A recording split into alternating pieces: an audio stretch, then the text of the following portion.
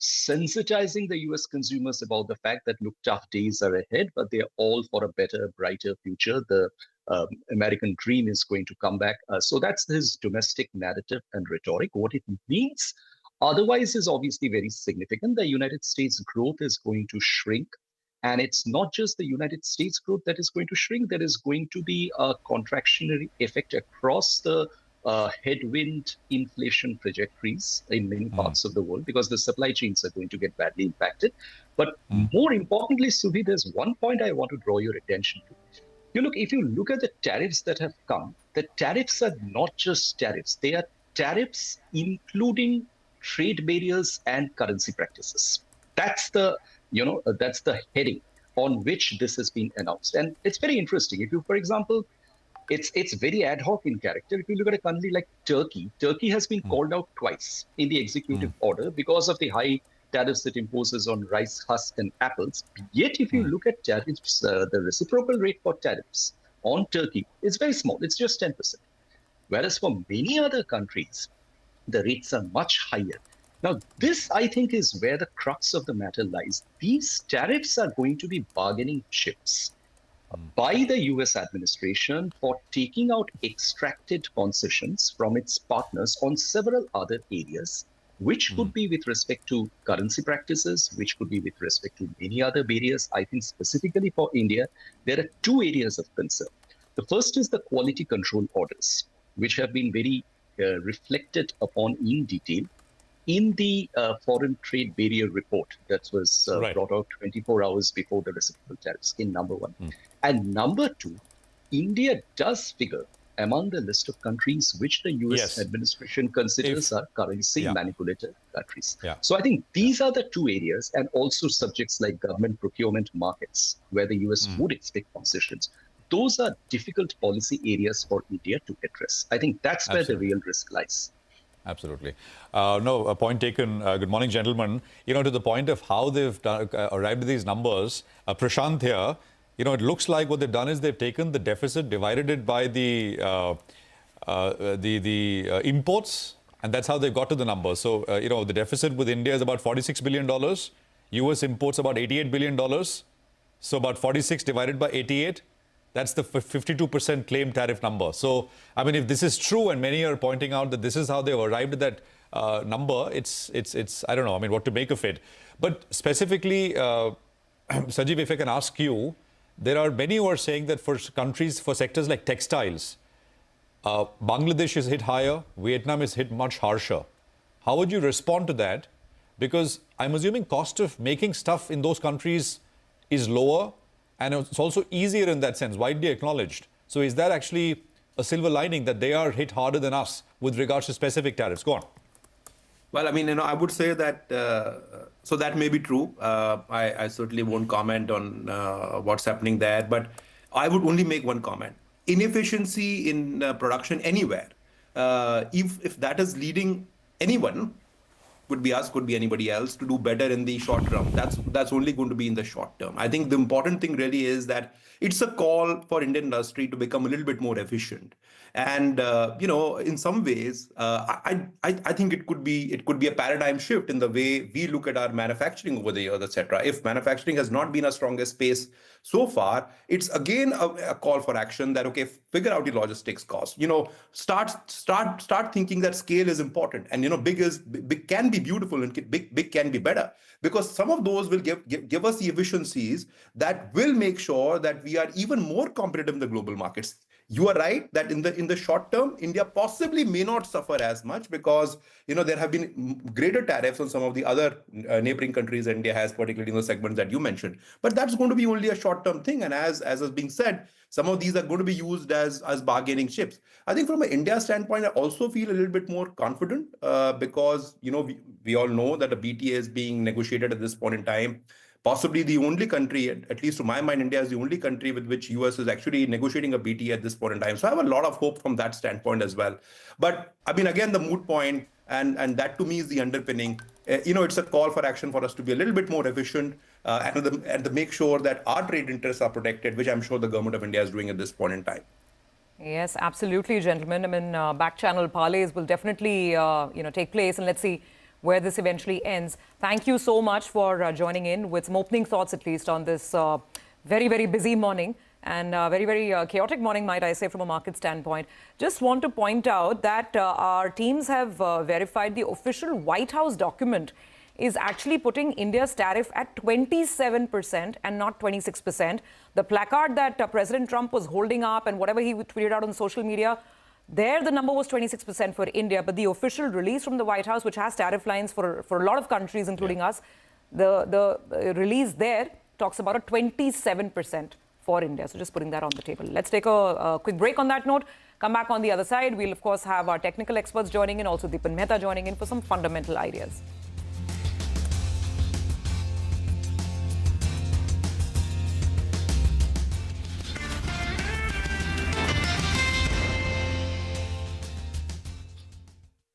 Before crafting your investment strategy. How about getting deep insights into their businesses from top Indian honchos before putting your money on the line? How about making every trading day profitable with strategies from the market masters, macro pundits and chart wizards? Only one show gives you a head start to your trading day. Get ready to profit. Get ready for business with Bajaj at these times on CNBC TV 18 and CNBC.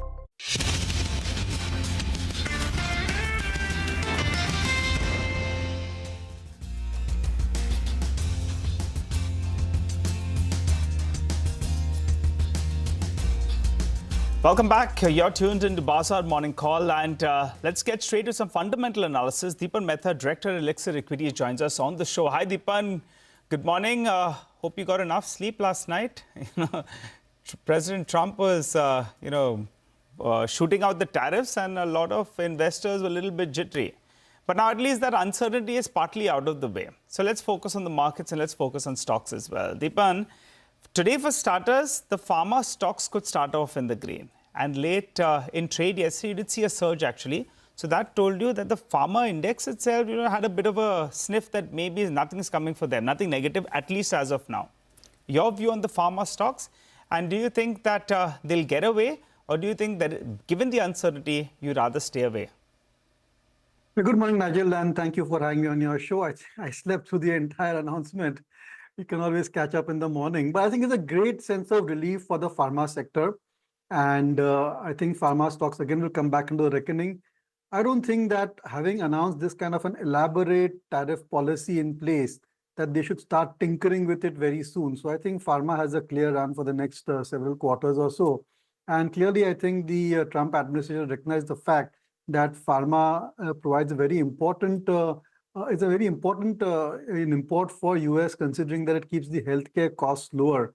So from that point of view, I think it's very positive. I would focus on some of the CDMO players, I think, where the prospects look really good, although they are trading at expensive valuations. But I think growth rates will be higher over there because they have an advantage against Chinese when it comes to this particular activity within the pharma space. But on the whole, my first reading is that it may create opportunities as well. And we'll have to go company by company to understand how these tariffs are playing out for them. And there could be a few surprise winners as well. Could be even textiles, who knows. So I think this entire earnings season will be quizzing all the managements on what they make out of this Trump policy. Deepan, I mean, absolutely take your point on pharma, etc. And a great space. Numbers for the fourth quarter should be pretty solid, etc. as well. I just want to make it's just one caveat. The executive order excludes reciprocal tariff goods that are subject to or that will become subject to sectoral tariffs through Section 232, which is their National Security Act. And this includes pharma. So the only thing is that sector level tariffs may still yet come. They not come as part of this. It was not on the agenda last night. So that is the only caveat. But I mean, I take your point in that sense. Maybe a bit of a relief at the margin.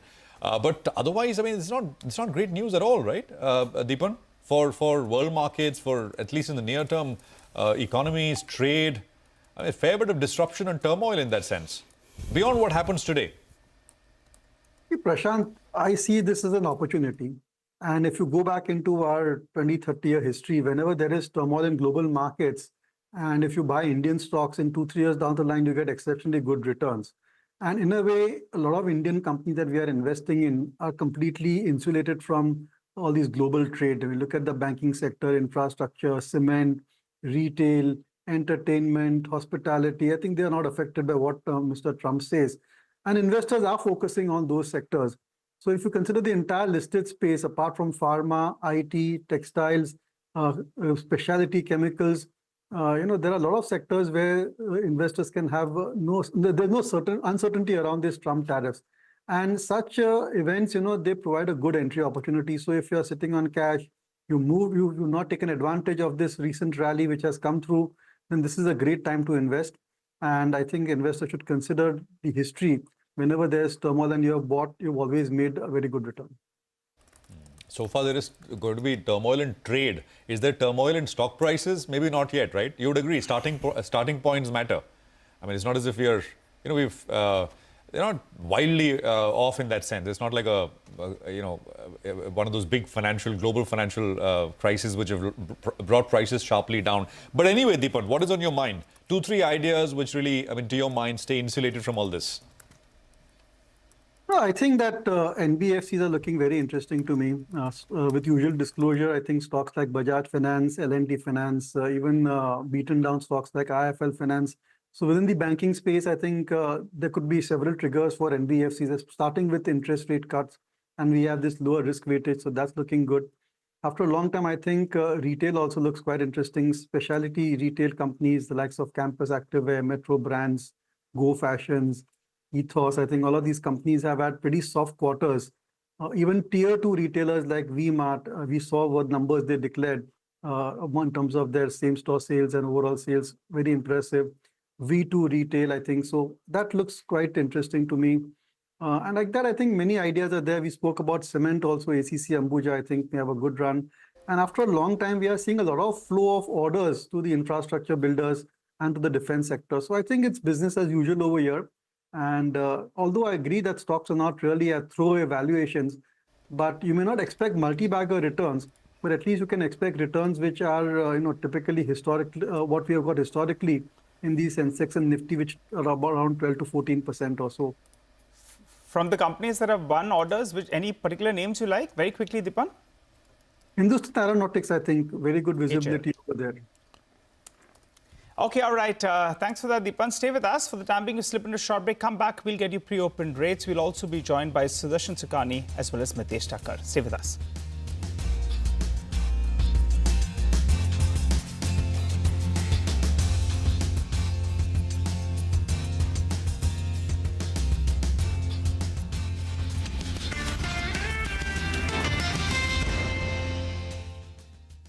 .com.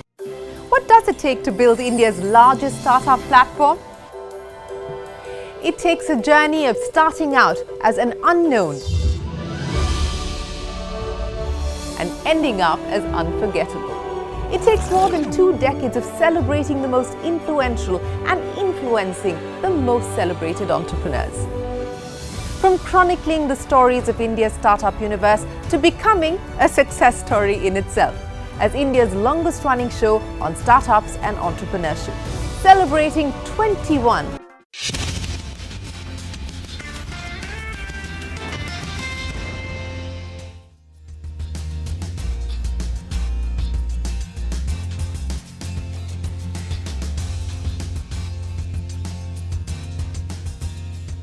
Welcome back. This is Open Exchange. We're coming to you live from the CNBC TV 18 Motilal Oswal studio. Well, as promised, let's get in our technical guests. We have Sudarshan as well as Mitesh that join us on the show. Good morning, gentlemen, and thanks a lot for joining in. Well, Mitesh, you go first. A 300-point gap down. What do you do? Yeah. So, morning, Nigel. I think, while the GIFT Nifty is indicating about 300-point kind of cut, I'm hoping it limits itself to about 200, 220. So, basically open near yesterday's low. If that scenario plays out and then, we don't break below that, then I think after some choppy first couple of hours, we might actually recover. Because the structure to me on the daily and the weekly charts is still positive, especially on the Bank Nifty. So I'll keep a watch over there, and banks will not be directly affected by the tariffs. So I think I'm hoping that the Bank Nifty could lend some strength on the upside to the Nifty and we could hold on. In case the Nifty starts breaking below the levels of 23,100 and close below that, then I think I'll be slightly skeptical and would be keen on reducing our long exposure.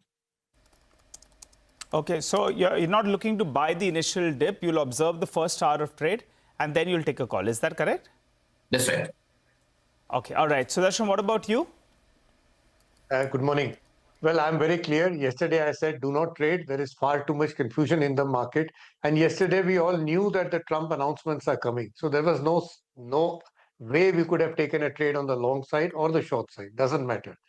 Today the same view continues. See, the markets hate uncertainty.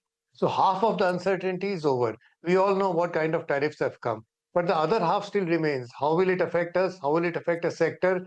Will it be good for this one? Will it be bad for this one? Will it affect Japan and then help India? I mean, I don't have the answers, but the market will find these answers in a few days. It won't find it at 9:15 today. So that half of the uncertainty remains. There is no sense in doubling in a market if it does not know which direction it wants to go into. In a few days' time, we will have much more clarity whether we are going lower or whether we are building a base. But today is not a day to trade. Okay, so sitting out at least at an index level. Got that. Gentlemen, morning. Let's also talk about stock trade. Sudarshan, so are you saying no trade at all or only index? Are you trading any stocks today? What's the recommendation? Yeah, it's no trade in the index. There are some trades always in stocks. So Ashok Leyland is an intraday short, stop above 210. HCL Tech, another intraday short with a stop above 1550. I also have Dr. Reddy's as an intraday short, but now I've been hearing you, and maybe traders should be careful before going into this short position, and maybe it'll work out with a stop above 1180. My only buying idea is GMR Airports, and there it's not an intraday trade, but I think there's a positional buy here. So keep a stop at 72, adjust the stops according to the gap down, but stay there. And primarily intraday shorts are is what I'm looking at. Okay, intraday shorts. Got that. Amitesh, what about your stock list for the day? Well, I need to apologize. I think there's some problem with my computer. I'm not able to switch and it's got on hang mode, just the Zoom meeting. No worries. Allow me 4 minutes to come back with this. Yeah. We'll come back and take your stock trades in a bit. In the meantime, let's also get Deepan's view on Dabur. Deepan, while we are all very worried about this whole global storm playing out, I'm more worried about, hearing Dabur. Look at how negative their update was for the fourth quarter. Talking about a margin decline, talking about a mid-single digit decline in the India FMCG business, no pickup. Your thoughts on the stock? Yeah, so we've been very negative on FMCG for a long time. And I think we have to move away from FMCG stocks, considering that volume growths are very tepid for the entire sector. A lot of products have reached maturity phase. And I think, I think investors who have been in these stocks for decades, and they've been great multi-bagger stocks in the past, need to move on. And there are many other, stocks within the consumer investment theme which they can play, but definitely it's not FMCG. Even at these levels, I would consider exiting FMCG stocks, although they haven't rallied much and they've underperformed for the past several quarters or so.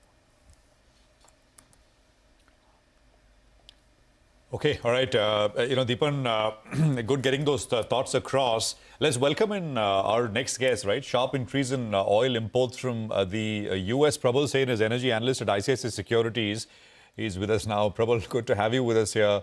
It's the start of what is going to be a long and tough day. What did you make of it? Any implications for your sector with these tariffs last night? I think the language suggests that energy, so far at least, has been kept out of the ambit of the tariffs. I still don't know if the 10% flat tariff that has been talked about, in addition to the reciprocal tariffs, we are trying to get a view from the companies whether the petroleum fuel exports to the US will be impacted by this 10% tariff. But at least the higher reciprocal tariff don't seem to be applicable to the energy segment as of now. Okay, no, absolutely. It is not applicable. But any other roundabout implications from a stock perspective, not business-wise, Prabal?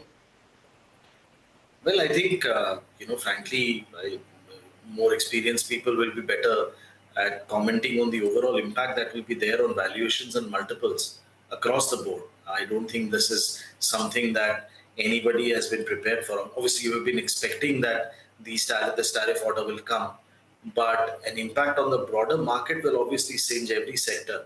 not just mine. The benefit or the small positive, if I can eke out, is that multiples for our sector, specifically the oil and gas sector, are not really anywhere near, premium multiples across the board. So to that extent, the possibility of a further derating or a structural derating is relatively less.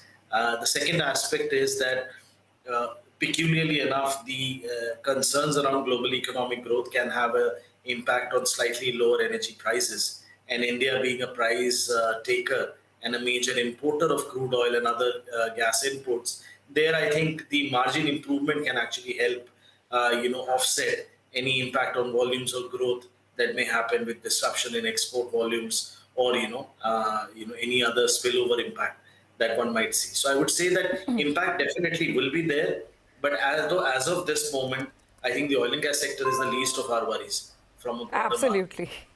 You said it, Prabal. Now, I'm just actually looking at, just allow me 1 second. I'm looking at the first pre-open rates that have come through. So 182 points down on the Nifty. It's Pharma all the way. All your Pharma stocks are pushing higher. Divi's 4%, Dr. Reddy's 3.5%, Lupin 4.5%, Aurobindo 6.5%, 7%. Gland Pharma, Glenmark, you name it, Gland is up about 12%. So mid cap, small cap, large cap, all Pharma. Generics players, CDMO players, all kinds of Pharma stocks are ripping higher this morning on this relief. At least they've been spared for the time being. And we'll talk about Pharma as we go forward in just a bit. But probably just my quick question, I mean, as the market goes through this turmoil, it will require all the help that it can get. So from that standpoint, I don't know if Reliance can do its thing. At least on the oil and gas business side, do you see any positives up ahead as we're going to be looking at the fourth quarter numbers and looking forward? I mean, overall GRMs, given what's happening in the oil and gas markets. So, can we expect any help from RIL? I think for RIL, I think the performance of the OTC business. I think we've just lost that line with the Prabal. We'll try reconnecting. But it is really Pharma along the way. Deepan, let me ask you about this Pharma surge. Right now, it's, you buy everything on a morning like this, right? It's a quick trade. But if you were to kind of stick your neck out and be a little picky and choosy from a portfolio standpoint on Pharma stocks, then would you stay with large, generic players which have US presence, whether it's a Sun Pharma, whether it's Reddy's, etc.? Would you go with CDMO players? What would the more nuanced approach to Pharma be for you? So I think, again, Sun Pharma comes back as a part of your core holdings. And with this uncertainty, rested for the moment, I think Sun Pharma's strategy for the US markets and rest of the globe is very innovative, different, and will yield rich results going forward also. And looking at some CDMO players as well, I think, but they're very expensive. So waiting for correction, stocks like Suven Pharma, Divi's Laboratories, and even OneSource, I think, pretty interesting. There's this Blue Jet Pharma also, which is quite an interesting company. So I think that within the Pharma also, eventually investors will try and get a bit selective and go for companies which have a superior business model. All right. Any quick take on some of these EMS companies, Deepan? If the tariffs are higher on Chinese imports, maybe that throws up a bit of an opportunity. Some of them have seen a sharp correction as well. You think so? Or you want to stay away, given the high multiples that they've given the low margins as well out there, and given the run-up that we've seen in the last few years? See, I think there's an opportunity, and as I said earlier, that as the dust settles down, it may make sense for some of the Chinese players or other international multinational companies to start operating or sourcing from India as well for the US market. So let's just wait and watch. Nothing specific comes to mind as far as EMS is concerned. But yes, I think I was quite impressed with Syrmia SGS's numbers, and the management commentary also is quite positive. The stock has corrected significantly, and now at least trading at valuations which kind of makes sense if it can grow at that 25-30% type of clip for the next few quarters or so.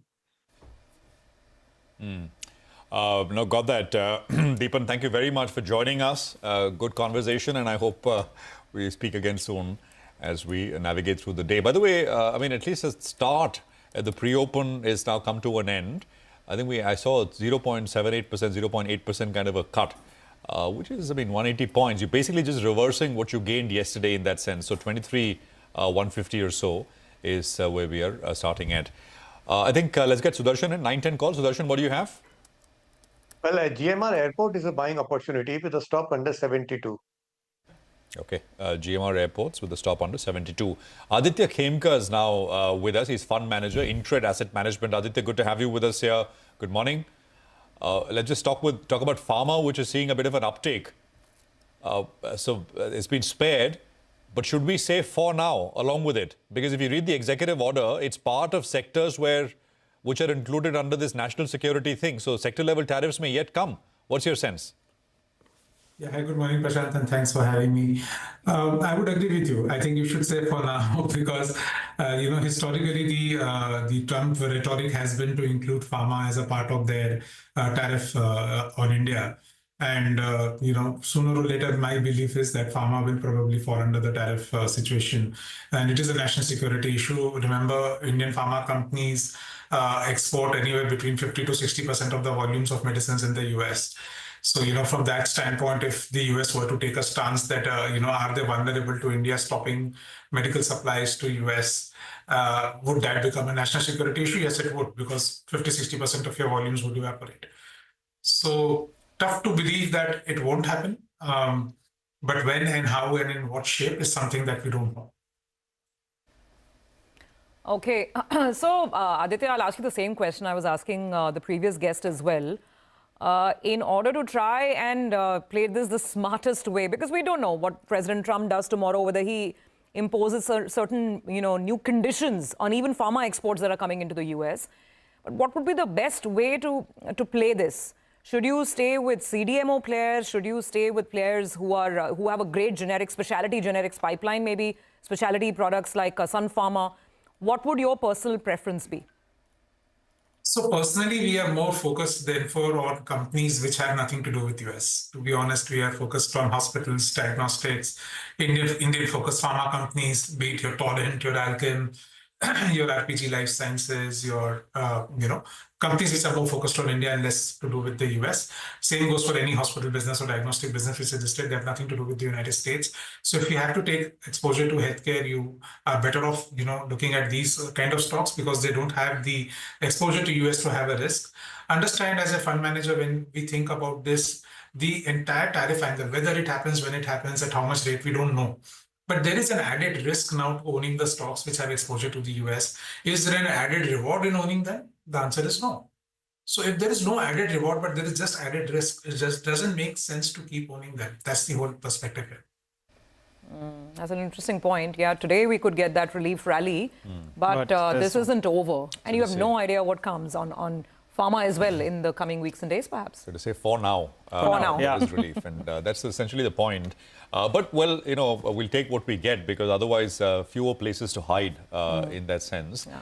But it's just, day one, right? There'll be, and I think Neelkan made a good point, a thing which we can all understand. He put it in the parlance of a street fight. But the question to him was, can this all be reversed if a new president takes on? And he answered it by saying, if you slap someone, they slap you back. Then you kick someone, they kick you back. Then you punch someone, they punch you back. And then you say, well, let's go back to how it was. It doesn't work like that. And, so it's like a starting point. And I think we'll see a lot of moves going forward over the next many weeks and months as well. So the opening rates are on your screen. 23,180 is where we are at. It's 150 points lower. It's basically just a reversal of what we saw yesterday. It's not severe by any yardstick. It's like any other open. 0.6 lower on the mid-cap index. The small-cap index is down about 0.33% or so. And the stocks are all coming up on your screen. Pretty normal kind of a session, right? 3:1 is the declines to advances. So more down than up, and that's understandable. But for now, at least at this point, it's okay. So 260 lower on the Nifty Bank as well. That's the rate which is coming up. Let's talk about stocks, Surabhi. Yeah, absolutely. Not bad at all compared to the declines we've seen across Asia, thanks to the fact that we're a domestic-facing country. Speaking of domestic, Dabur, 5% lower. That's the one that's taking it on the chin because of the poor Q4 update. Let's talk about Nifty stocks then. IT is weak. There's no denying that, no taking away from that. And that's the sector that's getting hit the hardest this morning. Wipro, HCL Tech, TCS, Infosys. Look at all the IT stocks. The cuts are anywhere between 1% to about 2.5%. If you go in the mid-cap space, and the cuts are even bigger. on stocks like Persistent, LTI Mindtree, Memphis. So a very clear down trade today is IT. It's across the board down. Okay, let's move on. What else? Stocks like ONGC, Zomato, Hindalco, they're all on the weaker side. Financials are not able to provide too much support, at least not right now. HDFC Bank, Shriram Finance, these are all stocks on the lower side as well. Let's look at the some of the other names. Reliance, let's see what Reliance is doing. It's down about 0.7%. ICICI Bank also down about 0.5%. L&T, slightly lower. L&T is actually very close to the flat line, so let's see. On the upside, obviously, as you would expect, only Pharma and Pharma. Dr. Reddy's 5%, Sun Pharma 4%, Cipla 4%. And a bunch of PSUs are actually having a good morning. They're outshining on a day like today. NTPC, Power Grid and BEL. All these stocks are seeing green. Well, that's right. I think the IT pack is getting hit, and particularly mid-cap IT pack is getting hit on the back of US recessionary fears. So take a look at some of the frontline F&O counters. You have Persistent Systems, KPIT Technologies. Both of them are down. Coforge as well is down close to around 2.5%. On the flip side, just to name a few of those pharma names, should we mentioned a few. Gland Pharma and Pyramid Pharma from the broader markets, both of them, they are bucking the trend. They are some of the big outperformers this morning. A few other notable names that are moving around. Well, you have Sharda Cropchem. That stock is down close to around 7%. So there may be some kind of worry on that front. So that stock, in fact, is a little bit lower in trade. A couple of other notable losers. You have L&T Tech Services. That stock as well is lower. But as we are doing that market check, I'll tell you what, the markets have cut their losses now down to close to around 100 points. The bulls will say this is something that we like, at least for the initial minutes. And if you can put the crisscross lines, it's just a few minutes into trade, from around 300 stocks that were advancing, now you have 900 stocks that are advancing.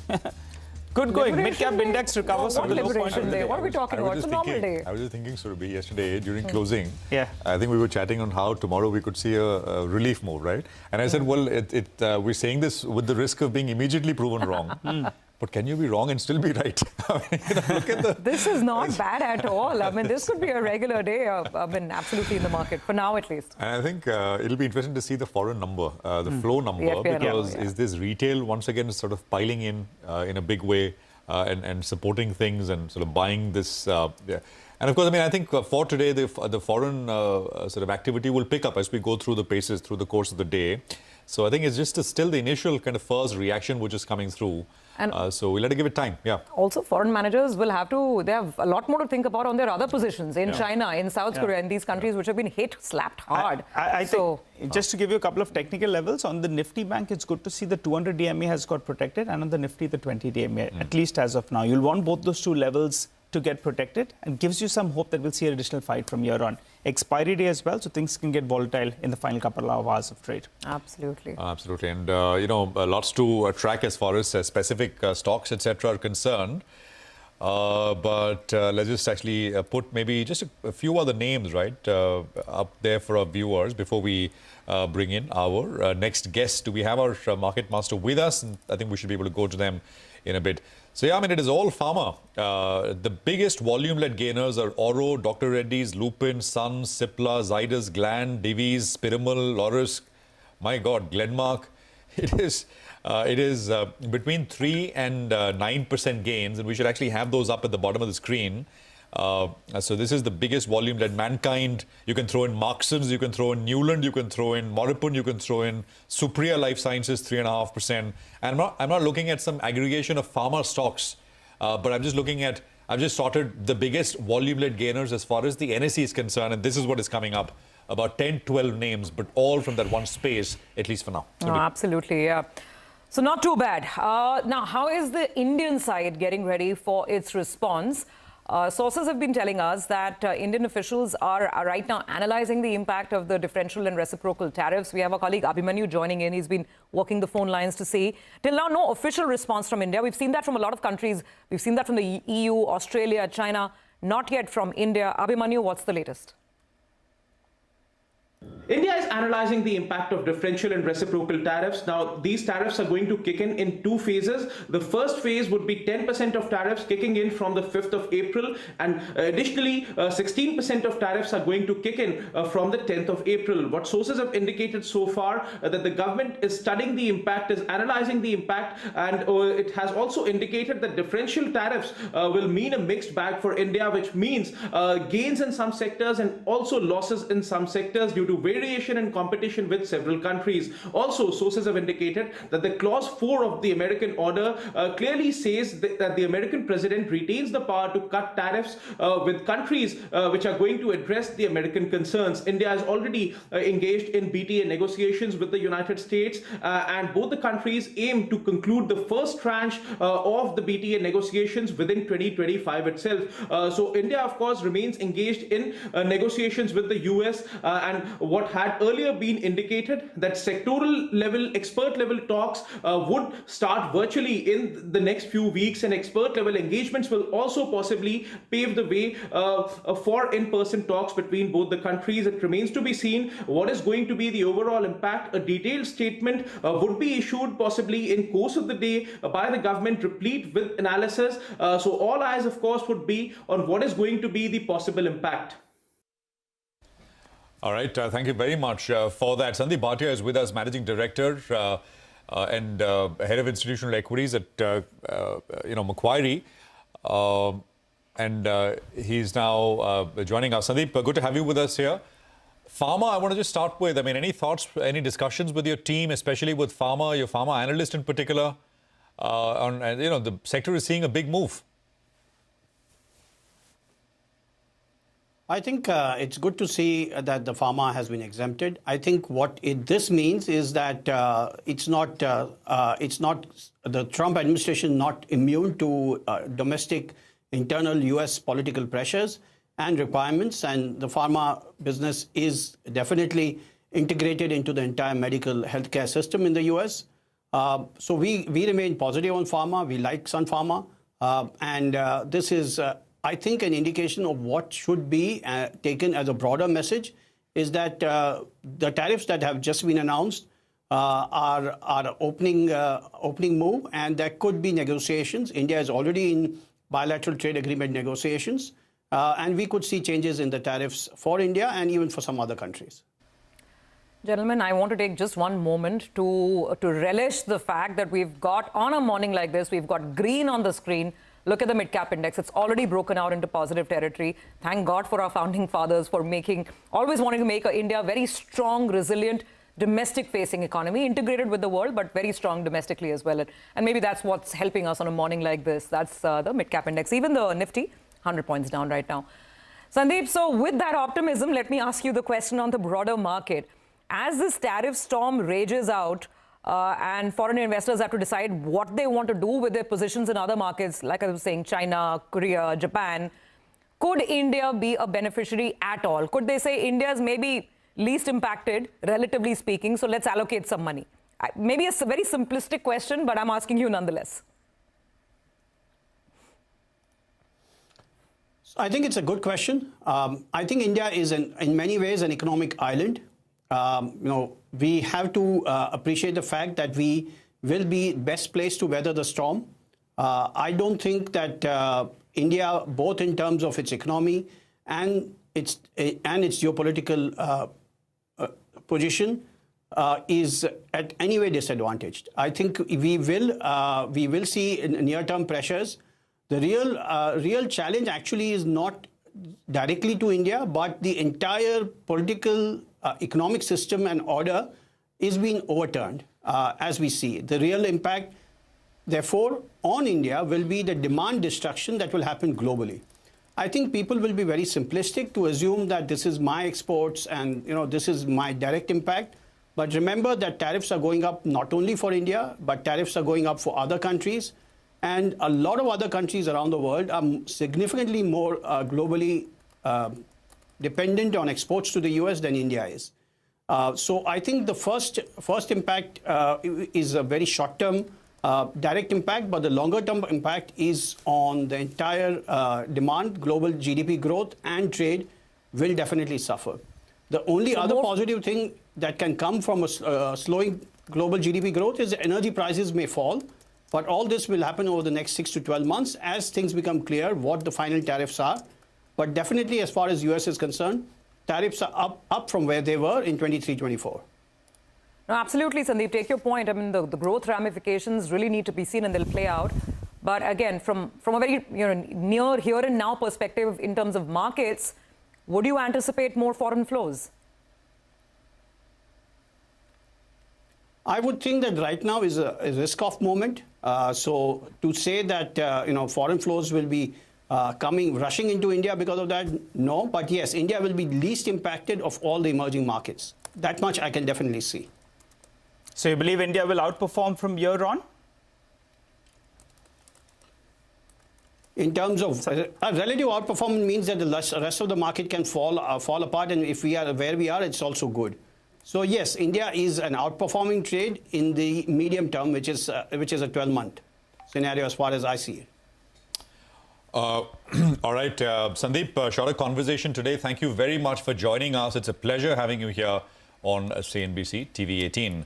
Well, let's now welcome in Neelkant Mishra, who's joining us this very busy morning, Chief Economist at Axis Bank and Head of Global Research at Axis Capital. Neelkant, good morning. Great to have you with us here. I'm sure you've been poring over the details and, of course, talking to your team and getting a sort of view out there. So I just want to get that view, Neelkant. I remember speaking with you 2 days before, 2 or 3 days back, and you said it's just going to be the opening gambit and it's going to linger. We won't get clarity and it'll go back and forth, but this basically means a lot of uncertainty. What has been announced is much harsher, Neelkant. Would you agree than what anyone thought? Yes. The fact that the impact is not $300 billion, but closer to $700 billion is of course much bigger. The market should, I think, start getting used to the fact that uncertainty will now accentuate. So not only should we expect some countries to retaliate, we may also see significant currency movements starting to show up in the next several weeks. And as the negotiation process kicks off, because remember that these are, they have deliberately started at 50% of what they think is the effective barrier. I mean, how it has been calculated, there are enough social media calculations on how simplistic it has been. But whatever be the case, they've started at 50 because I think the assumption will be that, look, we are going to raise it further if the negotiations are not doing well. If you start to retaliate, we'll raise it further. Either way, the estimate that I put out the last time we chatted, that about 1% of global GDP at the very least of investments can get postponed because of this. I think that estimate now needs to be revised further. The $700 billion odd of extra revenue that on an annualized level the US will start now to collect is about 0.6% of global GDP. So this is effectively fiscal tightening for the world. The US, of course, not all $700 billion will come from foreign producers. For example, if you take the smartphones, if production in China and Vietnam is going to be up more than 45 to 55%, or more expensive, and that from India about 25% more expensive, I mean, the US consumers will have to pay because there's not going to be any smartphone production in the US immediately. So there will be quite a bit of that $700 billion that will actually come from US consumers themselves in the form of higher inflation. And frankly, it's only through higher inflation that tariffs actually become effective on what the US government is trying to do. So, but the US government will have some tools to provide some solace, some assumption, some comfort to the US consumer through some other tax cuts. But the gist is that this is a straight first shot 0.6% of GDP, global GDP. The postponement of production could be another 1%. I think we are talking about a significant rise in uncertainty for financial markets. Neelkant, sorry, just to get those figures in, 1% hit to 1% hit to US GDP, right? Or global GDP? Global. So 1% hit to global GDP. Because of postponement of investments, Okay. In addition to what is actually a 0.6% of global GDP tax that the US is now collecting or wanting to. Okay. Okay. And you briefly mentioned that enough social media posts about how this number is being calculated simplistically, etc. We had an ING economist in the morning who said, well, and he used the word, not I, he said fabricated number. So they divided the deficit by imports and arrived at that 52%. Is that really so? So they're taking the size of bilateral trade, the overall bilateral trade, and it's got nothing to do with tariffs per se, the rate of tariff. Neelkant.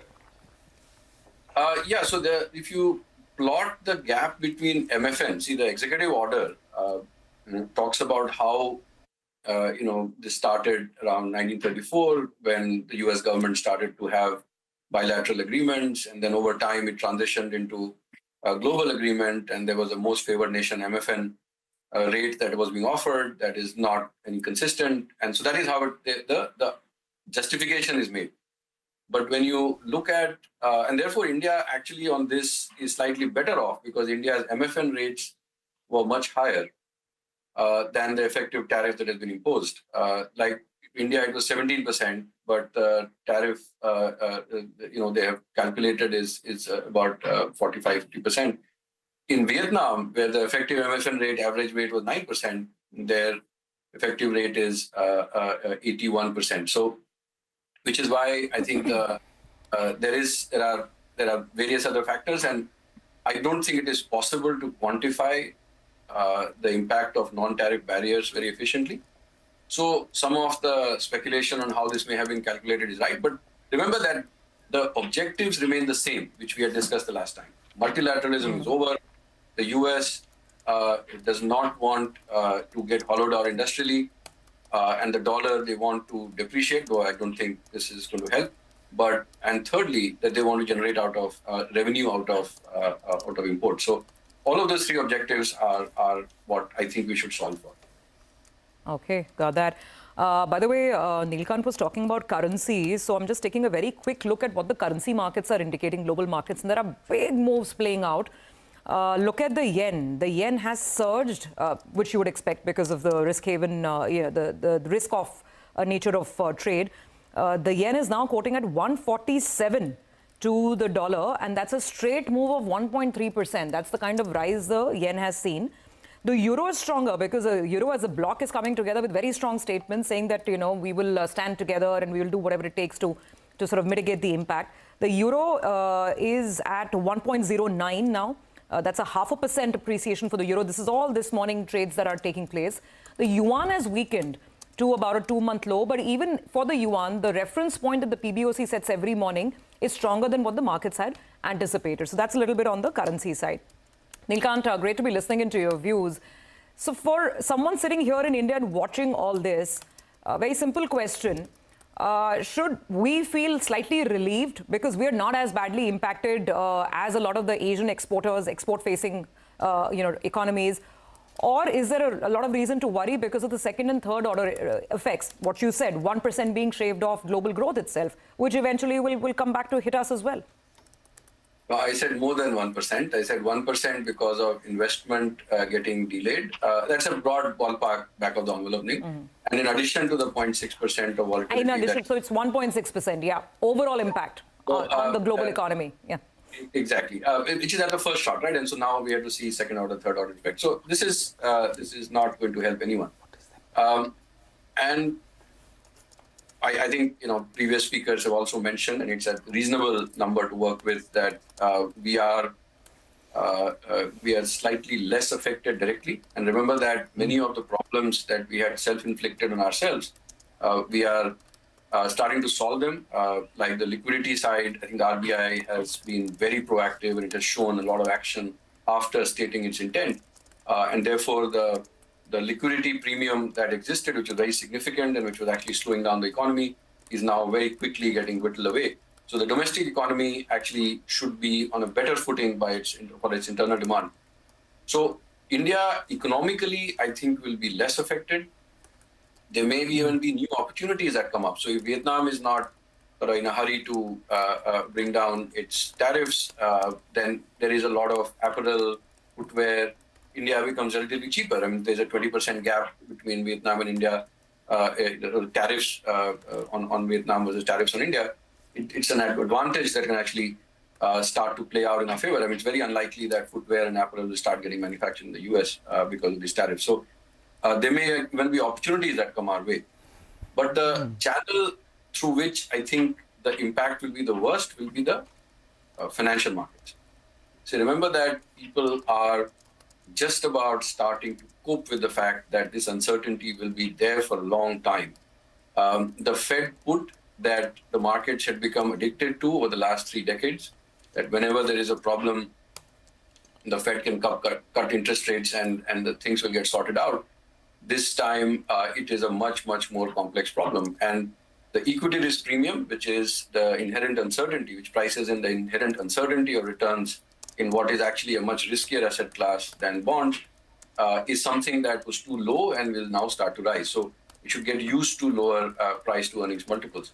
This will get priced in over several quarters and years, but I think it would be, while we are less affected because of this, in fact, the gap, as I said, between MFN rates and what has been imposed is perhaps India is much better off. Second, we are less exposed to global trade on the good side than we have than many other countries. And thirdly, our own economic headwinds that we had created for ourselves are now starting to ease. So economically, I think we'll be fine, but I think the financial markets, the currency markets, I think are going to get badly affected. All right. Hi, Nilkant. Good to hear your thoughts. And as you said the last time around as well, equity markets could be in a bit of a dizzy and could be in a bit of a flux, as you had mentioned last time around as well. Just want to clarify a couple of things. For the Indian GDP forecast, do you see any kind of hit? Are you factoring in anything? You've already mentioned longer term that could be throwing up an opportunity because the tariffs on India are not as much as some of our peers. So in select sectors, there could be opportunities. But in the near term, are you pulling back GDP estimates by any amount? And also, what about the RBI? You know, the Fed is unlikely now to go ahead and cut as much. At least that's the feedback we've got in the last few hours. Do you think the RBI has it in them to effect a couple of more rate cuts for the remainder of the Yes, please. Any change that happens over a few hours can very quickly reverse over the next few hours as well. So remember that as the economy starts to slow in the US, and it is reasonable to expect that growth will slow because even though tax cuts may be introduced, there will be a lag before they start to show up, but the price shock will be immediate. So we'll see, I mean, how that plays out. In fact, it could actually happen that the US goes into a very sharp slowdown, and in which case the Fed then sees room to cut rates. So those things will change. I think that's something that we have to get used to. But when I think about the Indian economy, see the headline level, which is the easiest to do, if you exempt pharmaceuticals and some other sectors, and you focus on what is the change in duties, effective duties, and assume that in the next 6 months, by September, I think the assumption is that the bilateral trade agreement will be done, and by then India would have actually negotiated down some of these rates. The actual impact could again be only about $8-10 billion. And as of now, it seems it's 15-20. But it is wrong to expect that all of that will be borne by India. I think it is reasonable to expect that, like we discussed about smartphones, that some of the a reasonable part of that cost will be borne by the US consumer, because there's no way that those kind of price cuts can be offered by Indian producers. So I don't think the direct impact is that big. I think the second order effect, because of the prolonged uncertainty, the fact that global GDP itself may be slowing, that there could be IT services.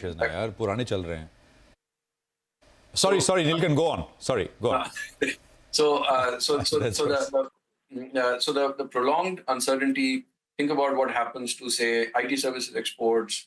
So those are the kind of things that we should worry about. So versus yesterday, today, is my GDP growth forecast going to be lower? Absolutely. Will it be 1 percentage point lower? Will it be 0.5 percentage point lower? Too early to say. But I would re-emphasize that I think RBI's rate decisions are going to be far more affected by how good the monsoon is, how the hailstorms are affecting yields of wheat, how monsoon shapes up, rather than what the US Fed does. On the currency market, there may be some more volatility. I think you were asking the previous speaker about FII flows. Clearly, in this uncertainty, people will pull back from EMs, especially given that we are in the same basket as China and Vietnam and Thailand and many other countries which are very badly affected. So on the dollar flow side, I think RBI again will have to factor in the fact that they may have to intervene again to protect the rupee.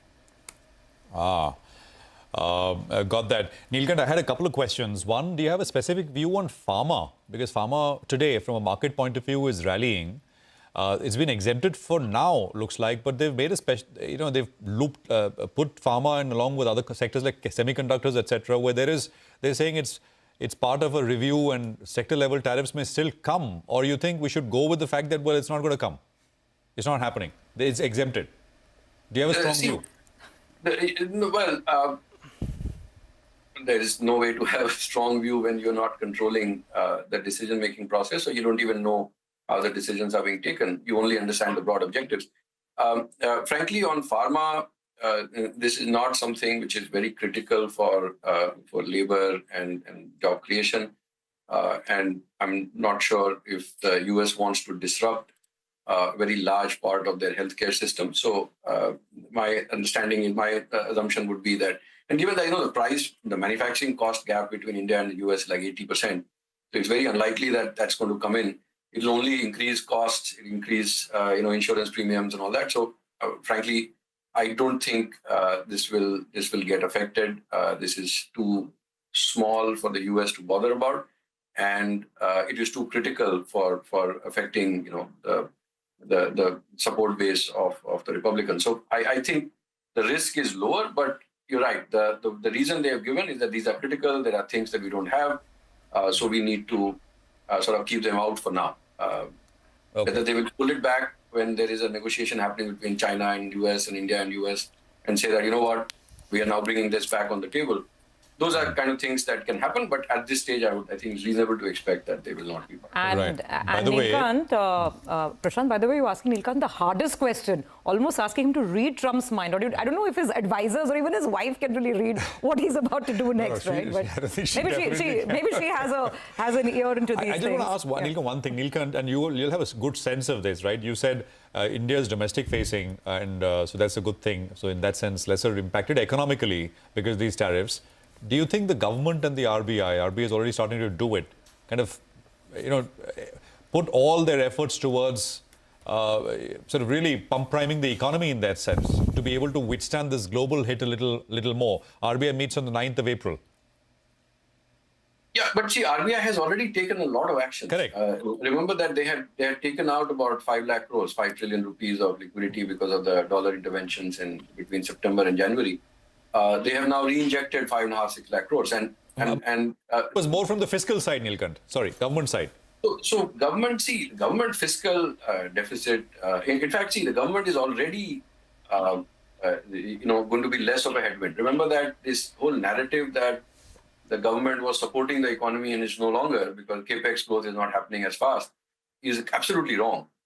The government's fiscal deficit fell by 80 basis points of GDP in FY24. It fell by another 80 basis points in FY25, and it's basis points in FY26. So the government is less of a headwind than it was. And remember that it is because the Indian government has stuck to its consolidation path that the 10-year Indian government bond is one of the safest assets in the world right now. And you're seeing yields come down. We are seeing for the right reasons, demand-supply reasons.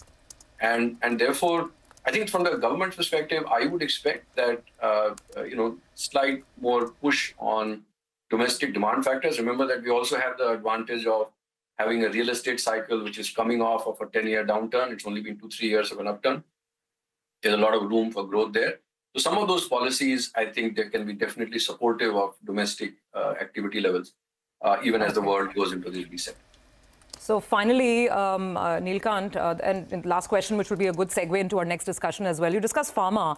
I just want your final take on two more important sectors from an export sense. They were important for India, apparel and textiles, of course. And then there's electronics, where so much work has gone in the last couple of years. Do either of these two sectors, do you think they could potentially stand to benefit? Because other countries have been slapped with tariffs, which are far higher than where we are as well. Absolutely. I do think so. Given that on a relative basis, Now, if the formula is what it was, then perhaps it explains why India's tariffs are a bit lower. But either way, the fact that India was losing out on apparel and footwear because we didn't have an FTA with the US and Vietnam and Bangladesh with their relationship with the EU and US were benefiting. Now that these sort of tariff walls become less extreme for India, will become relatively will become an advantage. Similarly, on electronics, there is so much more that can happen out of India. Think about the fact that one very large smartphone company, despite being part of PLI, had actually shifted production, most of it incremental because they were losing global share, had shifted production to Vietnam, or was doing more in Vietnam than in India. Maybe now it's an opportunity for them to start doing it in India. So there are things that can happen.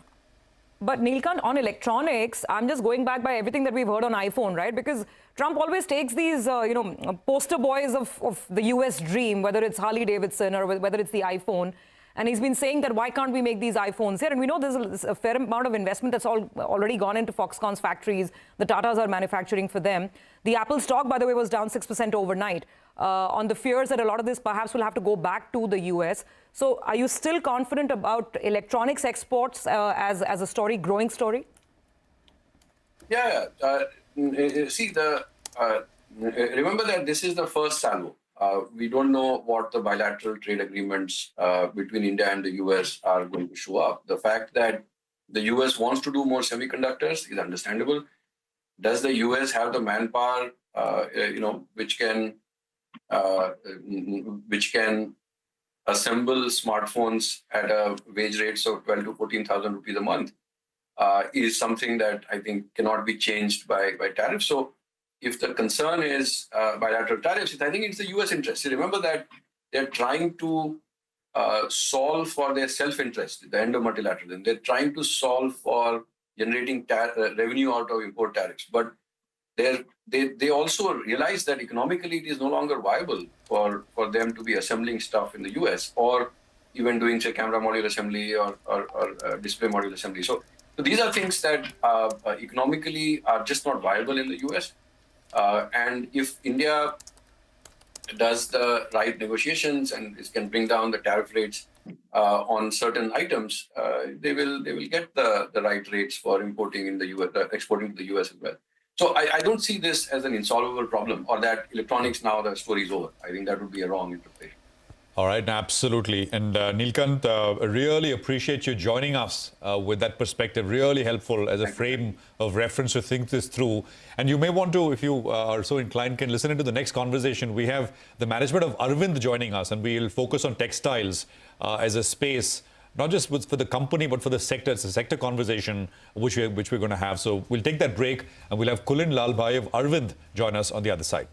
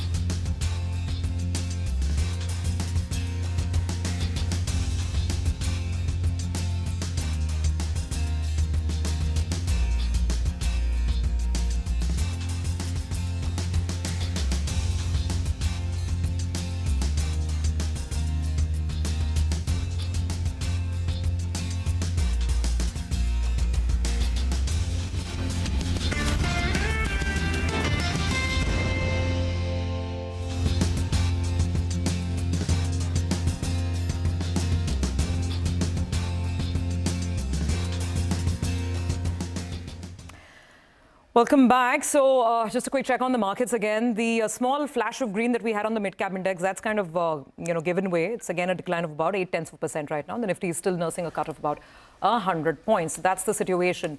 Let's talk about the tariff implications now on the textile and apparel sector. And to do that, we have with us Kulin Lalbhai, Vice Chairman at Arvind.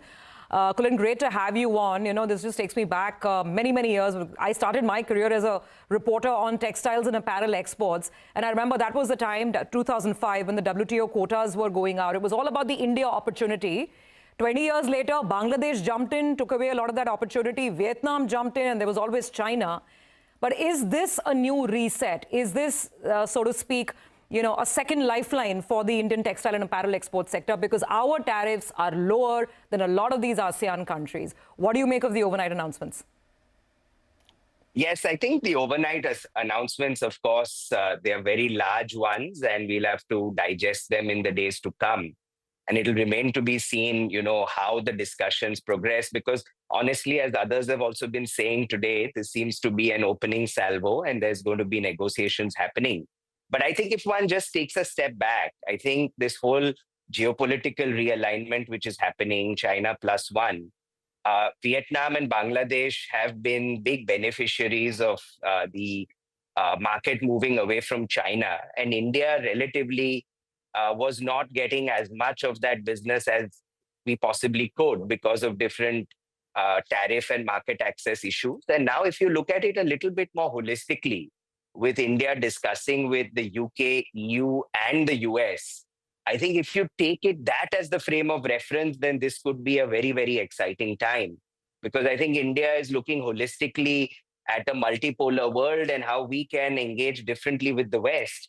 And if we are able to land all of these negotiations in the right place, it could definitely be a step change for the entire sector. Hi, Kulin. Good morning. Good to see you, Ben. Kulin, just going by the stock price reactions, the street believes that it's an opportunity for you guys. You conquer that, the tariffs put on India are not as much as some of our peers. So in that sense, it could be an opportunity. Do you agree? Yes, I think, of course, relatively to all the other competing countries, the tariffs put on India are lower. So by that logic, of course, there would be that advantage. And I think if there is a parallel conversation going on a bilateral trade agreement, I think that makes it even more exciting, because this is the chance to really see how the US-India trade can go to that $500 billion mark. And there are a lot of sectors such as textiles, footwear, toys, where as the discussions progress and a zero for zero sort of opportunity could emerge, that would make it very exciting. I think in the very short term, there is uncertainty. Of course, these discussions will be progressing with multiple countries. So we'll have to see in the weeks that follow how the discussions are progressing. But the global retailers, they could tell people like you all that, that absorb some part of this impact. So in that sense, it could hurt profitability. What is your take on that? Yeah, I mean, see, this is a very live discussion, so we don't know exactly where it's going to land. But all the production in the world is largely in Asia. And these industries are industries which are low-cost manufacturing. So there is a part of it which perhaps could be coming down to negotiations. But if the tariff increases are large, then, of course, they would also have to be borne by the US customers. So Kulin, just exactly that. The tariff is 27%, by the way, not 26, 27. Our teams have confirmed that. Out of this 27% additional cost, rough breakup right now, how much do you think Indian companies will be able to absorb? How much will be passed on to the US consumer? Because that will also impact demand, which could be, which could be another hit. Yes, I think it would be something which would have to be passed on to a large extent in industries like electronics and textiles. But again, I come back to the same thing that I mentioned earlier. I think this is an opening discussion. And I feel that the real opportunity that the two countries have is to get into these bilateral trade agreement discussions. And I think a lot of a large win-win opportunity can come out of this. I think another aspect that I think this announcement brings is the opportunity to speed up our discussions with the EU and the UK, because I think world over you will see new trade agreements happening with higher speed and higher efficiency as the world recalibrates to these things. But you are right about the fact that if large cost increases happen in the US in the short term, there could be some demand consequences there. All right, Arvind, I hope you will join us again as the story progresses, as negotiations take place, and you yourself and your team get a sort of better sense since this is only, the story is only, 7-8 hours old. Thank you very much for joining us on this important day here on CNBC TV 18. Well, let's move on and get another sort of perspective. Samir Narang is now joining us. He's head economics research group at ICICI Bank. Pranjul Bhandari is chief India economist at HSBC. Thanks very much, Samir and Pranjul, for joining us on this important day. This is, of course, as we've been discussing, much harsh. What's been imposed is much harsher than what anyone thought. Let's just contextualize this for India. Samir, if you can start first, what is your own assessment of what's the hit? It's, of course, very simplistic because there are negotiations, there will be give and take, etc. But on a static basis, what is the hit as you see it? So, Prashant, as all of us know, we export around $85 billion worth of goods to America. Services is on top of that. And goods typically will have, lower elasticity compared to services. So you should expect on the goods front, perhaps a 10 to 15% impact directly on India's exports to the US, and that tantamounts to somewhere around, given our overall exports to the US, $8.5 billion to say something like $15 billion. So the base case impact in our sense is that should be around 0.3% of GDP. But as has been pointed out earlier by some of the panelists, that India should also benefit given the fact that tariffs on India have gone up less than what they have gone up on China, on Vietnam, and some of the other countries which are doing a lot of contract manufacturing. So ideally, we should be better off. To that point, and we just had the management of Arvind with us, but you've got to start with the basic sort of cost of production as well, right? I mean, is there a big difference in some of these areas on cost of production, say textiles, footwear, etc.? I mean, are those countries much cheaper? So even the tariffs for them are rising more. I mean, is it a big advantage? Is it an advantage? Does it open up a window, as some are saying? Samir, quickly.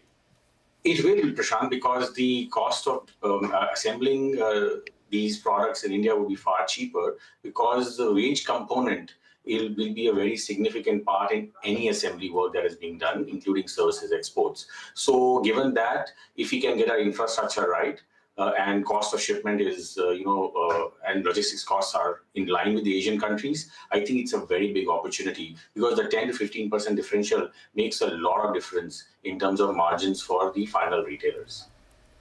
Pranjul, good morning. Thanks for waiting. What is your sense on some of the numbers? Assuming the numbers are what they are, but what's your perspective on how things will progress from here? Some have said this is an opening gambit, very maximum, highest cap, and then you kind of work back from there. Your thoughts, Pranjul? Well, look, I must say that the situation is very fluid. If I come back to your channel in a few months, I'm sure, we'll be talking very different sectors, making very different points because things are changing so much. But I think my thoughts from what happened last night, number one, of course, it's come as a bit of a shock because, when I was seeing a lot of analysis around me, in a way, people were assuming a 10%, tariff addition to India, and it turned out to be more like 27%. But I think the silver lining, of course, is that, some of the other countries have got it even worse, ASEAN, China. So in a way, we're not doing that badly. So some sort of luck out there. But having said that, I think there's a lot of fluidity in a few things. Number one, in terms of which sectors are winners or losers. As in today, everybody's excited about pharma, but it's possible that something gets slapped on pharma, say, 3 to 6 months down the line. Today, we are not that excited about textiles or maybe electronics, but it's possible that, with the bilateral treaty, something sort of changes for textiles and it becomes a completely new opportunity for us. So this whole list of winners and losers are going to change dramatically. And I think that's going to bring a lot of uncertainty and volatility, into the markets. in terms of growth numbers as well, I think we need to think carefully between the direct impact on growth and the indirect impact on growth. My own sense is that, very simple back of the envelope calculation, 27% increase in tariffs across sectors, excluding pharma, can shave up about 0.5 percentage points from India's GDP growth. If you assume that some sectors are there in which the US consumers will take the hit, maybe it won't be 0.5, it will be 0.3 percentage points of growth drag in the short run. But I think this is not where the story ends. I think the second half of the story is more important. How much does global growth slow? And on the back of that, via second round effects, how much does India's growth slow? And one thing I'll be watching there a lot is FDI flows around the world, because they are a very good indicator of capex. If it slows across the board, it means that global growth, global investment is really falling. And the second round impact on India's GDP growth can actually be harsher than the first round impact. So I think these are the few things we need to think carefully about. Of course, our silver lining is that A, we have inflation which has fallen substantially. Our sense is that we'll have inflation below the 4% target for several months in a row, which gives a sort of long rope to the RBI to ease, something it's already done.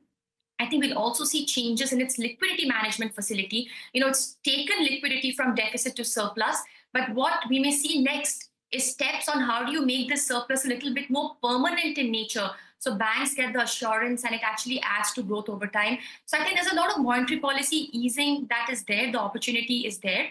And then the second big thing that India has, which a lot of other countries don't have, is services exports. It has not gotten into protectionism yet. It's rising very rapidly, at least right now. And that gives us this immense buffer, which many other economies don't have. I think, I almost want to say shh to all of us, because who knows, right? I mean, services exports, God forbid if he starts looking there, then we have a real problem. So, well, fingers crossed. Hopefully, we're not going to go down that road anytime soon.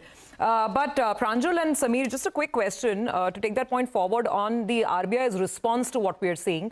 Pranjal was talking about the liquidity measures anyway that the RBI has been unleashing. Durable liquidity is what it's all about. Samir, comment on this. Do you expect any added measures over and above the prevailing domestic conditions and RBI's own liquidity mandate because of what's happening now with these tariffs? If you could quantify more liquidity steps, how many rate cuts, what are you expecting this year? Well, the current liquidity framework, was started in 2019, operationalized in 6th of February 2020. And in that, the change from the previous framework was that the fixed repo facility, which was available to the banking system, was taken off. And it was desired that system liquidity should be in a little bit of deficit for effective monetary transmission. Since then, a lot has changed. Particularly, we have 24/7 payments.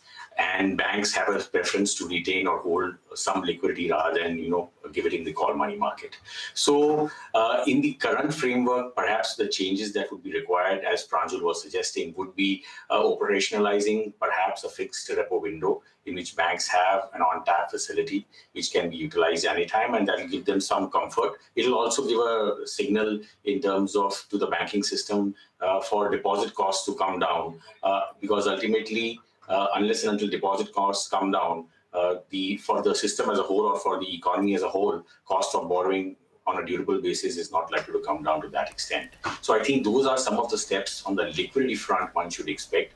We do expect RBI will continue to maintain positive, durable and surplus liquidity. And on the rate cuts, rate cuts just very quickly. Yeah, 25 basis points in April. Overall, I think given the impact of the current, tariff, there is a possibility that the RBI would like to also, change stance and give a signal that they would expect the liquidity surplus to continue. And this is a cycle on the liquidity and rate front, which will perhaps prolong for some more time. Pranjal, April 9 expectations and beyond, rate cuts?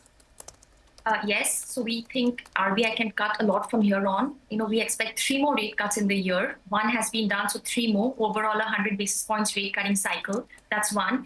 The second is liquidity. It's been infusing a lot of liquidity, but I think over time, steps might be taken to make them more permanent in nature, as I was saying. Third is, regulatory easing. A lot of steps have been taken. For example, bank lending to NBFCs, all of that has been eased a bit. And our sense is RBI is sort of going to have going to be a little easier on those fronts. And fourth, something which a lot of people don't really speak about, the rupee. I think it's good to see that the rupee, is looking like a more flexible currency at this point of time.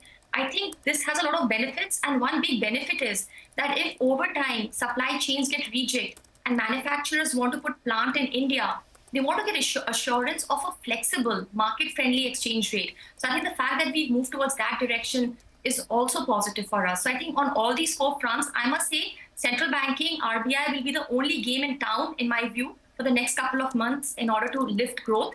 It's not going to be fiscal policy, because fiscal policy is tightening, and that's probably something good. We've taken it for granted because we have it.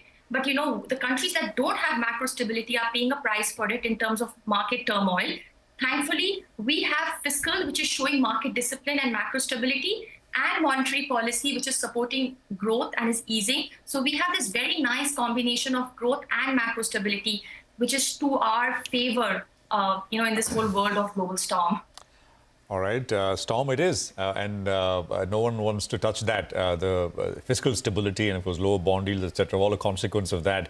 But RBI, 9th of April, of course, rate cuts expected, perhaps assurance that liquidity will remain ample. Thank you very much, Pranjul, for joining us. Samir, good to see you back on the show. And we will chat again. As Pranjul, you said, next time we speak, I think things will be, different, and how different we'll have to see. But thanks once again, both of you. We'll take a quick commercial break here. Markets are not doing bad at all. We're down just 70 points. And by the way, briefly, the Nifty Bank had come into the green. It is in the green as we speak.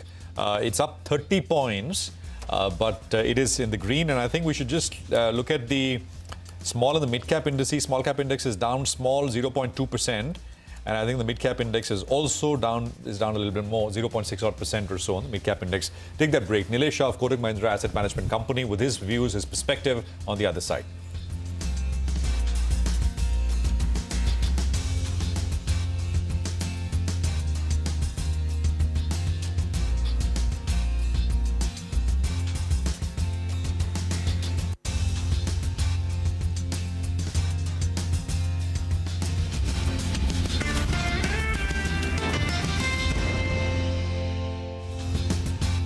माननीय सदस्य लोग ये कह रहे हैं कि हमारे सदस्य नहीं है यहाँ पर जो हमारे साथी हैं, लेकिन अध्यक्ष महोदय मैं ये कहना चाहता हूँ ये जो बिल लाया जा रहा है, भारतीय जनता पार्टी में एक मुकाबला चल रहा है। भारतीय जनता पार्टी के अंदर मुकाबला चल रहा है कि खराब हिंदू कौन बड़ा है। और ये बात अध्यक्ष महोदय मैं ऐसे ही नहीं कह रहा हूं। जो पार्टी ये कहती हो कि दुनिया की सबसे बड़ी पार्टी है, अध्यक्ष महोदय वो अपना राष्ट्रीय अध्यक्ष नहीं चुन पाए अभी तक।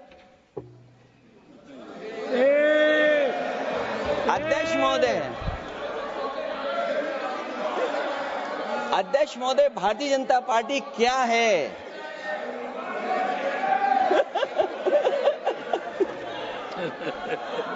जी मैं अखिलेश जी ने बहुत हंसते हंसते कहा है, इसको हंसते हंसते जवाब देना। इस सामने जितनी पार्टियां हैं उनका राष्ट्रीय अध्यक्ष उन 5 लोगों को ही चुनना है।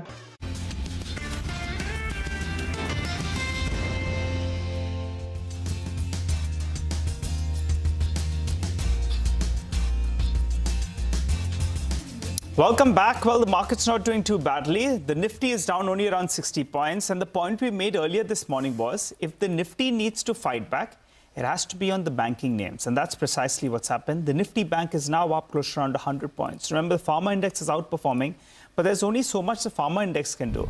You have the big names, the banking names that have moved up, and that explains the recovery. Nilesh Shah, Managing Director at Kotak Mahindra AMC, joins us on the show. Hi, Nilesh. Good morning. Good to see you win. Well, Trump's tariffs have been announced, at least for now. And it appears, though India is going to be levied that 26-27% or thereabouts, is at least relatively lower in comparison to our peers. How do you approach the Indian markets from here on? So one, Nigel, President Trump has proven Sant Tulsidas correct. Sant Tulsidas wrote centuries ago, Samrat ko nahi dos kosai. And President Trump is proving that for weaker nations, WTO is there. For stronger nations, WTO doesn't matter. In fact, he has historically coined new definition of import duty, which is your trade surplus with US divided by your exports to US. That is called import duty. I'm sure we are going to see one Ivy League case study on this new definition. There's one interesting WhatsApp forward which I have received. I haven't checked the authenticity, but it has come from a reasonable source. The US has imposed mass tariffs twice in its history. One was in 1828 and second one was in 1930, roughly about 100 years apart. And both of that resulted into recession or Great Depression. Coincidentally, third tariff mass hike is also coming after 100 years. And as that WhatsApp forward suggested, you need all the people to be dead who remembered the impact of tariff on the economy before you can play that game again. Clearly, this is one game which is lose-lose for not only US, but also for other countries. There will be higher inflation in US if tariffs come into play. There could be impact on growth as supply chain gets disrupted. And this could result into US stock market correcting as the Dow futures and Nasdaq futures are indicating post-announcement of tariff. Half of American household wealth is in US equity, and 2/3 of American economy is driven by consumption. Higher inflation, lower growth, wealth effect evaporating. Could this result into stagflation in US? Well, it won't be called stagflation. It will be called hard landing because US is a developed nation. Effectively, it's a lose-lose situation for the world as the theory of comparative advantages gives way for Make America Great Again. As India... Yeah, go ahead. No, Nilesh, I was just saying that we were so glad you were joining us because you have a knack for putting things most beautifully in the best philosophical manner. And I think on mornings like these, philosophy ultimately comes to help as well. Because, you know, first it was the financial crisis, COVID, and now this all man-made. On November 5, markets were ripping higher. That Trump is great for financial markets. And now where are we? So what would your advice be to investors? It all depends upon how situation evolves. I will still say picture abhi baki hai. President Trump has not finished. He will continue to make announcements. And it is up to India as to how we leverage this. We have been imposed tariff duty, but it is much lower than most of our peers. In sectors like pharma, there is no tariff impact. In sectors like garment and footwear, soft toys, we could probably get business from our Asian peers. IT sector will get impacted as technology spending slow down if American growth slows down. And we'll have to be also careful about how China, with its massive manufacturing capacity, dumps goods all over the world, including India. I think there is always silver lining in the dark cloud. And if India can go and negotiate with US, especially, by leveraging oil import or defense import and reducing that trade deficit, and also showcasing that, look, in China, where you run more than $500-600 billion deficit, you are not actually able to operate in China as freely. Your Facebook, your Twitter, they are not operating in China, but they all have free runway in India.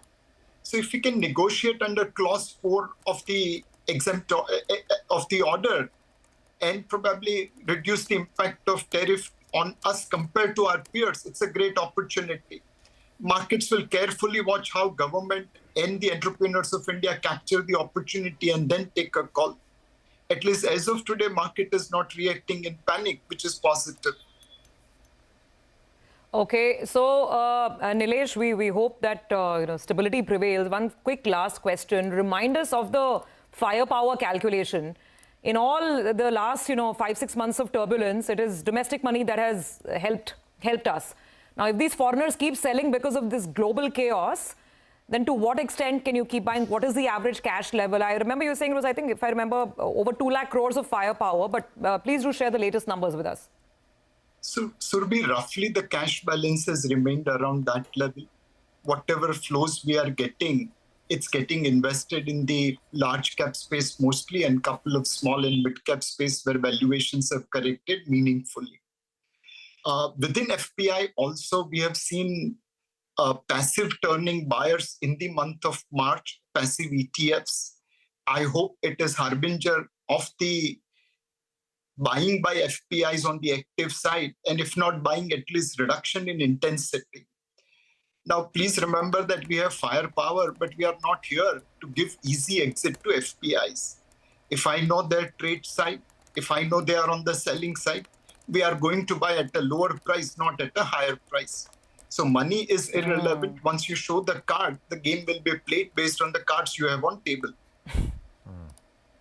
That's an interesting point. And while it could be slightly chaotic in the near term, as an investor in mutual funds, I'm very happy to hear that mutual funds are not here to give easy exits to FPIs, which could be on the run. Who knows how this plays out? But thank you very much for joining in, Nilesh. Always value your perspective. Well, with that, I guess move to commodities now. We have Manisha joining in. Manisha, what a morning. Good morning to you. Well, yes, it started really early for all of us, didn't it?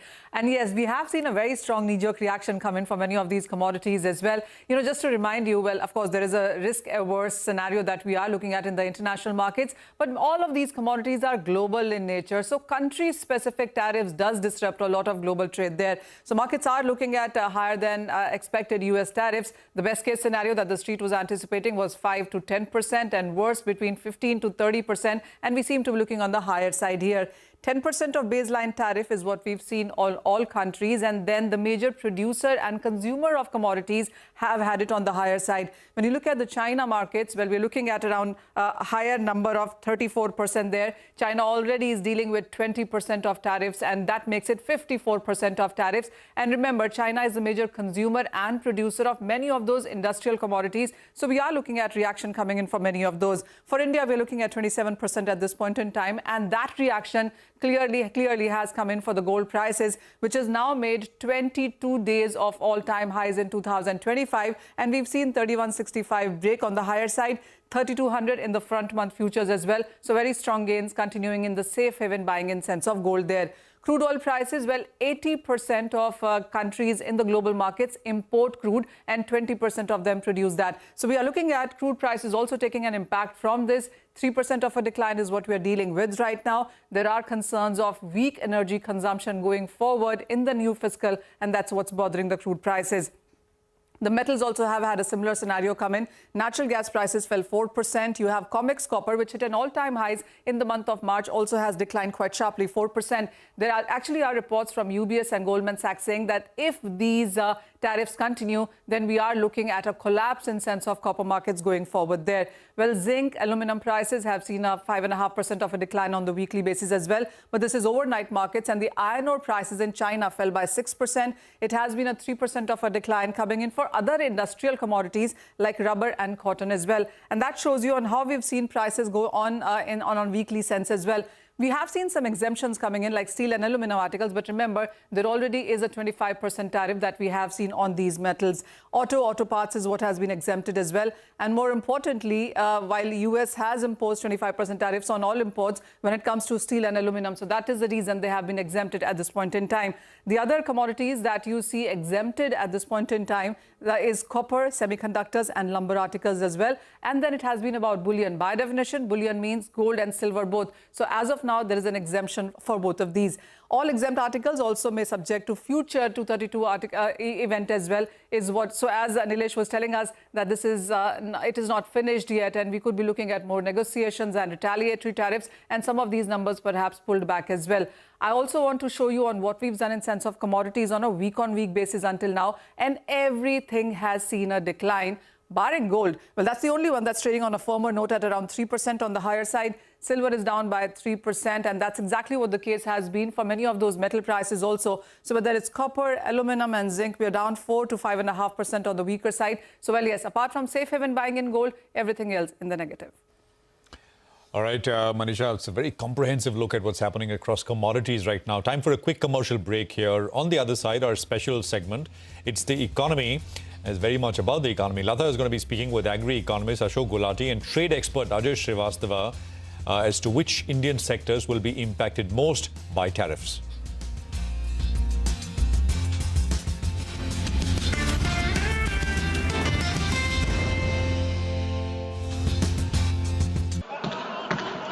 हमें माननीय अध्यक्ष जी करोड़ों सदस्यों में से 12-13 करोड़ सदस्य प्रक्रिया कर कर चुनना है तो देर लगती है।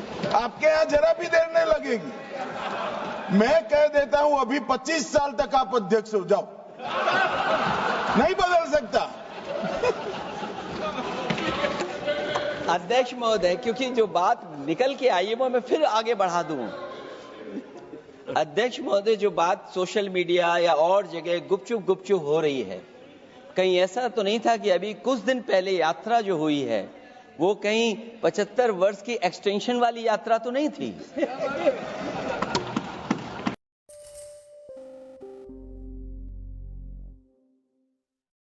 Over 3,000 entrepreneurs, investors and heirs have made it to the Forbes list of billionaires in 2025. That's 247 more than last year. Not only are there more of them, but they're richer than ever. The billionaires on the list are worth $16.1 trillion in total, up nearly $2 trillion over 2024.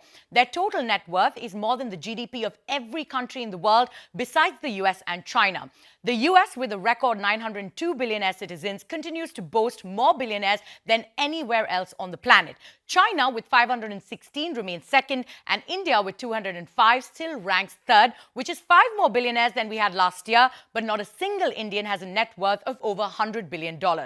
So who's on the list? The richest man in the world is Elon Musk with a net worth of $342 billion, followed by Mark Zuckerberg with $216 billion.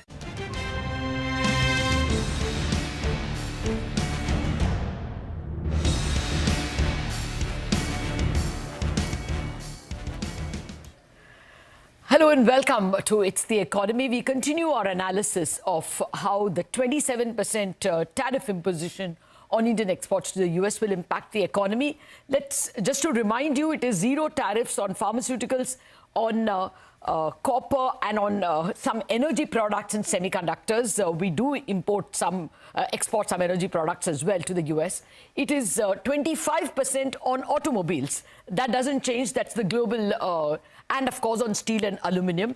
And the 27% India-specific number impacts all the other exports.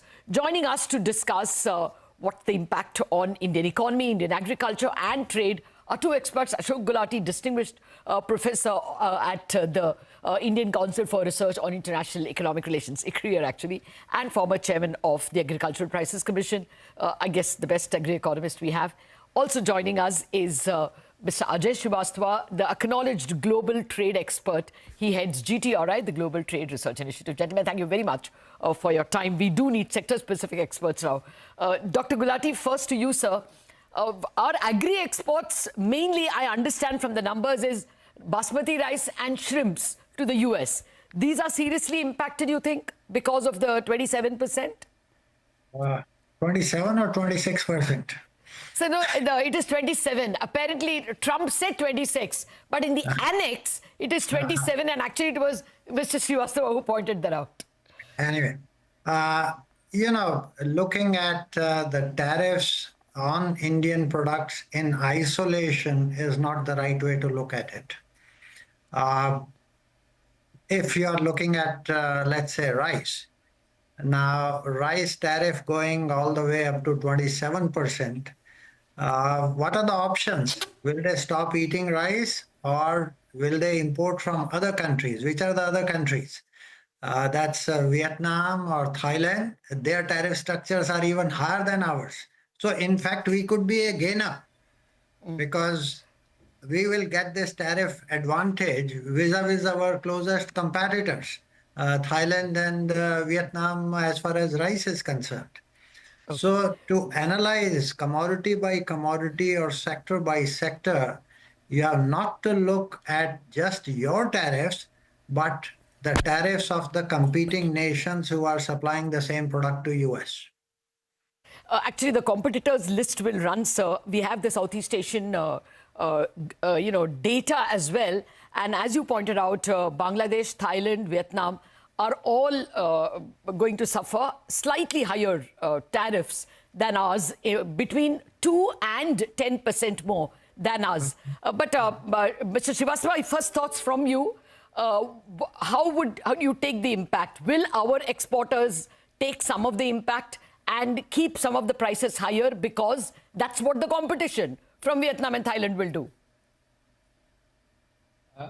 So I agree with Ashokji that it's basically relative disadvantage that is at work right now in today's scenario. And we see many of our products will be hit. For example, marine products will be hit, and our auto components will be hit because they will be supplied maximum from Mexico at zero tariff into US markets. So, but electronics will be hit because our value addition is very less, and it can barely absorb 27% tariff hike. So countries like China, where most of the supply chains are concentrated, they despite higher tariffs, it will be difficult to dislodge China from electronics. So these are my initial thoughts. Okay, so your initial guess is that auto parts will be impacted because a lot of it is coming from Mexico, and there is no tariff. So auto components could be impacted, right? Yes. And electronics, China will be better able to weather, and therefore we may lose out.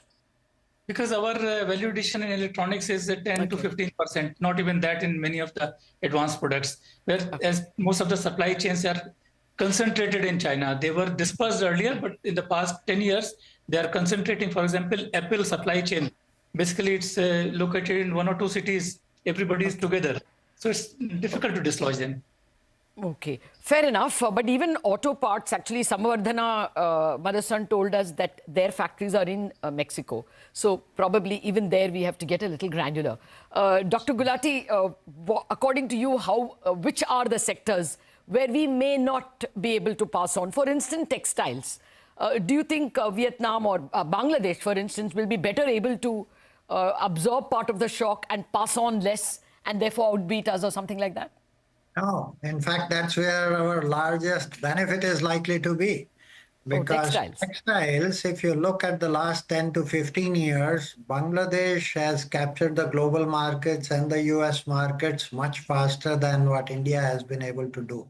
Same story is with Vietnam, although China has been vacating some space. But what is going to happen, because Vietnam tariffs are going to be much, much higher than ours. Even Bangladesh is at, I think, 37%, right? And China at 34%. So all the 3 major competitors on garment exports, apparel exports of India are, at 34, 37, and perhaps Vietnam is at 45 or 47%. So we are going to get a big advantage in that, in terms of relative incentive structures. So on textile, I feel we will be the gainers. So that's very big. In fact, Gokuldas exports at the moment is up 7%. So clearly the market has zeroed in on what you are saying. That's right. Mr. Srivastava, any other sectoral detail that you can give us? You said auto components you would worry a bit, and electronics, as you say, you would worry a bit. Anything more you can add in terms of nuances? Mr. Srivastava, I mean, textiles, for instance, you agree we will be at an advantage? Yes, because textile, the nuance is that in, say, cotton textiles and even in synthetic textiles, labor component is 30 to 40%. And if China suffers 54% tariffs, textile is not a very high-tech item. Labor component will dominate, and compared to India's 27%, 54% on a low technology item, it will give immense opportunities for India or even global manufacturers to relocate to India. But the problem is the uncertainty, unpredictability. Trump says India charges 54% tariffs, and he just halved it to 27%. When he raises 27% to 37 and then 54%, nobody knows. So if I am an investor, I am seeing that China tariffs are high, India low, India is a good possible location for me. I'll still have to figure out whether Trump will stay with these tariffs or after a month, he will get angry at some country and then revise it to full value, say 54%. I think that's the reason they are using two values. So that uncertainty has to be worked out at the investor level. Right now, it's not clear.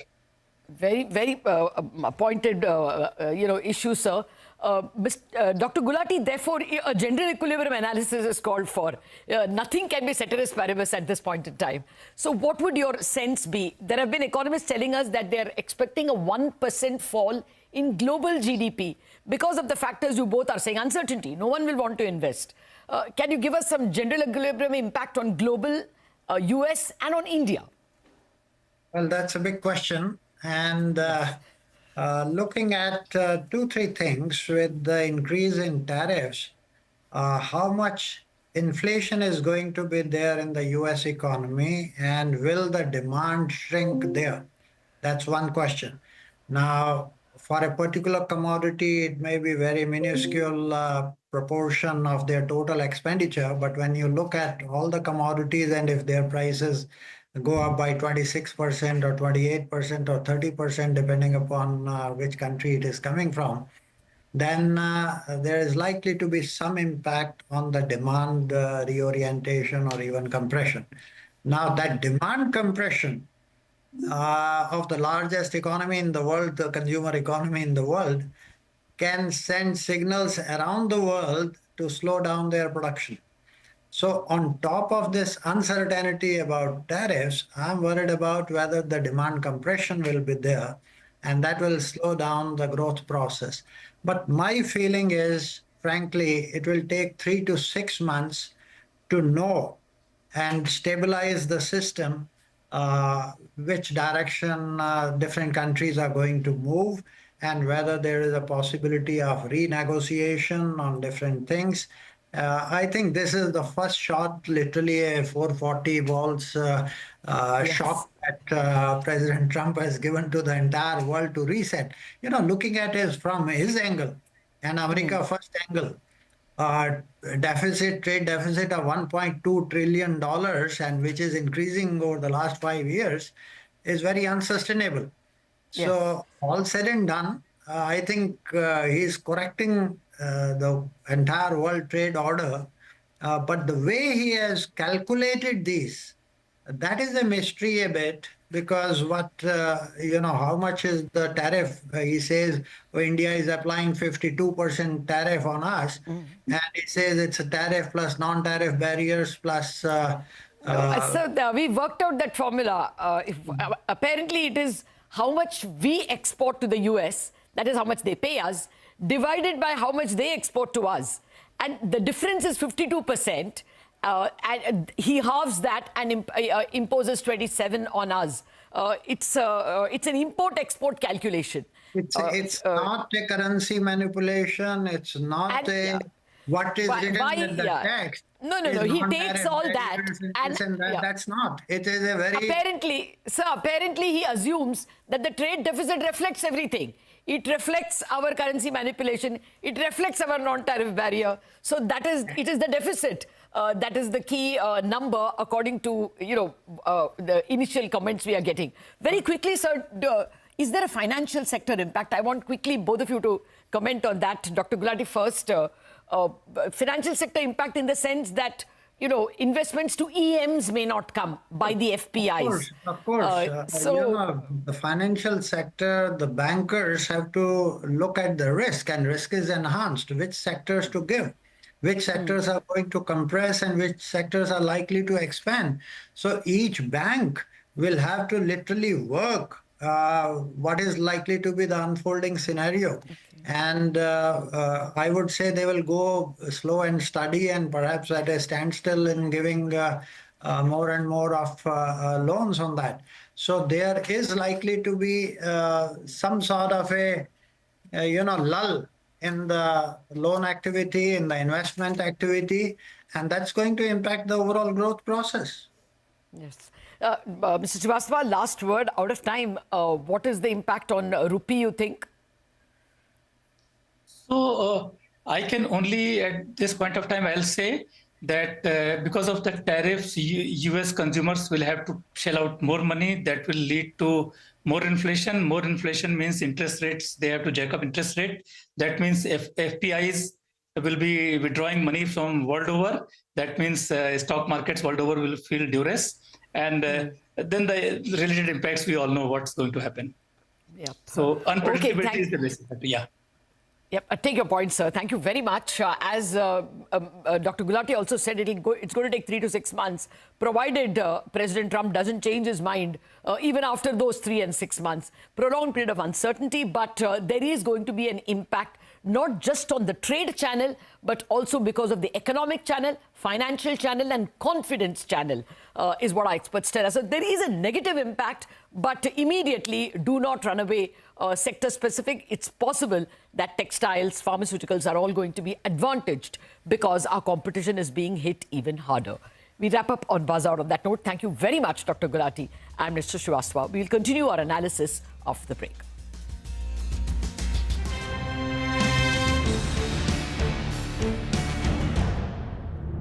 Jeff Bezos with a net worth of $215 billion. There are only 3 people in the world with a net worth of $200 billion. Oracle's Larry Ellison, Louis Vuitton's Bernard Arnault, and legendary investor Warren Buffett round up the top 6 in the world. There are 15 billionaires with a net worth of more than $100 billion. US President Donald Trump's net worth has doubled in the last year from $2.3 billion to more than $5 billion thanks to his social media platform Truth Social and cryptocurrency bets. Mukesh Ambani remained the richest Indian and the 18th richest man in the world with a net worth of $92.5 billion. The other Indians on the list included Gautam Adani at number 22 and Savitri Jindal at number 48. Shiv Nadar was at the 51st position with a net worth of $34.5 billion. Dilip Shangvi at number 79 with a net worth of $24.9 billion. And Cyrus Poonawalla at number 86. Only 13.4% of the billionaires on the Forbes list are women. There are 2,681 male billionaires and only 406 female billionaires.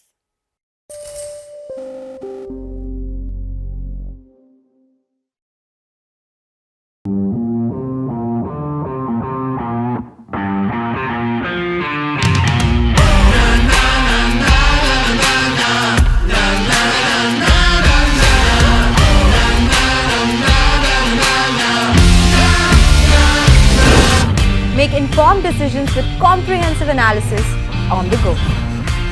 Strengthen your portfolio with real-time market updates on the go. Create effective strategies with insightful expert opinions on the go. Grow on the go with CNBC TV 18, now streaming live 24/7 on YouTube. How about listening to global market maestros before crafting your investment strategy? How about getting deep insights into their businesses from top Indian honchos before putting your money on the line? How about making every trading day profitable with strategies from the market masters, macro pundits, and chart wizards? Only one show gives you a head start to your trading day. Get ready to profit.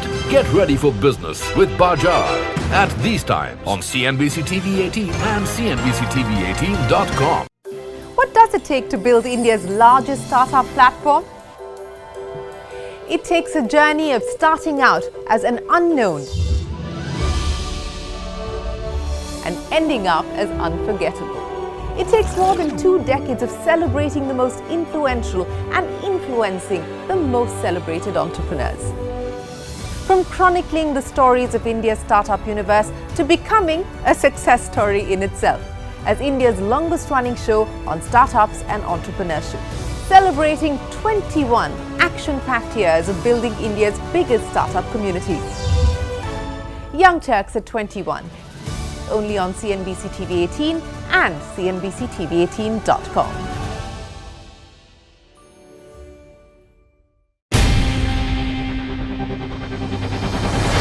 CNBC TV 18's most comprehensive and award-winning news show, India Business Hour, drops first on YouTube. So get the first access to the most influential architects of policies and politics, the key newsmakers of the day. Discover the big themes as we decode the business of markets, macros and more. Be the first to go to the heart of all the top stories that drive the day's agenda. Catch the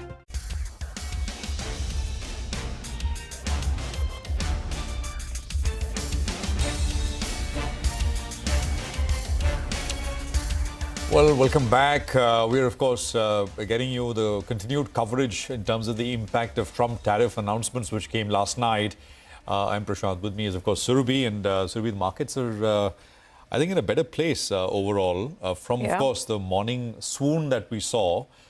Nifty is down just 35 points. And I think the Nifty, the Bank Nifty actually is in the green. Absolutely. A little bit. So this is not all that bad at all. No, absolutely. And it's again looking much better than the rest of the Asian markets, which are still reeling under pressure, down between 1% to about 3%. So we'll have, another set of special guests joining in just a bit to decode what these tariff announcements mean for India.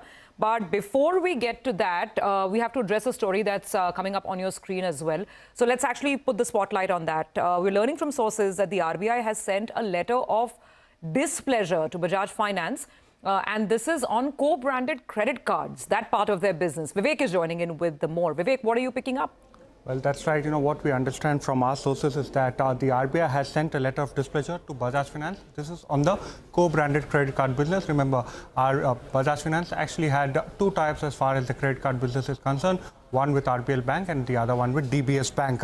The RBI communication, as per sources, actually has gone ahead and cited two earlier communications that has transpired between RBI as well as Bajaj Finance. One is a letter dated Jan 31st and Bajaj Finance's response to that particular letter on February 22nd. So now the latest letter of April 1st that, that was received by Bajaj Finance, where RBI has clearly stated that the company has not proactively identified gaps and vulnerabilities as far as the credit card business practices are concerned. They flag significant risk to customers. Their communication also points to reactive approach, failure to maintain adequate internal controls. And along with that, in the response that Bajaj Finance had given to RBI, they had actually said that their role was limited to customer solicitation. However, RBI does not agree with them. They say that Bajaj Finance cannot absolve itself of responsibility to partner banks and, more importantly, to their customers. So what are the regulatory directions that RBI has sent and given to Bajaj Finance? Number one, they say that Bajaj Finance must now monitor and ensure adherence to all timelines. Along with that, Bajaj Finance now needs to seek an independent validation through an external audit process with prior RBI approval. And along with that, they say that the audit must cover data security measures as well as cyber security measures. Along with that, this is very important. The company says, RBI tells Bajaj Finance that going forward, Bajaj Finance must now obtain explicit approvals from the Department of Supervision of RBI if it intends to re-engage in the co-branding credit card arrangements. It is important to note that the current RBI regulations do not require NBFCs and banks to seek prior approval from RBI before entering into a co-branded credit card agreement. Now, Bajaj Finance, however, it's important to note that the impact may be limited given the fact that at the end of Q3, Bajaj Finance actually said, and it's part of the investor presentation, that it will cease incremental sourcing of co-branded credit cards with RBL Bank as well as DBS Bank. Existing cardholders will continue to receive services from the respective banks. We reached out to Bajaj Finance. We have not yet received a response. If and when Bajaj Finance do respond to us, we will update our viewers on the same. All right. Vivek, thank you very much for that. So that's the individual stock story that we are focusing on. Let's move on to the other, the big one, of course, which is the impact of Trump tariffs on India, economy-wise, sector, industry-wise, etc. as well. We have Mr. S.C. Garg, former Finance Secretary of India. We have Mr. Najib Shah, former chairman of CBEC, joining us now to run us through what they are making of things. Gentlemen, good morning. Great to have both of you here. Mr. Shah, if I can start with you, sir. In that article that you wrote for us for CNBC TV 18 early March, you had kind of said that, FTAs perhaps are being talked about, negotiated. But at that point, you also said studies which are in the public domain show that India's exports to FTA countries don't necessarily outperform, growth otherwise. We have the tariffs now. They are much higher compared to general expectations, although many are now pointing out that other countries are worst hit. So that perhaps at the margin is the only silver lining. How are you looking at this entire thing? Times ahead, difficult times ahead. What I had mentioned in that article was basically the Niti Aayog study itself, which pointed out that India's exports under the FTA to ASEAN countries specifically had not really shown the sort of export benefits which we anticipated when we went into the FTA. So one was only telling that you go to FTAs with caution. And currently, the silver lining, apart from everything else, the other countries being impacted with higher tariffs, is that Pharma is not there. Textiles are another area of strength for us. Bangladesh and Vietnam seem to be having a higher tariff as of now. But there's a great amount of uncertainty. And I don't think this helps business, this helps trade, this helps the Indian exporters. He'll have to factor how much pain he will absorb to ensure that he doesn't lose his market in the US. A lot will depend on the discussions which seem to be ongoing between India and US, and how much India thinks we will concede to ensure that our exporters do not suffer a very bad deal when they enter the US markets. Absolutely, Mr. Shah, points well taken. We need to understand now how much of this 27%, which is the number that's been given to us, how much of it can be realistically negotiated down? Because back-channel parlays would still be on, as we thrash out the terms of the new bilateral agreement. So, Mr. Shah, what would you say? I mean, given the different tariff lines, the different product lines involved, what can we expect? Focus on specific commodities where we believe we need to export and not lose our export share. So which means if, for instance, take for instance engineering goods and engineering products. If we believe that that is a market we don't want to lose, we should, if necessary, reduce the tariffs on that specific commodity. Go tariff by tariff, commodity by commodity, rather than look at an overall reduction, because I don't believe that we should violate our MFN principle. We should ensure that whatever we agree to reduce for US is applicable to imports for all countries, and negotiate accordingly with the US. That's the only way I think we should go forward, and our exporters need to brace up for challenges. But Mr. Shah, and help us understand this, because that's where the complexity is arising. Let's take, for instance, the sectors which are very important for us from an export standpoint, which would be pharma, which would be electronics, which would be textile. Now, these are not very heavy import sectors. We don't import a whole lot of pharma or textile, or for that matter, electronic components into India. But is it really item by item or segment by segment? Because what seems to have happened is that they've taken the overall trade deficit into account and then arrived at a number. So how does negotiation happen when you're talking about the total trade imbalance versus sector by sector tariff lines? Keep reminding them that the president started off with reciprocity, which, of course, nobody knew until last night what reciprocity meant.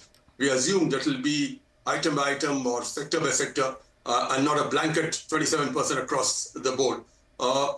So we need to remind them that, look, if your concern was this particular product, here we are reducing this product.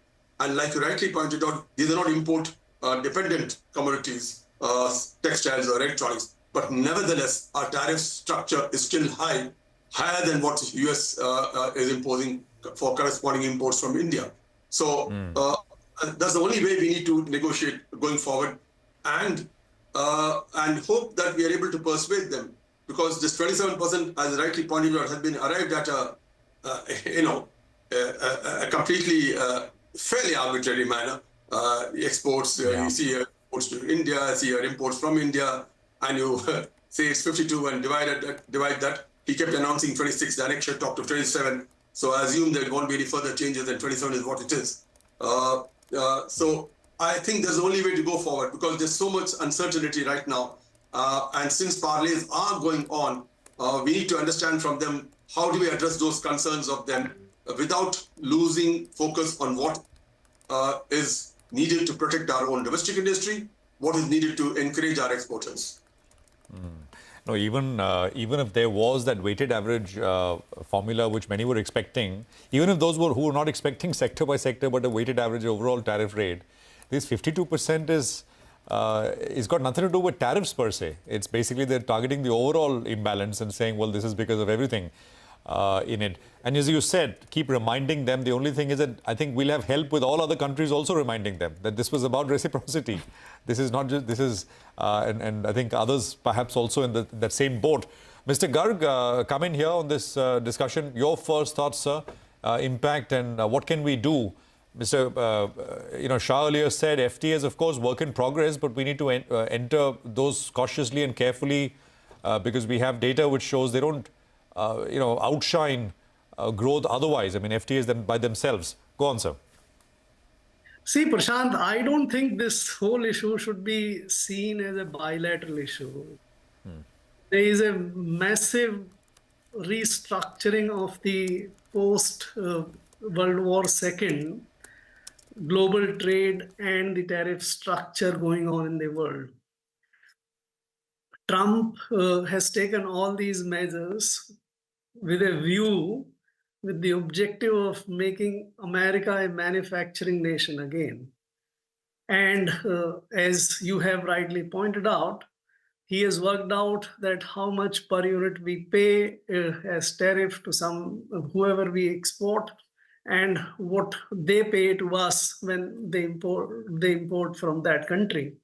And therefore, going forward, what a particular country, let's say India, can do is not dependent upon between US and India.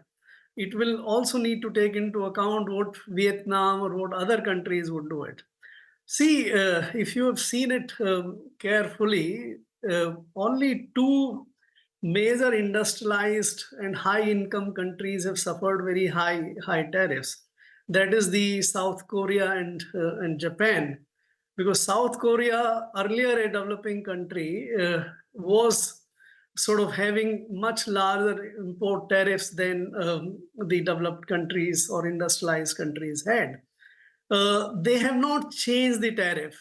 They have not reduced despite having become a very industrialized country in itself and exporting massively to America.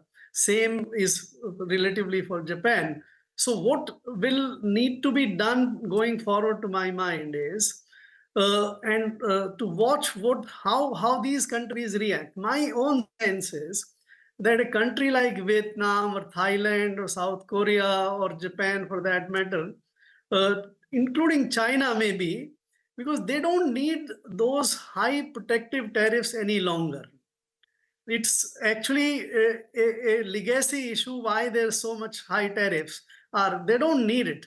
So will they now roll back, reduce their tariffs? I expect Vietnam to do it very easily. If they are charging about 92% tariff on American goods to them, if they reduce it to 9% or 10% or 5%, I don't think Vietnam economy would suffer at all.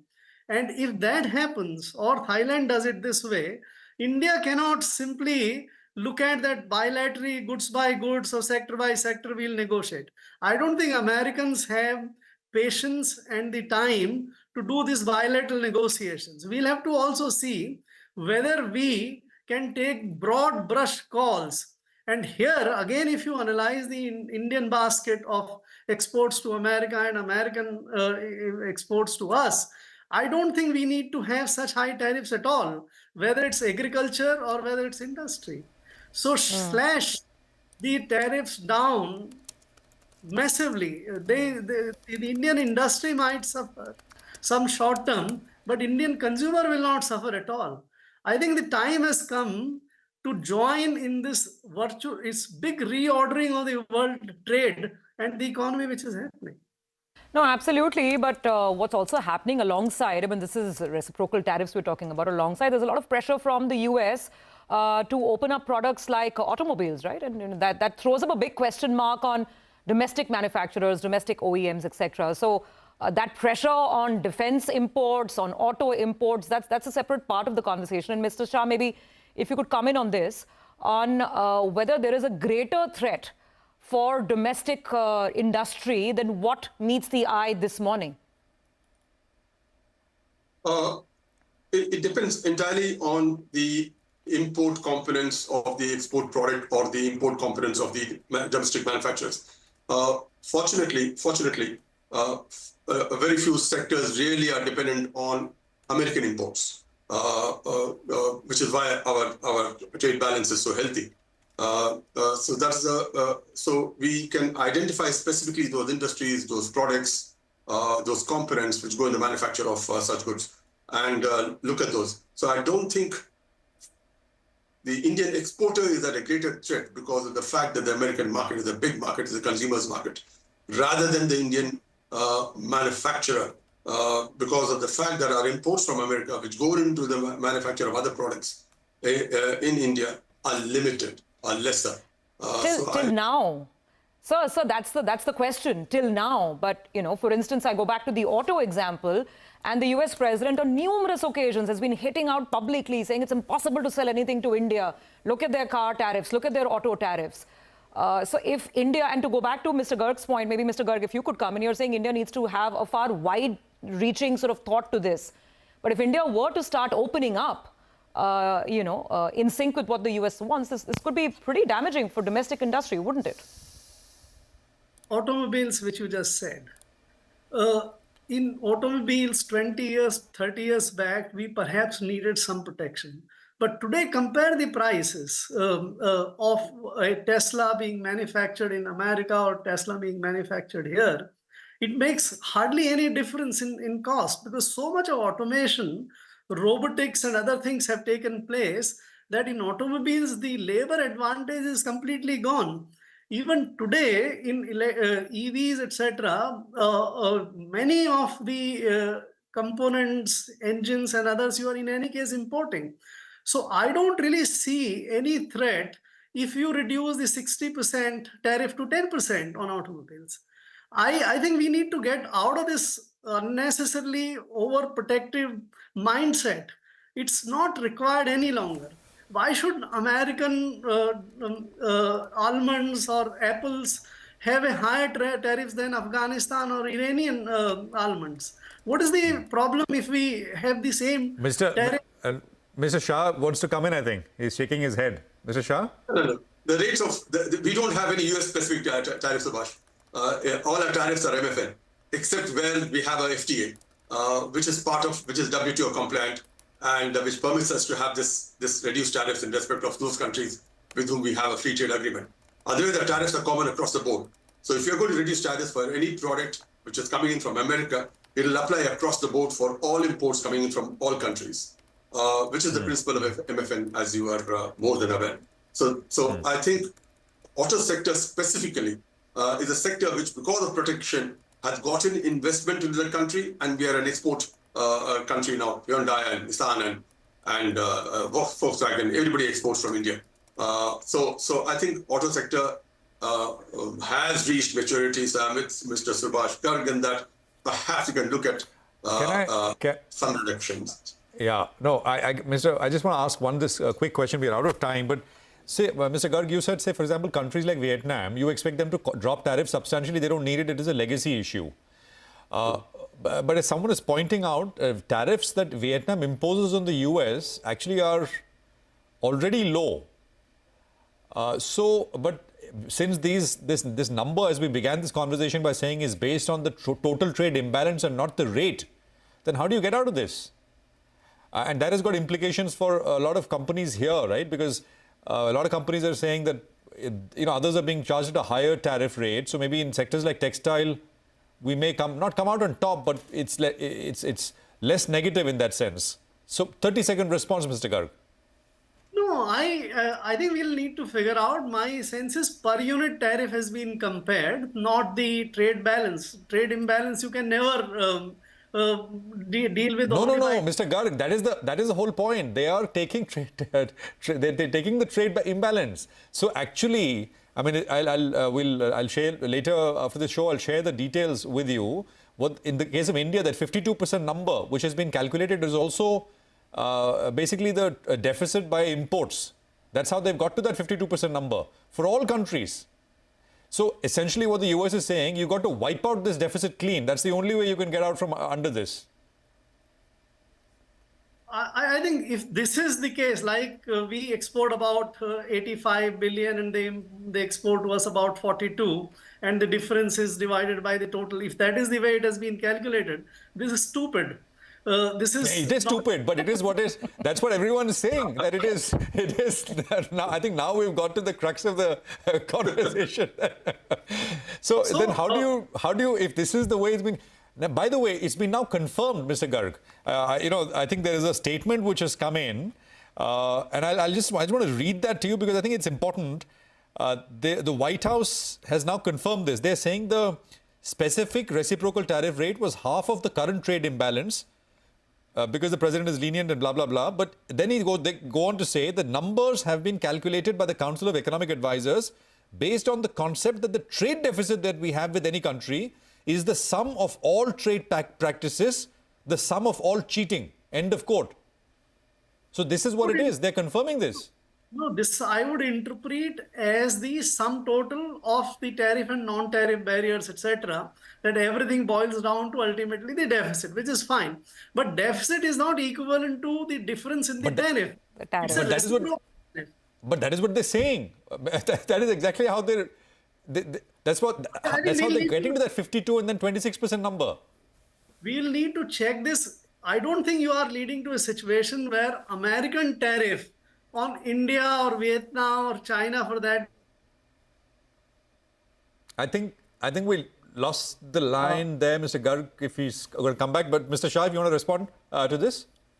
No, I think what you, I agree with what you're saying. That's how the US has worked on it. I think it's pretty, I mean, I don't know whether this will help them in any which way to bridge the gap. God bless them. But I think this is a challenge we have to encounter, we have to face, and hopefully, wider council will prevail as we go forward, and we'll be able to, negotiate a way to a more reasonable sort of a tariff. The point being that they are going to impose tariffs on us. We have got to live with it and see how best we can help our exporters continue to remain in the US markets. So, Mr. Shah, to sort of come to final thoughts, definitely. By the way, Surabhi, there's breaking news. I don't know what the source is. Vietnam cuts all tariff on US goods. There we go. What Mr. Garg was just saying. But again, the tariffs. The point is that they want to. US is saying we want to wipe out the deficit. Trade deficit. So even if you cut your tariff to zero, that's the point, gentlemen, that you can cut tariffs to zero. But if the deficit is still what it is, then that cutting the tariff doesn't matter. So, So yes, you can Mr. go Garg. back to America to tell them that you can't be more stupid. We have done zero tariff now. You can't impose. Now what? Yeah, exactly. So, so this is exactly the response which I was expecting from the countries like Vietnam and others. That all right, we will charge you zero. Now export to us. Exporting to us is not our problem of importing from you. Exporting is you manufacture, export. That is the way. So, Mr. Shah, in light of this and with this news coming, and I think the point that Mr. Garg was also making, that this could become another bargaining chip. The US trade reps could say, this country is cut down to zero, this country is cut down to 5, this country is cut down to 7. So why isn't India cutting down? You also need to cut down. That's one part. On the exact tariff number, but no matter what you cut down to, that number becomes irrelevant, right? If we're still running a trade surplus with the US will anyway not be happy. So what would your advice be to Indian negotiators who have been spending many sleepless nights and continue to do so? We look at all the items we want to buy from US so that we can cut down our trade imbalance, because ultimately there's the only way to breach this sort of a gap. And if this is the attitude which they are going to adopt, there's no other way in which we can breach the imbalance. So look at all items we want to import from there and bargain for a good rate for that. Obviously, they don't want to wipe the slate clean. I mean, how can that be, right? That's not possible. So the only explanation is that they somehow wanted to get to 50% or maybe very high levels to start the negotiation and then maybe bring it lower. Maybe that is the only explanation. Otherwise, how do you... There's no way out. Mr. Garg, you want to comment? Sorry. There is another way, which is most likely to happen. If these kind of absurd tariffs stays, the American imports will simply get down, will get reduced, will get obliterated. And then you don't have the trade deficit or something. Suppose the Indians don't export to them, or Indian goods are not imported by Americans with this kind of tariffs, or Chinese goods are not imported. The deficit goes away. So another thought, Prashant, here I'd like to leave you with. It was supposed to be reciprocal, right? So if Vietnam has cut down to zero, then US should also cut down to zero.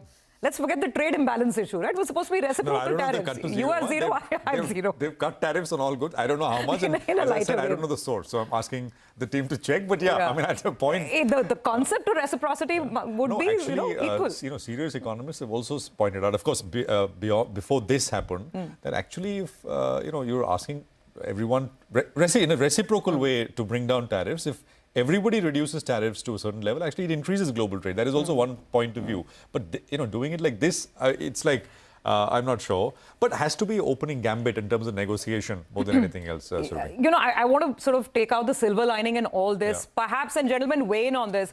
Perhaps they started with calling out this tariff war, and somewhere down the road they realize that what's more important is not tariff but overall trade imbalance, which can still be addressed. It depends on I import some from you, you import some from me, and therefore there is a trade surplus or deficit.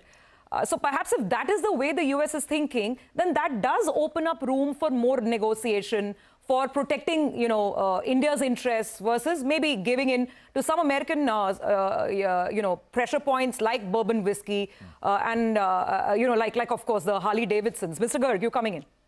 I just wanted to say one more thing. See, the days of FTAs, bilateral negotiations, regional negotiations are all gone now. With this kind of thing coming in and the world becoming a one single manufacturing global entity itself, the national manufacturing, etc., and in a situation where there is a global surplus of supply of industrial goods now, the time has come to virtually do a very fresh thinking on the entire tariff structure. Maybe like domestic economies, we have abolished the duties on interstate kind of thing. Globally now, the time has come to do away with all tariffs everywhere, except a small list. Trump was called tariff the most beautiful word in the world. So I don't know, it's going away. Anyway, Mr. Shah, just last word, sir.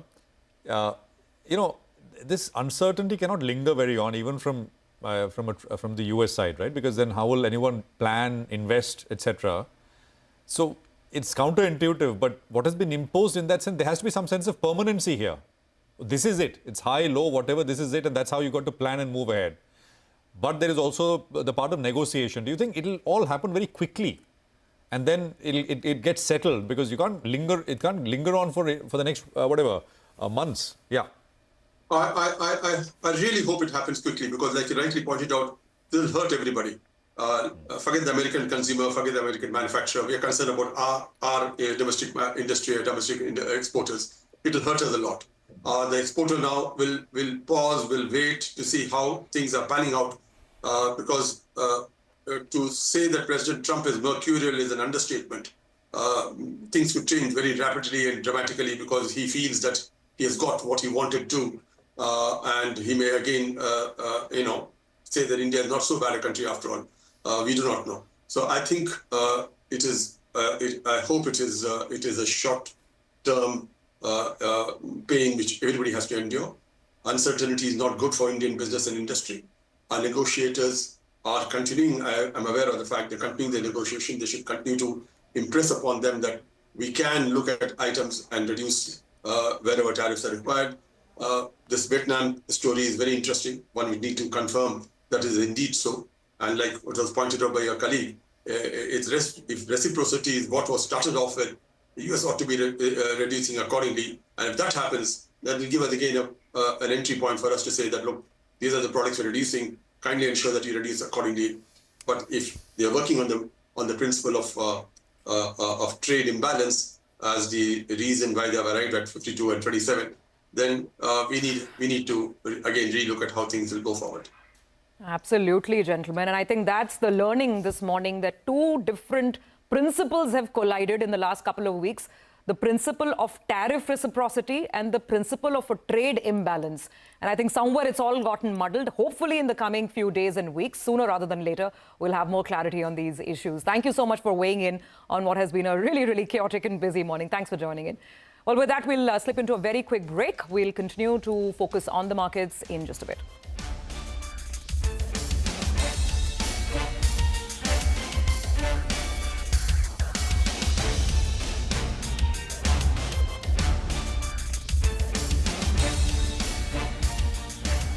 India Business Hour, live every night on YouTube. With me, Shireen Bhatt. India Business Hour, live on YouTube at CNBC TV 18, weeknights at 7 p.m.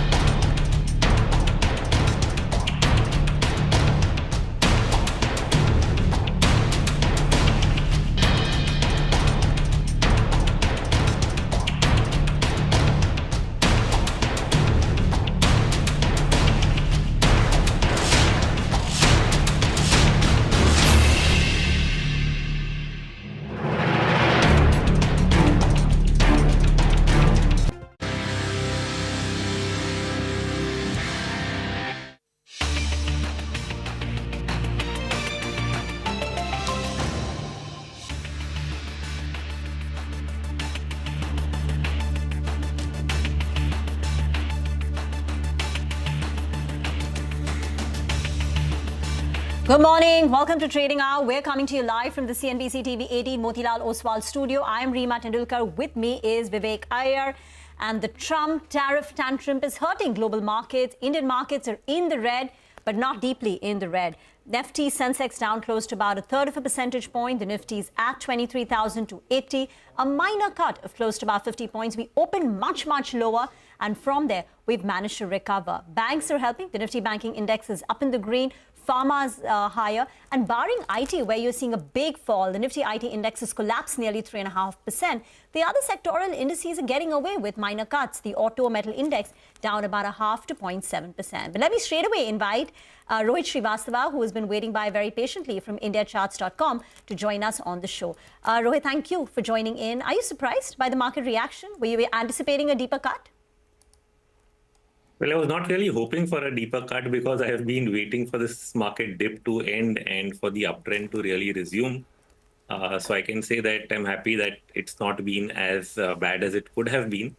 So it looks like a normal reaction as part of a correction to an ongoing uptrend. We saw a pretty sharp rally of 1,000 points, and we've given back quite a bit of that. Probably around 50% of that we've given back. But that puts us in a place where we can actually make one more higher low. So if you take it from the bottom of March, we first made a higher low, somewhere around mid-13th, 11th to 13th of March, and now we are probably ready to make a second higher low, and that's a sign of an ongoing uptrend. And we are probably going to be absorbing all the negative news flow that is, coming our way. And that higher low would be at what level? Well, so we are here right now. So the support is around 23,090. That's the 40, day exponential average. Worst case, if we do dip below that, I'll say 22,930 as our worst case support. But as of today, 23,090 seems to be holding. So keeping that in mind, we should be looking for the uptrend to resume. And probably we should head towards what I'll call the 61% retracement mark of the entire fall that we've seen from late September into early March. And that number comes to around 24,630. So we should be looking for that 61% retracement as the next level to go to once we find support here. Right, Rohit, good morning. Rohit, two sectors clearly impacted. One on the positive side is pharma, and the other on the negative side actually is the auto, which are direct impacts. Now, autos, how do you see that particular trend playing out? And as far as pharma is concerned, quite a few of the stocks have actually cooled off from the day's high. Do you feel this is the start of a new uptrend there? So first on autos, I think it's a very much domestic sector, except for Tata Motors owning some of the foreign brands. So in that sense, why should we be impacted so much? The fear of foreign competition, I don't think is maybe also significantly discounted. Autos as well as quite a few auto ancillaries as well. Names like Bharat Forge, Motherson, Sona. I get that, but we still produce much cheaper, I guess. And in that sense, it's really a question about demand for the end product rather than about the price. So I don't think price will become a reason for the profits to go away. Having said that, a lot of them have seen a steep correction. So if you actually take the last 4 to 5 months, we may have discounted a lot of that already because auto sector was one of the weakest performers of the last 6-month correction. So how much more downside are we going to price into it? The next thing I'll think of from a domestic perspective, if the interest rate cycle is turning down, then these are the areas where you expect demand to come back, right? So domestic auto would be where you would expect demand to come back. But yeah, ancillaries, I get your point. But they've also seen a correction. So in that sense, is it really discounted is what you have to think about. Now, on the pharma side, while the pharma stocks do have a short-term fillip on not getting taxed, when we look at the structure, long-term we are good, but medium-term, I think, it may not be quick and easy to the new highs because, the monthly momentum is still showing weakness, whereas the weekly momentum shows us some positivity. What that really means is that you can retest the highs, but you might still be in a consolidation mode for the pharma sector from a 6-month perspective. But a 2-3 year perspective might still be good. So I think in the short term, it may do well. But 6 to 8 months, you may see it, again weaken somewhere and pick up much more only later because it's actually done pretty well last year. What are the global macro indicators telling you? The US dollar, the bond yields, the US futures right now are pointing to a very weak start when US markets open tonight. What's the global picture telling you? So on the global front, the US market, if we look at sentiment indicators, was already bleak ahead of this event. What happens with events like this is that all the news flow tends to end up coming beforehand, which means, number one, you already knew there were going to be tariffs. Number two, you already knew that they were going to be less than what we are putting on the US because he said that he's going to keep it lower.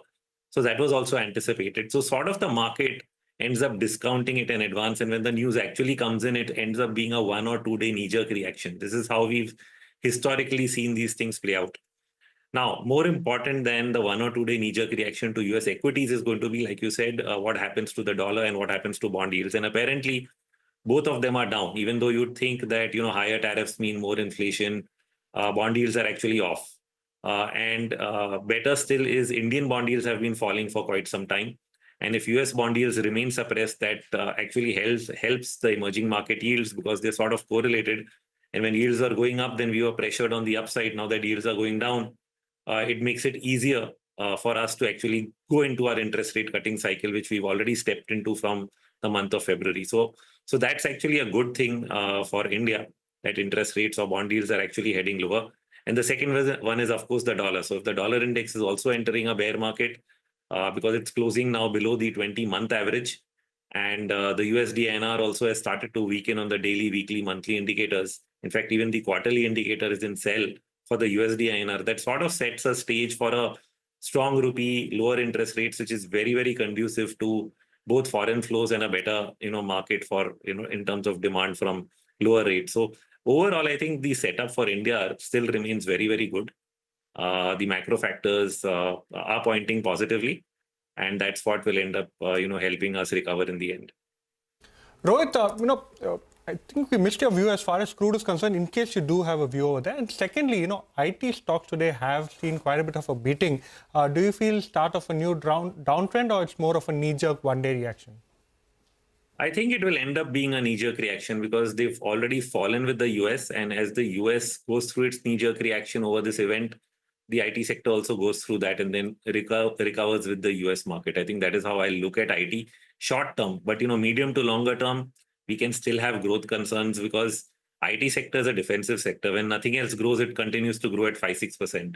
But when you get growth back and you have higher growth rates in other sectors, you will tend to not want to own too much IT. So in that sense, it's not the most favored sector, but surely short term, if you're still looking at it as a buyer, then we should be getting, this knee-jerk reaction should end up giving you that short-term bottom in the IT sector itself.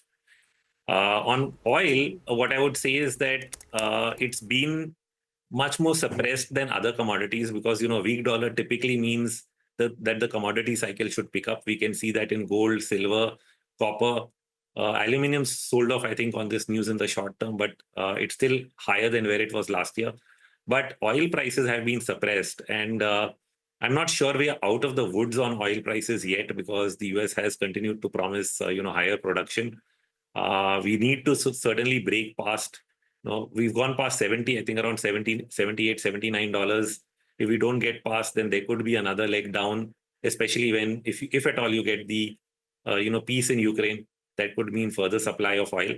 So oil is the odd guy within commodities, which is not picking up, and you need to be open to that, potential event. For one last downside, somewhere below $70, maybe closer to 60, 55, somewhere there is where I think oil eventually bottoms. And it could, in that sense, it's also a good thing because it keeps the pressure off, at least from the oil side on inflation. Thank you so much, Rohit, for joining us, giving us your view on macro, micro, as well as individual sectors as well on a very important and a very volatile trading session like today. Well, let's now slip into a short break. Up next, we'll discuss what's buzzing in the commodity space with Manisha Gupta.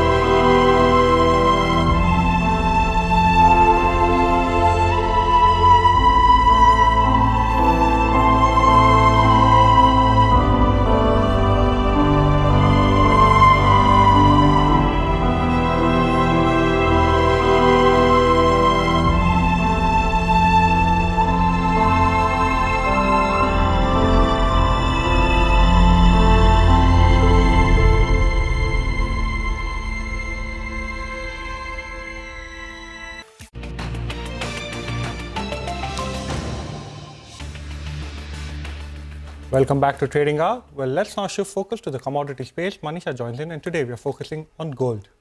Yes, Vivek, we are doing that because that's the only safe haven buying that you are seeing into the markets right now, because everything else is a risk aversion or a risk-off trade happen. So the gold prices have hit an all-time highs at around $3,167 an ounce. From there, you have seen some profit taking coming in. For the Indian markets as well, we are trading at an all-time highs. We've seen 91,400 come in here. With the kind of all-time high that we started Asian markets with, it's a 22nd day of record highs in 2025 till time. If you look at this year, we are up by nearly 20% now in the current calendar year. This is after 28% of gains in the previous year. So very strong going, continuing in case of gold there. Well, there is safe haven buying one. And the second thing is about US dollar index, which is trading at 2025 lows right now. There also is a probability of US recession that various economists are now putting out. That is leading to some support in gold buying as well. The street will watch out for the US non-farm payroll data. Well, that comes in on Friday, and further direction would come in from that. In the meanwhile, there's a very strong ETF buying in the global markets, and the Chinese insurance companies are buying a lot of gold via ETF as well. Almost 233,000 ounces bought in the previous week itself, and that buying has continued into this week as well. So that physical investment buying in the global markets, that in turn also is quite supportive. Indeed, that's the big story today, the rise that we're seeing in gold prices as investors flock to risk safe havens. Thank you very much for that. We'll get into a break. On the other side, we'll discuss the impact of Trump's reciprocal tariffs with former diplomat Yamini Bhagwati.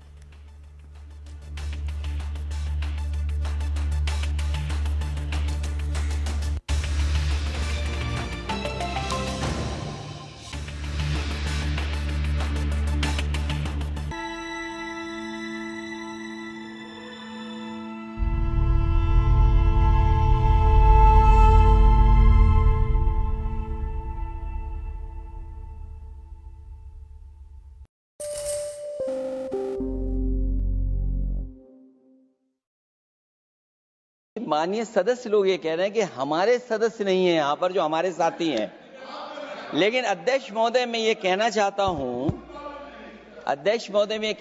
हूँ ये जो bill लाया जा रहा है, Bharatiya Janata party में एक मुकाबला चल रहा है। भारतीय जनता पार्टी के अंदर मुकाबला चल रहा है कि खराब हिंदू कौन बड़ा है। और ये बात अध्यक्ष महोदय मैं ऐसे ही नहीं कह रहा हूं।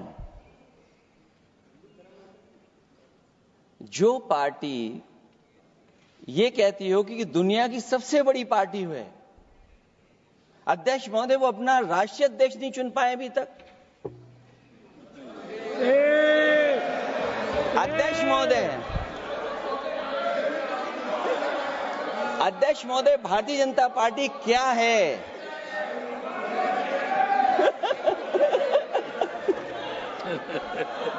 जी मैं अखिलेश जी ने बहुत हंसते हंसते कहा है, इसको हंसते हंसते जवाब देना।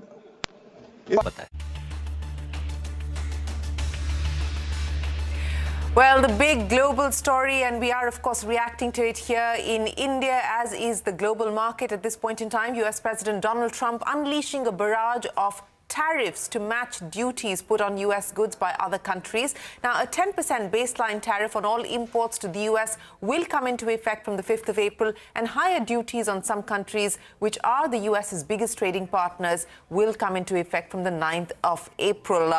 To help us make sense of the impact and the implications of the Trump tariffs, what this means for the US, what it means for the global economy, and more importantly, what it means for India and how India should respond. Joining us now is Yamini Bhagwati, Distinguished Fellow at the Center for Social and Economic Progress. He's also the former Indian High Commissioner to the United Kingdom, the former World Bank Treasury in Washington, D.C., and the former Joint Secretary of the Department of Economic Affairs in the Ministry of Finance. Mr. Bhagwati, many, many thanks for joining us here.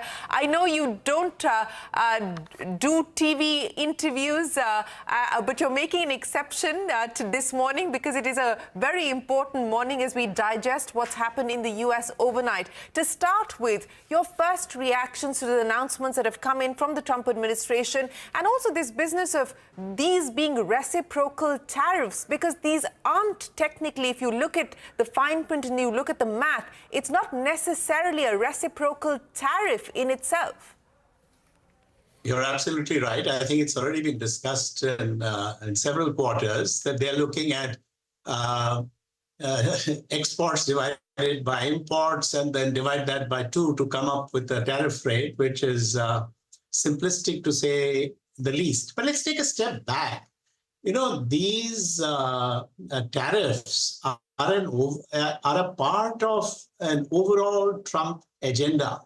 And this will have consequences in the short, in the medium, and long term around the world.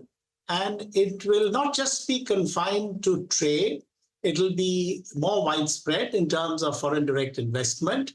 And then, perhaps even more importantly, strategic issues will be viewed differently. For instance, in the EU, as you know already, the EU is uncomfortable with the US attitude on the Ukraine-Russia war.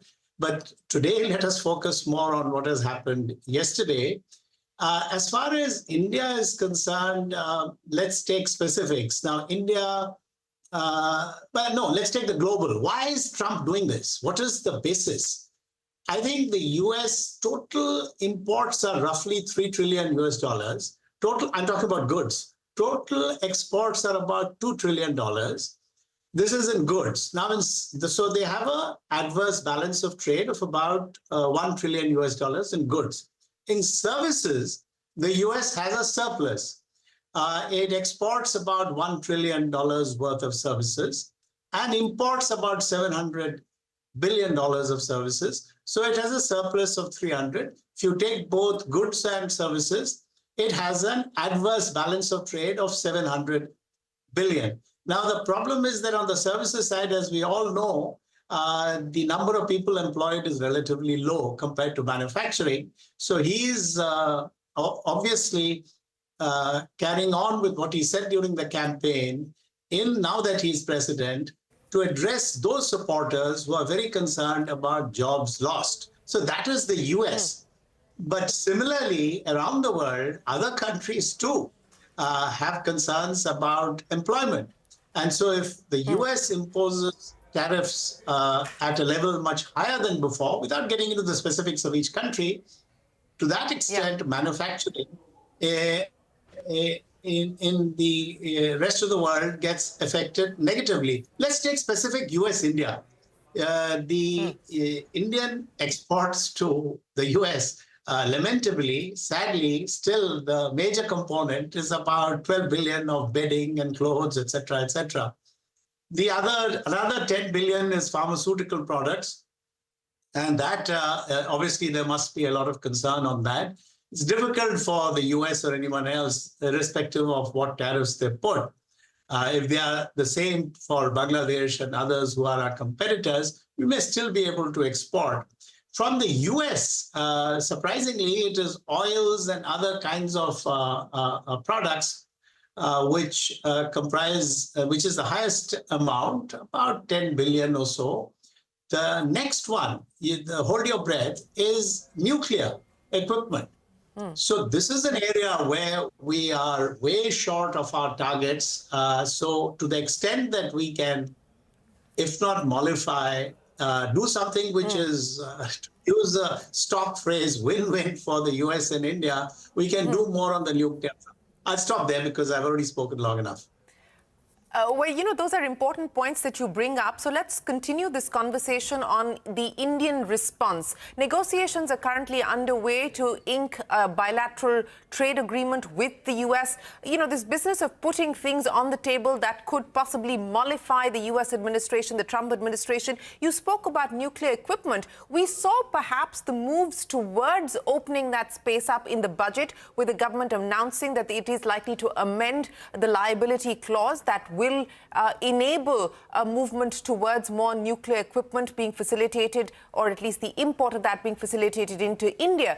Oil imports up 67% from the US. That's the latest number. LNG imports, similar story. So do you believe that as India readies its response, you know, where do you believe we should draw the red lines, and what more do you believe we can offer?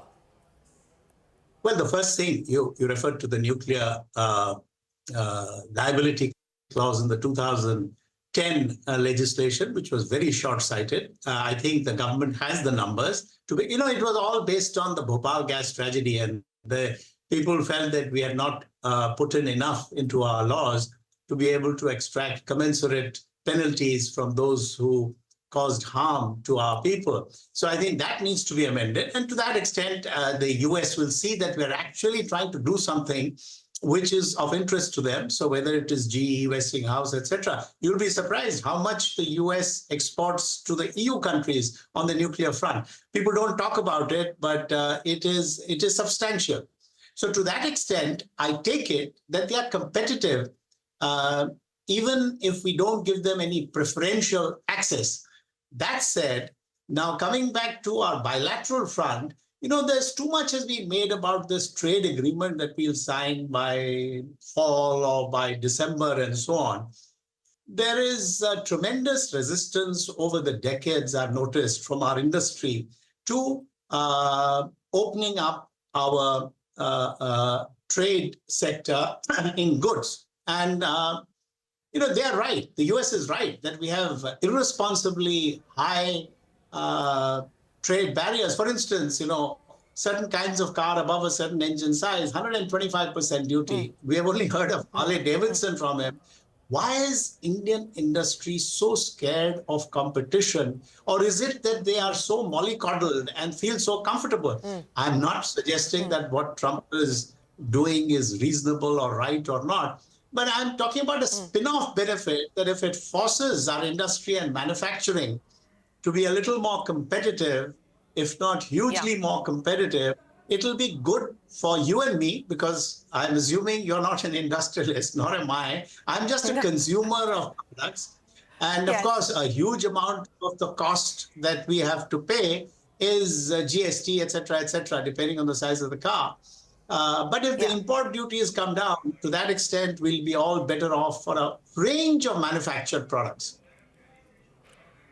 Yes, you're right in pointing out that neither of us are business people, and yes, the consumer will eventually benefit if we actually see lower cost imports coming in, which may force Indian industry to be far more competitive as well. But, I also want to understand from you, Mr. Bhagwati, how we should read what is happening within the region. Now, we've already started to see industry reactions coming in saying, look, while there is a cause for concern, but we should also look at the silver lining, which is that China, Vietnam, etc., have been slapped with higher tariffs in comparison to India. Now, do you believe that this kind of response at this point in time is premature? How do you believe this is going to reshape what has been happening in the region when it comes to FDI, when it comes to supply chain resilience?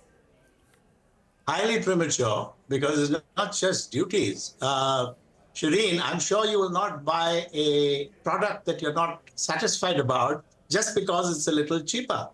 So in case these duties mean that some manufacturing moves to India, so we need to be careful that we have the robust supply chain in place and so on, which will take time.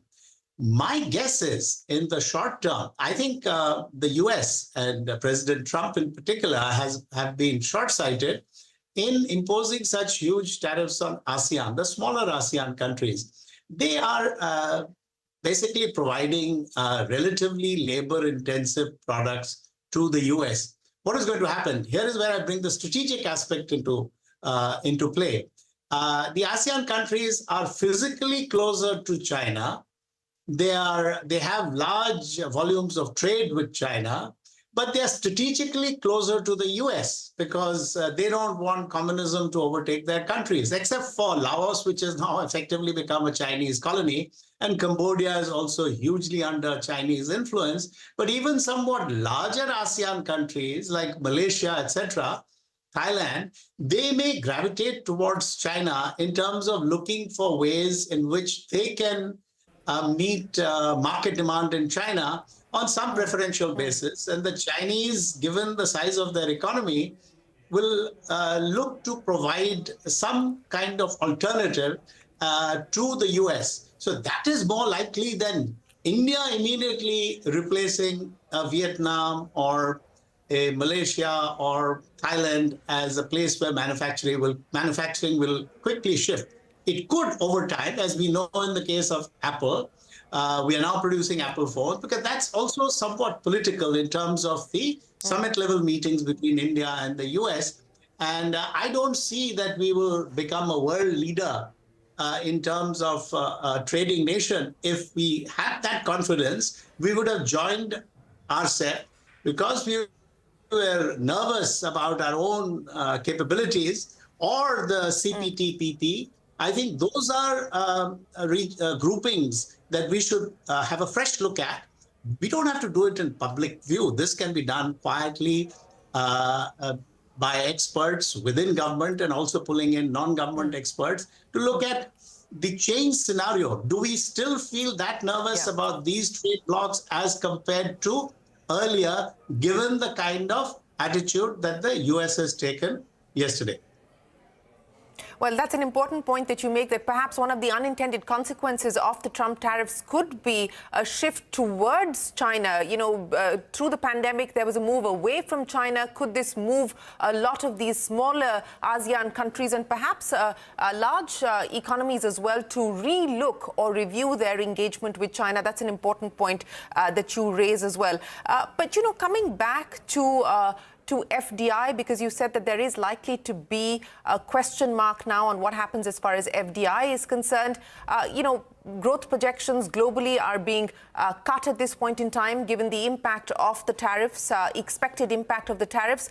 On FDI, do you believe that we're going to enter a phase of pause, or do you think that people are going to go ahead with their plans to set up fresh capacities, etc.? I'll also ask you this in the context of the clamor that's already started from trade associations, industry bodies in India saying, look, let's extend the PLI scheme, let's bring more sectors under the PLI scheme. The PLI schemes that were expected to sunset, those should be granted another 2-3 year extension. Your thoughts on that, Mr. Bhagwati?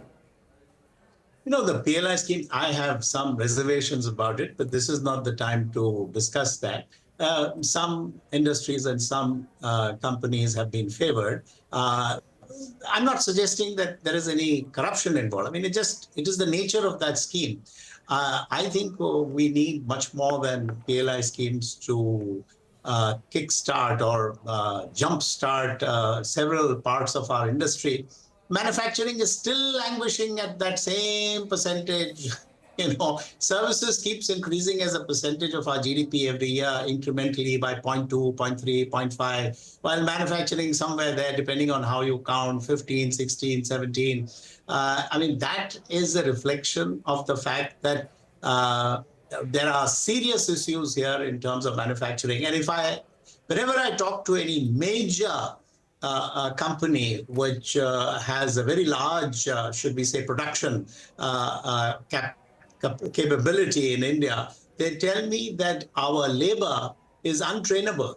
Plus, the cost of labor keeps increasing, while mechanization also keeps increasing. So take a company which was producing X units or X widgets 20 years ago.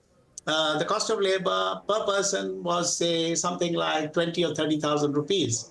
And they used to produce 100 units, out of which most of them had some human input. Now the cost of that same labor, doing the same kind of job, has gone to 60, 70,000 rupees a month, while they have had the benefit of increased mechanization to bring down the workforce by 50%. Now, where are these things being discussed, and how is all this relevant to what Trump has done yesterday? These are underlying weaknesses in our manufacturing, which a PLI can barely scratch the surface of. So we need to think of how and why some of our workers, you know, we are both aware of AI and DeepSeek and ChatGPT and so on. I'm not saying that tomorrow ChatGPT will take over tire production or whatever. The problem is that things are getting increasingly sophisticated, and you know and I know about the Acer tests, you know, how class 8 students don't know as much as what they would be expected to know at class 2 and all that. So there is a short-term solution, there is a medium-term solution, there is a long-term solution. So PLI may help a little bit in the short term, it cannot help even in the medium term. Medium term and long term solutions are different, of which you have discussed a number of times with various finance secretaries and finance ministers. So, Mr. Bhagwati, before I let you go, you talked about the intended and unintended consequences in the short, medium and long term. Let's address the short term because, we don't know what may change perhaps as early as tonight or tomorrow morning, and the possibility of that is fairly high given what we've seen through the course of the last 70 days of this administration. In the short term, in the very near term, the consequences of the measures taken by President Trump? Number one, all investment, whether it is domestic or foreign, fresh investment, unless it is already in the pipeline and you've done 90% of the investment, you'll carry on with the 10% of the investment. All fresh investment will be put on a hold. I can just imagine, I'm on the board of one company, but I've been on boards of other companies. I know how the conversation will go. The risk management chaps will say, hang on, let us wait for the dust to settle. Let us see how things emerge. So if you are planning a 50 million or a 1,000 crore investment over the next 6 months, because all the clearances, everything is through, and you even found or located the piece of land where you will do this, my own guess is that everybody will go into a mode of go slow. Let's watch, which is not good for us. It is not good for the US. It's not good for ASEAN countries. It is not good for anyone. So business must go on. The business of business is 24 hours. That means at some place on earth, it is day and something should happen. And what Trump has done by throwing this spanner into this works of trade is also going to affect investment. I would be very, very surprised if somebody who's thinking of fresh capacity on producing some widget, which may face higher tariffs, and to that extent skew their projections of what their market would be, they'll say, hang on, should we now do it in 2 phases? We were going to produce 1,000 widgets. Let's now think of only 500. So that's the unfortunate thing, to which it means that whatever they were thinking in terms of employing labor, that will also get slowed down. And I am most concerned about underemployment in India. We can't have unemployment because if you have unemployment, then you are dead. You're starving. So a lot of people are underemployed, and I worry that they may continue to be underemployed. So that is my worry that Mr. Trump has imposed, not just on our country, on around the world, actually.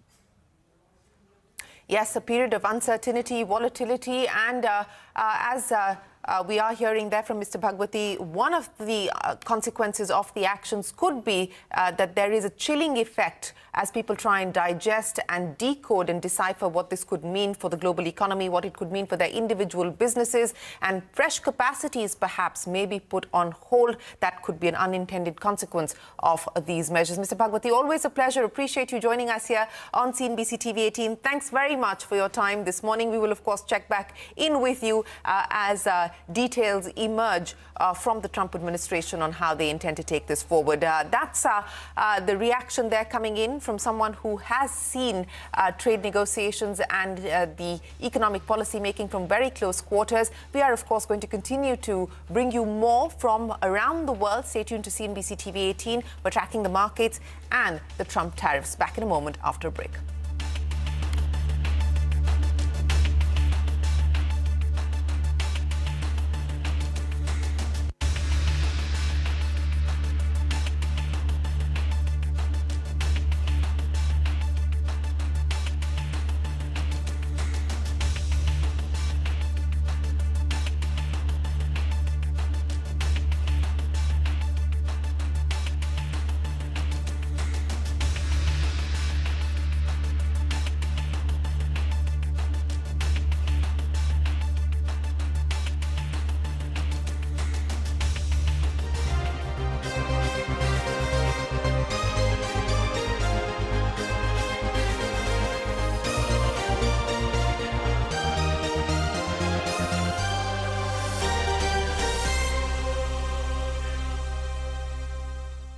पार्टियां हैं, उनका राष्ट्रीय अध्यक्ष उन 5 लोगों को ही चुनना है परिवार के।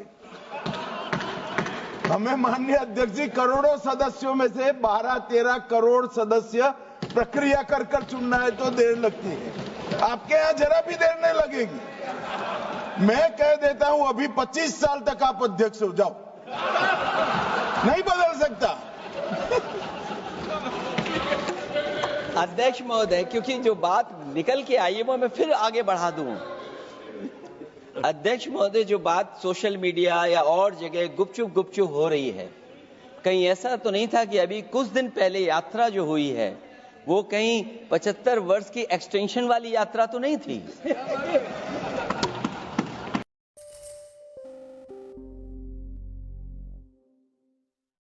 Over 3,000 entrepreneurs, investors, and heirs have made it to the Forbes list of billionaires in 2025. That's 247 more than last year. Not only are there more of them, but they're richer than ever. The billionaires on the list are worth $16.1 trillion in total, up nearly $2 trillion over 2024. Their total net worth is more than the GDP of every country in the world besides the US and China. The US, with a record 902 billionaire citizens, continues to boast more billionaires than anywhere else on the planet.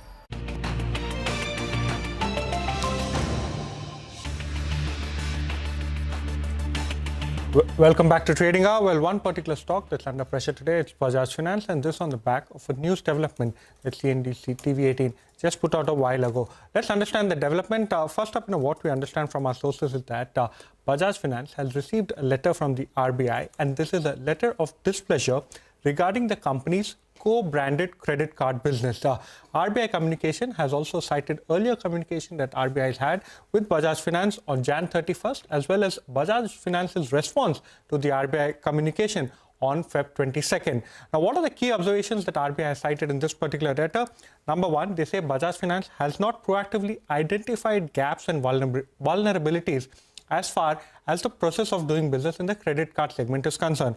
Along with that, they say that this flags significant risk for the customers. They also point to a reactive approach, failure to maintain adequate internal controls as far as Bajaj Finance role in the credit card business is concerned.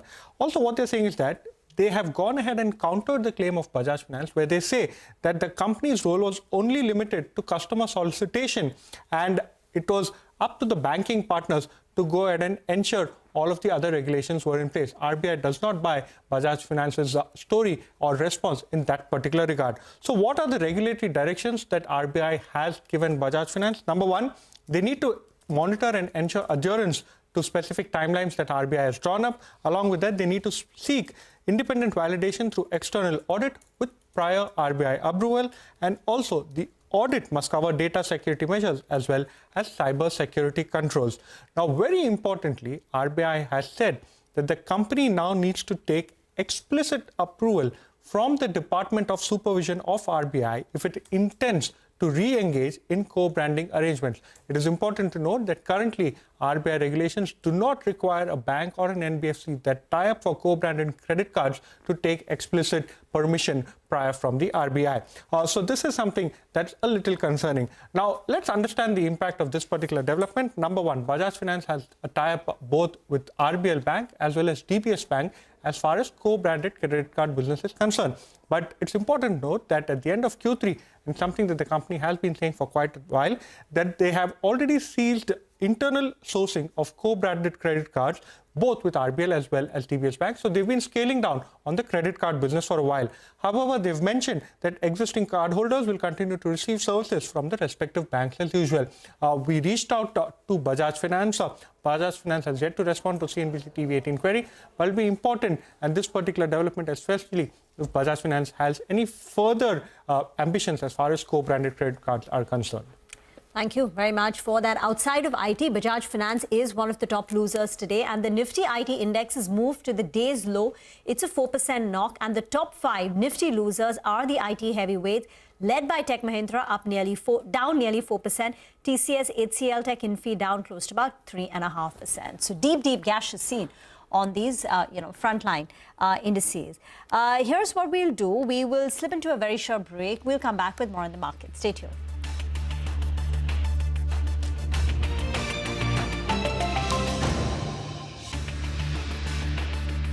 516 remains second, and India with 205 still ranks third, which is 5 more billionaires than we had last year, but not a single Indian has a net worth of over $100 billion. So who's on the list? The richest man in the world is Elon Musk with a net worth of $342 billion, followed by Mark Zuckerberg with $216 billion and Jeff Bezos with a net worth of $215 billion. There are only 3 people in the world with a net worth of $200 billion.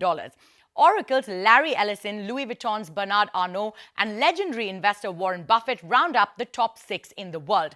There are 15 billionaires with a net worth of more than $100 billion. US President Donald Trump's net worth has doubled in the last year from $2.3 billion to more than $5 billion thanks to his social media platform Truth Social and cryptocurrency bets. Mukesh Ambani remained the richest Indian and the 18th richest man in the world with a net worth of $92.5 billion. The other Indians on the list included Gautam Adani at number 22 and Savitri Jindal at number 48. Shiv Nadar was at the 51st position with a net worth of $34.5 billion. Dilip Shangvi at number 7.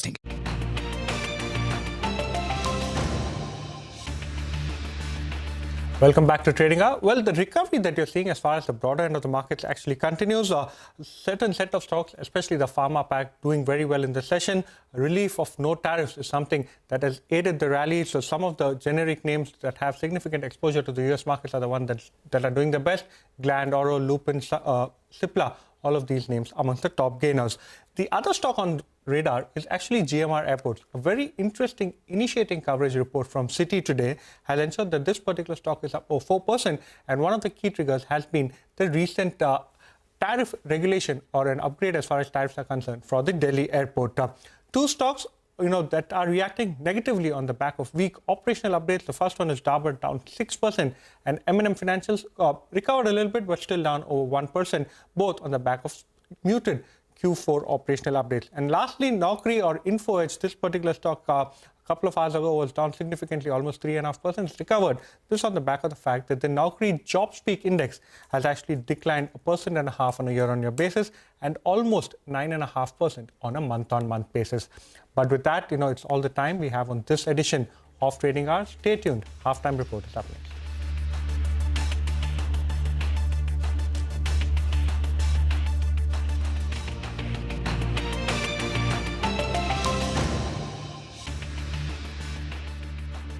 Worth of $24.9 billion and Cyrus Poonawalla at number 86.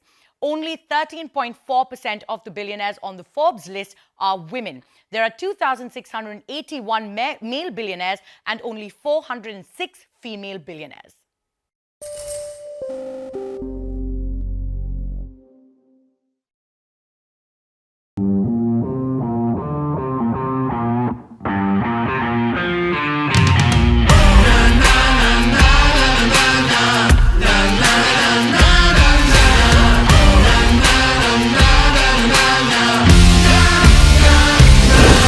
Make informed decisions with comprehensive analysis on the go. Strengthen your portfolio with real-time market updates on the go.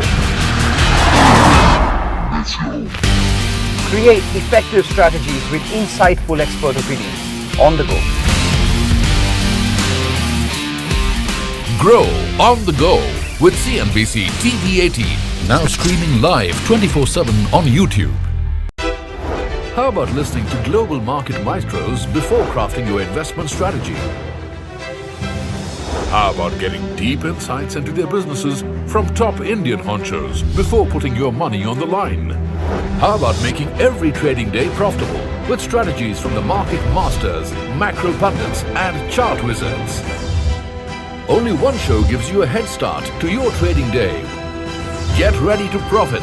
Get ready for business with Bajaj at these times on CNBC TV 18 and CNBCTV18.com. What does it take to build India's largest startup platform? It takes a journey of starting out as an unknown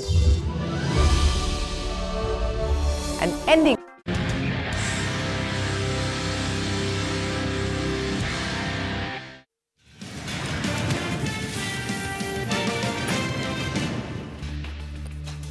Stocks recovered after a sharp drop earlier at start as silver linings from the US tariffs emerge even as uncertainties about the future linger. Pharma and utilities are the big gainers, while IT is the big drag.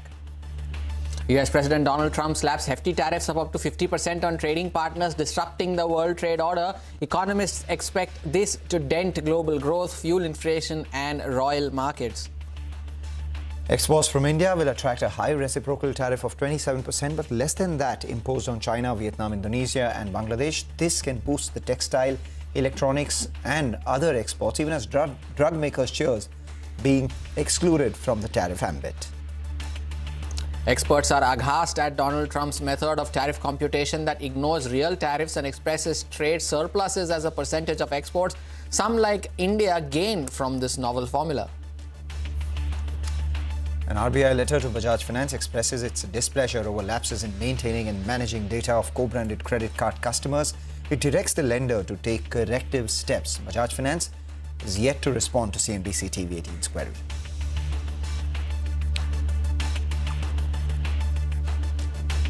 You're with us live from the CNBC TV 18 Motilal Oswal studios. You're watching Halftime Report. I'm Hormuz Patakia. With me as always is Manglam Malu. Not as bad as feared, Manglam, as the morning screen was indicating. You would take this with both hands. You would. In fact, to be very honest, it was in the morning, the GIFT Nifty was indicating a Donald Trump-sized hole in the market, a 400-point downtick.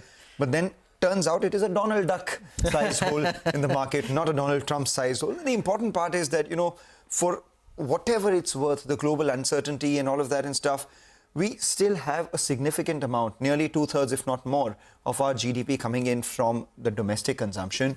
The other part is that even among the countries that we export to, US accounts for just about 18%. And in that, a large part is export of services.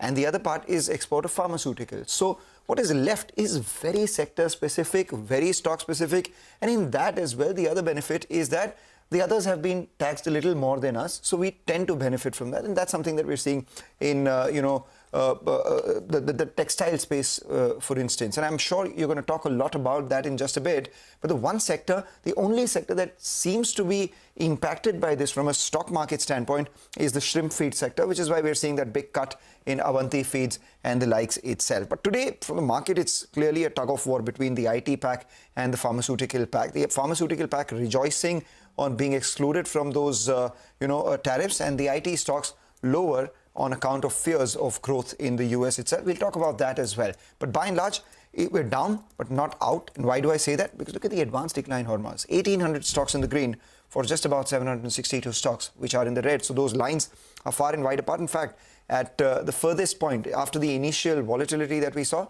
the last 2 hours, it's been like a train track. Well, someone who had seen the early morning screen and would switch on the TV now would think that this is an error, but no, it's not. The advance decline firmly in favor of the advances. But of course, as Manglam was mentioning, IT is one sector that is also bearing the brunt. And that is, of course, because of a sentiment impact considering the sell-off on the Nasdaq. And that is after Donald Trump's announcements of a 27% reciprocal tariffs. Now, Jeffries is saying that higher tariffs may impact demand from manufacturing, logistics and retail verticals. Rima is joining in with more on this. Rima.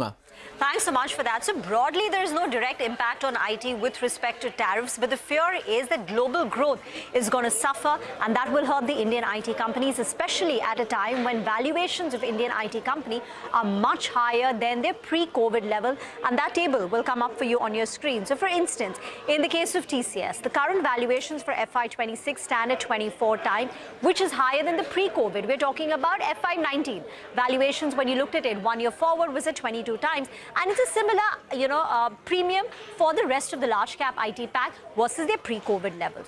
This high valuations comes at a time when growth is struggling. So just putting out JP Morgan's estimates on what they expect IT companies to report in terms of growth in FY26. And we're talking about very low to mid-single digit kind of a revenue growth. So therefore, the question is the high valuation premium justified? The mid-caps are seeing a bigger cut today. Pull up the individual stock price of a Persistent, a Coforge, KPIT, Emphasis. These are stocks which have taken the biggest knock One reason is they've been ranked outperformers over the last 3 to 4 years on account of higher growth.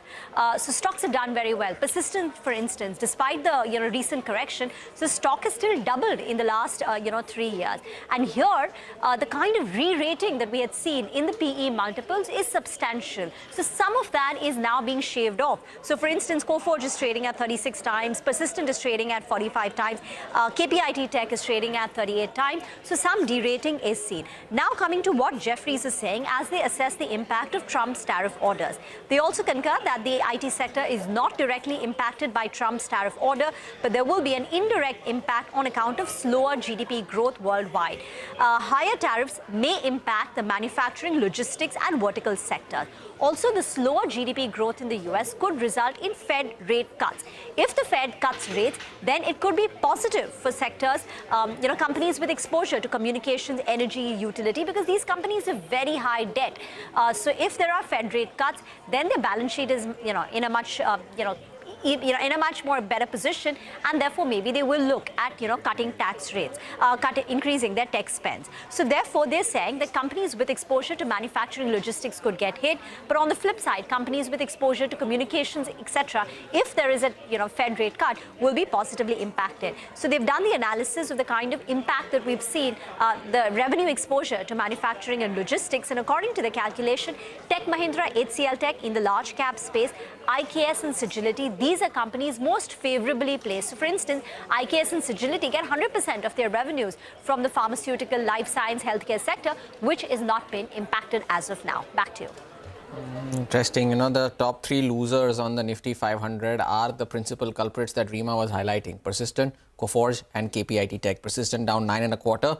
Coforge is down 6.5%. KPIT Tech also down 6.5% in today's trading session. So IT taking it on the chin in today's trading session. Meanwhile, the auto sector, though, has been exempt from the reciprocal tariffs, although the tariff announcements made earlier, they come into effect today. But Sudarshan is joining in now to tell us how this could have an impact on the sector. Sudarshan. So reaction of auto stocks will tell you that today's announcement related to reciprocal tariffs was almost a non-event for the sector, because almost all the stocks are down, or some of the stocks are up in the range of 1 to 2%, while some of the stocks like Bharat Forge, Samadana Motherson, Sona BLW are down in the range of 1 to 2%. Now the question is, because today's announcement was a status quo, but what has happened to earlier announcement? If you remember last month, President Trump had announced that 25% tariffs on the auto sector, and effective date for the same was April 3. So that 25% tariffs remain, and President has reiterated that that has come into effect from today. Now the second point is that baseline tariff. For example, on UK, baseline tariff is 10%. So does it mean that on JLR tariff would be 10% or the 25% tariff that President Trump had announced earlier? The answer is 25% tariff, because here the auto sector is exempt. So that's the reason 25% tariff will be imposed, not the baseline tariff. Another important point about the USMCA agreement. What is the USMCA? That is the US-Mexico-Canada agreement. So some of the products that these companies supply to other companies are part of USMCA agreement. And some of those companies which are positively impacted by this are Samvardhana Motherson, which formed nearly 10 to 15% from Mexico and Canada. And similarly for Sona BLW. So these companies can be positively impacted if the President decides to continue the exemption under USMCA agreement. So overall, it was a status quo, but 25% tariff that was announced last month remains on the auto sector. All right, Sudarshan, thanks a lot for that. So that's about the auto space. In fact, it remains exempt from reciprocal tariffs, but the 25% tariffs that Sudarshan spoke about imposed earlier will come into effect. Our colleague Parikshit Luthra spoke to Mercedes-Benz CEO Santosh Iyer on the likely impact and spoke about the demand pricing scenario and how business is likely to be going forward as well. So a peek into that right up for you. The biggest impact will be for components, because there is a lot of components exports to the US. There are a lot of supplier ecosystem based out there. Also, I know many component suppliers who also have factories in the US. So they need to see how to calibrate their supply chains. And you made the right comment. This puts inflation up. This puts pricing up, not only for consumers in the US, but also with supply chains getting distorted. There may be an adverse impact on the pricing even for cars in India. Right. So you are saying that there could be a price increase all across the world, including for the India market as well. Now, in terms of negotiations going forward, and actually before I ask you about the negotiations, the global tariff situation, and we believe that the Trump automobile tariffs are here to stay. They may not be paused immediately anytime soon. Will this, according to you, lead to more manufacturing in the US? Will car makers like Mercedes consider making more? Do you think this long-term bet would be taken? As I said, I cannot comment on the global strategy, but in general, we even today have a plant in Tuscaloosa. We make 300,000 cars there. So technically, we have a major footprint in the US. Of course, because of the free trade, as I said, we used to sell 50% of that in the US and export the 50%, and we would import the balance 50%. But this has now, we need to take a look at it to see how to balance this. And hopefully there is maybe a better solution, between the EU and the US on their bilateral discussions. Right. Now, in terms of negotiations between India and the United States, India and EU, what do you think would be the best way forward in terms of reducing automobile tariffs? There is one view in the government that auto tariffs are getting highlighted a lot in bilateral trade conversations, and there is a need to bring them down. The industry does not want any major tariff reductions suddenly overnight. What would be your view and the best way forward?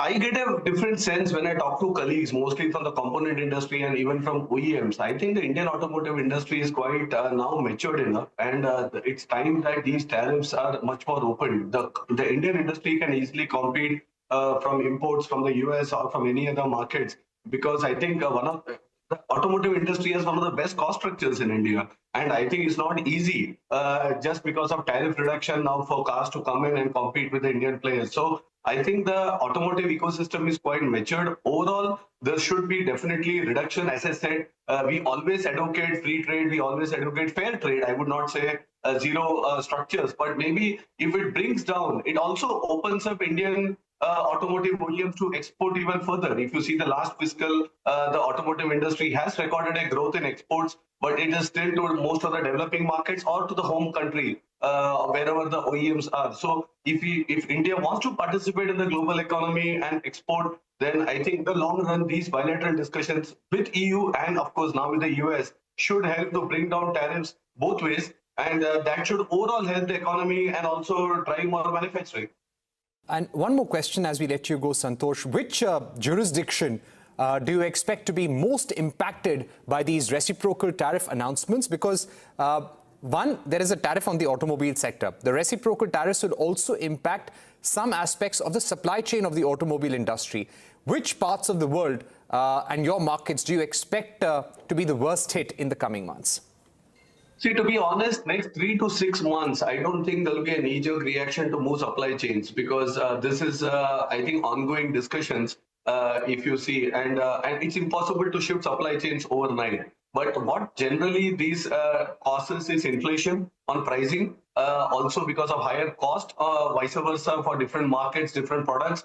And that gets impact, and the consumer ends up paying, which may have an impact on the demand, because when the car prices goes up, definitely the demand for sure may be impacted as well. So that's a cyclic effect. In the long run, let's assume it continues for a couple of years and there is no change in stance. Then, of course, as OEMs and as business houses, they will have to see how do we now optimize the supply chain and which is the most important market and how do we optimize. But short run, it's more inflationary driven, and actually there would be a wait and watch to see the final outcome, then already reacting to supply chains.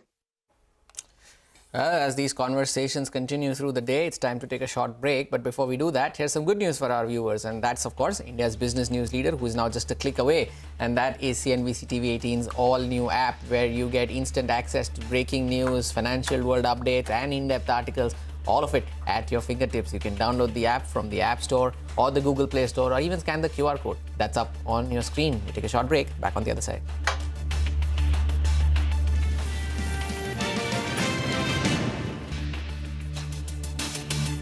Unforgettable. It takes more than 2 decades of celebrating the most influential and influencing the most celebrated entrepreneurs.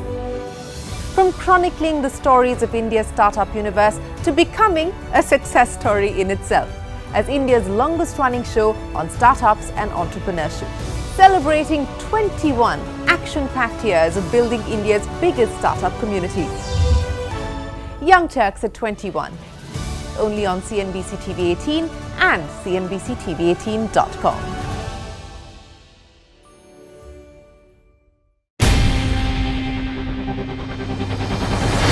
CNBC TV 18's most comprehensive and award-winning news show, India Business Hour, drops first on YouTube.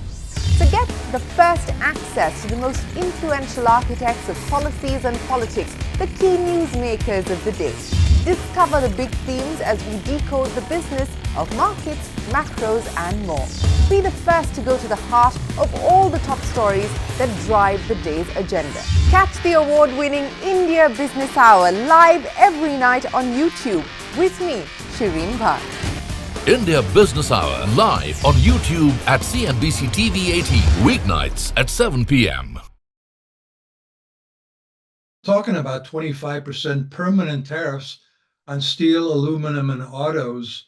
And I think this has the potential to bring inflation back in a serious way in coming months.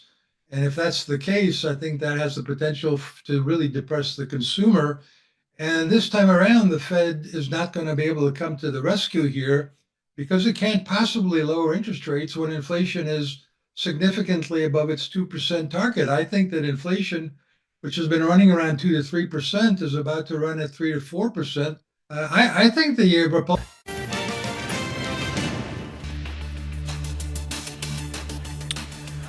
A couple of stocks hitting highs of trade. BF Utilities, an interesting one, up 6% right now as we speak. We have Snowman Logistics, which continues to do well as well. Promoters been saying that they'll be buying from the open market, so we'll keep an eye out on that one. Raymond is the other one. Of course, a large part of their business now, the Raymond listed entity, is more to do with the real estate stuff. That stock is up around 9% as well. Monte Carlo is the other one too, which is moving higher. And as we speak, just as this moment, we have a lot of these FMCG stocks which have moved to the high point of trade. So pull up Britannia, that's done well. Nestle has done well. ITC itself has moved to the high point of trade. There's just one FMCG stock which is currently lurking around the lows of today's trading session, and that's Dabur. Why is that? Because the company has gone ahead and given its fourth quarter update, and it's not a very good update. They say that the FMCG volume trends continue to remain subdued in the fourth quarter. The India FMCG business is likely to decline by mid-single digits. There are three reasons why the India business is not doing well. It's delayed winter, urban slowdown, and the weakness in general trade. Remember, Dabur was the first to call out that they are doing this inventory reset in general trade, so that could be a problem for their volumes. Turns out that's sustaining, and as a result of which their consolidated revenue will be absolutely flat. And because of the decline in revenues or no growth in revenues, operating deleverage comes in, and they are expecting margins to decline by 150 to 175 basis points. Now, where's the problem, you would say? There is a slowdown, everyone knows about it. Problem with Dabur is that over the last 3 quarters, every time post the quarter, they have given a certain guidance and they have not met it. If you look at the third quarter, they said consumer sentiment has bottomed out. Mohit Malhotra said this on the air, said we will only see improvement from here, and they aspire to grow mid to high single digit in FY26.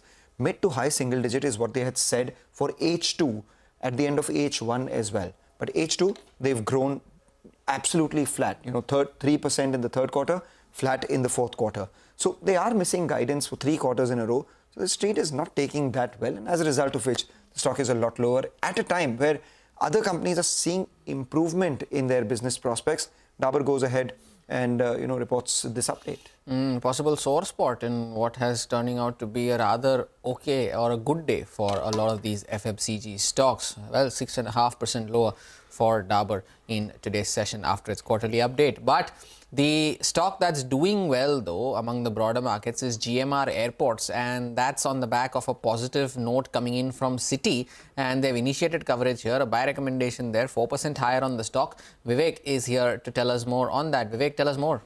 Well, that's right. So like you mentioned, Citi has initiated coverage on GMR Airport. They have a buy rating on the stock, target price of 90 rupees a share. They call it an Indian airport pure play business that they like.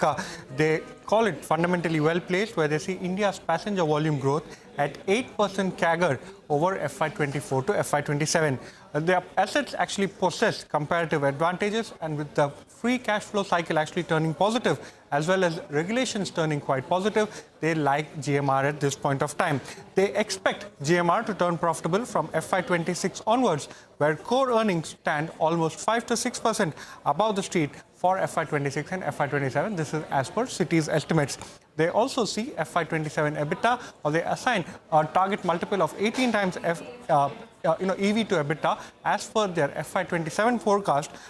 This is double to the APAC average as far as Citi is concerned, and this is, they feel, justifiable given stronger midterm structural organic as well as inorganic growth opportunities. They expect GMR to turn profitable in FY26, number one, driven by 8% tariff growth, 2.4% tariff increase in the Delhi airport, and 7.5% per annum increase in non-aero spending per passenger across Delhi, Hyderabad, as well as Goa airports that GMR operates. All right, Vivek, thanks a lot for that. So that's about 4% higher on GMR. We'll take a short break. On the other side, we'll get Sudeep Shah to give in some trading strategies on a day where, the Nifty's down, but perhaps not out.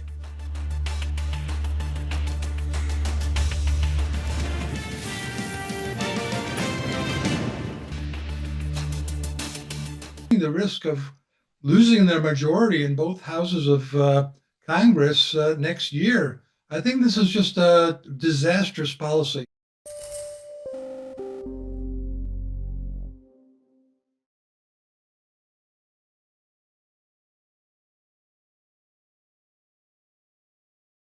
There certainly is going to be a near-term spike up in inflation, but in 12 to 18 months' time, are we going to be in that sort of still lingering at 3 to 4%? I'm doubtful, and therefore there's still, I think, scope for 2 rate cuts that we have. We've got I think near-term, the Fed are going to be hesitant. We've got a September rate cut and a December rate cut and a March 2026 rate cut.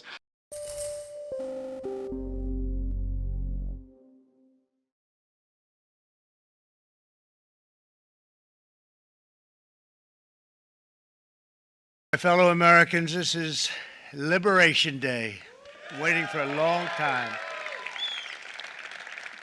April 2nd, 2025 will forever be remembered as the day American index.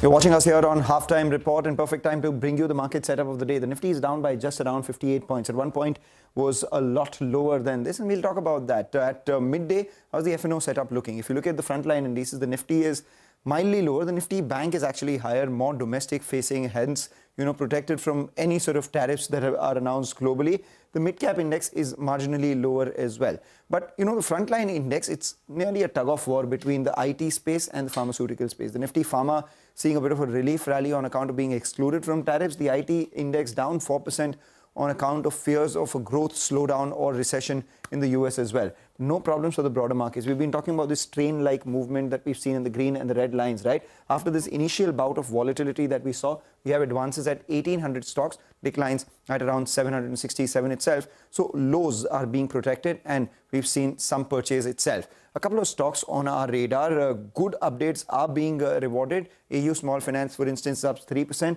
Dabur, we spoke about, weak business update coming in. That stock down by about 6%. So very stock-specific market as well.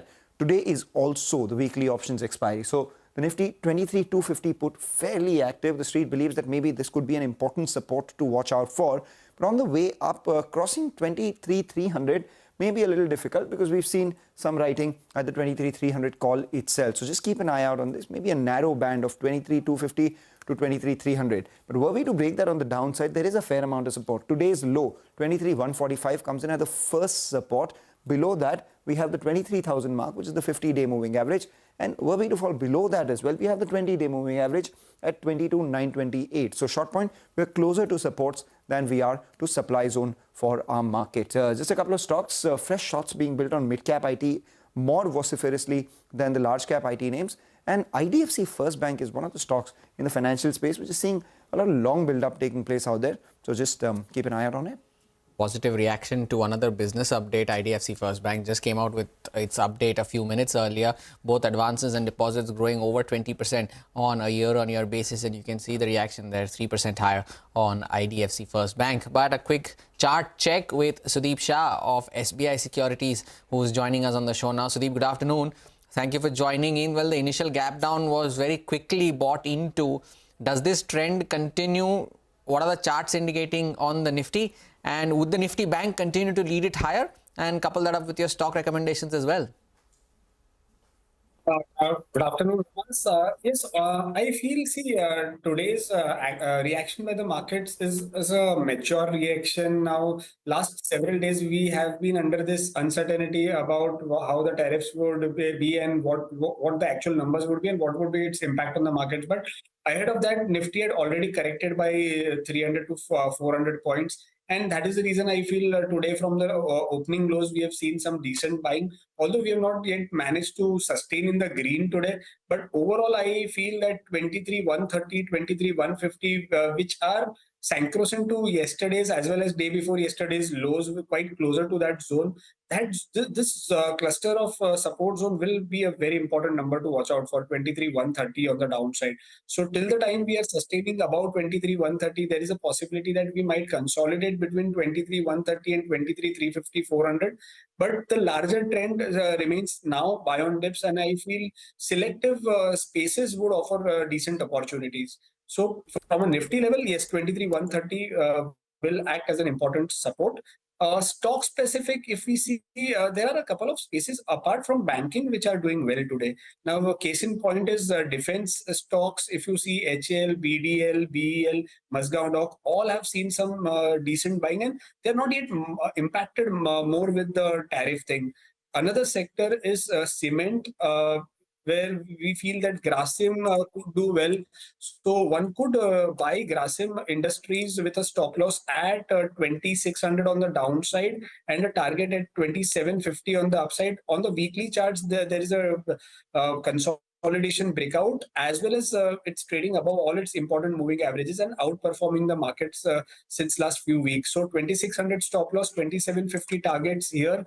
The second stock that is on our radar is from the defense space, which is BDL, Bharat Dynamics Limited. Here also we have seen the stock breaking out of a long consolidation post September 2024, and the breakout is with volumes. So the stop loss here would be 1310 on the downside, and the first target would be 1420, and the second target would be 1450. What about mid-cap IT, Sudeep? Persistent, Coforge, they're falling as swiftly as they went higher. 9.5% down on Persistent, 7.5% down now on Coforge. Would you use this as a buying opportunity, or would you stay away from the sector as a whole, more so because you're heading into earnings season as well? Perfectly put, Homas, because we are heading into an earnings season right now, and this would be more crucial now with the tariff thing now out of the way. We've seen what impact it has had to add on the IT stocks. So what I feel is I would be a bit skeptical getting into this IT space right now, whether it is large cap, whether it is mid cap. Mid cap, by and large, till now were kind of aloof, and they were kind of protected from the downfall. But in the last few days, even these names have participated into the downfall. So I feel wait and watch would be the right approach to invest or trade into the IT stocks from a long side perspective. And as you can see on the charts on your screen, both Persistent and Coforge are now convincingly below their 200-day moving average. Persistent more so, Coforge still hovering around those levels or just below that. The top three losers on the Nifty 500 in today's session: Persistent, Coforge and KPIT Tech. Sudeep, thank you so much for sparing time and joining us today, though, with your views on the index and on specific stocks as well. We take a short break. Up next, we discuss the impact of Donald Trump's tariff announcements with Anurag Sehgal of PwC and Agneshwar Sen of EY India. Stay tuned. We'll be right back.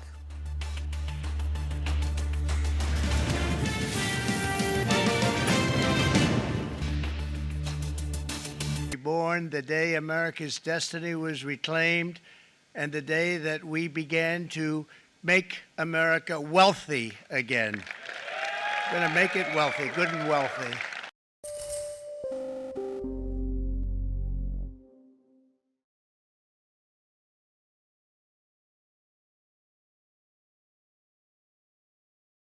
For these reasons, starting tomorrow, the United States will implement reciprocal tariffs on other nations.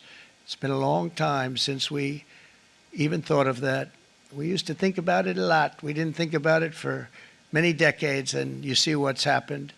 For nations that treat us badly, we will calculate the combined rate of all their tariffs, non-monetary barriers, and other forms of cheating. And because we are being very kind, we're kind people, very kind.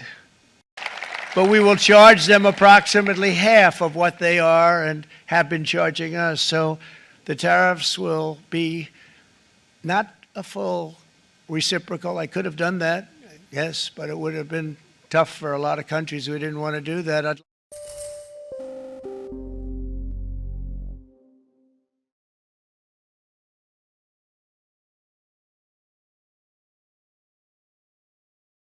But such horrendous imbalances have devastated our industrial base and put our national security at risk. I don't blame these other countries at all for this calamity. I blame former presidents and past leaders who weren't doing their job. They let it happen, and they let it happen to an extent that nobody can even believe. That's why, effective at midnight, we will impose a 25% tariff on all foreign-made automobiles.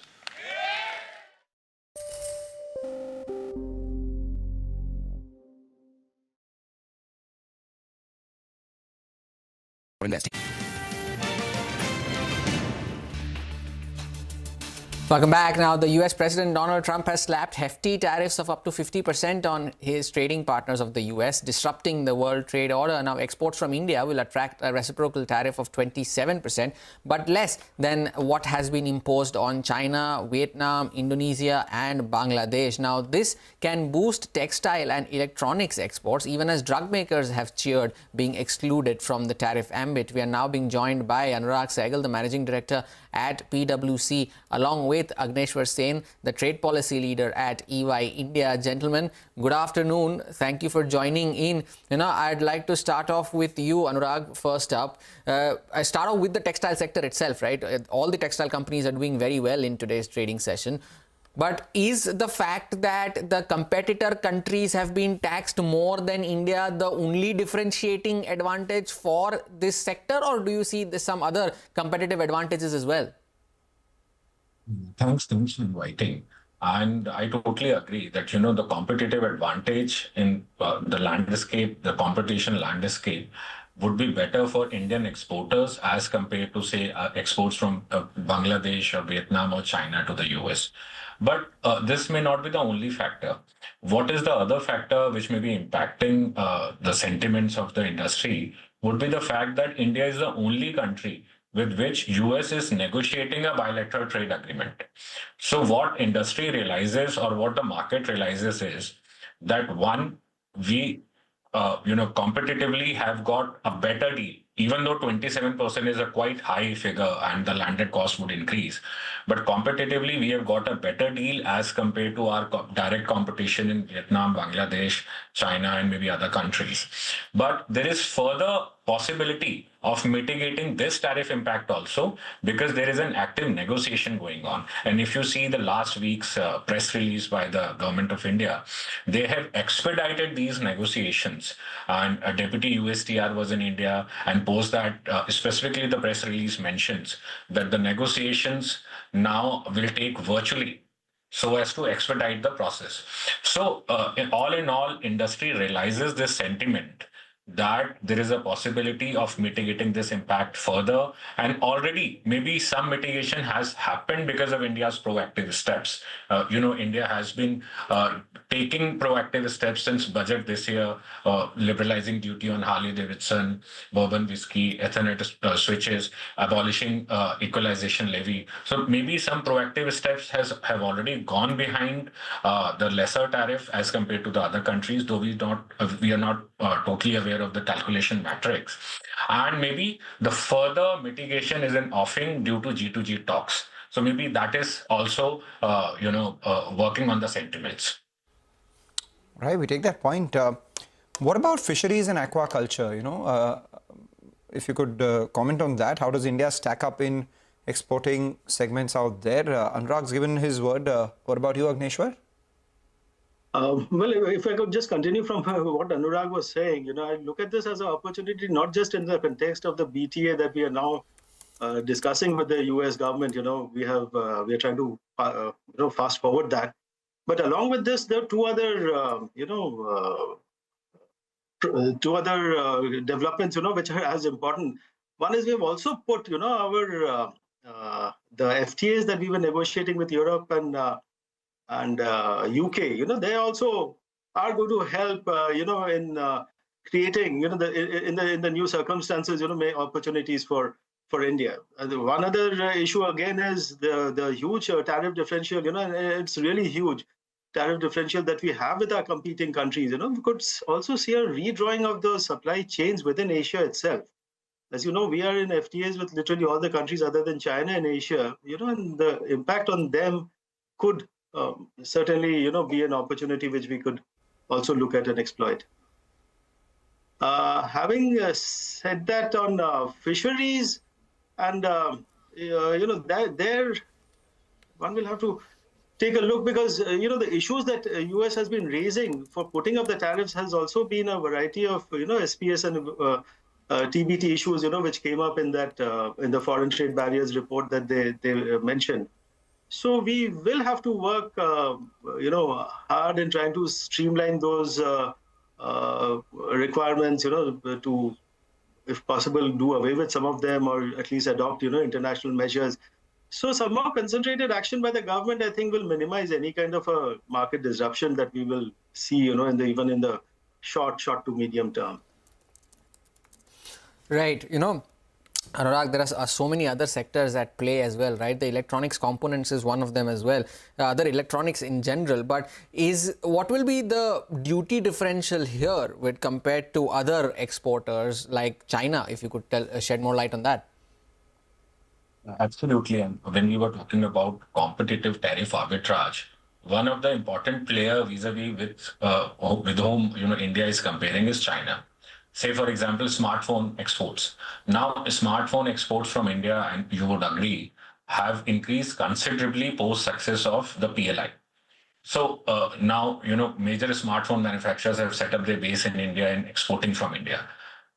Though smartphone exports will now attract 27% tariff when they're exported from India to US, but compared to that, if you consider exports from China, they will attract 34%, which will be layered on top of the 20% which was imposed earlier in the months of February and March. So 54% as compared to 27%, that is just half of what China's exports of smartphones will attract. So in smartphones and for other electronic component sectors also, there is a considerable tariff arbitrage advantage which Indian companies will enjoy. Here, one more important point to note is that while the aim of the US of bringing in these reciprocal tariffs is clearly twofold. One is to reduce the trade deficit with the countries, and second is to increase manufacturing and increase jobs in India, or manufacturing related jobs in, US. The reason is very clear. They are trying to reshore these jobs to the US. But having said that, what they have done is, whether it is electronic components or smartphones, that is smartphones components as well as smartphones, they are kept at same rate, that is 27%. So this will not incentivize manufacturing in the US. In any case, incentivizing manufacturing in US will be a long drawn process. So in that sense also, India will be benefited, and you would rather see US businesses backing India's ongoing negotiation with the US, because they would want us a reliable supply chain trade partner in the form of India to be exporting to the US market. Right. So, what happens from now is a function of how the negotiations play out, whether this gets implemented or not. And if anything, it just opens the room up for discussion a little more. Anurag, it's a big list of exempted products that are there in the Annexure 2. Which ones do you think are important for India? That's point number one. And second one, are there any relevant items for India in the HST-US exempted list? Yes, absolutely. If you see India's export basket, out of top 5 export items exported by India, 2 are exempted. pharmaceuticals and petroleum products. And Yes. if you see all the exempted items, then close to 20% of India's ongoing trade with the US, that is the export factor of it, is exempted. So what this does is, while other countries would want to enter into a negotiation with the US to protect their 100% export basket, India already has 20% taken care of. Now, what remains is 80%, on which a lot will depend on G2G communications, which are going on in the form of BTA. And of course, a lot will also depend on how India provides avenues to the businesses to diversify in the form of, like my co-panelist was saying, in the form of other free trade agreements with Middle East, with UK, with EU. Final word from you as well, Agneshwar. Since you mentioned the tariff exemptions on products, as Anurag was mentioning, is there any relevant items for India in the harmonized tariff schedule as well, if there's something that needs to be given attention to? See that two things. One is I've been, of course, watching, these exemptions, pharma and petroleum products, as he mentioned very, very clearly, they are of interest. But, we have to also take into consideration some of these other statements, where they mentioned that, some of these would be looked at in a sectoral kind of a format, that is pharma, the copper, semiconductors and things like that. So I think some more transparency is required on three aspects. One is, of course, the taxation legislation, which is winding through the US system. We'll have to see what the domestic taxation regime is put in place, because that will really determine, whether they're really looking to, say, shift the supply chains from one country to another, or, to onshore it in a serious way. Given that, they're saying that they need both revenue and jobs in the US and to have the factories shift to the US, we would also have to perhaps take a look at, partnering with the US firms and firms which are setting up manufacturing there in a serious way.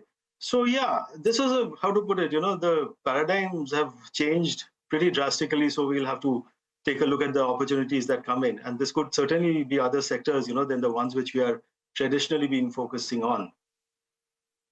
All right, final word from you then. We'll just get one from PwC. Just, Anurag, on, what sectors, apart from what we've discussed so far, stand to get impacted the most? Just simple for our viewers. So sectors which will get impacted the most would be electronics, smartphones, fishery exports, gems and jewelry, auto components were already covered, but certain other machineries. All of these sectors of India's export interest, rice, textiles and apparels, all of these sectors will be impacted considerably. And the businesses in all of these sectors will be looking at two things. One, G2G communications in the form of bilateral trade agreement. Second, what they themselves can do in the competitive landscape. How can they diversify their products? How can they make their products more cost effective? So these will be considerably affected sectors. Follow up quickly, do you see an impact on the shrimp sector as well? Because they are also a major exporter to the US.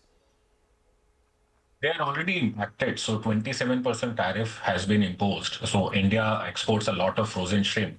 So this sector is clearly impacted. And this sector would also be relying a lot on the BTA, not only for tariff mitigation, but also for some other ways to incentivize their exports to the US, say in form of a mutual recognition agreement, which lowers down the non-tariff barriers. So this sector would be, eagerly looking at the bilateral trade negotiations because they are clearly affected.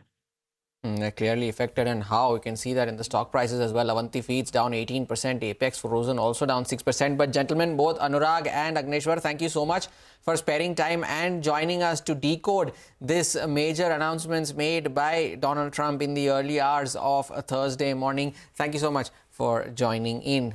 We take a short break, but before that is a small programming note for our viewers. CNBC TV 18 and HSBC India are back with Season 2 of the SME Champion Awards. This prestigious platform celebrates SMEs that are pushing boundaries, making an impact and shaping the future. Nominations are now open. You can scan the QR code now and submit your entry for the SME Champion Awards Season 2.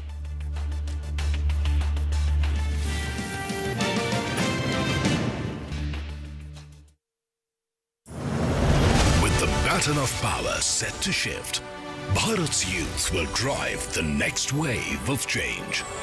The biggest leaders and policymakers, global trendsetters, business icons, and entrepreneurs will come together to inspire the next generation of change makers. Don't miss your chance to witness it all live. Rising Bharat Summit 2025.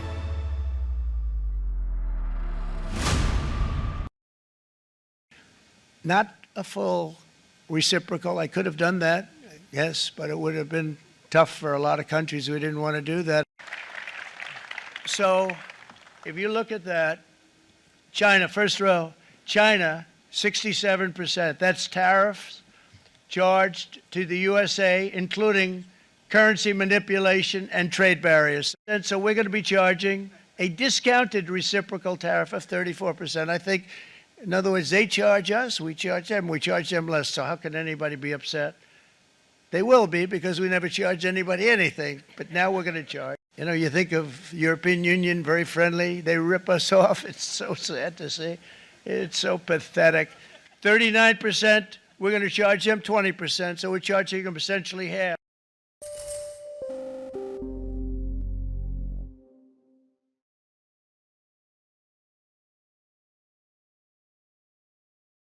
Countries like Canada, you know, we subsidize a lot of countries and keep them going and keep them in business. In the case of Mexico, it's $300 billion a year. In the case of Canada, it's close to $200 billion a year. And I say, why are we doing this? Why are we doing this? I mean, at what point do we say, you got to work for yourselves and you got to, this is why we have the big deficits. This is why we have that amount of debt that's been placed.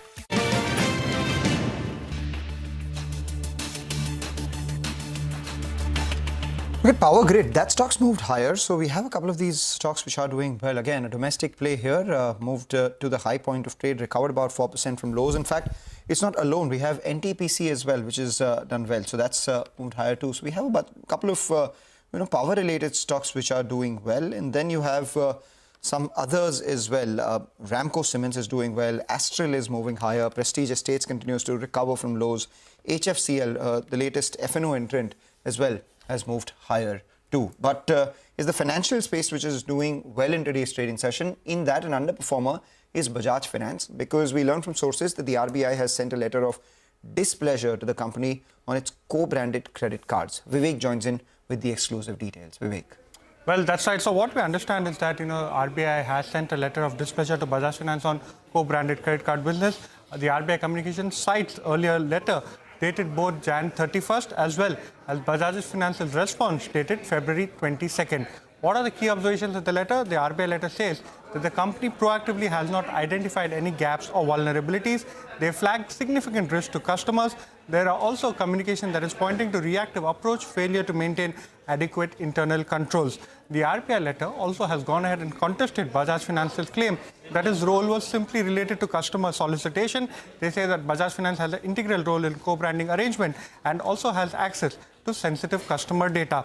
RBI letter also argues that Bajaj Finance cannot absolve itself of responsibility to partner banks as well as customers. What are the key RBI directives? Number one, the Bajaj Finance now needs to monitor as well as ensure adherence to timelines. Company must also seek independent validation through external audit along with prior RBI approval. The audit also must cover data security measures as well as IT and cyber security related controls. Now, very importantly, RBI has clearly directed Bajaj Finance, saying that it now needs to obtain explicit approvals from the Department of Supervision of RBI if it intends to re-engage in co-branded arrangements. Now, what is important to note is that the current RBI rules does not explicitly need any NBFC and bank to take permission from the RBI before going into an agreement. So again, this is something that is a bit of a concern for Bajaj Finance. We reached out to Bajaj Finance. They've not yet responded to our queries to understand the impact. Remember, they have co-branded agreements both with RBL Bank as well as DBS Bank. The company said that it will cease incremental sourcing of co-branded credit cards with RBL Bank as well as DBS Bank. Important development stock at the day's low. Stock at the day's low, almost 2% lower now, is Bajaj Finance, cooling off from the record highs that it had made in the month of March. What is also at the day's low now is Persistent Systems, and midcap IT continues to get hammered in today's session. 10% lower now on Persistent Systems, continues to remain the top loser on the Nifty 500. Coforge is now down 7.5%. KPIT Tech also down 7.5%. What's also at the lowest point of the day, though, is Navin Fluorine, and that stock is now down 7% as we speak. Among the chemical names that have seen an impact in today's session, Navin Fluorine, one of them, and SRF continuing to maintain losses of around 4%. We take a short break. On the other side, Manisha Gupta joins in with Shaunak Parikh, the Vice Chairman of the Gems and Jewellery Export Promotion Council. Stay tuned.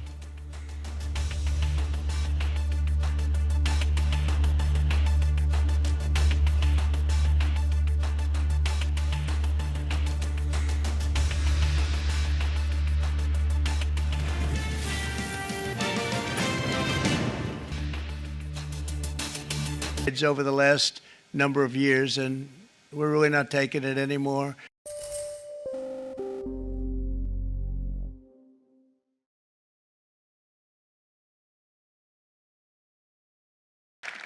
April 2nd, 2025 will forever be remembered as the day American industry was reborn, the day America's destiny was reclaimed.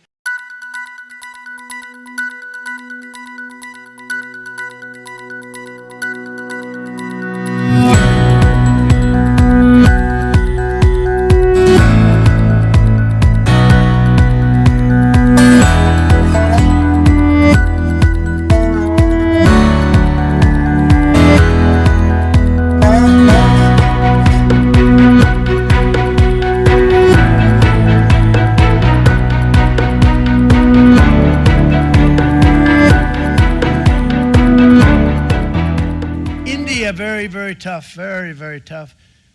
The Prime Minister just left. He's a great friend of mine, but I said, you're a friend of mine, but you're not treating us right. They charge us 52%. You have to understand, we charge them almost nothing for years and years and decades. And it was only 7 years ago when I came in, we started with China and charged them. We took in hundreds of billions of dollars from China in tariffs. And they understood, honestly. President Xi understood. He said, look, I understand. And the other countries, and they all understand. We're going to have to go through a little tough love, maybe, but they all understand. They're ripping us off, and they understood it. Prime Minister of Japan, Shinzo Abe. He was a fantastic man. He was unfortunately taken from us, assassination. But I went to him and I said, Shinzo, we have to do something. A trade is not fair. And he said, I know that. And he was a great gentleman. He was a fantastic man. But welcome back, and joining us now on the show is Shaunak Parikh. He's Vice Chairman, DJPC. Mr. Parikh, hi, thank you for joining in. And a lot of problems right now and a lot of confusion right now as well as far as we read those numbers. First of all, would want to understand if you as DJPC understand if 27% is going to be the total tariffs or 27% plus the existing tariffs. Hi, Manisha. Thanks for having me. Yes, there is some amount of confusion as we speak. The team is actually looking at the fine print, trying to really understand what it is. There is no 100% clarity yet. I think soon we will have whether this is addition to the existing tariff or is it flat 26. So I think in some time we'll have that clarity. Mr. Parikh, the other thing is that the last couple of years, Indian jewelry exports to US have been slightly on a weaker side. And in addition to these tariffs now, where does the industry see itself?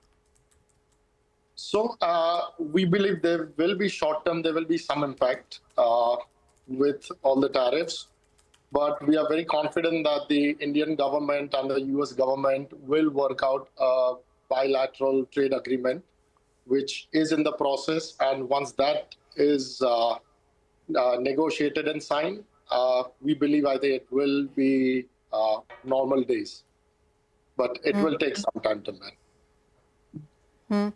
Mr. Parakh, also when we look at the overall numbers, would India be then looking at countries apart from US as well? Where do you see better growth coming in? And even putting that question aside for a second, if you look at the other jewelry makers like Turkey or Egypt for that matter, Singapore for that matter, these countries have much lower tariffs at 10% or thereabouts. Would India lose out to these other manufacturers then?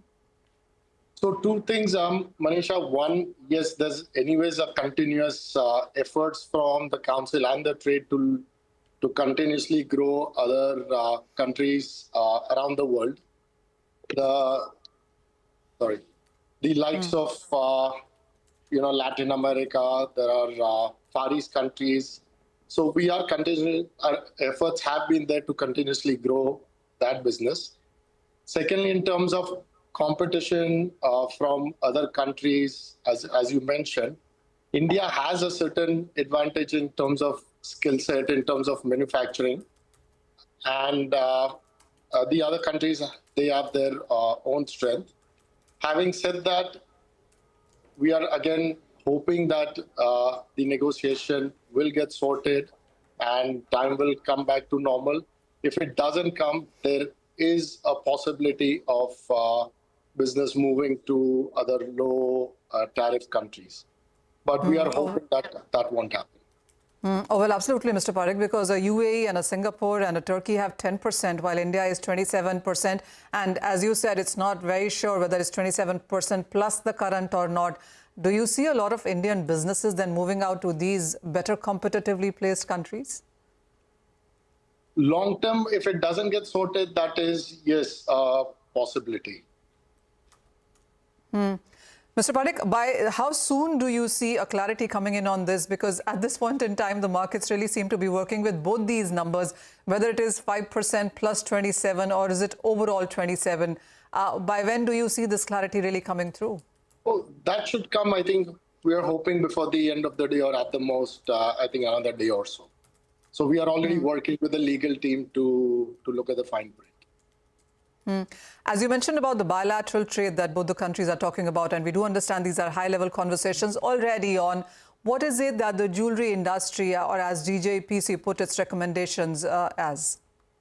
So we have already proposed to the government to lower some of the tariffs that we have to import, for example, jewelry, loose diamonds from the US, and bringing it, so overall bringing it in line with the duty that we have compared to the US. And by largely, we agree, and the government kind of agrees with the thought process.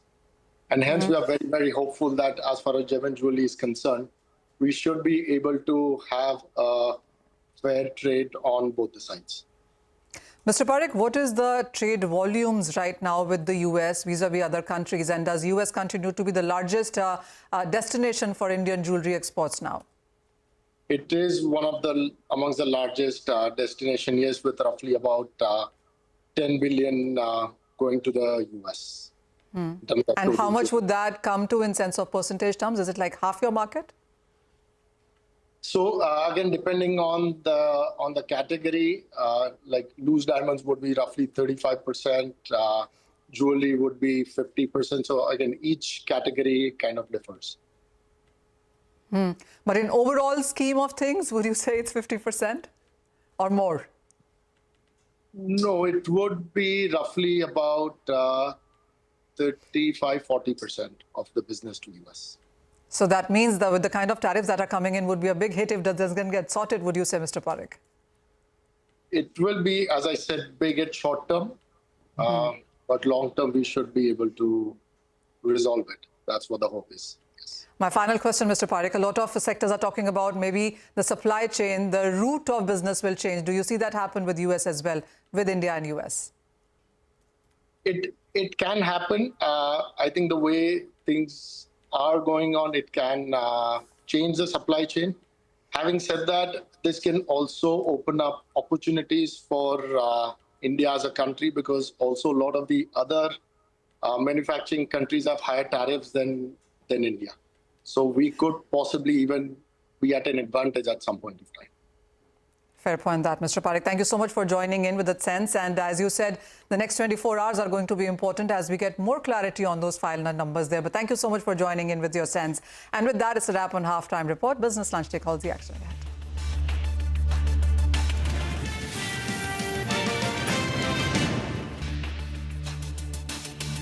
Immediately what I was talking about, I said, Shinzo, we have to do something. He said, I know that.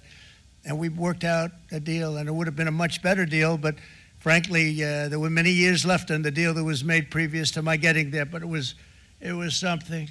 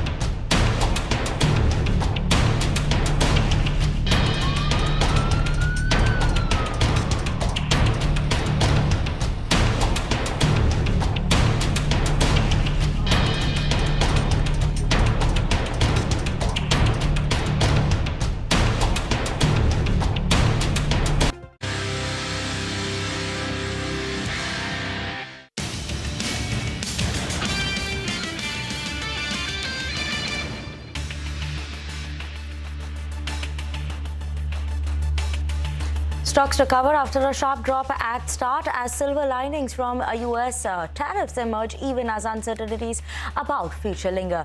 Pharma and utilities are the big gainers while IT is a big drag. US President Donald Trump slaps hefty tariffs of up to 50% on trading partners, disrupting the world trade order. Economists expect this to dent the global growth, fuel inflation, and roil the markets. Exports from India will attract a high reciprocal tariff of 27%, but less than imposed on China, Vietnam, Indonesia, and Bangladesh. This can boost textile and electronic exports, even as drug makers cheer being excluded from tariff ambit. India government in a huddle post Trump's reciprocal tariff announcement. Sources say meeting is underway to discuss the impact and assess India's strategy. The government is not in favor of any knee-jerk reaction. Experts are aghast at Donald Trump's method of tariff computation that ignores real tariffs and expenses trade surpluses as a percentage of exports. Some, like India, gain from the novel formula. An RBI letter to Bajaj Finance expresses its displeasure over lapses in maintaining and managing data of co-branded credit card customers. It directs lenders to take corrective steps. Bajaj Finance is yet to respond to CNBC TV 18's query.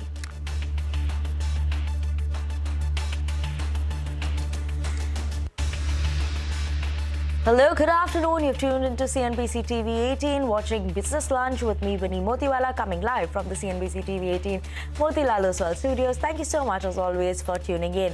While obviously we did see a bit of a red start coming in for the Indian markets, a sharper red start, now we've started seeing that recovery coming in. And as of now, 23,200 levels is what the Nifty has managed to hold on to, post the 10 o'clock time period that we're seeing coming in. So, people were understanding what actually happened on the Trump tariff front, who would be benefiting, who would see a bit of a negative impact. Mid caps, that's an interesting one. While it went up in the green, it came down again, but recovered from the day's lowest point. So as of now, it's down 0.4%. Small cap managing to hold on to some bit of that flip-flop between the red and the green, but not much of a sharper decline that we're seeing coming in for the Nifty small cap. Banks, that's seen a sharp recovery in today's trading session. From the red, it's moved to the green, managing to hold on to that. And at the day's highest point, even as of now, 51,470 levels is what the Nifty bank is at. Top sectoral gainer today, the one that opened with a bang, was Nifty Pharma, because it was the pharma play was exempted from those Trump tariffs, and they were cheering that. So Nifty Pharma opened up with gains of almost 4-5% in today's trading session, now holding on to gains of 2.3%. So that's also settling down. PSU Banks is another one that saw good recovery coming in today's trading session, up almost 1%. Now the big drag today was the Nifty IT that felt a bit of a brunt coming in down, and as of now trading at the day's lowest point. Nifty IT is down 4.3%. So surely keep an eye out on that and where that is going to be headed. A lot of other stocks, individual stocks, are moving on the back of these Trump tariff issues, but we'll take you all through that a bit later. But first, let's go across to what's actually coming on that front. Now, US President Donald Trump had announced his tariff strategy last night. A baseline tariff of 10% on all countries will be effective from the 5th of April, while the discounted reciprocal tariff will come into effect from 9th of April. President Trump also said that the U.S. will charge an import duty of 27% on India and 34% on China.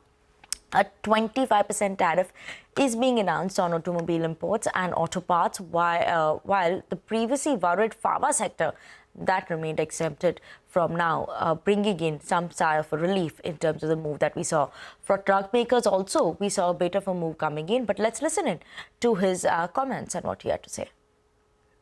For these reasons, starting tomorrow, the United States will implement reciprocal tariffs on other nations. It's been a long time since we even thought of that. We used to think about it a lot. We didn't think about it for many decades, and you see what's happened.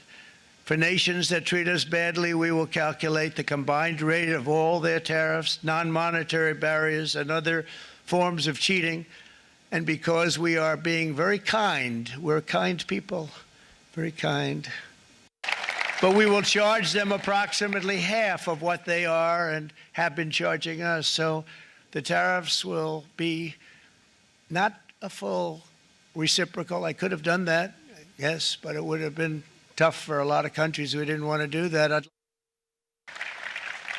So if you look at that, China, first row, China, 67%. That's tariffs charged to the USA, including currency manipulation and trade barriers. And so we're going to be charging a discounted reciprocal tariff of 34%. I think, in other words, they charge us, we charge them less. So how can anybody be upset?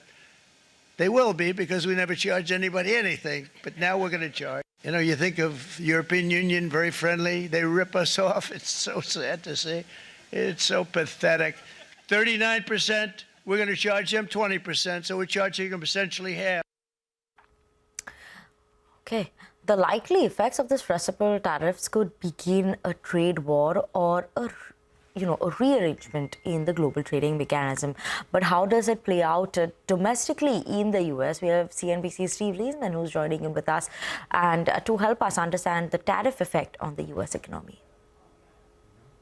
I think it's worse. I don't know what the average tariff is.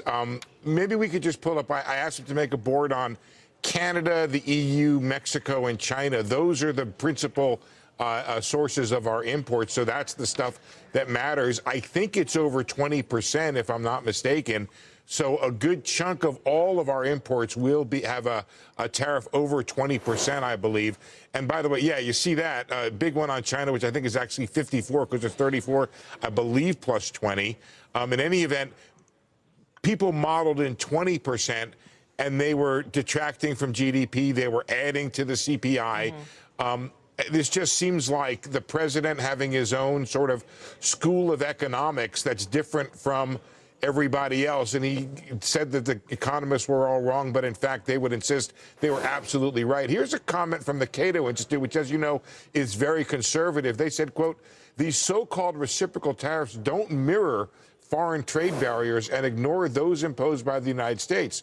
For all of President Trump's talk of a new golden age, this huge tax increase will inevitably result in higher prices for American families, lower growth and business investment, and diminish exports and manufacturing output. So it is not a good forecast or a good look from the economists and the forecasters. And as you can see from Wall Street on these tariffs here, the president believes this will lead to a golden age of growth and increase in manufacturing. Economists believe it will lead to lower growth and higher inflation, and really puts the Fed in a pickle here. You can see that there was something of a bump, however, in the probabilities of Fed rate cuts, and I think that comes from a view of greater economic weakness, and they believe that it will be so great, I think, that the Fed will be forced to ignore the surge in inflation.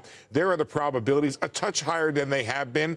That December number for the third cut had been as low as 60, even 50%. But now that he's very serious about these tariffs, you have the market saying, hey, the Fed's going to cut 3 times because I believe not that inflation is going to be low, but that the economy is going to be that bad. Thank you so much for that. Now let's move on. The U.S. trading partner countries reacted to the tariff announcement and vowed swift retribution. Now here is what the world leaders and top government officials had to say on the announcements. President Trump's announcement of universal tariffs on the whole world, including the European Union, is a major blow to the world economy. I deeply regret this choice. Let's be clear-eyed about the immense consequences. The global economy will massively suffer. Uncertainty will spiral and trigger the rise of further protectionism. The tariffs will also hurt consumers around the world. It will be felt immediately. Millions of citizens will face higher grocery bills.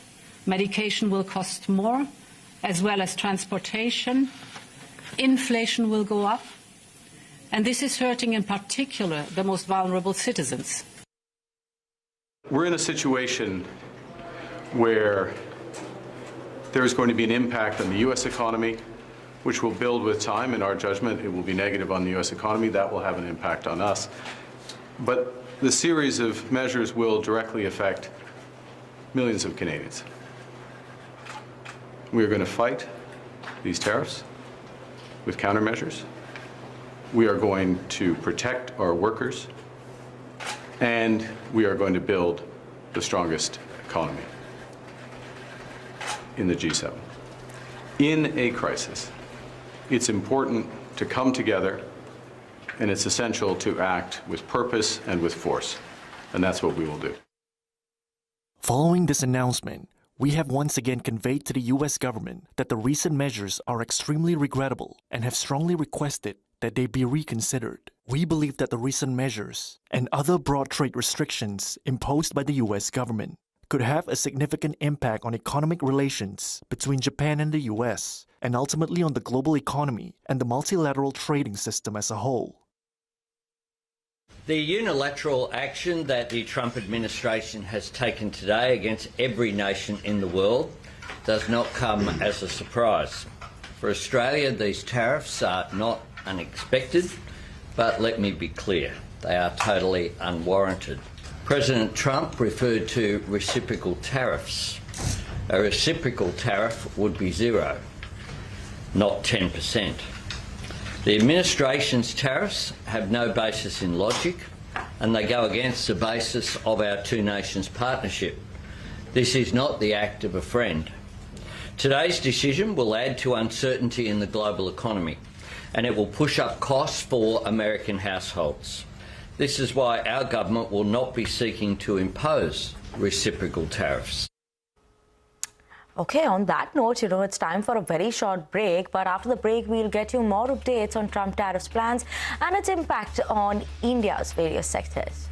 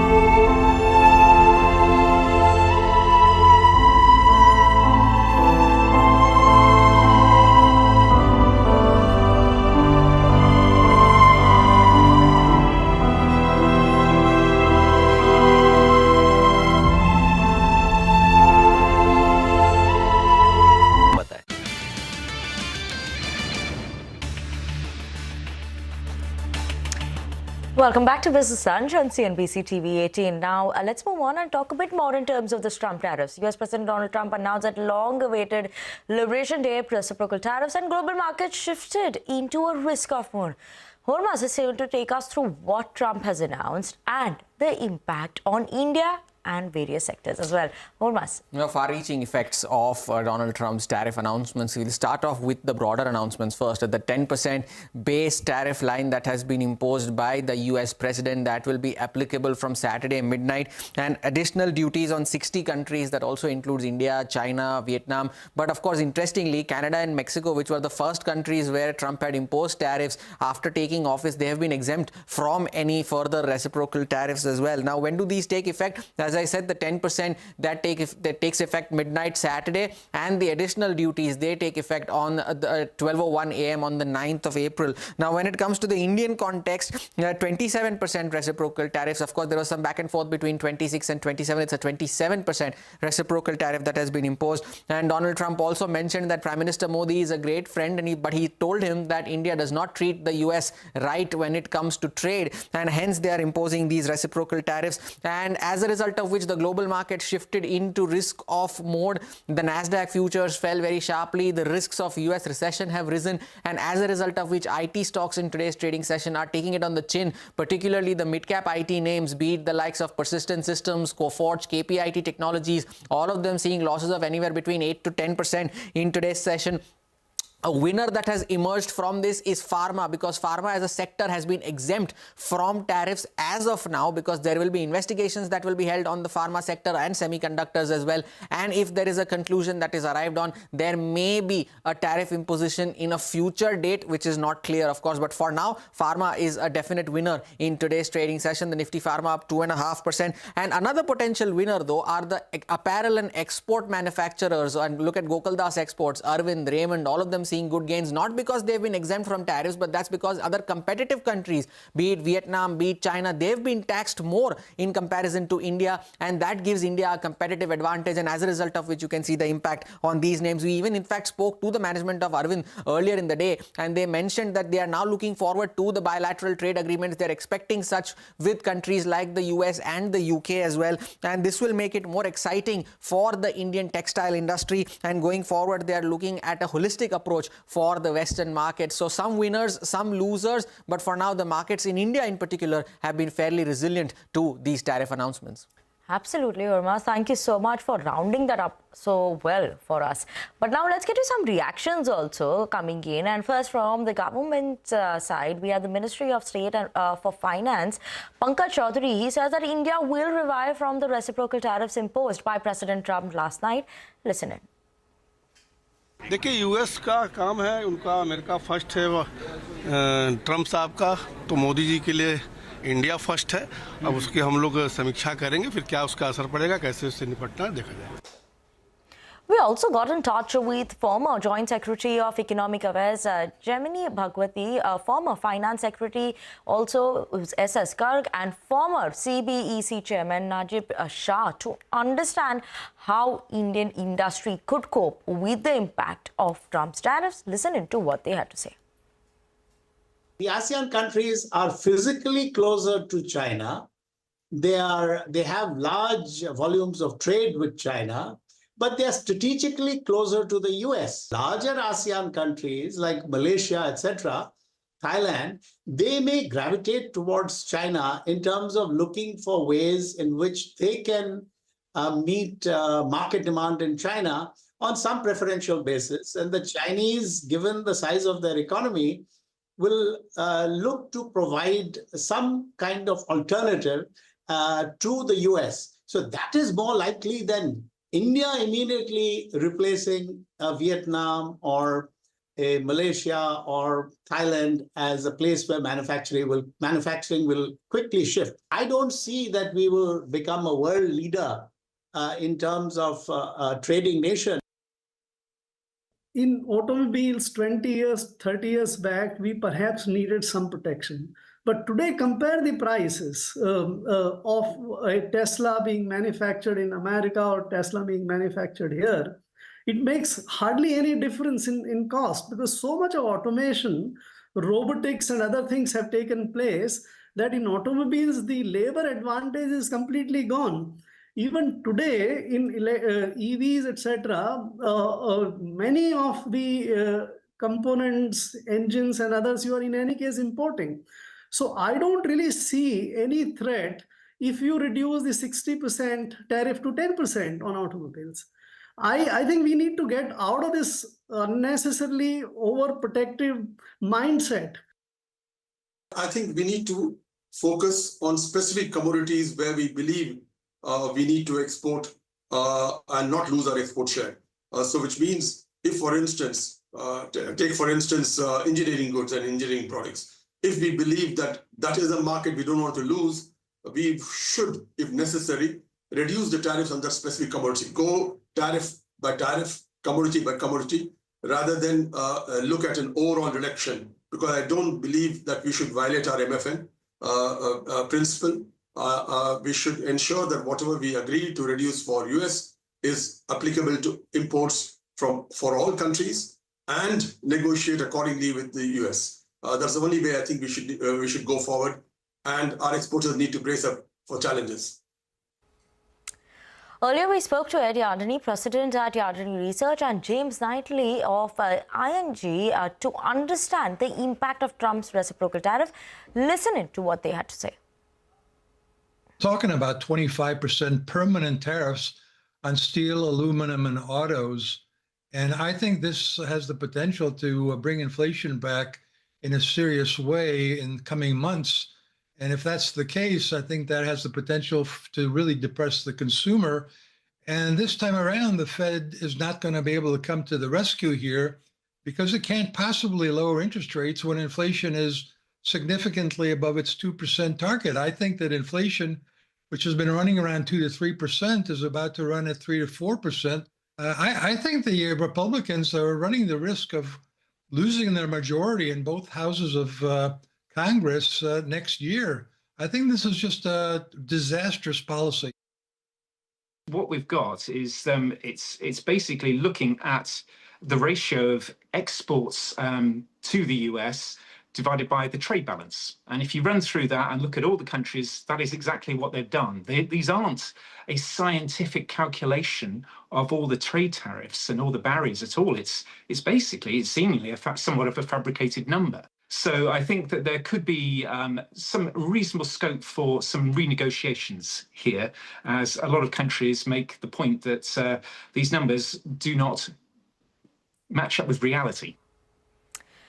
Earlier, we also spoke to Sandeep Bhatia, Managing Director and Head of Equity India at Macquarie Capital, and he had highlighted on this front as well that Trump administration was not immune to internal politics pressure as well. Listen to what he had to say. The Trump administration not immune to domestic internal US political pressures and requirements, and the pharma business is definitely integrated into the entire medical healthcare system in the US. So we remain positive on pharma. We like Sun Pharma. And this is, I think, an indication of what should be taken as a broader message, is that the tariffs that have just been announced are opening move, and there could be negotiations. India is already in bilateral trade agreement negotiations, and we could see changes in the tariffs for India and even for some other countries. We also spoke to Nilesh Shah, Managing Director at Kotak Mahindra AMC, and Neelkanth Mishra of Axis Capital, who gave their reactions to Trump tariff orders as well. Listen in.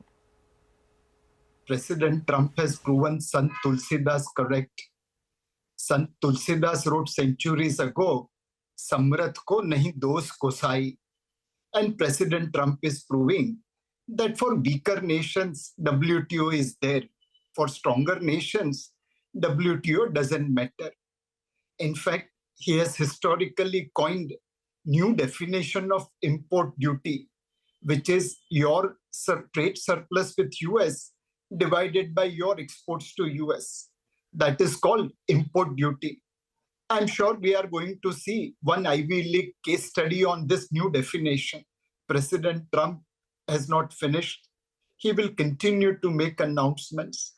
And it is up to India as to how we leverage this.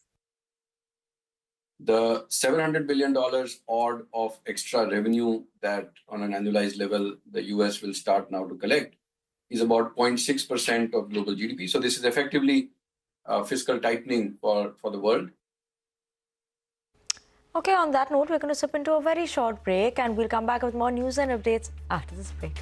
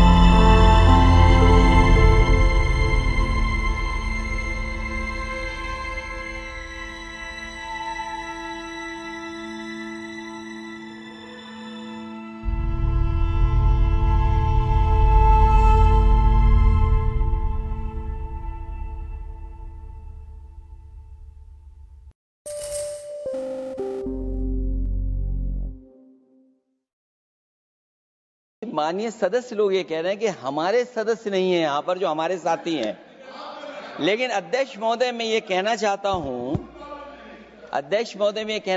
हूँ ये जो bill लाया जा रहा है, Bharatiya Janata party में एक मुकाबला चल रहा है। भारतीय जनता पार्टी के अंदर मुकाबला चल रहा है कि खराब हिंदू कौन बड़ा है। और ये बात अध्यक्ष महोदय मैं ऐसे ही नहीं कह रहा हूं।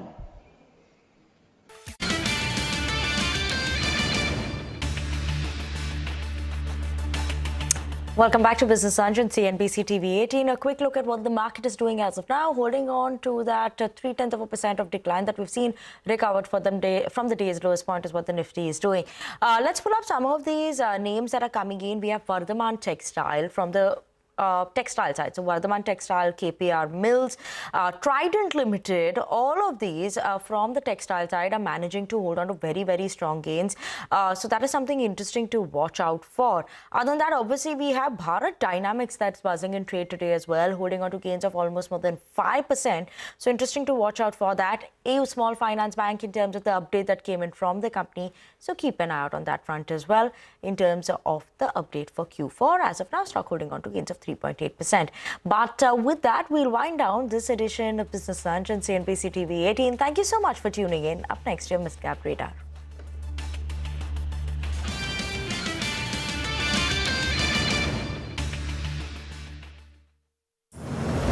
With the baton of power set to shift, Bharat's youth will drive the next wave of change. The biggest leaders and policymakers, global trendsetters, business icons, and entrepreneurs will come together to inspire the next generation of change makers. Don't miss your chance to witness it all live. Rising Bharat Summit 2025.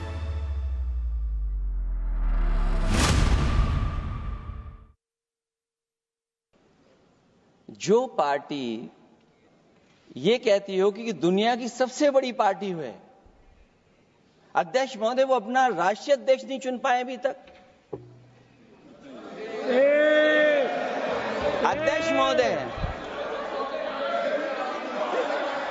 अध्यक्ष महोदय Bharatiya Janata party क्या है?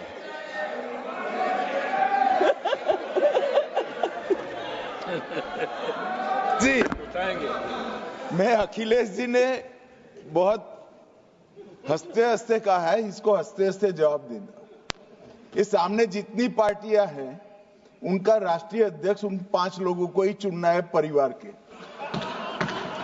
हमें माननीय अध्यक्ष जी करोड़ों सदस्यों में से 12-13 करोड़ सदस्य प्रक्रिया कर कर चुनना है तो देर लगती है, आपके यहाँ जरा भी देर नहीं लगेगी। मैं कह देता हूं अभी 25 साल तक आप अध्यक्ष हो जाओ, नहीं बदल सकता। अध्यक्ष महोदय, क्योंकि जो बात निकल के आई है वो मैं फिर आगे बढ़ा दूं। अध्यक्ष महोदय, जो बात सोशल मीडिया या और जगह गुपचुप हो रही है, कहीं ऐसा तो नहीं था कि अभी कुछ दिन पहले यात्रा जो हुई है वो कहीं 75 वर्ष की एक्सटेंशन वाली यात्रा तो नहीं थी?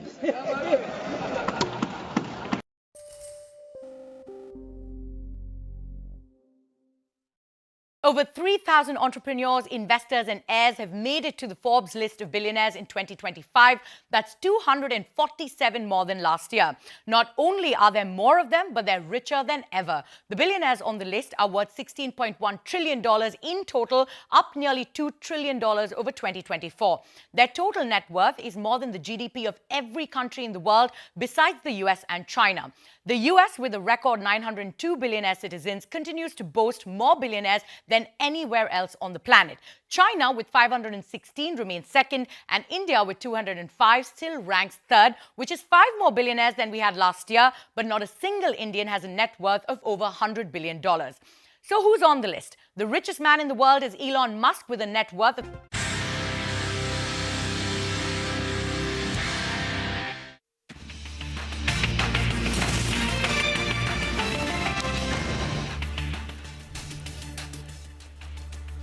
It's red on the screen, but the bulls will be happy that the shade of red is not as deep as what Vamakshi is wearing right now. But you're watching Midcap Radar live from the CNBC TV 18 Motilal Oswal studios. I am Hormuz Patakia and Vamakshi, good afternoon. The bulls will be fairly happy to see the screen right now, considering it's also the weekly expiry today. Well, absolutely, Hormuz, lower, but we're still quite resistant today, especially, the mid-cap and the small-cap end of the market. It has not fallen as much, so that bodes well. But, there's a lot lined up on the show for you. So let's get started with some of the top headlines. Stocks recover after a sharp drop at start as silver linings from the US tariffs emerge, even as uncertainties about the future linger. Pharma and healthcare are the big gainers. IT and auto drag. Mid-caps fall in line. GMR Airports has surged after Citi initiates coverage with a buy recommendation and a 90 rupee price target, saying that the company is fundamentally well placed as they anticipate India's passenger volume growth to increase. AU Small Finance Bank gains after their fourth quarter business update shows that the company has achieved its growth guidance for FY25. Poonawalla FinCorp sees assets under management rise over 40% year-on-year. Stock gains over 3%. Dabur's corrected over 6% following a weak fourth quarter business update. The company is expecting FMCG volumes to remain subdued along with flat revenue growth. IT is the top sectoral loser as Trump's tariff announcements raise concerns around growth and bring up fears of a recession in the United States. Names like Persistent, Coforge and Emphasis lose between 4 to 9%.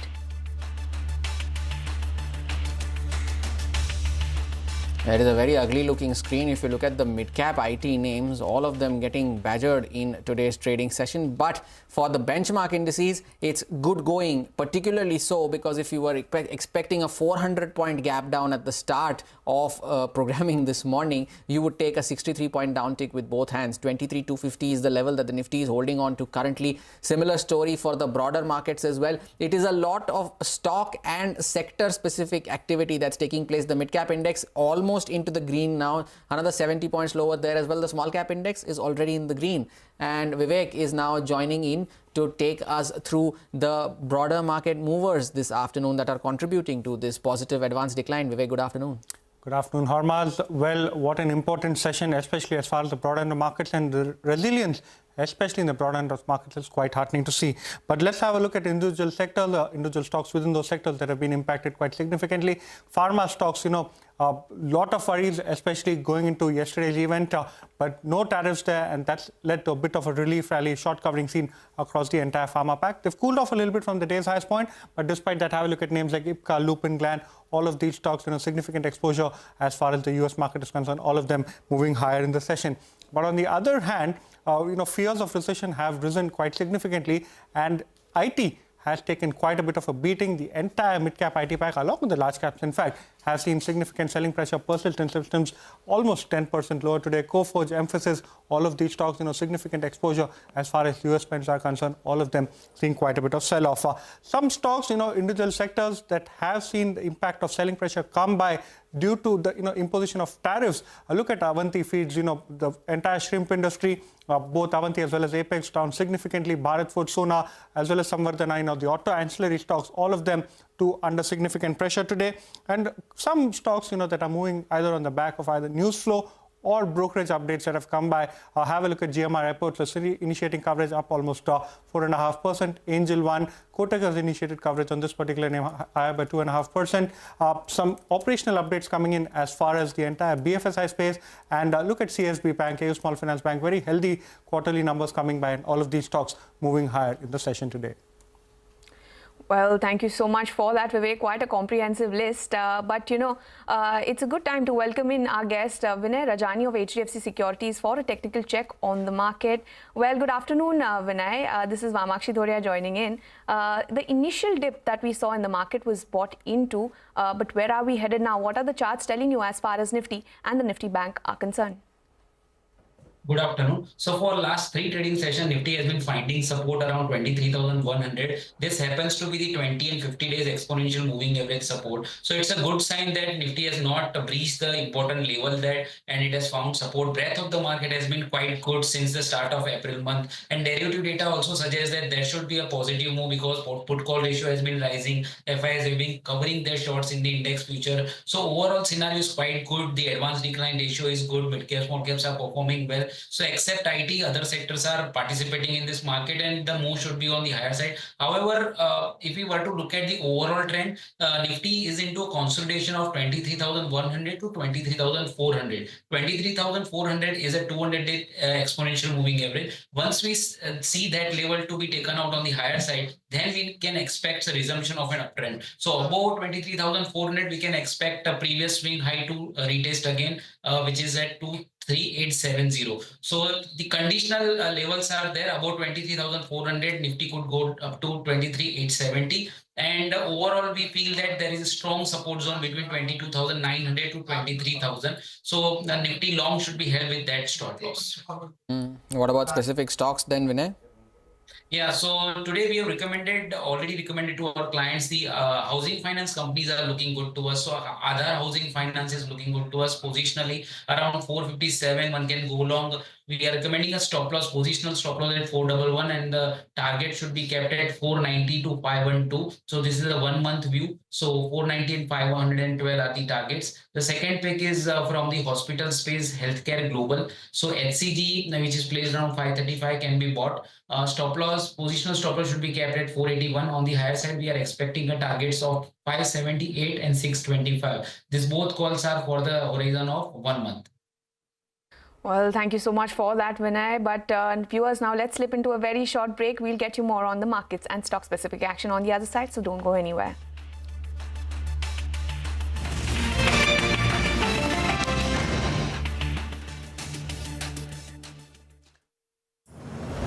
With the baton of power set to shift, Bharat's youth will drive the next wave of change. The biggest leaders and policymakers, global trendsetters, business icons, and entrepreneurs will come together to inspire the next generation of change makers. Don't miss your chance to witness it all live. Rising Bharat Summit 2025.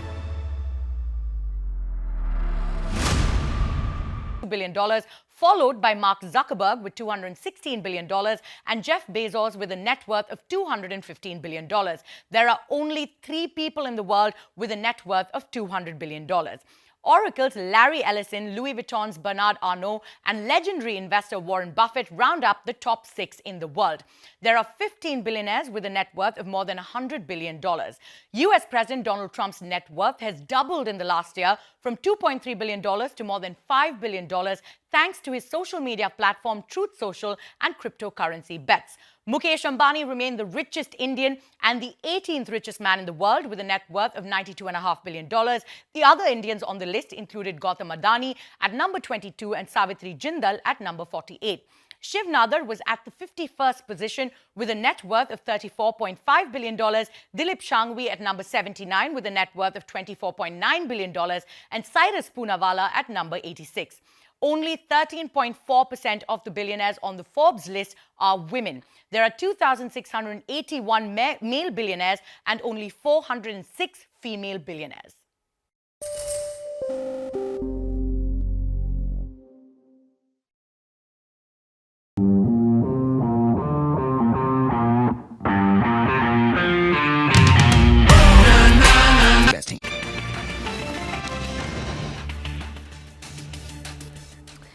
Welcome back. You're watching Midcap Radar on CNBC TV 18. One stock that is actually gaining momentum in trade today is Bajaj Retail. The company reported its Q4 update. They reported a 55% jump in their revenue in the fourth quarter. For FY25, the revenue growth stands at 38%. And to discuss just that, we are being joined by the management. We are being joined by Shreyans Surana, who's the managing director of Bajaj Retail. Well, good afternoon to you. Let's understand from you. Q4 revenue stood at 345 crores. Can we get some more internals from you in terms of the products as well as the revenue mix? Good afternoon, everyone, and thank you for having me at your show. I think this year has been very good for us in terms of the guidance that we have given. And as you said, Q4, we have grown by 55%, mainly on the account of early festivals in the month of March. So there was a shift of Eid sales from April to March of around 7 days. So there's an impact of that also in this numbers. We have almost opened around 52 stores for the entire financial year. And we have grown at a rate of 38% for the entire financial year. We started this year with a guidance of around 25% in terms of revenue. Which we shifted to 30%, and at the full year we are at 38%. And at the L12 growth, we were at around 8% as a guidance at the start of the year, which we again changed to 10%, but we landed around 13% in terms of L12 growth for the entire year.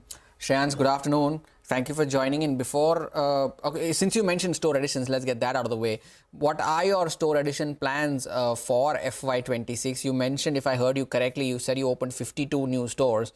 What are your targets for the new financial year, and what are the specific geographies that you're targeting as well?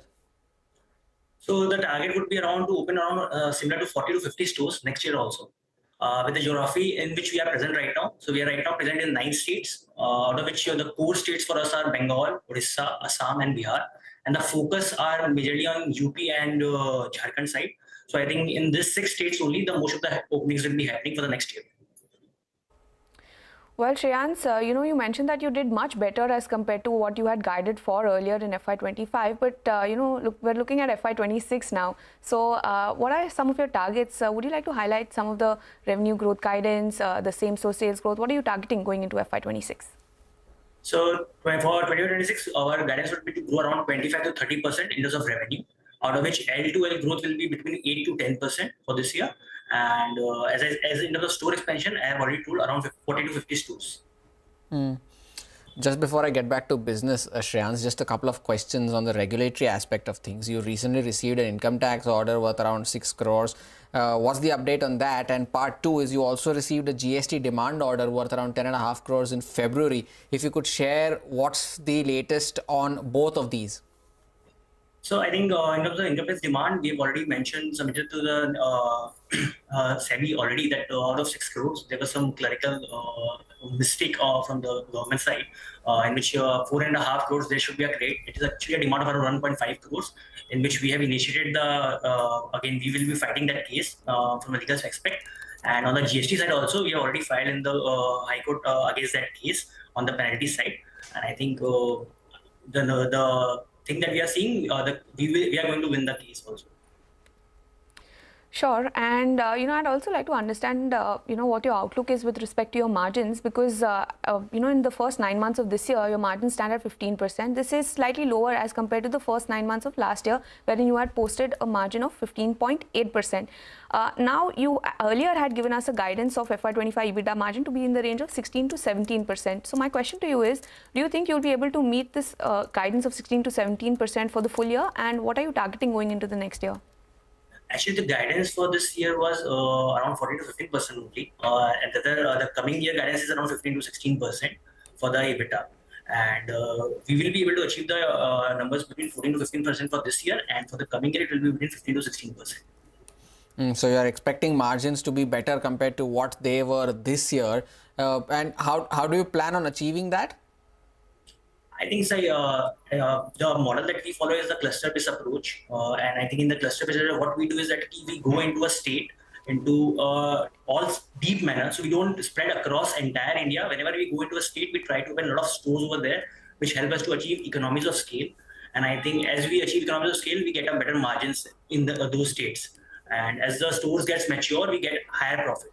And I think that is the reason, as the SSG numbers are doing good in all the mature stores, and we are able to achieve these margins.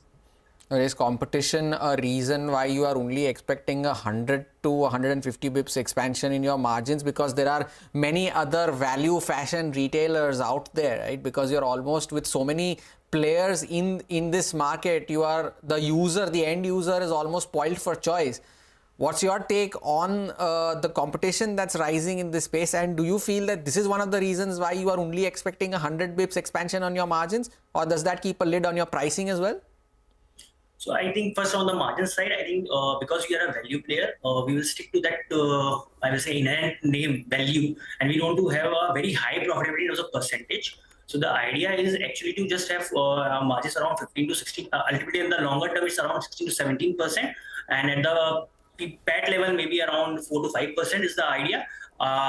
Anything above that should be passed on to the consumer, just to that you have the value thing in your stores and in terms of pricing and quality. Coming to the competition, I think the market is big enough for every player. As we are opening in tier 2, tier 3 cities also, if you see, this is a very highly unorganized market. Even in tier 2, tier 3, we are opening in high streets, which is more unorganized. And the idea is to give them three things: the lower middle class and the middle class. It's a comfort, quality, and the pricing. And we are giving them that ambience and where they can come together as a family. They can shop under one roof with all the air conditioned facility, trial room facility, with the pricing. That is the reason that everyone is growing in this space. What we are doing in order to sustain this growth with a good profitability, we are focusing a lot on backend also. So we this year, as you rightly said, for the first 9 months, the margins are lower than last year in terms of EBITDA, which is mainly on the account of the backend expenditure that have been increased. And we are working a lot on the technology side and the data analytics side for this year, which will be able to sustain us for the future growth and profitability, which will help us to grow there. All right, Shreyans. And what about the debt on the book? As of September, your debt was at 668 crores. This is much lower as compared to 1,700 odd crores that we had seen in the month of March. So where does the debt stand at now? So the net debt would be around, for this year would be around 100 crores, net debt for the 31st March, I think. And do you expect that to bring it down to zero anytime soon? Not be, it's a working capital, which will be a part of this business. But yeah, it will reduce. I think in the coming year, we expect next 2 to 3 years, we will be a debt-free company. All right, Shreyans, thank you so much for sparing time and joining us today. Wish you good luck for FY26 as well. The management there of Bazaar Style Retail, a healthy fourth quarter update. The stock was up 20% yesterday, building on those gains, almost 6% higher in today's trading session as well. By the way, just before we take that break, some of the other movers in today's session though is Vardhaman Textiles is one of them. We mentioned about textile and apparel names being some of the potential winners of this Trump tariff impositions, and Vardhaman Textiles now the top gainer on the Nifty 500, 15% higher on the stock at the highest point of the day. What's also doing well though is Tejas Networks, 9% higher on that stock as well. And IDFC First Bank, after its quarterly business update, has surged 6.5%, and also among the top performers and at the highest point of the day is IDFC First Bank. Take a short break, but just before we do that, here's some good news for our viewers. India's business news leader is now just a click away, and that is CNBC TV 18's all-new app.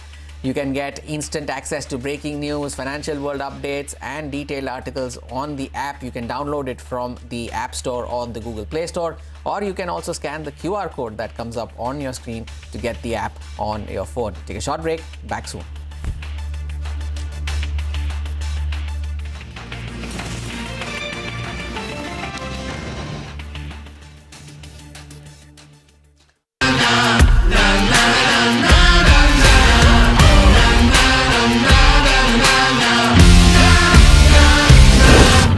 Make informed decisions with comprehensive analysis on the go. Strengthen your portfolio with real-time market updates on the go. Create effective strategies with insightful expert opinions on the go. Grow on the go with CNBC TV 18, now streaming live 24/7 on YouTube. How about listening to global market maestros before crafting your investment strategy? How about getting deep insights into their businesses from top Indian honchos before putting your money on the line? How about making every trading day profitable with strategies from the market masters, macro pundits and chart wizards? Only one show gives you a head start to your trading day.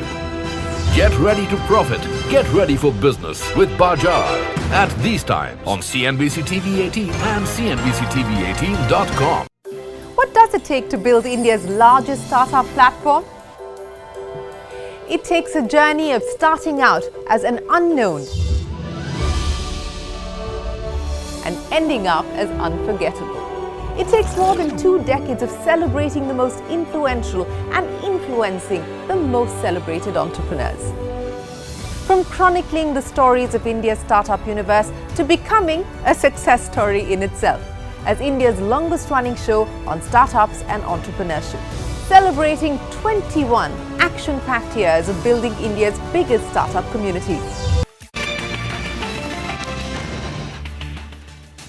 Welcome back. And while the focus is on Donald Trump, tariffs and the impact of that, a lot of business updates have been trickling in over the last few minutes. Marico is one of them, and it was a decent quarterly business update. And Mangalam is here to tell us just that. Mangalam. Well, it is a decent quarterly business update, and as a result of which we've seen the stock recover from the lows as well. Let me take you through what the company is seeing in terms of demand. They are seeing stable demand conditions with mixed, mixed news coming in from urban with improving rural trajectory as well. For India, they expect sequential volume growth, and that's a positive. And importantly, the international business as well for them is growing in mid-teens constant currency. What does that do to the overall consolidated business? It's moved to high teens on a year-on-year basis in the fourth quarter. And remember, it started weak in the first couple of quarters, picked up in the next couple of quarters, and as a result of which, the entire year will see high growth in double digits for FY25, and they believe this will continue for FY26 as well. Margins had been a problem for Marico over the last couple of quarters. The company said that there would be marginal operating profit growth in this quarter, so that should be a positive, and they expect this momentum to continue. Parachute coconut oil witnessed some sluggishness, but they believe this is seasonal. The most important part for me was that after many quarters of weakness in value-added hair oils, it's beginning to show gradual improvement, and that's also a barometer of the improvement in urban demand, and that explains why the stock is marginally in the green after being in the red for most part of today's trading session. Well, that was Marco for you, but Mangalam, do stay on. Dabur is trading more than 7% lower following a weak Q4 business update. So tell us more. A couple of reasons why Dabur is under pressure. The one reason is the weak fourth quarter numbers, where the company said that, the consumer sentiment has been weak for them. In this quarter itself in India, they've seen, mid-single digits sort of decline in their FMCG business, and that was led by urban slowdown, that was led by delayed winters, and that was also led by the modern trade uptick and general trade slowdown that these guys are seeing for the company. The second major reason for, the stock to decline in today's trading session is there is no revenue growth. The margins have compressed by about 150 to 170 basis points, and this against what the management had told us at the end of the third quarter itself, saying that the worst is behind and things are improving. It's the third straight quarter where the management's commentary post-quarterly earnings does not match the next quarter's update, and as a result of which we've seen weakness in Dabur, the stock lower today. Well, absolutely, Mangaram. The stock is trading lower today, but let's move on and let's also focus in on GMR Airports. The stock is trading with gains of nearly 4% after Citi has initiated coverage on the stock with a buy rating. Vivek Iyer is now joining us to tell us more. Vivek? Well, that's right. So GMR Airports is in focus. A very interesting, important note coming in from Citi as far as GMR is concerned. They've initiated coverage on the stock with a buy rating, target close to 90 rupees a share. What is it that they're saying? They're calling it an India airport pure play business. They say it's fundamentally well placed, where they see India's passenger volume growth at 8% CAGR from FY24 to FY27. Also, they say that the company's assets actually pose competitive advantages with the free cash flow cycle turning positive. Regulations at this point of time are quite defensive, and along with that, they say that GMR is expected to turn profitable from FY26 onwards, where the core earnings for Citi actually stands at 5 to 6% above the street estimates. Along with that, what is it that will drive profitability as far as GMR is concerned? 8% traffic growth in FY26. 2.4 times tariff increase at the Delhi airport, and 7.5% per annum increase in non-aero spending per passenger across Delhi, Hyderabad as well as Goa. So overall, a strong note coming from Citi. GMR doing very well in the session today. Well, thank you so much for that, Vivek. 23,270 thereabouts is where the Nifty is at. The mid-cap index, though, has managed to now slip into the green. In fact, good recovery for the mid-cap index. There you have it, 0.06% higher. But that's all we have on Mid-Cap Radar today. MF Corner, when we return, so don't go anywhere.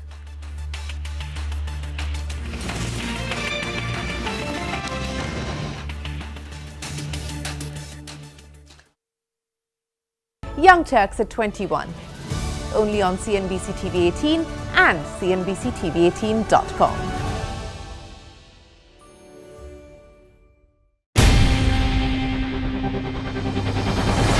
CNBC TV 18's most comprehensive and award-winning news show, India Business Hour, drops first on YouTube. So get the first access to the most influential architects of policies and politics, the key newsmakers of the day. Discover the big themes as we decode the business of markets, macros and more. Be the first to go to the heart of all the top stories that drive the day's agenda. Catch the award-winning India Business Hour live every night on YouTube with me, Shireen Bhatt. India Business Hour live on YouTube at CNBC TV 18, weeknights at 7 p.m. Talking about 25% permanent tariffs on steel, aluminum, and autos. And I think this has the potential to bring inflation back in a serious way in coming months. And if that's the case, I think that has the potential to really depress the consumer.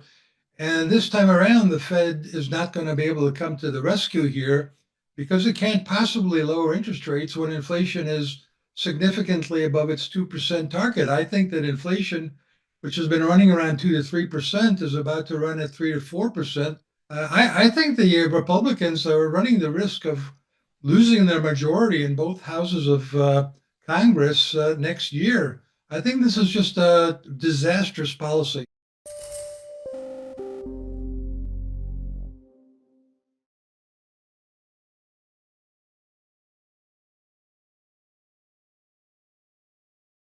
There certainly is going to be a near-term spike up in inflation, but in 12 to 18 months' time, are we going to be in that sort of still lingering at 3 to 4%? I'm doubtful, and therefore there's still, I think, scope for 2 rate cuts that we have. We've got I think near-term, the Fed are going to be hesitant.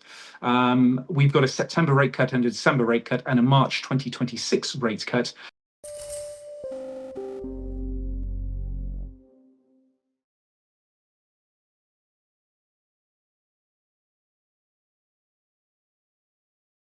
My fellow Americans, this is Liberation Day, waiting for a long time.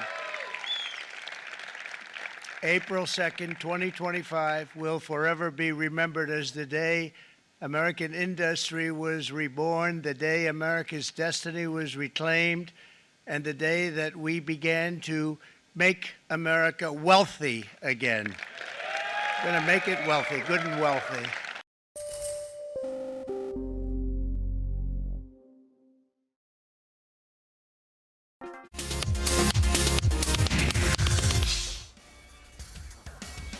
Hello, good afternoon. You've tuned into Mutual Fund Corner on CNBC TV 18. I'm Vinny Motiwala, and thank you so much for tuning in as always. Now, today what we were talking about since the get-go was US President Donald Trump announcing that 27% import duty on India. But what does it mean for a mutual fund investor as well, right? Overall, in terms of the investment that they would be making in the US market, should Indian investors now trim their exposure if they have that in any US-based funds that they're holding? What is it that they're watching out for? Should they be looking at pharma, IT, shift to other sectors? What is the outlook on this front? We'll be discussing all of that. And to discuss that, we do have our expert joining in with us for today, Jimit Modi, founder and CEO at Samco Group, to talk to us about that. Jimit, good afternoon, and thank you so much for joining in with us. Interesting day to talk about, especially US, in terms of the funds. What should one be doing, right? Now, given this evolving economic landscape that we've seen today, the change that we could see coming in terms of trade as well, do you believe that, US funds is something that now one should look at getting out of? We've seen that run-up coming in for US funds as well, and that is now going to be fading out. What are the key indicators you are watching out for now? So first of all, thank you so much, Vinny, for having me on the show. It's an absolute pleasure. And it's a great day to be talking about the US in general. So, see, from the perspective of looking at US allocation in investor portfolios, the way to think about it, at least the way our systems are looking at the US, is that the best part of US's outperformance seems to be behind us. And going forward, we anticipate that emerging markets in general should do better than the US. And with all of this tariff tantrum that is going on under Mr. Trump's presidency, there's all the more uncertainty in the US. So our outlook is that for the next 6 to 18 months, there is going to be great uncertainty in the US. And there are two possible outcomes. One is if there is a US recession, then there could be a prolonged bear market. Right now, the US has just entered correction zone. But if there is a recession, there could be a prolonged bear market, which could last between 18 to 24 months. And at the same time, if there is no recession, which seems unlikely at this moment after the Trump tantrum, then you could still see a 6 to 9 month correction. So the general outlook is that, if you've been overexposed to US equity over the past 12 to 18 months, it's good time to cut allocation. You should bring down allocation to a more sustainable level. An 8-10% US allocation in Indian investors' portfolio is a reasonable level. Okay, 8-10%. Oh, you're talking from the international point of view, or overall portfolio point of view? Well, if you are an Indian investor, from an overall point of view, an 8-10% US allocation is enough. Enough. And then other international funds you can still look to invest in, right? Over and above this. Yes, okay. With this rupee depreciation, historical depreciation against the dollar, Fed's potential rate cut moves also now that we're keeping an eye out on, right? Still, we'll have the RBI decisions coming in next week as well. Overall, what should one watch out for as a strategy? If it is a new investor, I don't have any investment in US, then, given that you're seeing this correction, or, given that we could see a fall, does it make sense then also to maybe look at it from that, lower NEV point of view and build up on this as a long-term story? So see, if somebody still wants to look at the US and thinks that, okay, this 10% correction is a good starting point for me to start looking at US mutual funds and US equities, then I think the best way to play that probably would be to do a staggered investment over a 12 or 18-month period. Because as I said, the pain is probably going to last for a bit. It's impossible to call a bottom. And in that case, the best bet for an investor is, if you have, let's say, 10 lakh rupees to invest, divide it over the next 12 months or the next 18 months and stagger your investment. And in such a case, what will happen is that if at all this correction continues, this bear market, this converts into a bear market, then you'll actually get the benefit of dollar cost averaging and better unit accumulation. Right. Jimit, now obviously when we talk about exposure to the US, we also talk about two specific sectors, that's pharma and IT. Now today, pharma surely is cheering because as of now, they're out of the woods. But IT, in terms of if there's a recession that comes in, the possibility of that which you're talking about, how should one play this story, right? Because they were said to be defensives.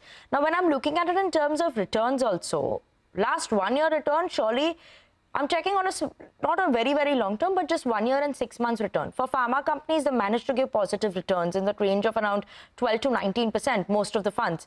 While 6-month return, we're seeing a decline because obviously pharma stocks overall were seeing a fall coming in the last 6 months. IT also, similarly, in the last 6 months is when we've seen that decline coming in, right? Do you think now this play will be changing and the decline that we've seen for IT stocks is something that could sustain? And as a thematic fund, if you're holding one of these, what should they be doing as a story? Pharma, IT, both separately? And now does it make sense to start playing those consumption capex themes also as a domestic play coming in? Okay. So see, as far as the allocation to pharma and IT is concerned. So first, let me talk about IT because I think with this, if at all the US goes into a recession, then the most affected is going to be the Indian IT sector. And in case, investors have, and the thing about thematic sectoral funds, specifically sectoral funds that are focused on a particular sector, it's very important to get the timing right, because if you get caught on the wrong end of a cycle, you could see sustained underperformance and poor results from a portfolio perspective. So I think IT, the best, at least for the next 6 to 12 months, seems that it's behind us. Even pockets of the IT indices, our systems suggest that there is excessive valuation, there is some amount of pressure that is yet to come in. So definitely that is one space to stay away from, at least from an incremental allocation perspective. And if somebody made an allocation at a lower level, it might not be a bad time to trim allocation. Now, coming to pharma specifically, as you rightly said, they are happy of the fact that they're out of the woods for today, but there is still going to be uncertainty of the fact that whether this is temporary or pharma is actually permanently going to be out of this whole tariff tantrum issue. So my sense is that the investors should not get swayed by the fact that, oh, our pharma has been left out, let's go all in pharma and let's make this like a 10-15% allocation of our portfolios. My suggestion is that at best, if you're looking at sectoral funds like a pharma fund, they deserve a not more than a 4-5% allocation even for a risky investor, and which should remain the case. So don't try and go overboard with pharma, but yeah, I mean, considering the fact that it is one of the safer spaces to be in, and it is insulated from tariffs, at least for now, it may not be a bad idea to have some allocation as a part of your overall mutual fund portfolio. Okay, some allocation is what one could go in for pharma, but don't go gung-ho on it, is what Jimit is saying as well right now. Do you think that my other point was in terms of consumption story, the capex story? You have so many options, right, on the thematic side as well. So I want to know, does that make sense? And, is it better to look at overall as a fund story, if I'm looking at multi-asset funds, where companies or where funds have more exposure to these consumption capex stories? Yeah. So, when first, from an investor strategy point of view, I'll answer the second question first. If you are an investor who's starting out in 25, 26, has a 3-4 year outlook, I think the times that we are in the sense that we are going through a economic world war of sorts, and which has just started really. Now, and in such a time, it is actually best that an investor has exposure to multiple asset classes that are uncorrelated to each other. And I think multi-asset allocation funds are a great way to play that, because as a fund category, an investor will get exposure to equities, which will have some amount of domestic equity services, which form a part of the composition of the Indian indices. You'll also get some exposure to commodities like gold and silver. You'll also get some exposure to debt. So all in all, it actually will be a well-balanced portfolio to sort of make sure that you are able to navigate through this time that probably will last for the next year and a half or two at least. So that's point number one. Now, as far as, if you're looking at Indian consumption, that's a great story in the sense that if you look at the past 10 years, the Indian government has focused excessively on infrastructure spending, developing roads, ports, defense, all of that. And this year's budget actually made a shift towards consumption because it actually put more money in the hands of the Indian consumer, after the income tax slabs, which have actually gone in from the 1st of April.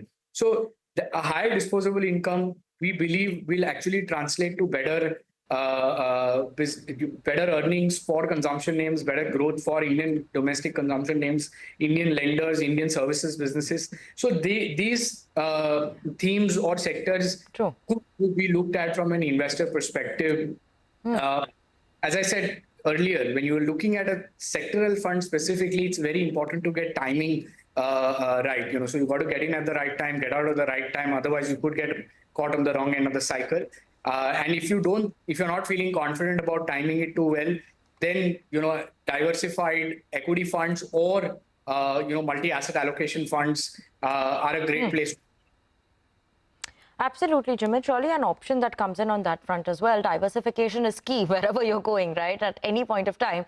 That's the key, and investors should always remember that, because every expert we talk to, time and again, diversification is something that will save you. If one thing goes downhill, there's at least something to protect you. Jimit, what I want to understand is in terms of if we reduce our exposure in terms of US. I still want some international exposure as well, right? Apart from US. What are the alternatives I have as an Indian mutual fund investors? What is looking attractive right now? So, we are an algorithmic asset management. The way we look at things is that, where are trends moving? And one of the cases where we believe that a new trend is emerging is Chinese equity. So, China has actually been beaten down for the past few years. It's started to make a comeback sometime in the second half of last year. And especially Chinese tech after DeepSeek has seemed to sort of found a lot of interest and is beginning to show an uptrend. So I think if investors were to look at some other global asset allocation, then there are Hang Seng tech ETFs available. There are Hang Seng tech fund of funds that are available. And in general, that is a great space that you can look at. Again, as I said, don't go overboard, don't go gung-ho. But a small 2-3-5% allocation will probably could act as a good upside kicker from an investor's portfolio perspective. Right. Jimit, while we do have China, surely turns out to be one of those plays, right, as a story. And like you were mentioning as well, just I'm looking at the returns in the last 1 year. Most of the funds in India, which have a Nasdaq exposure and all of them, they manage 11% return. We also have options coming from Japan, other emerging market opportunities as well. There are funds on that front as well. Does that also make into play, and does that make sense that you could look at other emerging markets as a bet right now?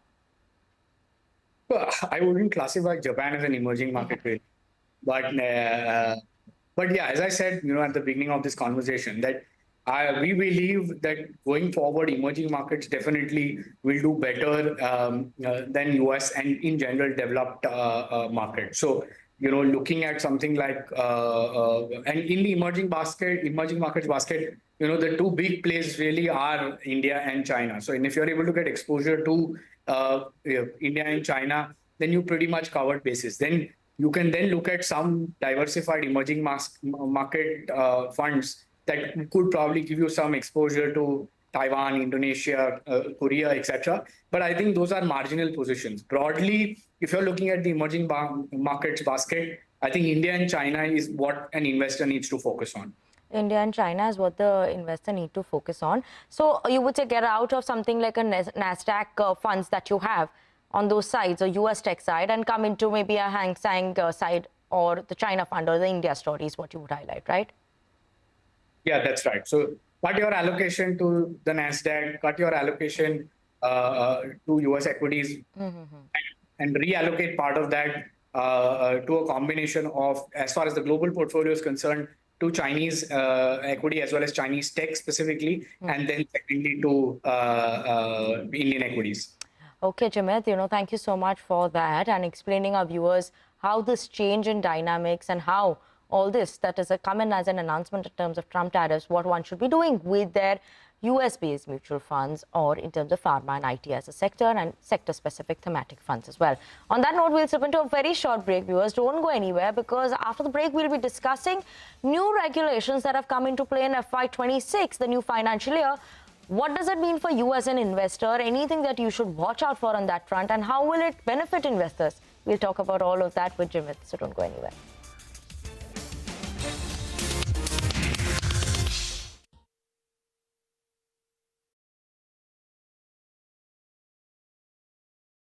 For these reasons, starting tomorrow, the United States will implement reciprocal tariffs on other nations. It's been a long time since we even thought of that. We used to think about it a lot. We didn't think about it for many decades, and you see what's happened. For nations that treat us badly, we will calculate the combined rate of all their tariffs, non-monetary barriers, and other forms of cheating. And because we are being very kind, we're kind people, very kind. But we will charge them approximately half of what they are and have been charging us. So the tariffs will be not a full reciprocal. I could have done that, yes, but it would have been tough for a lot of countries who didn't want to do that.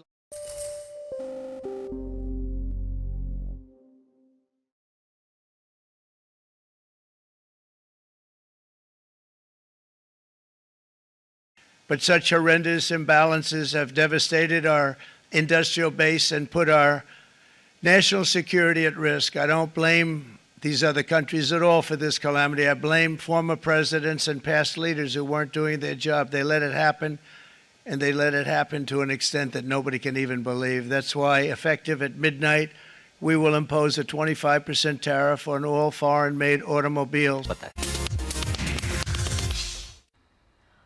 Welcome back to Mutual Fund Corner on CNBC TV 18. We still have with us Jimit Modi, founder and CEO at Samco Group.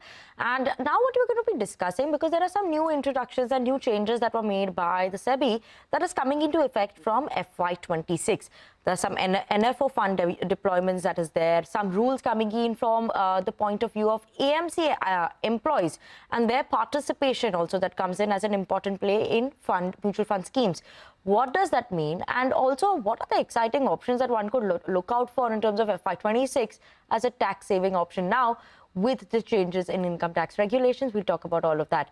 Jimit, a lot of changes that are there, a lot of new things that have come in from the fund side as well, right? We have the 250 rupees SIP that is starting. A lot of funds have started on that front. We have mandates coming in from AMC employees. We have NFO deployments also. If you could break it down for us, what this means for a mutual fund investor, what will it entail for them? Well, I think specifically from an investor's perspective, one of the more interesting developments is the requirement of AMCs to deploy NFO proceeds in a stipulated time frame. So earlier, what used to happen is that, let's say, a fund would launch an NFO, and it would take its own sweet time in order to actually reach the desired asset allocation as far as the fund is concerned. So let's say you invested in a large cap fund, and the fund manager decided, and you thought that you were actually getting 80% large cap exposure at least, because that was the mandate of the fund. But in case of an NFO, what a fund manager earlier had the flexibility to do was to wait for a while. He could decide that he was investing only 10% this month, or 20% or 50%, and then gradually actually build exposure to the 80-100% kind of levels. Whereas now SEBI has stipulated and said that within a 30-day period, whatever deployment that has to be made of NFO proceeds has to be completed in 30 days. So you have to reach your fund mandate at least at the end of the 30-day period. So what happens with that is that even investors actually will get funds which, even when they put money in an NFO, the fact that the time from NFO deployment will get cut down, and they'll essentially get true to label funds. Otherwise, what would happen is that you would essentially be investing in cash, and the fund manager paid for being in cash. So that aspect is really helpful from an investor perspective.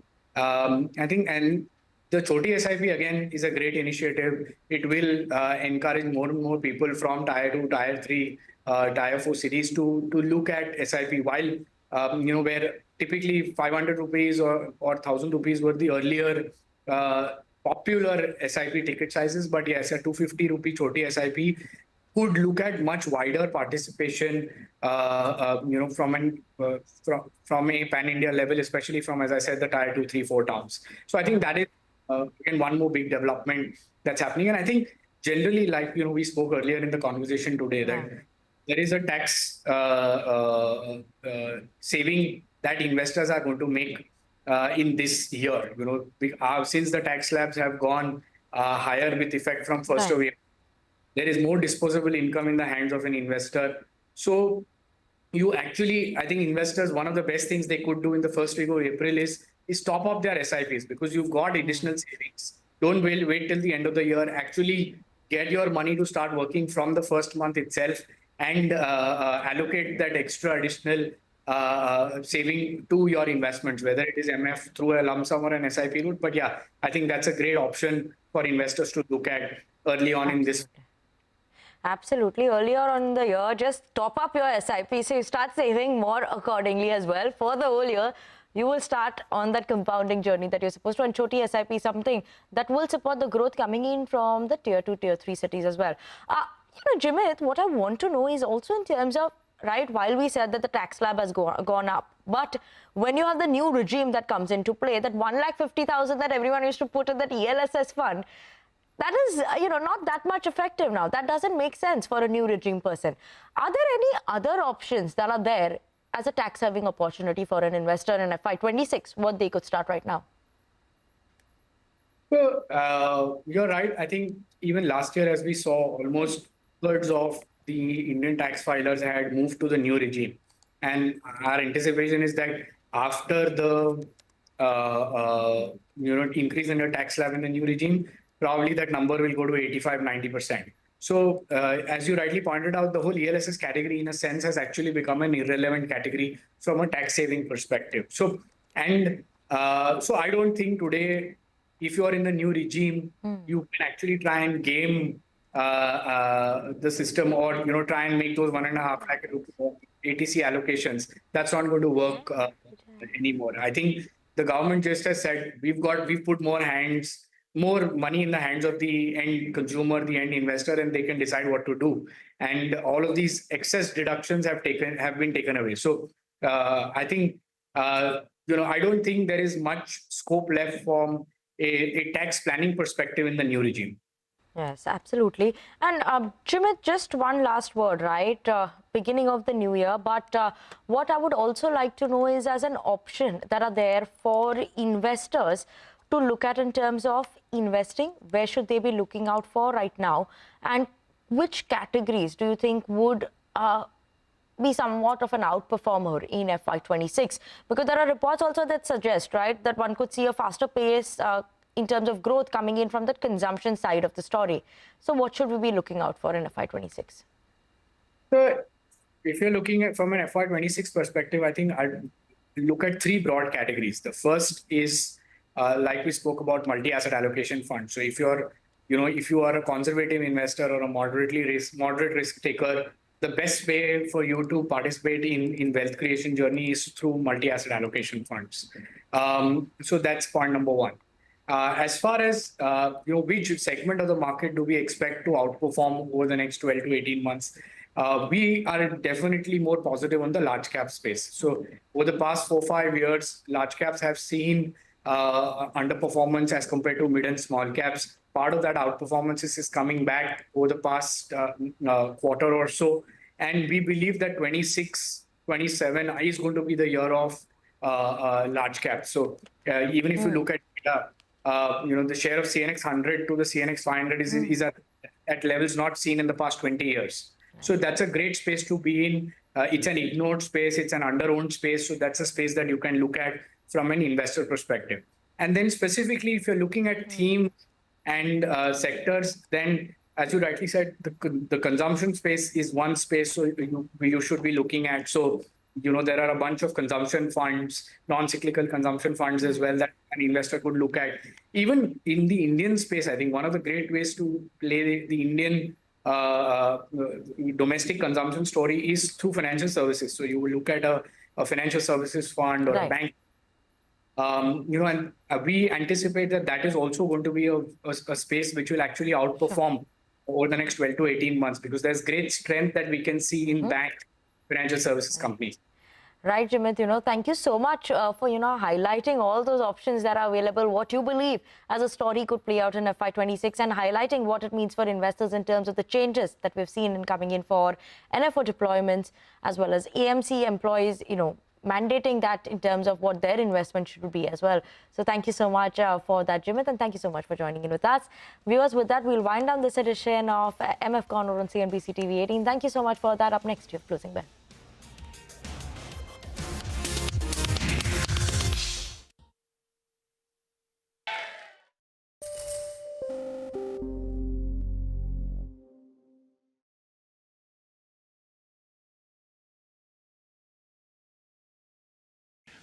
Not a full reciprocal. I could have done that, yes, but it would have been tough for a lot of countries who didn't want to do that.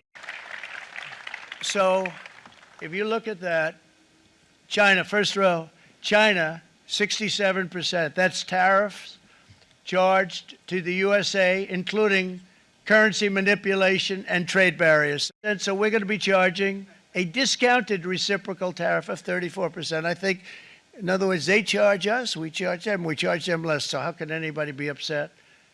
They will be, because we never charge anybody anything. But now we're going to charge. You think of European Union, very friendly. They rip us off. It's so sad to see. It's so pathetic. 39%, we're going to charge them 20%. So we're charging them essentially half.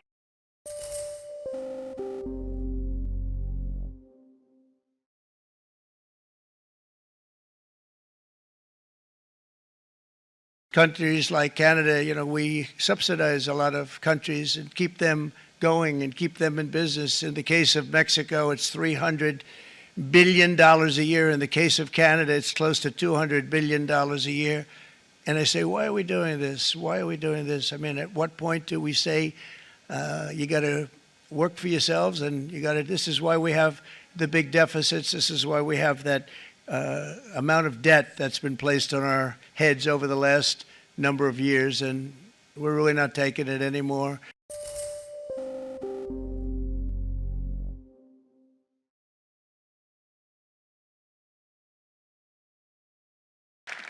April 2nd, 2025 will forever be remembered as the day American industry was reborn, the day America's destiny was reclaimed.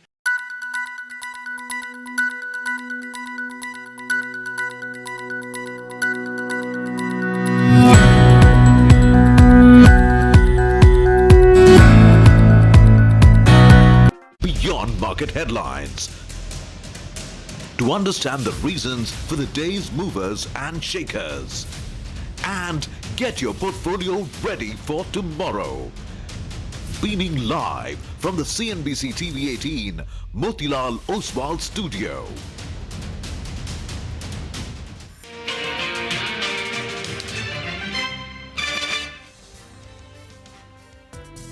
Starting tomorrow, the United States will implement reciprocal tariffs on other nations.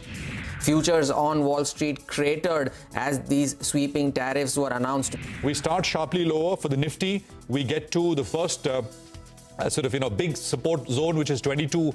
I mean, it comes in at 22,867. Talking about tariffs, you'll want someone to come in there and bat for the bulls. This is not a good policy. This is a very bad policy. And 23,180 is where we are at. It's 150 points lower. Tariffs are going up not only for India, but tariffs are going up for other countries. I said more than 1%. I said 1% because of investment getting delayed. With the increase in tariffs, how much inflation is going to be there in the U.S. economy? And Nifty Sensex down close to about 1/3 of a percentage point. The Nifty's at 23,280. Tariffs are a part of an overall Trump agenda. Lower, but we're still quite resistant today, especially the mid cap and the small cap end of the market. It has not fallen as much, so that bodes well.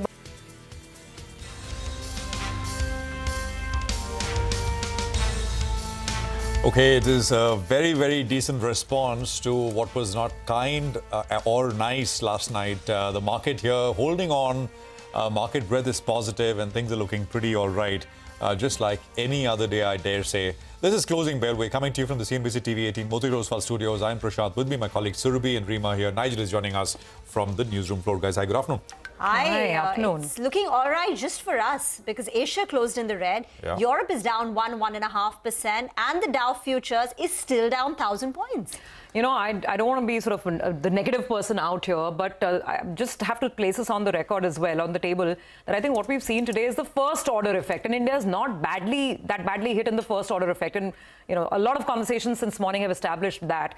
It's the second and third order effects, and we'll talk about that as we go forward. I was looking through a Morgan Stanley note before coming to the studio. They are talking about a certain number of basis points being shaved off FY26 growth targets, not because our exports get hit, but because of the other issues that would be coming in place. So I think today is fantastic, but is this the worst being over for our markets? So the second order impact is being felt on IT, right? IT is not directly impacted, but on the back of this indirect impact, global economy slowing, the Nifty IT index, Nigel, is down 4%. So that's a clear case of the second, third order impact that we've just started to see. Well, that's right. But pretty good times, right? If someone told you at the start of trade that you'll have the mid-cap index wave in the green, 3 stocks advancing for 1 stock that's just declining, and you'll have the Nifty bank that's up close to around 225 points. You're definitely taking that. That said, I think, Prashant, you want to do a quick recap of what's happened so far? No, it's been good, but it's day one, right? And it's just getting baked in. There are still talks about calculation, 26%, 27%. So we're still kind of, these are still pretty fresh in the minds of many people. I mean, it's instructive. A few sort of people that we spoke with through the course of the day, and these are not market participants, but on the trade side, I mean, they were unaware of how the calculations were done. So people are still, in a way, I mean, because we are doing this day in, day out, minute by minute, we're kind of on top of what's happening. But in terms of the real impact, I mean, I think that will seep in slowly and steadily, and it'll start to show up as well. So with that kind of sort of short take, let me just quickly welcome in our guest. Samir Arora is now joining in, founder and fund manager at Helios Capital. Samir, good afternoon. Great to have you with us here. Thank you very much. This was worse than what anyone thought. Although at the margin here, the narrative became that, well, others are taking a hit larger than us. So for some sectors like textiles, etc., it may not be that bad. Positive, I don't know, but maybe lesser hit in that sense. What is your own perspective, Samir, on the overall situation? Textiles, it is not. The first thing in a big picture sense, although, in our long-only fund, we are fully invested and all that. But I would think this behavior of the market is a bit suspicious and not to be trusted because, Indian market has made this simple thumb rule, not that they will analyze the stock, but whether that day there is net selling or not by FIIs. I think beyond a point, just because if today they have not come in or there's a slight match or mismatch of these two, then the market is up. But it just looks a bit too much because my general thumb rule is that you can't suddenly negatively surprise either in a company results or in macro events. And within 10 minutes, say it is discounted because now it is known and it is bad, but it is the worst that we can be. These things take time in real world. And to just discount everything in 30 seconds is a bit much. Although big picture, we are very happy that our long short and both these funds are sort of playing a bullish stance. But this still looks a bit much. You mean the resilience? It looks a bit much. Yeah. Tariffs also look too strong. It's a bit too strong. You suddenly can't go from an expected 10% type tariff to 26% type tariff and say it doesn't matter. I think it can be handled. But the market is assuming everything. For example, I saw on your channel and others that India is about to do an FTA with US and it will be done by year end. Year end is 9 months away. So for these 9 months, these tariffs will remain, right? You can't say that, okay, because we'll be negotiating something today, only give us our waivers. or give us a lower rate. Also, I think these second round effects and third round effects. First of all, we have not seen European response, Chinese response. Tonight should be Canadian response. And then US, that is Trump and Scott Bessent have already said that please don't try and do reciprocal tariffs on my reciprocal tariffs because that might aggravate the situation. I think we can wait 2-3 days and see how this whole thing goes to second and third round. You know, there was Neelkant Mishra who was with us in the morning, and he was saying that the way this impacts economy-wise India is not that much, but the impact will come from higher equity risk premium. And he was generally broadly saying that this is it's going to linger. It's not done, and I think that is your view as well. But broadly, but beyond that, what is your view? How does this seep in? How will it show up? Yeah. From an economy point of view, it's not a big deal because we don't have big scale of imports and exports. So this thing is that we need to import additional $30 billion. How? If we assume that formula is what it is, India is exporting some 90 billion, importing 40 billion. So the trade deficit is 50 with US, divide that by 90, that is broadly this number. So to bring that 50 billion down, you have to bring it down to 20% type number, because then you get 50% discount and your tariff is 10%. And there's no need to go below that because that is the minimum tariff, which I guess will continue for 4 years for sure. So we have to reduce deficit or import more $30 billion. And it's not a waste of $30 billion. You're not saying, oh, extra thing we have to do. You have to substitute something here, something there, maybe 10 billion of oil, 5 billion of cars, and the rest 15 billion the government can figure out. But these are too easy to do things that can be done. But basically, you need to somehow show a path, or I don't know whether they want to see actual numbers or just a path to see this going down to, 20-odd% deficit as they have defined it. Samir, hi. Afternoon. Rima here. What does an emerging market investor do? Now, he's grappling with 34% on China, 36%, Vietnam is 46%. What is the call foreign investors are taking now when it comes to investing?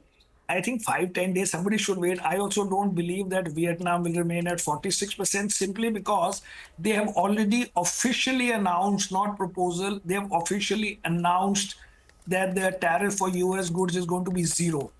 They've already put it out there.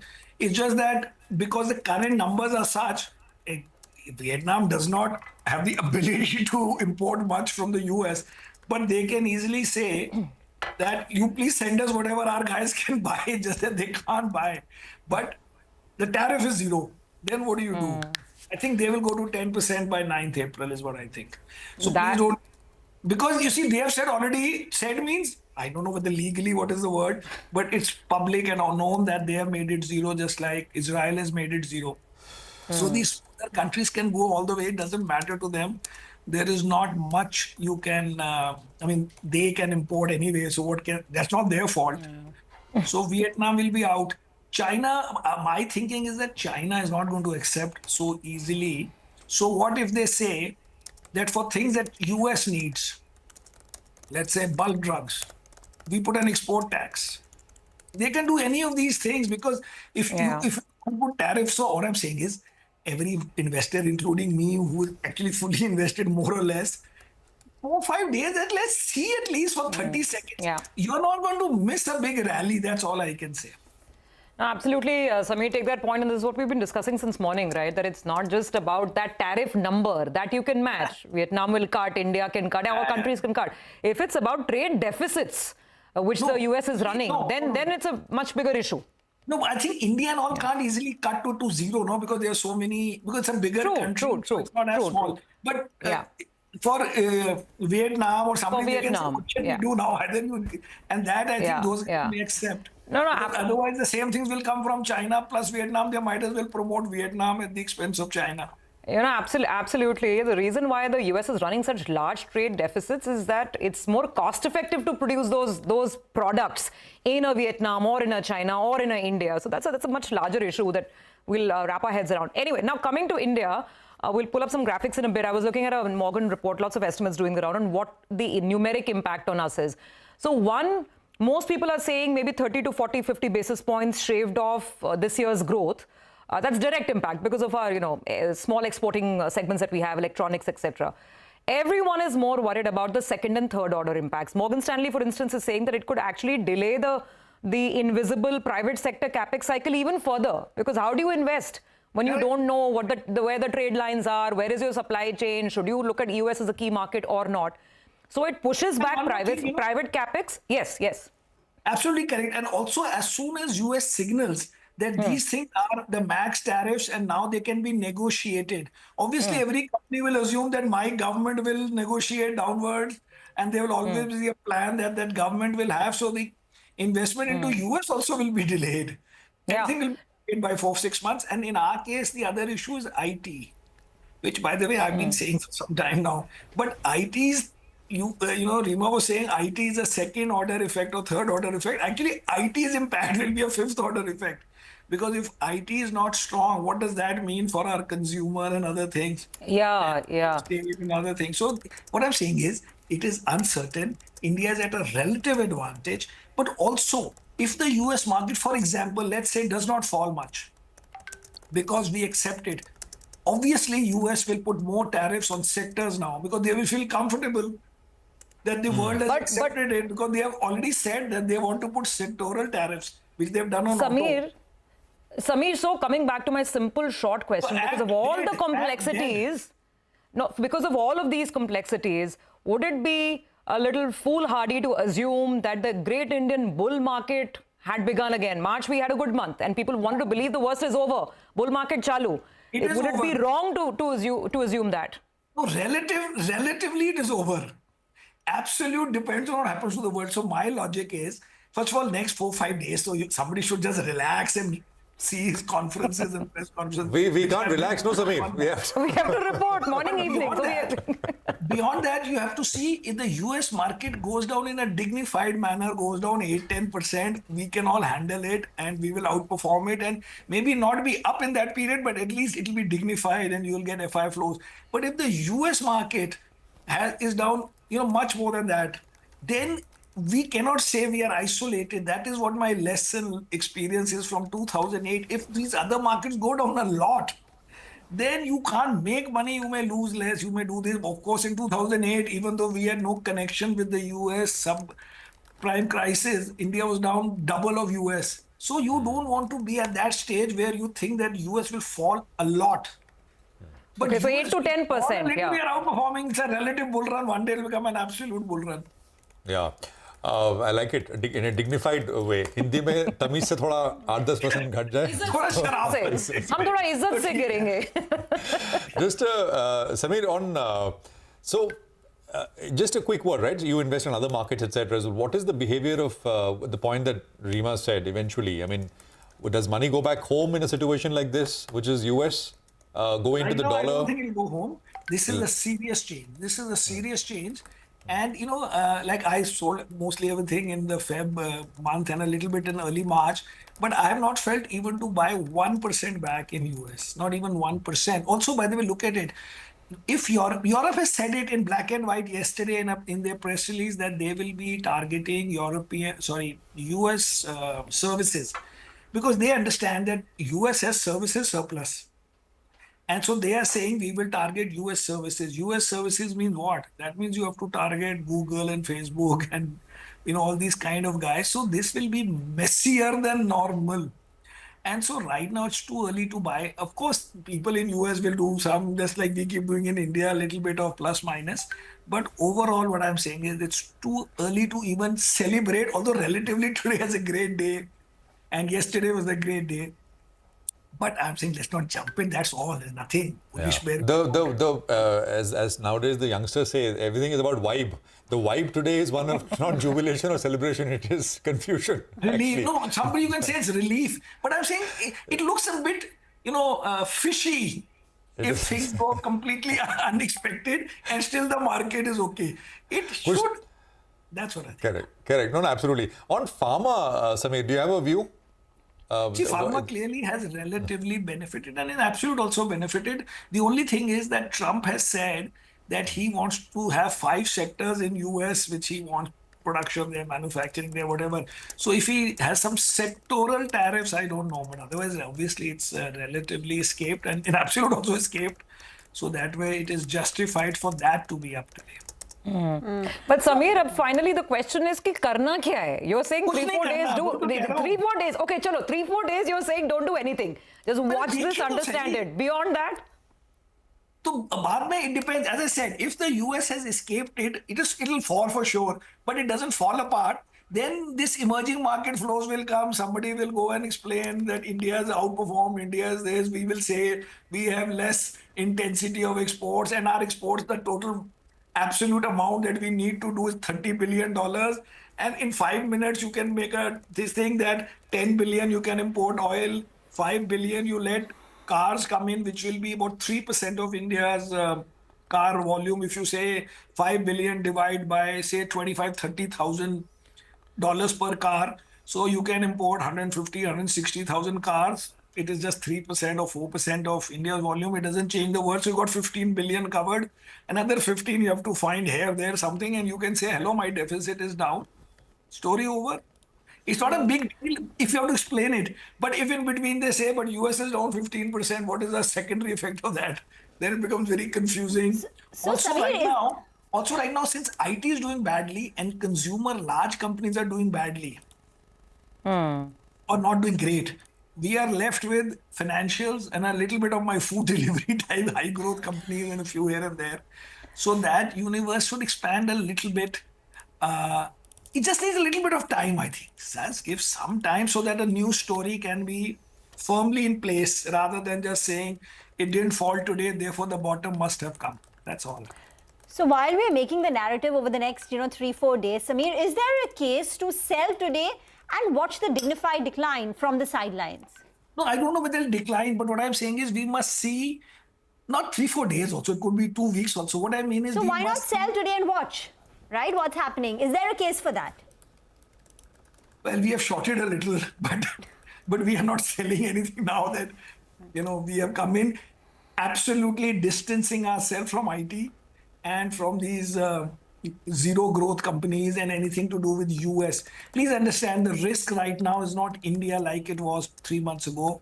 It is what happens to the US and its effect on India. I don't think the effect is on direct India. It is what these policies mean for US in terms of inflation and other things. Today, I think JP Morgan or somebody is saying 150 or 125 basis points increase in inflation. Right now on Bloomberg, I saw somebody saying no interest rate cut this year. It's all going to be driven by US now. So we have to see that market and then react. But I'm saying first day, we can't be jumping with joy, even though one more day has passed without paining us. So that is good. All right, Samir, absolutely. So we will wait and we will come back and we will chat again. There'll be many conversations over the next many weeks, months. As this story progresses, April 9th is that day, right? You said Vietnam, perhaps tariffs go to 10%. No, I'm not saying that, but I'm saying logically. It's possible, yes. It could be, or maybe a few days later, it could be. Because now they have no tariffs, then what can you do about that? Correct. No, absolutely. Although there are other longer discussion we can have is what the tariffs itself are not reciprocal, actually. They are based on the size. But they are a good summary. By the way, they are a good summary. I saw on Twitter, which is a good thing. You can also try. You put this formula on Grok and on ChatGPT, and it says very good formula.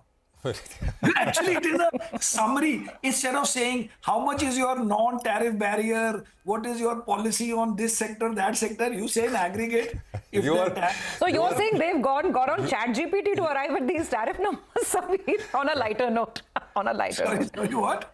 No. I was just joking. I was wondering. Is embracing AI and Grok. It's AI, Grok, ChatGPT. That's how they've arrived at this glorious number of 27%. For sure. They must have said, give us a good, easy number. What's a good tariff for India? What's a good tariff for Vietnam? Okay, chalo, let's go with this. All right, Samir. We really look forward to more conversations. We, of course, need much more clarity as this juggernaut rolls on. Thank you so much for joining us this afternoon. Okay, on that note, I think we have to take a quick break. Yeah, we'll do that. Market's still down about 80 odd points on the Nifty. Take a break. We'll come back on the other side. We will have Pathik Gandotra and Gurmeet Chadha joining in to talk about the market verdict after Liberation Day.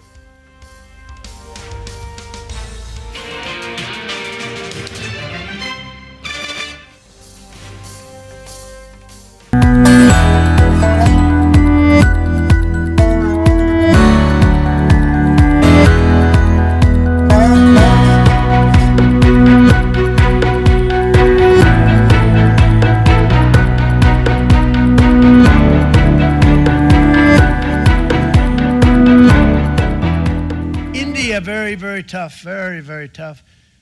The Prime Minister just left, and he's a great friend of mine, but I said, you're a friend of mine, but you're not treating us right. They charge us 52%. You have to understand, we charge them almost nothing for years and years and decades, and it was only 7 years ago when I came in, we started with China charged. We took in hundreds of billions of dollars from China in tariffs, and they understood, honestly.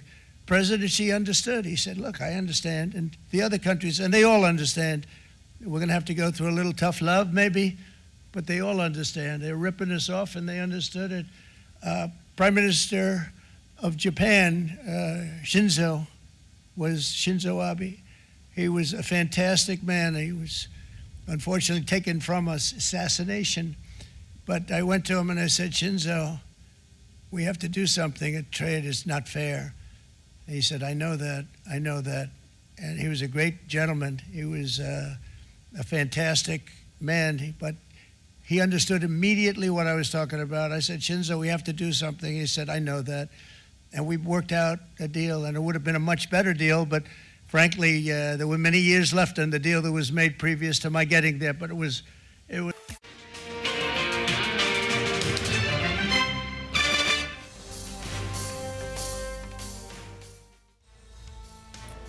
Welcome back. Well, from the broader markets, a couple of stocks actually are cutting their losses. Naveen Fluorine, I recall earlier this morning, it was down close to around 5%. That's down just 1% or thereabouts. So good recovery is what we're seeing on that one. Pfizer is another stock that's seen a good recovery in the last few minutes. And Tata Communications, well, that one has spiked to the high point of the day. So good going on some of these names. But let's focus on the markets yet again. We have Pratik Gandotra, partner at Drone Capital Advisors, as well as Gurmeet Chadda, managing partner and CIO at Complete Circle, who join us in the conversation. Hi, gentlemen. Thanks a lot for joining in. Pratik, let's come across to you first. What do you make of what you heard from President Trump overnight? The tariffs now have been announced. All eyes on whether or not there is some renegotiation and negotiation. But how are you placed currently? What would you do? For the time being, we're celebrating that the Indian markets have done a relative outperformance. But are we calling it too early? The Indian markets are obviously outperforming because we have been better placed on a relative basis vis-a-vis all our competitors. China is anyway, I think, out of the race because it has issues other than just trade with the US.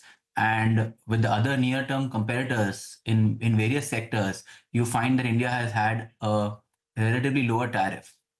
Second point, it appears that these tariffs are based on not absolute duties, but absolute quantum of trade deficit.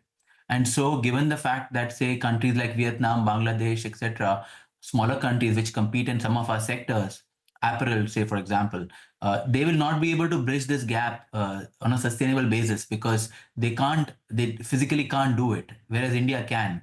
And so we have a chance to build on these duties and to try and reduce these duties on us and are at an advantage on an absolute basis right now. And also going forward, we can have a stronger advantage over them. And so obviously, I think we are at a very, very significant advantage. You may have obviously near-term issues about a sudden increase in tariffs, obviously hits contracts as they are live. So there may be some volatility in margins, etc. But overall, I think it's a great opportunity for India to at least significantly improve its share in the worldwide in the labor-intensive sectors. Gurmeet Chadda, Managing Partner and CIO at Complete Circle, is also with us on the show. Gentlemen, afternoon. Gurmeet, what have you done today?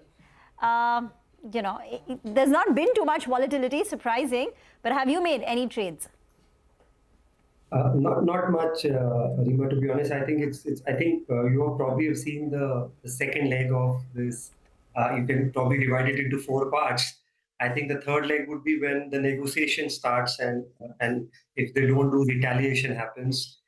We'll have to see how China does, how Europe does, and there's that clause 4 in the executive order where a lot of countries will try and negotiate back in terms of the relative tariffs. So for now, I think Pharma clearly stands out. I think that's been exempted, but you don't know how things pan out. So I think we've added a little bit of branded pharma. We added some CDMO names in the portfolio. We have Mankind Pharma, we have Laurus, we have Newland and Hikal. So we have a decent healthcare portfolio, and we have been overweight on it for a while. So that's helped us. We are continuously looking at more domestic consumption stories right now. I think banks will gain with bond yields falling, treasury incomes going up. That will offset the NIM pressure. And then you have an RBI policy on 9th as well. So Bank Nifty obviously has also done well from relative lows. And we are looking at some, travel tourism plays. So we are right now adding domestic consumption and bit of financials and pharma. And wait out for 4 or 5 days. I agree there could be some opportunities which will come because the relative tariff on Asian peers is far higher. And if India is able to negotiate well over the next 4 or 5 days, a lot of opportunities may emerge. But for now, just wait it out for 3 or 4 days, one day at a time. Absolutely. I mean, that's exactly what Samir was also saying, that there's no need to fire the gun immediately. Sit back, observe, see what's going on, and then decide what's the best course of action. Take your point, Gurmeet. By the way, let's look at some of the textile stocks, and they're soaring. They're doing really well in trade today. Arvind, Gokuldas, and Trident. And if you'd wonder why, given the 27% tariff on India, that's because others have been taxed a lot more. Our major competitors in textile and apparel, which would be Bangladesh, Vietnam, and countries like Sri Lanka. So let's go across to, I think, Vinny. Vinny is now standing by to give us a better perspective on whether Indian textile makers actually stand to gain. Vinny. So absolutely, when you look at it in terms of a tariff that's charged on India, 27%, it seems like a lot. But versus the other countries that we're seeing, whether our main competitors, Bangladesh, China, even Turkey, Japan, Taiwan, the percent that is charged to them is much higher.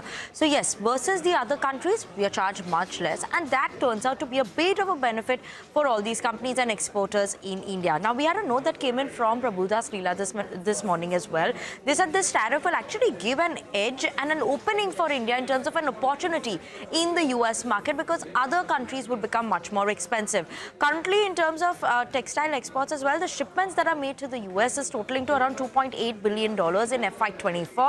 And the share of US apparel imports for India as an import country is very less. India is just 6%. When you look at China, 20+%. Vietnam around 20% as well, and Bangladesh is around 9%. So yes, our share in the apparels is also very less in the US market. So not much of an impact that comes in for us, but it becomes an opportunity because then they would want to increase the share. The 6% could further increase as an opportunity versus China, Vietnam, and Bangladesh. Now, other than that, what Prabhudas Leela is highlighting is that Indian exporters, a relief tariff advantage would come in, enhancing the competitiveness by around 10 to 20 percentage points for the Indian players in the industry. Arvind Limited, when we spoke to them earlier as well, they said that they expect these new trade agreements that are going on in the market in US and UK to be a bit of a benefit. Bilateral trade agreements will come in. That is more exciting for Indian textile industry, as well as the Indian textile industry will now look at a more holistic approach, especially for the Western market. So positive cues that are coming in for the textile front, despite this 27% tariff. Got it, Vinny. Thank you very much for that. Let's take this conversation back to our guests. Pathik and maybe Gurmeet, I mean, if either of you or both of you can comment on this. Textiles and apparel as a space, I mean, these stocks have not dominated market imagination for obvious reasons. Individually, yes, these companies have been doing well. Gokuldas has been one of the biggest exporters for a long time. But perhaps it was a bit of an opportunity lost in the last 20 years because other countries, were way ahead of us in the race. So now is it a case to relook at some of these mid-cap or even small-cap textile and apparel exporters? Gurmeet? So, I think we should wait for the end consumer demand in US to pan out. While relative tariffs are lower, but if the end demand, sees a slowdown, it won't affect. So Gokuldas is more uniquely placed because 80% is US exports, and they also acquired one plant in Kenya about 6 months back, where the tariff is 10%. So there, the effective tariff for their acquisition, they did one in Middle East, and now, would be relatively lesser than even, let's say, whatever the rate is, which is around 25-26%. So that's an advantage. KPR Mills also, to a certain extent, is fully integrated. So you have to be a little selective here as far as, textile goes. So if you see, for example, Vietnam is 46%. Even Thailand, Indonesia are mid-30s. Bangladesh is pretty high. Bangladesh was something where India and Gokuldas competed on a lot of things. Gokuldas does these labels called Superdry, Adidas, Puma, the Merchant Navy, Indian Navy brand in US. So I think Gokuldas in particular, post the change in management, has done well. But I would wait out for, if the US economy, let's say, broadly goes into a hard landing or a recession, then these things don't really add up. It could be right now more a reaction, more to do with the positioning of the stocks rather than anything else.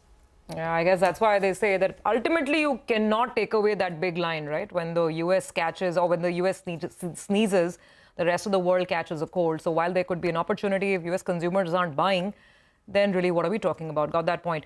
On pharma specifically, I think what would your call be? Would you still be wary of companies that have a big exposure to the US market? Or are you happy to own those names, who are far more dependent on the US sales? I'd like to add to Gurmeet's point. Just one point I want to add before I comment on pharma. See, the US demand, I guess, obviously will be optically, it looks like will get impacted because of the tariffs. But also remember that the president has said that he will cut taxes across the board. And numbers of around $400 to $500 billion in tax cuts is what they are thinking about. So if those tax cuts come, it's like you populate one pocket and take it out of the other pocket. And so all those things are also material to figure out as to what demand will be. And I agree, you have to wait. But the picture isn't as sordid as it appears. That's my point on Apparel. Second, pharma, I think given the fact of the criticality of medicine, and also the fact that there are not too much of capacities which are coming up in the US, I think the pharma sector will be dealt with leniently over a period of time.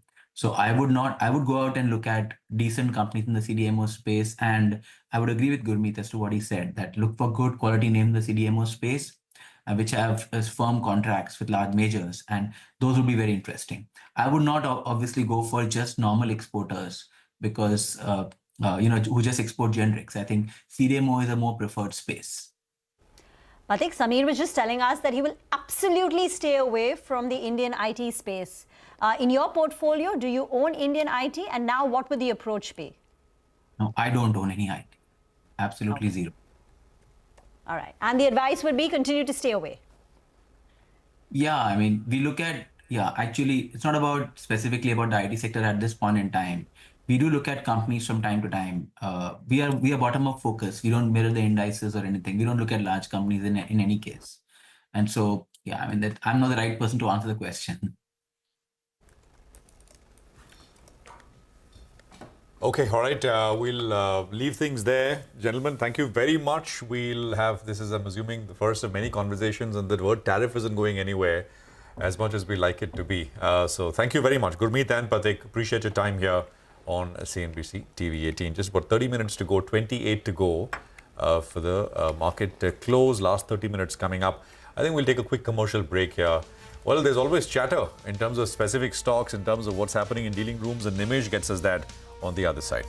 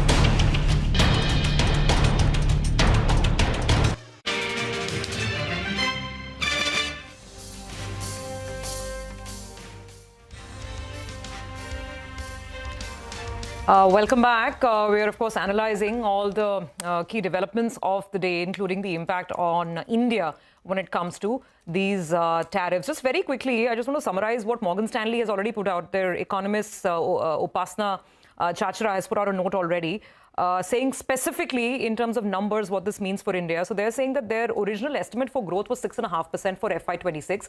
Now Morgan Stanley is shaving off 30 to 60 basis points from that growth estimate. And the issue is they're saying the direct hit is not that important for India. It is the second order effect, which is far more concerning, where they're saying that this whole uncertainty around the business environment will probably dent corporate risk appetite, and therefore it will further delay and derail and push back the private sector capex cycle that anyway has not been showing signs of taking off.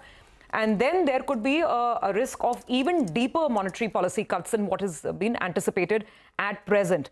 They're saying the government in that case will have to perhaps step in.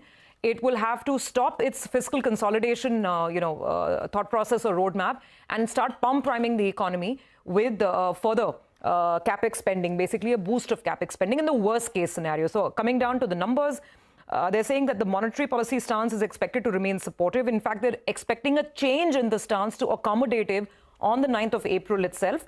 25 basis points rate cut is also expected in the April policy. So expecting on all hands on deck, as they say. That's the Morgan Stanley view. Now, what is the Indian government's response? There is actually, a statement that has come through. We have Abhimanyu joining in to tell us exactly what the government of India's official viewpoint on this is now. Post-announcement of reciprocal tariffs by the US president, the Department of Commerce has issued a statement saying that it is assessing and studying the situation and is also engaged in consultation with stakeholders. It's taking feedback from relevant stakeholders, which include traders, exporters and manufacturers, and is going to calibrate its further decisions based on the consultation itself. Also, it has noted the imposition of additional ad valorem duties ranging from 10% to 50% on imports from all trading partners of the US, and a baseline duty of 10% would be imposed from the 5th of April, and the remaining country-wise duties, that is the additional ad valorem duties, would be effective from 9th of April onwards. The total duty which is going to be imposed on goods from India is going to be 27%, that is 10% baseline duty plus 17% ad valorem duty. It remains to be seen how the situation is going to pan out, even as India and the United States are already engaged in talks for the first tranche of a bilateral trade agreement between both the countries, in which both the countries are looking to not just increase market access for each other's products, but are also intending to grow trade, investments and technology transfers. Both the countries are aiming to double their overall trade and are also aiming to ensure that the first tranche of the BTA is concluded by the fall of 2025. Okay, all right. Thanks a lot for that, Abhimanyu. Well, the markets are a little bit lower, but as we've been mentioning, the good news is breadth is good and the Nifty Bank is good. Let's get in Nimesh on D Street Chatter. Nimesh, I mean, very good performance, one would have to say. Yesterday you thought that, we were preempting something, but today had a gap down and that gap got bought into, and the breadth is something that's really encouraging. So breadth has been positive for the last many days, right? Yes. So that's been the trend, and that shows that there is momentum and commitment now again in the broader market stocks. But as you rightly pointed out, good recovery from the intraday lows. Bank Nifty is in the green. I guess there is a clear shift now happening from IT to financials. And what has helped financial today is that the Q4 updates across most of the banks have been quite decent and strong, right? So that's also helped at the margin. I understand even a couple of other banks which are going to report the quarterly updates are likely to report good numbers, the likes of Bandhan and also. Maybe that's the reason that all those banks are buzzing in trade today. Flows, again, it's quite mixed. I said yesterday as well, there was no big buying or big selling. That seems to be the trend today as well. There is no big commitment or a big sell-off, so to speak, from larger institutions again in today's trade. Technically, 23,800 is the level to watch on the upside. And that's a level where you might see some supply coming in. But broadly, the way India market has bounced back, at least it suggests that there is momentum clearly, and there is no big selling happening from the large institutions. Well, that's right. At least the broader markets on the outperform portfolios feel good, and it seems the interest is back in those names, which is heartening. What about individual stocks? What are you picking up? So a lot of stocks are buzzing in trade, and there is a lot of chatter as well across many companies with regards to fundraising. I'll highlight a couple of them, but there are a few more as well. First one is Parag Milk. That's been buzzing in trade, good volumes as well. The stock is sharply recovered from the recent lows of 140 back to 180 levels, and now there is a buzz that maybe there will be a board meeting for fundraising very soon. It's likely that, there will be a preferential issue, and even the promoters will participate in this fundraising. So that's the trigger in Parag Milk. The second stock is IIFL Finance. Again, that's from the recent lows. I've seen a bit of a pullback. There has been a lot of chatter with IIFL Finance as well. But I understand even there is a very high chance of a fundraising plan very soon in IIFL Finance. So that's the reason why that stock is buzzing in trade. I guess that's the kind of buzz for a couple of names like IDFC First Bank as well. Third stock is DB Realty. Again, a decent pullback from the recent lows, and the HNI activity is quite strong in the last many days. I understand some large HNI investors have started buying again DB Realty. And the last is a couple of stocks where this is delivery-based buying from larger institutions, JSW Infra and HDFC Life. Both these names stands out because after a long time, some sort of interest seems to be back. The stocks are flat, but I understand there is delivery-based buying. Though it's price limit, but there is buying interest from larger institutions in both those names, JSW Infra as well as HDFC Life. Okay, all right, got that. Nimesh, thanks very much as always for all the buzz and the chatter from the street. We'll quickly go back to Mitesh. I think we have him with us for some final thoughts and comments. Mitesh, so the roller coaster is leaving us about 74 down. Who knows what overnight news flow is going to be like. So final advice on the indices and any quick trades. So, good afternoon, Surabhi. I think in the morning also I was saying that it is the Bank Nifty which will do better than the Nifty, and I think that trade is continuing. If you look at the structure on the daily, weekly chart, the Bank Nifty is much more stronger, and therefore the focus should be on the banking index and some of the financial names. Nimesh was mentioning Bandhan Bank. I think that stock has given a breakout. December we had some positions. We just booked part of it. That apart, I think Axis Bank looks good to me. So as a BTST trade or even a short-term trade, I would be comfortable recommending Axis Bank. Buy here with the stop just below levels of 1082 for a BTST trade. Look for a 1105, 1110 as the target for tomorrow and day after. And the other one is ACC, which is a BTST. It's closing near the day's high, so very strong chart pattern over here. ACC is a BTST with a stop below 1980 and look for a target of around 2015. Okay. All right, Mitesh, thank you very much for that. So those are some trades coming your way. GMR Airports is another one which we're going to talk about. Stocks up 3-4%. There've been some sort of broker commentary initiation reports, and this time it's Citi. Vivek is here to wrap it up for us. Vivek. Well, that's right. So GMR Airports was in the news a couple of days ago after the Delhi airport finally received the tariff hike. Now, today, Citi has initiated coverage on the stock. They have a positive view. They have a buy stance, and they have a target price of 90 rupees per share for GMR. They call it an Indian airport pure play business. They say that the company is fundamentally well placed, where they see India's passenger volume growth at 8% CAGR from FY24 to FY27. They also say that the company's assets actually possess comparative advantages, especially when you're comparing it to the rest of the Asia Pacific pack. The free cash flow cycle is turning positive for GMR, and one of the key triggers is the fact that Citi, along with other brokerages, are now expecting that FY26 will be a profitable year for GMR after a while. Core earnings for Citi stands almost 5 to 6% above street estimates. Along with that, they see FY27 EV to EBITDA at 18 times, and this is almost double the APAC average, given the fact that, and they justify it saying that the Indian airport business has stronger structural organic as well as inorganic growth opportunities. What will drive profitability for GMR in FY26? 8% traffic growth, 2.4 times increase as far as the tariff is concerned, especially in the Delhi airport, and 7.5% per annum increase in non-aero spending per passenger across all three of the Indian airports that GMR actually operates. That's Delhi, Hyderabad, as well as Goa. One of the top movers in trade today is GMR Airports. Thank you very much for that. And one of the top losers is all the IT names. In fact, across the board, there is no respite, whether it's large cap names like TCS, HCL Tech down 3.5–4%, even mid-cap names like Persistent down close to about 8%. The problem is companies are trading at valuations higher than the pre-COVID level and growth is struggling. So that plate of the current valuations versus the pre-COVID valuation. We're comparing it to FY19 because post-COVID growth boomed boom. There was this entire digital transformation wave. Growth rates were much higher. Hence, we're going back in time to the time when growth rates were fairly muted. And currently, as you can see, large cap IT names are trading at a valuation premium compared to the pre-COVID level.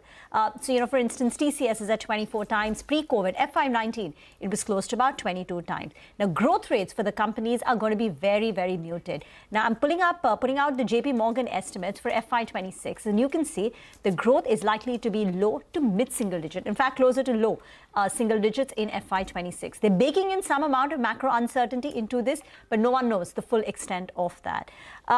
Mid-caps are seeing a bigger knock today, particularly names like Persistent, KPIT Tech. One, because these stocks have done so well. Persistent has doubled in the last 3 years, even after the recent correction. And these companies had seen a very sharp valuation re-rating post-COVID. That's the number. So, for instance, Persistent, which used to trade 13, 14 times PE, is now trading at 45 times. At its peak, it was even closer to 50 times. A KPIT Tech at one point of time was trading close to 50, 55 times PE.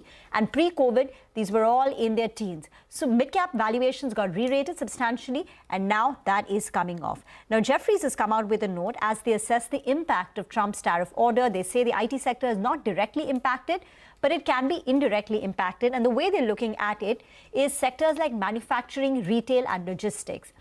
These are sectors which could be negatively impacted by the tariff. So companies which cater to them, they have a higher exposure, could be negatively impacted. The second impact that they're seeing is that if US growth slows down, there is a possibility of Fed cutting rates. If that plays out, then companies with high debt on their books, so for instance, communication, these could positively benefit. And then you've got pharma, which is, escaped the entire, Trump tariffs. So they've put out the math about the companies with the highest exposure to manufacturing retail, and that will come up for you on your screen. So if you do all the second order impact of the affected sectors, they're saying Tech Mahindra, HCL Tech is best placed from a favorable vertical exposure. And in the mid-cap space, it's IKS and Sagility, because these companies get 100% of their revenues from healthcare pharma, which are completely unaffected. So IKS, Sagility, recent listings, they're sort of catering to the insurance companies, medical insurance companies. They cater to many of the hospitals, clinics, 100% revenue from the healthcare in the US. And these stocks have done pretty well compared to the pre-IPO prices. Amrish Baliga is now joining us on the show. Amrish, a quick word on IT. Did you own any IT stocks? Have you cut down your exposure? Are we overreading the impact? No, in fact, once there was talk of tariffs, that is the time we started. We stopped buying fresh into IT.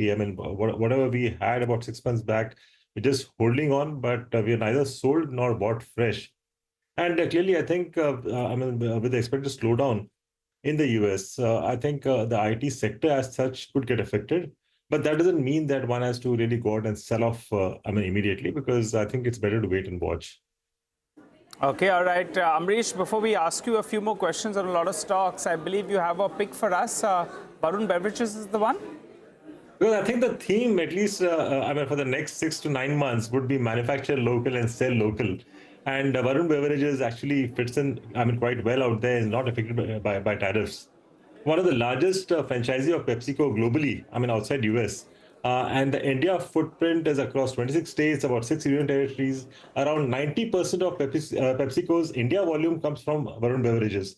And after the buyout of Bevco of South Africa, they've expanded in the African region and have clearly improved the footprint in the last year or so. In India, they have about 40 lakh retail touchpoints, and they're growing at about 10 to 12% out there. And the available retail touchpoints universe in India is about 1.2 crores. So I think there's a huge headroom still left. If you look at the carbonated soft drink category, about 70% of the total beverages is carbonated soft drinks. And the juice category is about 6% of the sales volume. Water is about 20% of their volume. And the main season actually starts with summer. And since summer has started and the weather report also indicates that the summer will be severe with heat waves, it should be positive for Varun. Generally, the energy drinks consist of about 14 to 15% of the total beverage market. And here, their brand Sting energy drink is about 72% of the market share. Expected revenue growth is about 20% CAGR over the next 3 years. PAT CAGR, I'm expecting about 25%. So expected EPS is around 12 rupees for calendar year 26. They don't follow financial year, it's calendar year. So the target is about 660. 660 on Varun Beverages, and that would be your preferred pick. Completely take your point, Amrish, that, this is very much the time to look local, invest local. I guess we don't have to worry about the global headlines. But speaking of local and speaking of consumer, Dabur. So what's going on here? I mean, clearly you're not negative on overall consumption, which is why your pick is Varun. But look at what Dabur is saying. I mean, they're talking about a margin fall of as much as 175 basis points. They're saying that the India FMCG business will decline in mid-single digits. Stock is down 6%. Your thoughts? No, I mean, see, I think the management is, being too cautious at this point of time. And also, to a certain extent, they will also get affected, as far as the US sales is concerned, because the huge Indian population there also buys the Dabur goods. So I think that effect also would be there. So both these have, in fact, made the stock come down by about 6-7% today. But then I think it's a buying opportunity, because if you're talking of, at least a year plus, I don't think one can go wrong with the, with the sort of a market and consumption where Dabur is. So I think this is a good time to start buying. Got that. Amrish, do stay on. We still have about 10 minutes of trade left before we can wrap this trade. As we get into a break, here is some good news for all our viewers. India's business news leader is now just a click away. Introducing CNBC TV 18's all-new app. Get instant access to breaking news, our articles, financial world updates at your fingertips. Download the app now from the Apple or the Google Play Store, or you could just scan the QR code on your screen.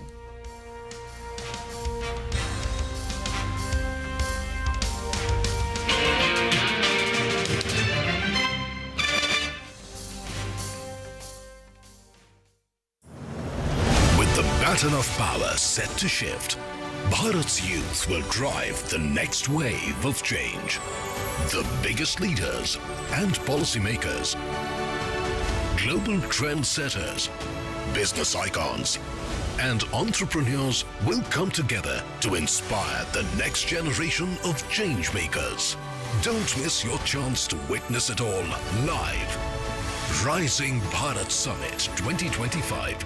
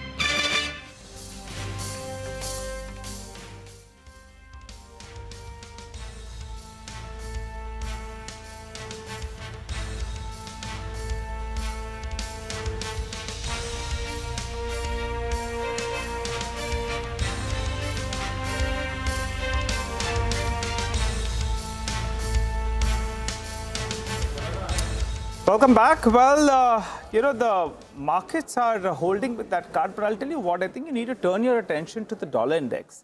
That one slipped below that 102 odd mark. At the start of today, it was hovering a little above that 103 odd mark, but the dollar index has now moved to around 101.7 from emerging market perspective.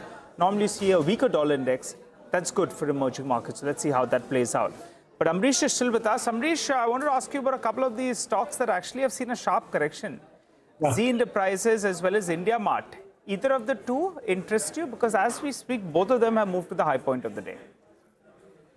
Z is one stock which I would surely recommend at this point of time because if you go by the last earnings, we are clearly seeing some uptick in margins, in terms of subscription as well as the ad revenues. And whatever issues were there as far as the management was concerned, to a large extent, it's been sorted out. So at these levels, after it's become 1/3 of what it was close to about 12 months back. At these levels, valuation-wise, it looks quite decent. Downside seems limited. I think the upside can easily be about 30-40% from here. Okay, all right. You're thinking that there is enough of value. And in fact, the management commentary as well at the end of Q3 was fairly positive that for FY26, they're expecting margins to improve. The promoter entity came in there. They bought, I think, 0.2, 0.3% from the open market. All of that is encouraging. Let's focus on a couple of other names then. BHEL, I'm trying to look at some domestic-facing sectors. Any view on BHEL or Suzlon? Do you like either of the two? Suzlon, I still think at these levels, it is still, decently highly priced. So I would not buy really fresh into Suzlon. In case of an upside, I would say those who have been holding since it was 8-9 rupees, I think it's still time to book some profits. BHEL, I would surely hold and possibly buy more on a decline. Clearly looking at the sort of order flows which it has, and more of that India-centric approach. I think, at levels of closer to about 195, 200, it makes sense to buy BHEL. Okay, all right. I got that. What about Hitachi Energy? I'm just looking at the exchanges. That's some communication that's come out on an HVDC order out there as well. The stock, remember, the last 2 years has moved from 3,000 rupees. It's moved up, I think, close to around 4 times because it's hovering around the 12,000 rupee odd mark. Hitachi Energy? Nigel, yeah. I track this very closely, so difficult to give comments on this. Okay, whatever. Let's focus on a few more domestic-facing themes then. Cement. I'd done a presentation around 3 weeks or so ago. I said there's too much of uncertainty with regard to what's going on in the globe. And with cement, we're expecting demand to come back because now the capex spends is there. Housing demand is pretty okay is what we understand. Pricing in all probability has bottomed out and input costs have cooled off.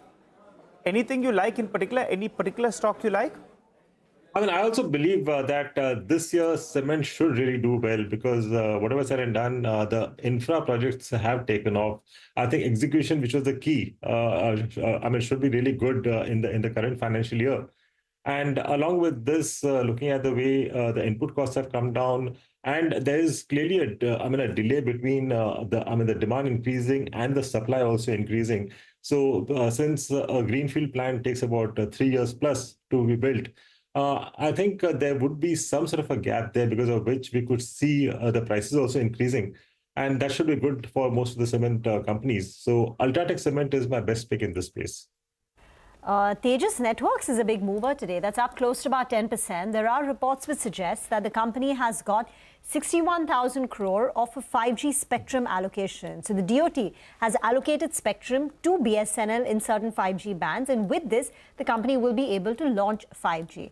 Now, it's seen as a positive for Tejas Networks because BSNL had given the order to TCS, and TCS had procured equipment from Tejas Networks for 4G. And even the company, Tejas Networks, in the Q3 presentation that they put up on the exchanges, had spoken about the opportunities that they're targeting, expansion of BSNL's 4G network and 5G upgrade, and 5G's standalone network build out. So stock is quite excited in trade, and I think now Vardhaman Textiles is locked in an upper circuit of close to about 20%. So limit up on Vardhaman Textiles. Amrish, Tejas Networks, is that a stock that you look at? It's down 25% year to date. Yeah, that's true. I think the correction was decent for this stock, and even the margins that come down earlier. I think that was one of the reasons why for the stock to correct. And I expect the margins to start moving up from here. So I think at the current levels, it can be bought. Okay. All right, let's start wrapping up what has been a roller coaster day, and the end result actually is far better for India than many of the markets that have shut shop. Most of Asia has closed anywhere lower by 1 to 3.5%. Europe is down between 1 to 2.5%, and US futures are still down by as much as 3.5%. So contrast that with the Nifty's decline of less than 0.5%. It's not bad at all, and the mid-cap index is actually positive. So is the Bank Nifty. Let's pull up the Bank Nifty. It's up about 0.5% as we speak. So let's start with the good then. What worked? Clearly a move towards some financials, a move towards some PSU stocks, Power Grid, and of course Pharma was the sector of the day for obvious reasons. So Power Grid, Sun Pharma, Cipla, NTPC, BEL, these are some of the names which have seen buying. Some consumer names like Nestle also making the cut. Asian Paints on the higher side, Titan on the higher side. So Pharma, consumer and PSUs. That was the buying flavor today. On the flip side, IT took it on the chin because it stands exposed to a lot of US risk. So TCS, HCL Tech, Tech Mahindra, Infosys, big knock on these stocks. TCS is the worst performing stock on the Nifty, down 4% as we're closing out. Bajaj Auto, JSW Steel, Hindalco, these were some of the other names that were weak. Bajaj Finance, Kotak Mahindra Bank also on the lower side of the screen. Final tally on the Nifty at least is 90 points, but mid-cap's actually closing positive, guys. Indeed, mid-cap index up 0.2%, small-cap index up in the green, positive advanced decline ratio, 1,900 stocks gaining today compared to 750 stocks declining. Lots of other themes playing out. So Textiles did well. So Vardhaman Textiles 20%, Trident, Gokuldas Exports ending with a gain of about 7 to 7.5%. The hope is that India emerges as a preferred destination for textile manufacturing. Lots of BFSI banking updates came through. IDFC First, ESAB Small Finance Bank, Poonawalla, AU Small Finance Bank. These are companies that came out with the Q4 updates. Stocks closed up in the green, 4-5%. And on the way down, Dabur was the big casualty on the back of their Q4 subdued update. We'll take a leave on this show, but don't go anywhere. After a short break, we'll be back with Markets Forward.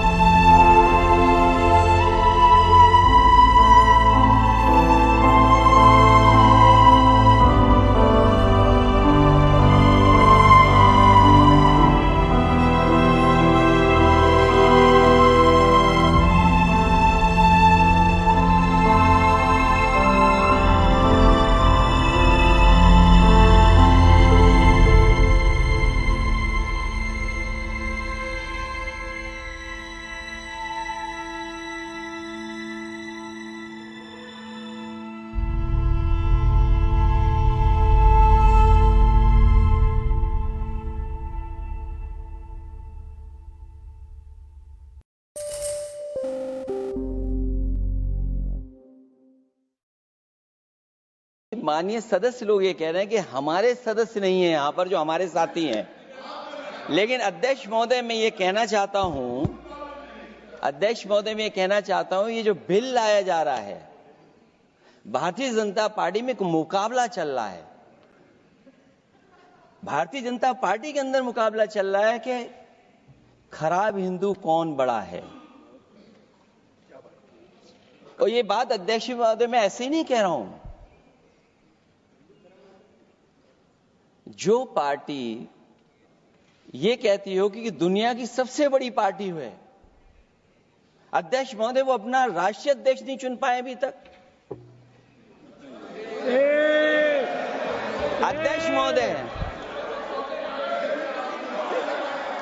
अध्यक्ष महोदय Bharatiya Janata party क्या है?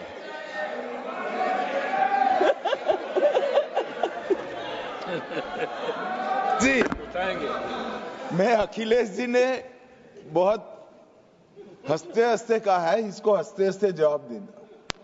ये सामने जितनी पार्टियां हैं उनका राष्ट्रीय अध्यक्ष उन 5 लोगों को ही चुनना है परिवार के।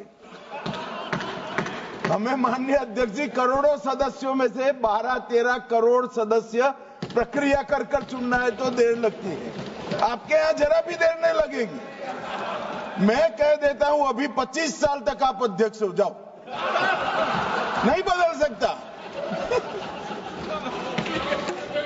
अध्यक्ष महोदय, क्योंकि जो बात निकल के A much better performance for the Indian market, almost some could say a bit of a relief after the suspense around Trump's tariff ends. We got clarity last night. The Nifty managed to hold on to the 23,200 level. The Sensex ends near the 76,300 level. IT as a sector took the biggest knock. Pharma stocks cheered. US President Donald Trump slaps hefty tariffs of up to 50% on trading partners, keeps Canada, Mexico out of the picture. India is at 27%. The Indian market escaped the pain, but US futures stumble amid inflation and trade war concerns. World leaders hit out at Trump and call for retaliatory measures. Well, the Indian government is taking stock of the situation after US levied reciprocal tariffs on India. Sources say India is not in favor of any knee-jerk reaction. The 27% duty on India is less than that imposed on China, Vietnam, Indonesia and Bangladesh, giving India's textile and electronics exports an edge over other Asian countries.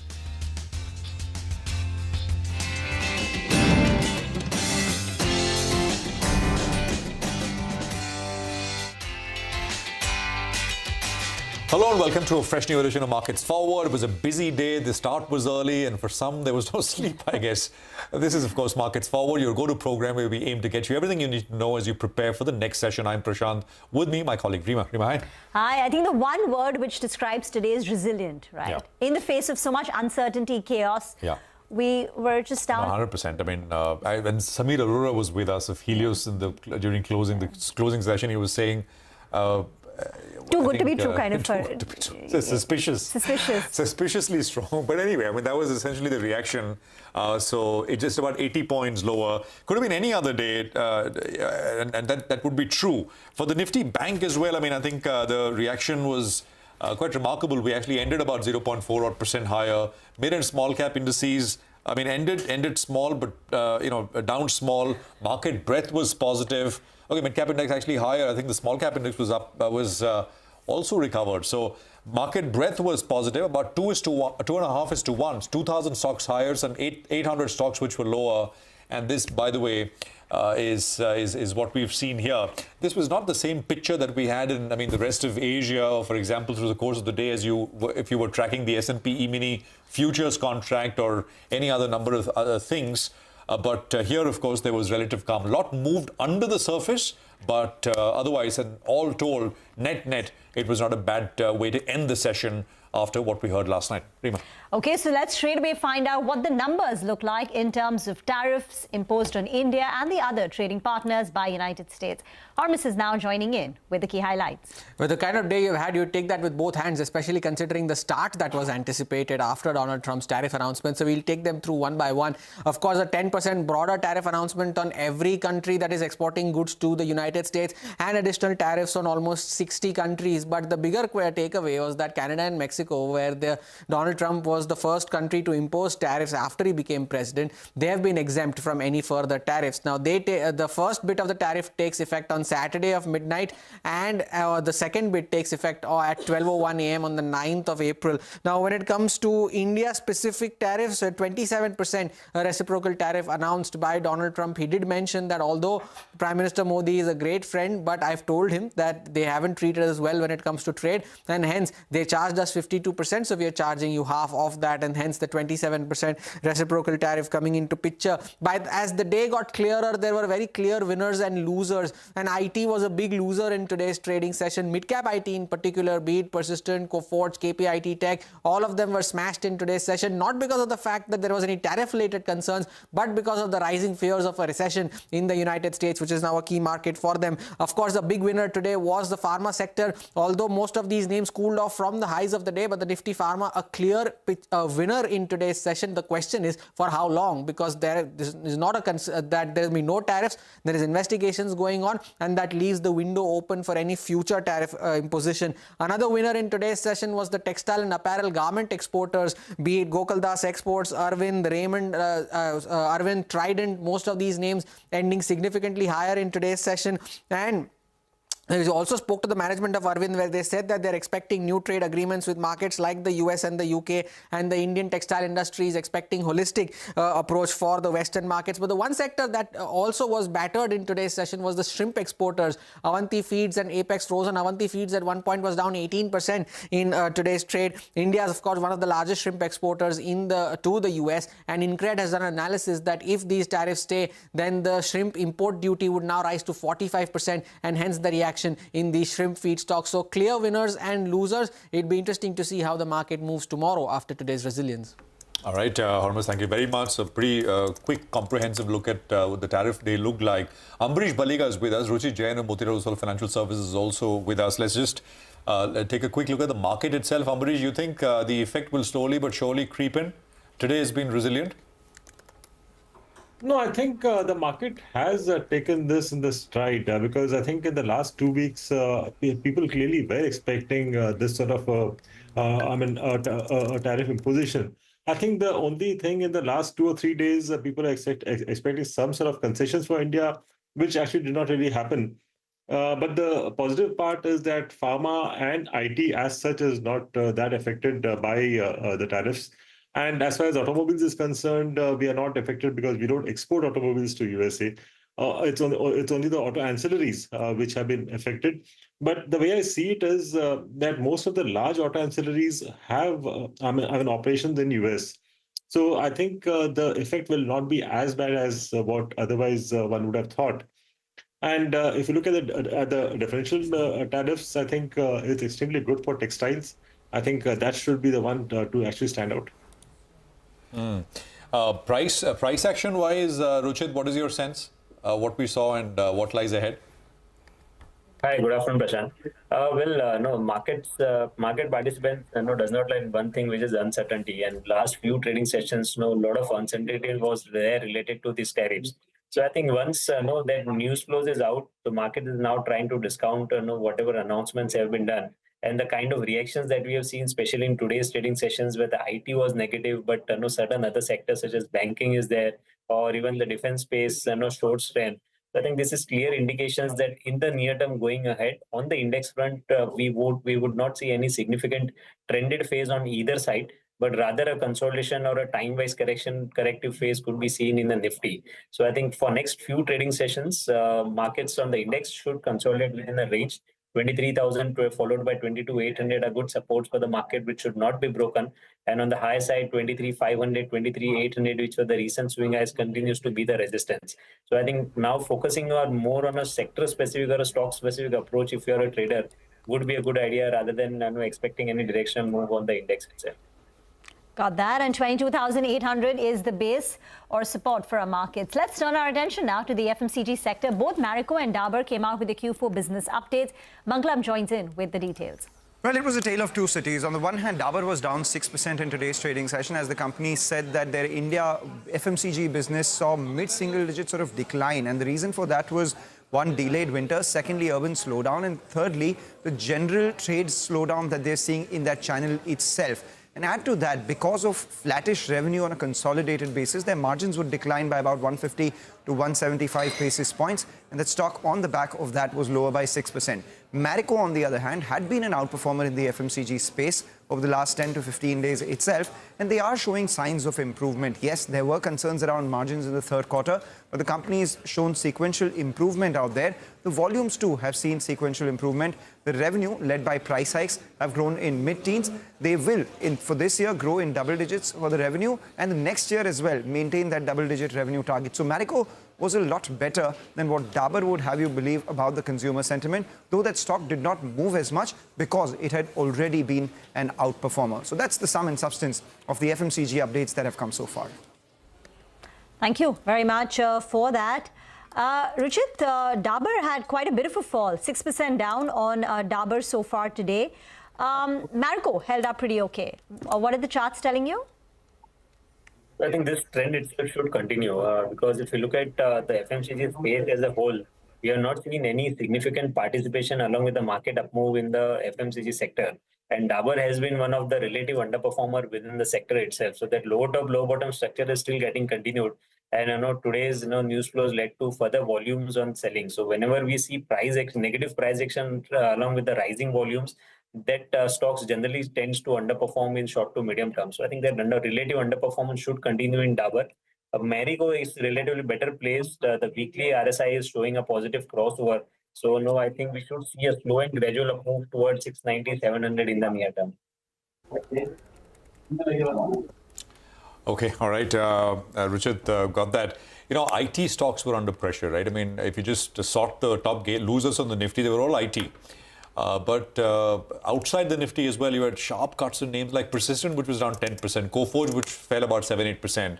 Jeffries in a note said that higher tariffs may impact demand from manufacturing, logistics and retail companies in those particular segments. I mean, looking at the reaction, you would think that actually special tariffs have been imposed on the services side, which is not the case. But take us I think the problem is that valuations are high. Valuations are much higher than pre-COVID level. We're comparing it with pre-COVID level because post-COVID, there was a digital transformation wave and companies had very strong growth rates going up to double digits. So we're going back in time to pre-COVID when growth rates were far more subdued. And today, companies are still trading at a premium to that, large cap and mid cap. And growth rates are struggling. Now, put up the JP Morgan estimate. For FY26, we're looking at low single digit kind of a top line growth, 1, 2, 3, 4% kind of a top line growth for the large cap IT companies. So therefore, is the valuation premium justified? For mid caps, they've also had a very strong run up, particularly names like a Persistent, KPIT Tech. Now, Persistent, for instance, doubled in the last 3 years. KPIT Tech, even after the correction, is up 104% in the last 3 years. And these are the stocks where we had seen the maximum PE re-rating over the last 5 years. So some of those valuation, froth which was there perhaps is now coming off because growth concerns are rising. Now, Jeffries today in their note, as they assess the impact, says the sectors which could be impacted negatively are the ones with exposure to manufacturing, retail, logistics, because these sectors are facing the direct impact of tariffs. But sectors like communication, for instance, could benefit if US growth slows down and the Fed decides to cut rate, because sectors like communication already have debt on their books. So therefore, it will help in terms of deleveraging their balance sheet. Also, they're watching out for companies like IKS Sagility because they get 100% of their revenues from the US healthcare pharma sector, which is unaffected. So in the large cap space, they're saying Tech Mahindra, HCL Tech had the most favorable vertical exposure and IKS and Sagility in the mid cap space. Amrish, I know you told us that you've sort of been paring down your exposure to IT ever since the tariff word came into the equation. But do you own any IT stocks and which ones do you have right now in your portfolio? No, in fact, I mean, I've got a few of the large cap ones, which is where I was concentrating on: Infosys, TCS, HCL Tech. These are the ones which are there in the portfolio. And going by, I mean, what we saw today, I think it was more of a collateral damage than a direct damage due to tariffs. I mean, there was no tariff as far as this sector is concerned. But looking at the customer sector, which could get affected, and because of which I think the order flows could get affected going ahead. I think that was the fear as far as the IT space was concerned, because of which we saw this correction. No, absolutely. Let's talk about the other space as well, right? And we're talking about the entire textile exporters in focus. Now, it could be a combination of things. There was at the margin some not relief, but the understanding that some of the competitors in the space, Bangladesh, Vietnam, Cambodia, tariffs there are also pretty high relative to what's been imposed here. And of course, there's also the fact that these stocks have done pretty poorly. So stocks did well. Vinny is here with the explanation. Vinny. Absolutely. So, what is happening is that now everyone is comparing India versus its competition. That's China, Vietnam, as well as Bangladesh specifically. Now, India, yes, we're seeing the 27% tariff coming in, which is higher versus what we were previously charged. So, on that front, yes, surely that is an increase on that import duty. But China, that has been charged 34%, and there's already a 20% before that. So, overall, it's going to be 54% for China. You do have Vietnam, that is 46%. Bangladesh is high, and other Asian countries are also quite high in terms of the tariff that is charged. So where you see most of these exports from these countries goes to the US, and that is why that impact comes in, and a bit of a benefit on that front for the Indian players. Now, obviously, this becomes an opening for Indian exporters specifically, because now this means that maybe we could see some bit of those competition, some bit of those companies from US coming into India front. What PL is highlighting, Prabhudas Pilada, that shipments from US are totaling to around $2.8 billion in FY24, but the US apparel imports as an India percentage, that is quite low. India is just 6% versus China is somewhere around 20%. Similarly, for Vietnam, around 20%. Bangladesh is 9%. So maybe now we could see that shift coming in. And overall, they believe that this is a very big opportunity, and we could see orders starting to pick up because the China plus one opportunity, Bangladesh plus one opportunity, where everyone was talking about textile benefiting from those. Now, could see that story coming in. And Arvind Limited also highlighted similar things that, Indian textile industry now may look at this whole approach for the West as a holistic approach, and they may look at more bilateral trade agreements, hoping for some positive signs on that front. And that is what we're understanding in terms of commentary. Thank you very much for that, Ambrish. The entire global trade landscape is shifted now. But for Indian textile manufacturers, is there an opportunity in this disruption? And your preferred bet? So clearly, there is an opportunity. I think the opportunity started when we had that political issue in Bangladesh, and from then on, it's been positive. And now, because of this tariffs, I think there's an additional benefit which we are getting. So I think, companies like Arvind, Wellspun, Himatsingka, Side, Gokuldas, Trident, I think these are the ones we should gain because of whatever's happened. Anything, Ruchit, on your radar, on your tracker, any trades which are coming up, textile, outside textile? What are you watching? What looks like a trade here? Textiles, I think today it was a news-based up move, so the follow-up move would be very important. It happens many times that there's no follow-up move. So I think I would wait for some high top, high bottom kind of structure. But I think outside textiles, if we see, there's been one segment which has shown consistent strength, which is defense. Irrespective of the market volatility that we have seen over last few days, defense has been one of the space where the price volume action is quite strong. So I think stocks such as HAL is there, Mazgaon Dock is there. These are the stocks where a relative outperformance could continue. So I think if one is looking from a bit short to medium term perspective, then defense would be one sector where we think that still much more upside is left. I think BDL did very well today as well. Gentlemen, thank you very much for joining in. Need to slip into a short break on that note. On the other side, we'll get you key market voices on Trump's tariff and the impact in the Indian market. Stay tuned.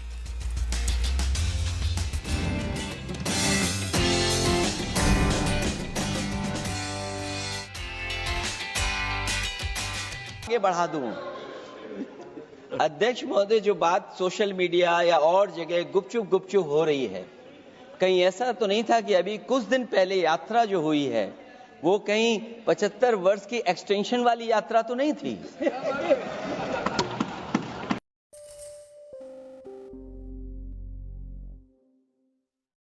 Over 3,000 entrepreneurs, investors, and heirs have made it to the Forbes list of billionaires in 2025.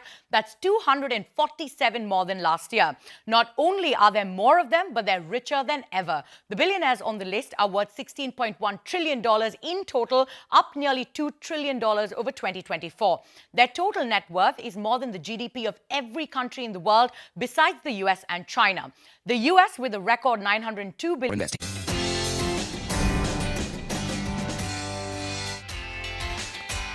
Welcome back. You're with us here on Markets Forward. Let's get you some opinion. And we got lots of opinion, varied opinion, ex-policy makers, market participants, of course, global economists on what the implications of this could be.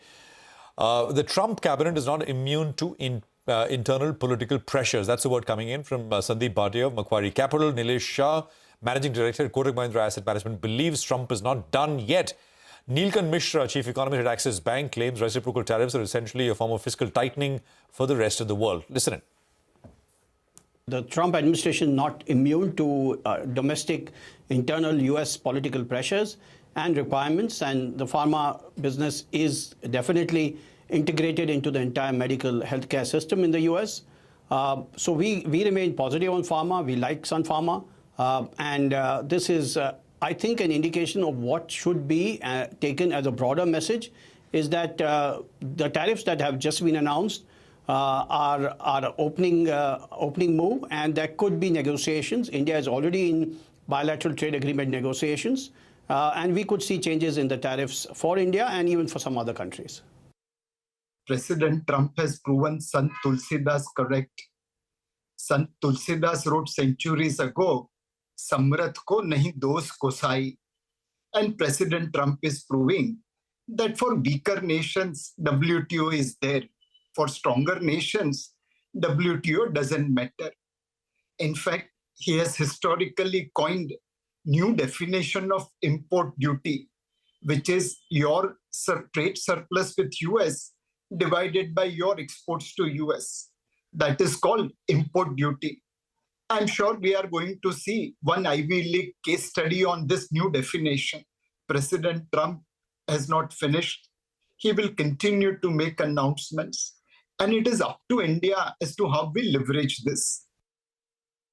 The $700 billion odd of extra revenue that on an annualized level the US will start now to collect is about 0.6% of global GDP. So this is effectively fiscal tightening for the world.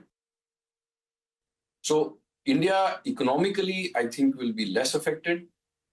There may even be new opportunities that come up. So if Vietnam is not in a hurry to bring down its tariffs, then there is a lot of apparel, footwear. India becomes relatively cheaper. I mean, there's a 20% gap between Vietnam and India. Tariffs on Vietnam versus tariffs on India. It's an advantage that can actually start to play out in our favor. I mean, it's very unlikely that footwear and apparel will start getting manufactured in the US because of these tariffs. So there may even be opportunities that come our way. But the channel through which I think the impact will be the worst will be the financial markets. So remember that people are just about starting to cope with the fact that this uncertainty will be there for a long time. And the uncertainty, I think, is this one word you can pick out to describe the day, and of course what we heard, the varied opinions that we got. I think that is the word, uncertainty. And that'll play out over the coming weeks and months, since you heard from many of those voices. Well, I think we're going to wrap up on this edition of Markets Forward. Programming continues with more important opinion on the other side. News and updates follow as well. Stay tuned.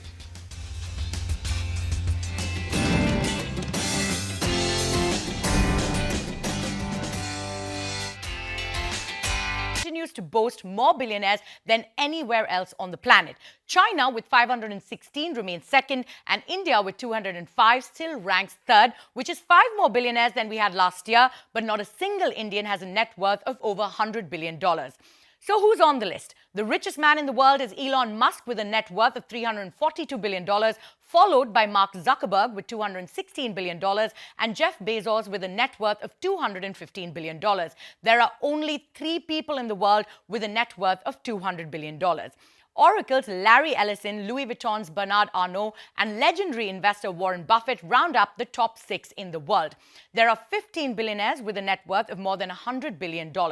US President Donald Trump's net worth has doubled in the last year from $2.3 billion to more than $5 billion, thanks to his social media platform Truth Social and cryptocurrency bets. Mukesh Ambani remained the richest Indian and the 18th richest man in the world with a net worth of $92.5 billion.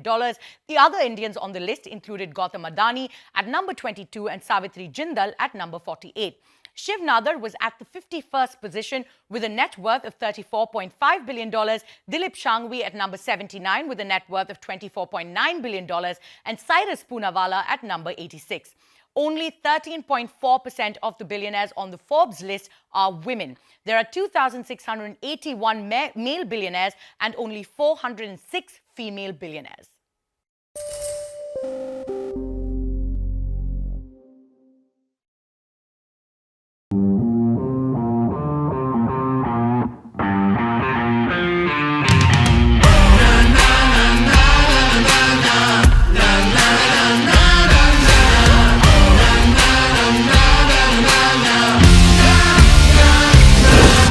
Make informed decisions with comprehensive analysis on the go.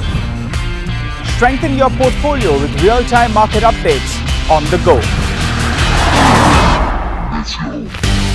Create effective strategies with insightful expert opinions on the go.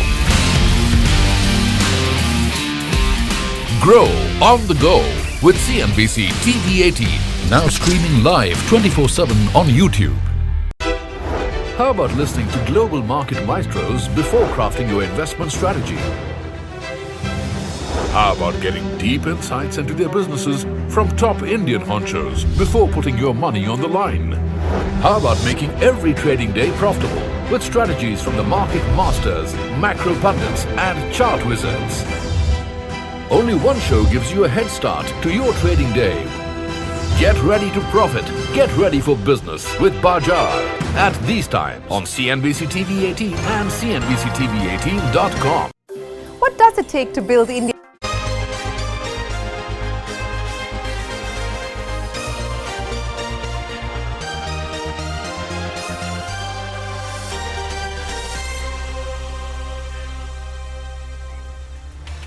Hello and welcome to our special broadcast. I'm Parikshit Luthra and here are the headlines we are tracking this evening.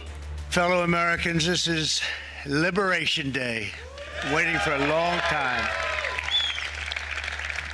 April 2nd, 2025 will forever be remembered as the day American industry was reborn, the day America's destiny was reclaimed.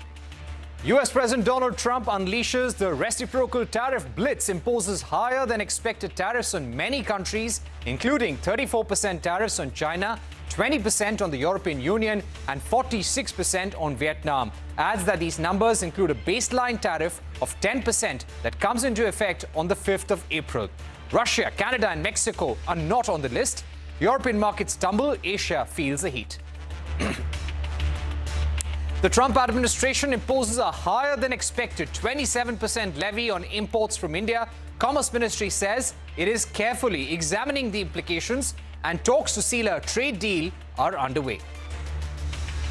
India's textile and electronics exports could get a leg up as competitors China, Vietnam, Indonesia, Bangladesh face relatively higher US tariffs. Pharma gets an exemption, but gems and jewelry industry terms the new levies a significant burden. From anger and outrage to emergency meetings, Trump's tariffs evoke a slew of reactions across the world. China calls for Washington to immediately cancel the tariffs and warns they endanger global economic development. South Korea promises an all-out response. Australia calls the tariffs a hostile act against an ally. The European Union is preparing a fresh package of countermeasures. Indian equities opened sharply lower as India wakes up to 27% tariffs, but recover to end with modest losses. Sensex and the Nifty closed less than 0.5% lower. Pharma stocks lead the gains, but IT, auto, metal stocks remain under pressure. The rupee also erases early losses to end slightly stronger against the dollar.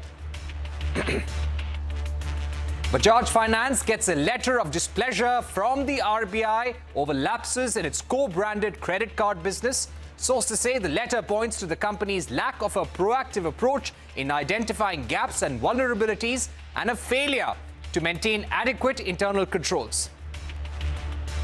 All judges at the Supreme Court agreed to make the declaration of their assets publicly available. The disclosures will be made to the Chief Justice of India and will subsequently be uploaded on the Supreme Court's official website.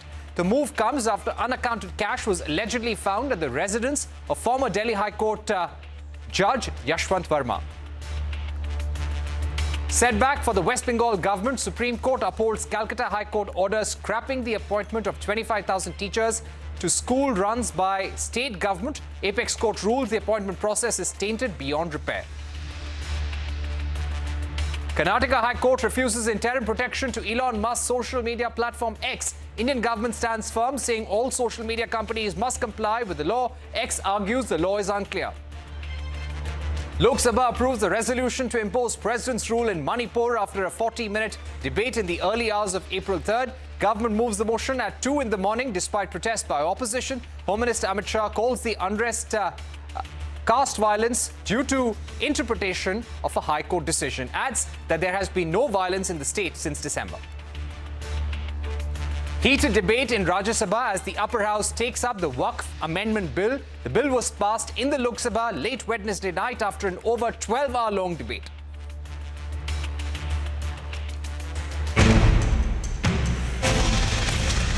My fellow Americans, this is Liberation Day. We will establish a minimum baseline tariff of 10%. India, very, very tough, very, very tough. Prime Minister just left. He's a great friend of mine, but I said, you're a friend of mine, but you're not treating us right. China, 67%. That's tariffs charged to the USA. We're going to be charging a discounted reciprocal tariff of 34%. You think of European Union, very friendly. They rip us off. 39%. We're going to charge them 20%. We're now preparing for further countermeasures to protect our interests and our businesses if negotiations fail. We're going to fight these tariffs with countermeasures. The administration's tariffs have no basis in logic, and they go against the basis of our two nations partnership. This is not the act of a friend. Fear and fury, dilemma and dismay. Countries across the world are coming to grips with Donald Trump's reciprocal tariffs, one that upends decades of America's support to globalization and potentially has the power to disrupt and rearrange the global trade order. Trump unveiled sweeping reciprocal tariffs. The levies were bigger than expected. Let's quickly take you through the 5 big takeaways. Trump announced what he calls discounted reciprocal tariffs during a long, drawn-out speech at the White House lawn. Several countries, including China, Vietnam, EU, Japan, and India, stare at tariffs in the range of 20 to 40%. India specifically faces a 27% tariff levy. As per the Trump administration, the rates were calculated roughly half of what the US claims these countries impose on American exports, factoring tariffs, non-tariff and monetary barriers, among others. India's Commerce Ministry says they are carefully examining the implications. So what does this really mean for the Indian industry? India's pharma sector can breathe easy as Trump's reciprocal tariffs strike exempts the sector. The IT and jewelry sectors, however, stare at a backlash. From anger and outrage to emergency meetings, Trump's tariffs have evoked a slew of reactions across the world. China calls for Washington to immediately cancel the tariffs, warning that they endanger the global economic development. The European Union is preparing a fresh package of countermeasures as well. For these reasons, starting tomorrow, the United States will implement reciprocal tariffs on other nations. It's been a long time since we even thought of that. We used to think about it a lot. We didn't think about it for many decades, and you see what's happened. For nations that treat us badly, we will calculate the combined rate of all their tariffs, non-monetary barriers, and other forms of cheating. And because we are being very kind, we're kind people, very kind. But we will charge them approximately half of what they are and have been charging us. So the tariffs will be not a full reciprocal. I could have done that, yes, but it would have been tough for a lot of countries who didn't want to do that. But such horrendous imbalances have devastated our industrial base and put our national security at risk. I don't blame these other countries at all for this calamity. I blame former presidents and past leaders who weren't doing their job. They let it happen. And they let it happen to an extent that nobody can even believe. That's why, effective at midnight, we will impose a 25% tariff on all foreign-made automobiles.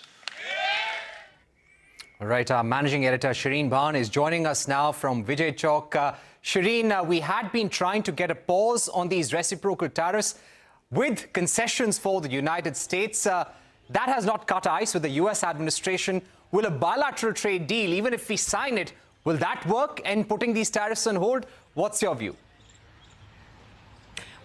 Well, we just don't know at this point in time, Parikshit, and that's one of the many questions that we don't have an answer to. By the way, I'm standing at the heart of Delhi's political corridor. This is where we have the North Block right behind me, the Finance Ministry, the Commerce Ministry right next door, and of course the Indian Parliament here as well. And policymakers across governments, including of course our government, are going to be going over the impact and the implications of the Trump tariffs announced overnight. Now, as far as India is concerned, as you rightly pointed out, India was hoping for the best case scenario, that look, we are already in active dialogue and in discussion as far as a bilateral trade agreement is concerned. So the hope was that even if the tariffs were announced and they were to impact India, perhaps there could have been a suspension on the rollout as far as the tariffs were concerned. But that has not been the case. India has not been singled out. The tariffs will apply on India like they will on the rest of the world where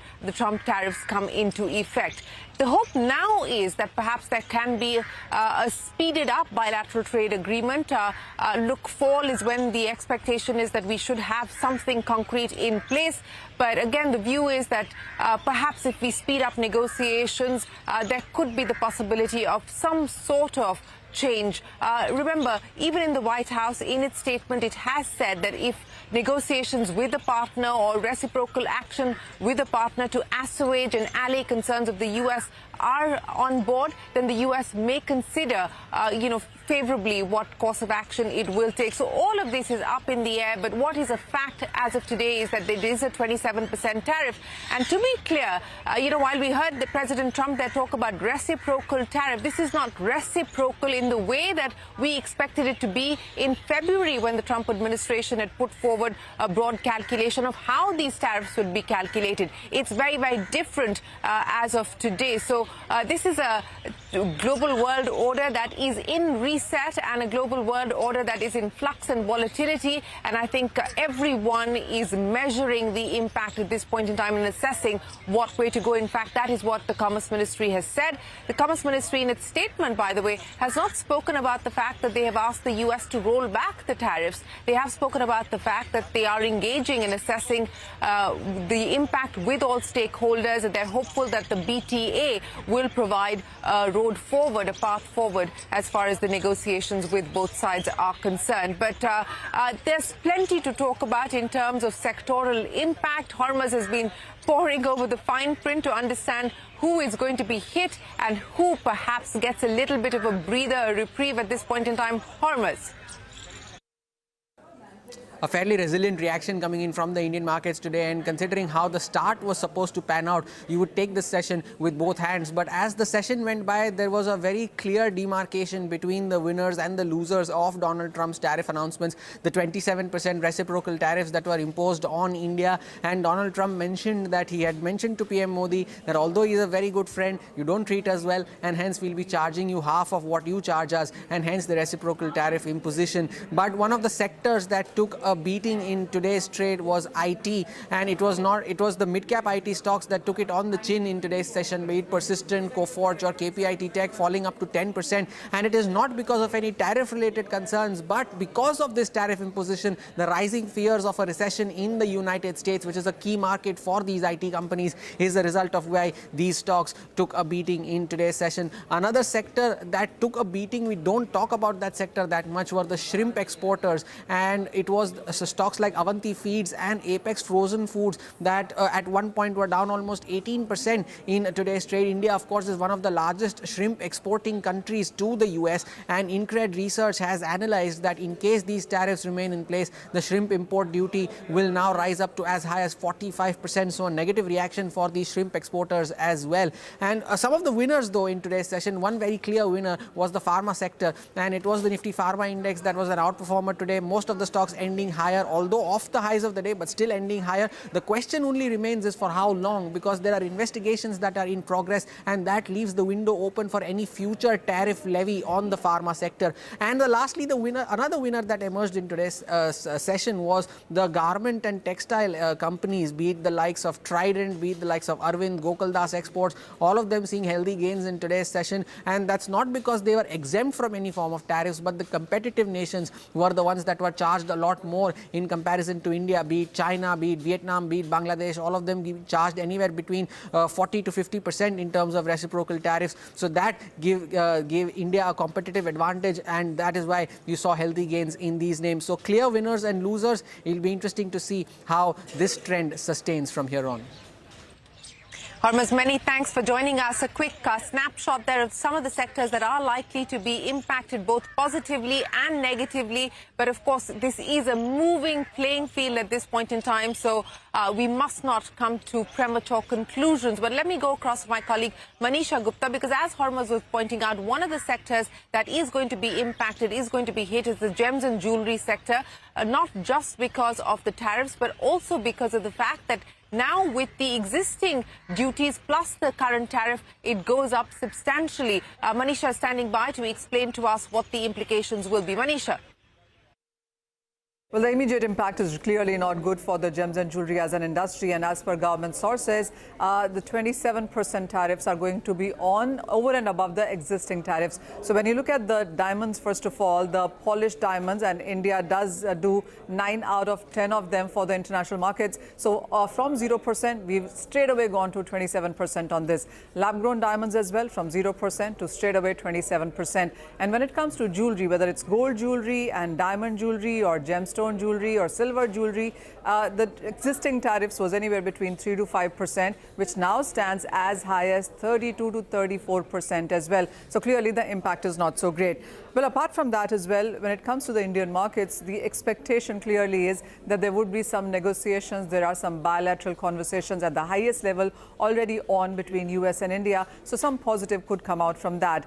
Otherwise, the kind of numbers that you're looking at, India does feel that while we are relatively better than various other countries, like China, for example, because China has seen a 34% of tariff. This is in addition to 20% tariff already. So with India's 27 and China's 54% tariff, India stands in a better place right now. And China, mind you, is a bigger gold jewelry exporter as well. So India stands to gain in that sense. But then again, when you look at the other manufacturers and important ones like Singapore, UAE, Turkey, there the tariff is just at 10%. So India could be losing out to these countries, and that really is a bit of a concern coming in. Some of the jewelers I was talking to also said that if in the long term this just about continues, then many of the Indian manufacturers and jewelers would perhaps shift to countries where you have lower tariffs as well. I also spoke to GJPC, and they said that this is a significant higher number, and they are hoping that India and US will work on these numbers. There also is an expectation that there could be challenges going forward in sustaining the kind of export quantum that we do to US at this point in time. But then eventually India will find newer markets or will reroute its exports to US. I mean, there are various conversations happening right now, but there's more clarity clearly that this sector also is waiting for.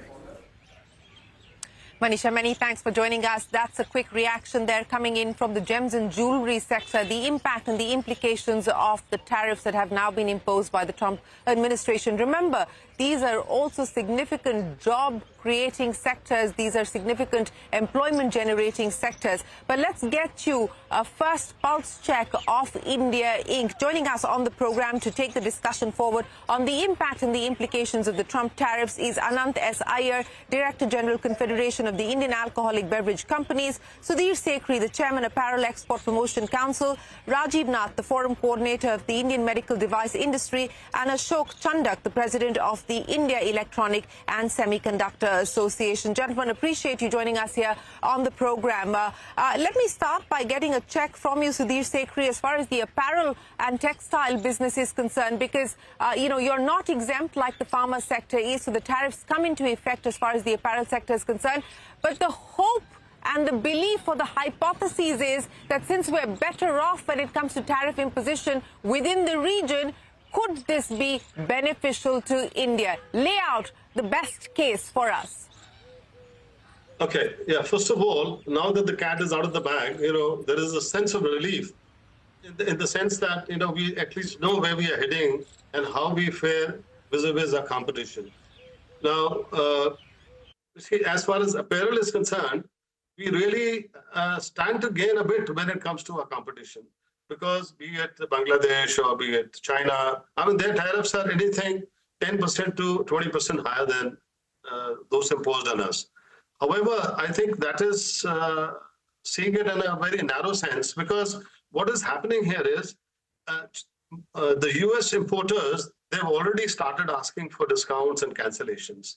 Now, this is a big issue for us, and this needs to be addressed by the government. They have to take it up with the government there, or, like China did, when 10% tariff was imposed on China, many retailers, they started pushing manufacturers to reduce prices. And that's when the China government stepped in, and they said they warned these retailers that they'd be blacklisted if they continue with this kind of a thing. So that is one part of it. The second part is I just want to interrupt you there. I want to interrupt you there because what you're saying is very important. So I want to understand this for the benefit of everybody watching. You're saying that order cancellations have already started, and the call and the ask for discounts have already started on account of the tariff imposition, or even before the tariff imposition? Okay. Well, actually, the discussion started last week. And now that the tariffs, it's now clear what it is. So discounts, they've started canceling orders. And in fact, last night we received a message from buyers asking for discounts. And some buyers are also asking for postponement. So in the near term then, Sudhir, what should we expect? Because, as you pointed out, and I that's what I've been caveating as well, that, this business of what happens to the region and how much higher the region is us versus India, and whether that benefits us or not is a more medium-term aspect. But in the short to near term, what will the impact be? What is the hit likely to be? Have you done any calculations on the back of the announcement that's happened overnight? Yes, like I said, in the immediate term, this is what they're asking. But obviously, we cannot, the kind of discounts they're asking, anything from 15 to 20%, that is definitely not workable. We don't work on very 5-6% net profit, and we definitely cannot afford this. So we have to take a stand, and we'd like this government to support us on that. Now, coming to the other aspect, of course, yes, we will become competitive when it comes to our neighbors. But let's not forget that there are many other countries where the US is buying garments from those countries, but they're not buying much because of the higher cost of production. Now, let's take Turkey as an example. Now, Turkey has they've been subject to a tariff of 10% only. So, which means the difference between Turkey and India is today 17%. Now, the 17% will more than offset the higher cost of production in Turkey. So, obviously, I think a lot of business might move to Turkey. Similarly, Germany, even the European countries where the tariff is now 20%, there is a differential of 7%. Maybe that 7% may not offset the difference in cost of production. But look at the NAFTA countries, Dominican Republic, for instance, Egypt, Jordan. Egypt has been hit with 10%. So they are 17% lower than us. Dominican Republic, 10%. Okay. I mean, a lot of American production is still being carried out in DR. So that is DR is going to gain, and a lot of business is going to move. So, it's very difficult to predict what exactly is going to happen in the next 3 to 6 months. But immediately, this is the negatives that we see. This is the downside we see. The upside is, yes, okay. We call Bangladesh, China, Vietnam, Cambodia, Pakistan. They are competitors. When we talk about competition, we only name these 5-6 countries. We don't even talk about DR or Turkey. So, we are much better off than these countries. But is that a consolation? I mean, that's the big question. Well, that's an important point that you raise. And again, this is what we've been highlighting on CNBC TV 18, that let's not get carried away with the fact that in the region, countries like Vietnam, China, Thailand, etc., have been hit by higher tariffs. Very important point there being made by Sudhir Sekhri on how production bases closer to the U.S. have, in fact, been hit with lower tariffs. So, in the near term, the impact, even as far as the apparel sector is concerned, is likely to be a negative one. Of course, all of this is uncertain at this point in time, and that already is impacting order flow as order cancellation and resulting in the need for price discounts. The call there from the apparel trade body is that the government needs to step in. But let me also go across to Rajiv Nath, Forum Coordinator at the Association of Indian Medical Device Industry. Mr. Nath, many thanks for joining us. The pharmaceutical sector at this point in time is exempt, so there is a sigh of relief there, but not so for the medtech sector. What will the impact be?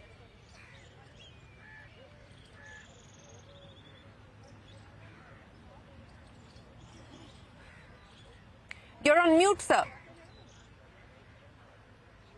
On the face of it, it looks slightly detrimental to us, but I think business people have to look for windows of opportunity, because unlike apparels, where you can move things around very rapidly, for quite some time, USA has been looking at diversifying its supply chain of medical devices to address its healthcare security needs, like India has been doing also post-COVID. So I think that is more strategic in mind. So Indian manufacturers have to see product lines where USA is wanting to shift away from Mexico or from China into suppliers like India. And this may be an opportunity for us over here to take forward. So yes, domestic manufacturing. Well, that's the medium to the long-term consequences. But what about the near term, Mr. Nath? In the near term, with the imposition of this 27% tariff, what will the impact be on medtech manufacturers? Well, I would say in the short term, where we are competitive and ahead of the competition from other countries, that will be maintained. There should be no immediate short-term concerns over there. The buyers will, of course, have to absorb the higher costs. So it's going to be a pinch for them. For us, tariff is not the main concern. Of a higher concern for medical device industry is the non-tariff market access costs. The cost to get a US FDA approval varies from $10,000 to $500,000, depending upon the risk classification of the product. That is for the private healthcare market. And to access the public healthcare market, that is nearly impossible because of the Buy American policy. And we're not allowed to take part in the bids for the American government purchases over there, because we are not partners to the trade agreements with USA over there. So it is the non-tariff issues our government basically has to negotiate on our behalf in the bilateral agreements going forward. And we do hope, like they've seen some reprieve for pharmaceuticals, maybe they can consider a reprieve also for medical devices being healthcare products. Well, reprieve or not, we don't know. But let me ask you very quickly, what is the quantum of exports to the US at this point in time? And do you believe that that is likely to see an impact on account of the imposition? So currently we are exporting high quality consumables, disposables, and some electronics to the tune of about nearly $500 million over there. And we import from USA nearly $1.5 billion worth of goods. So the imports are double that from USA. So in that respect, yes, this policy is going to give an asymmetrical advantage to the US companies who are accessing the Indian market. Interestingly, the biggest market for Indian medical devices is USA, and also the biggest suppliers to India is USA in medical devices. Yeah. Yes, and this will, of course, be something that I guess both sides will take up, even as far as the bilateral treaty is concerned. But let me go back across now to bring a view there from the Indian Alcoholic Beverage Association. Joining us now is Anant Iyer. Ms. Iyer, many thanks for joining us. We've already seen that cut by India on bourbon whiskey ahead of the Trump tariffs coming in, with the hope that perhaps that would assuage and allay some concerns that the U.S. had. But the tariffs have come in nevertheless. Take me through the impact that you see. Yeah, Sireen, thanks a lot for having us on your channel. We are still awaiting some clarity on what will be the exact tariff on spirits as well as wines. Currently, India has only reduced its duty on bourbon to 100%. Our fear is that it's not so much from the US, because the exports from US into India, the imports into India are about $24 to $25 million, which is very small when you compare it to the overall imports of spirits and wines from the other parts of the world, especially the United Kingdom, EU, and other countries. So our fear is that there are other FTAs now in the on the table, and those countries should not use whatever concessions we give to the US as a benchmark for discussions, because that doesn't safeguard the interests of our members and our industry. As you know, our industry is a state subject. We face a whole host of challenges, and the cost of operations that we have in India, right, are at least at least 50 to 75% more than what it is in any developed country, or even in the middle kind of developing or developed countries, in just play production costs, input costs, etc. So we have our own challenges, and we have already given our representations to the concerned ministries, including our nodal ministry, which is the Ministry of Food Processing, and requesting them that yes, they should safeguard our interests. And we have ourselves recommended, as an industry, a staggered reduction of customs duties over a period of 10 years. So it's not that we haven't done it, but to have a very drastic cut may set the cat among the pigeons, as it were. Yes, because there is a negotiation underway with the EU as well, and of course that is going to be one of the items there. Of course, will be wine and spirits will be up for discussion and debate, and your fear is that if India cuts on this, just as we have done as far as bourbon whiskey is concerned, that will open up the room for negotiation there as well. Let me bring in Ashok Chandra, the president of the Indian Electronic and Semiconductor Association, into the conversation. Mr. Chandra, many thanks for joining us. Very quickly, the near-term impact, the short-term impact of the tariff imposition, and of course, eventually the silver lining as well, but the near-term impact. I don't see any major near-term impact, except for the fact that whatever exports we do to United States, almost like $12 billion of electronics, if there is a short-term demand reduction in US because of the prices going up for the consumers, that's the only impact I would see. But India is well placed as of now compared to the other electronics and semiconductor exporting countries such as China, Vietnam, Taiwan, Thailand, as well as Mexico. So overall, we are, I would call, at a positive edge, and it depends on India now. How do we make use of the opportunity that is available? And I want to add one point over here, that recently one policy was announced on PLI for electronic components, and I call this as one of the winning trio for India now. The PLI for electronic components, there is a PLI running for electronics manufacturing, and there is a Semicon India program. All three put together creates a very good combination of a value addition for electronics manufacturing, and India need to capitalize on these policies and ramp up faster. So short term, no major issue. Long term, yes, maybe United States electronics manufacturing industry would get developed, but still I would call the demand in US for electronic goods is tremendous. It's quite huge. It's almost like a $500 billion. So we will still have a huge opportunity to grow forward and expand.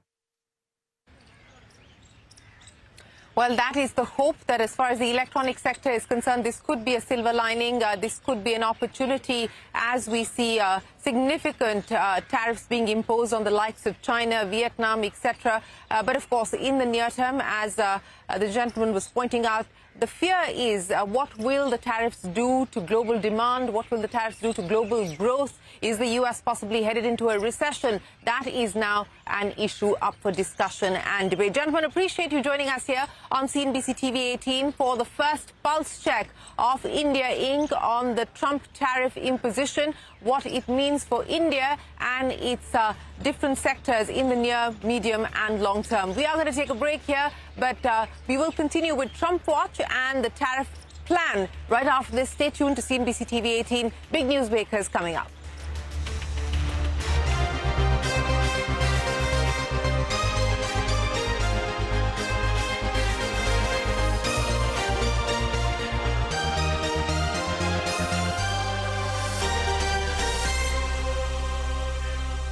Our platform, it takes a journey of starting out as an unknown and ending up as unforgettable. It takes more than 2 decades of celebrating the most influential and influencing the most celebrated entrepreneurs.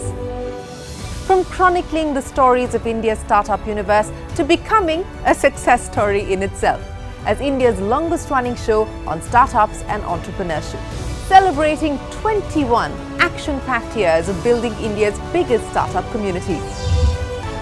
Young Turks at 21, only on CNBC TV 18 and CNBCTV18.com.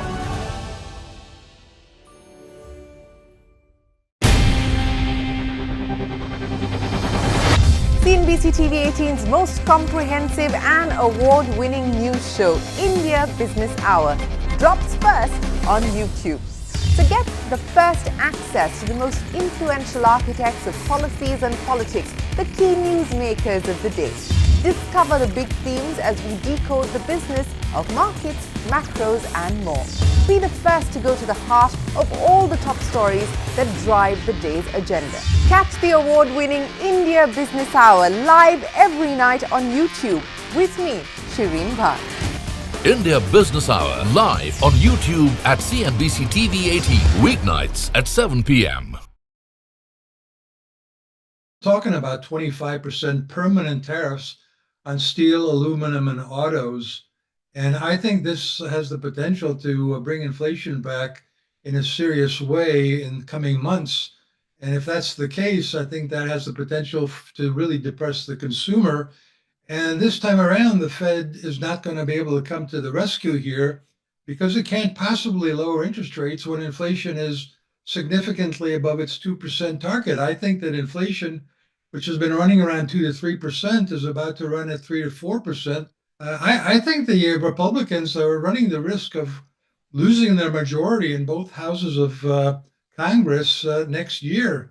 I think this is just a disastrous policy.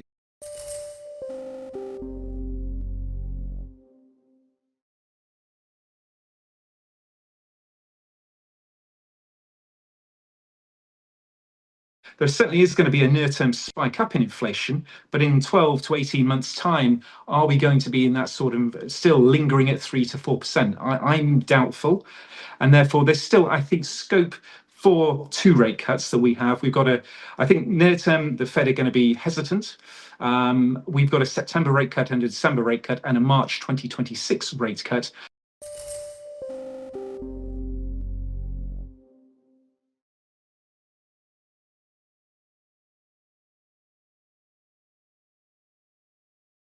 My fellow Americans, this is Liberation Day, waiting for a long time. April 2nd, 2025 will forever be remembered as the day American industry was reborn, the day America's destiny was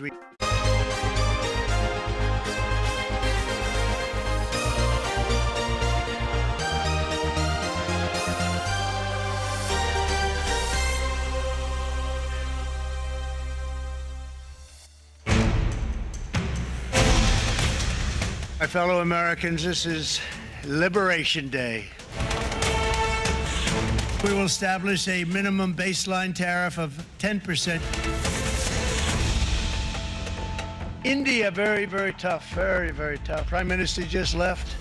He's a great friend of mine, but I said, you're a friend of mine, but you're not treating us right. China, 67%. That's tariffs charged to the USA. We're going to be charging a discounted reciprocal tariff of 34%. You think of European Union, very friendly. They rip us off. 39%. We're going to charge them 20%. We're now preparing for further countermeasures to protect our interests and our businesses if negotiations fail. We're going to fight these tariffs with countermeasures. The administration's tariffs have no basis in logic, and they go against the basis of our two nations partnership. This is not the act of a friend.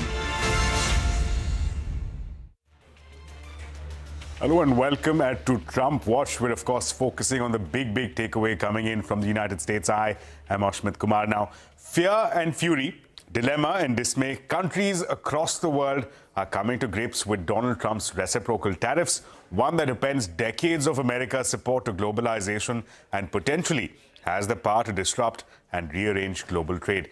Now, Trump unveiled sweeping reciprocal tariffs. The levies were bigger than expected. Let's quickly take you through the big 5 takeaways. Now, Trump announced what he calls discounted reciprocal tariffs during a long-drawn speech at the White House lawn.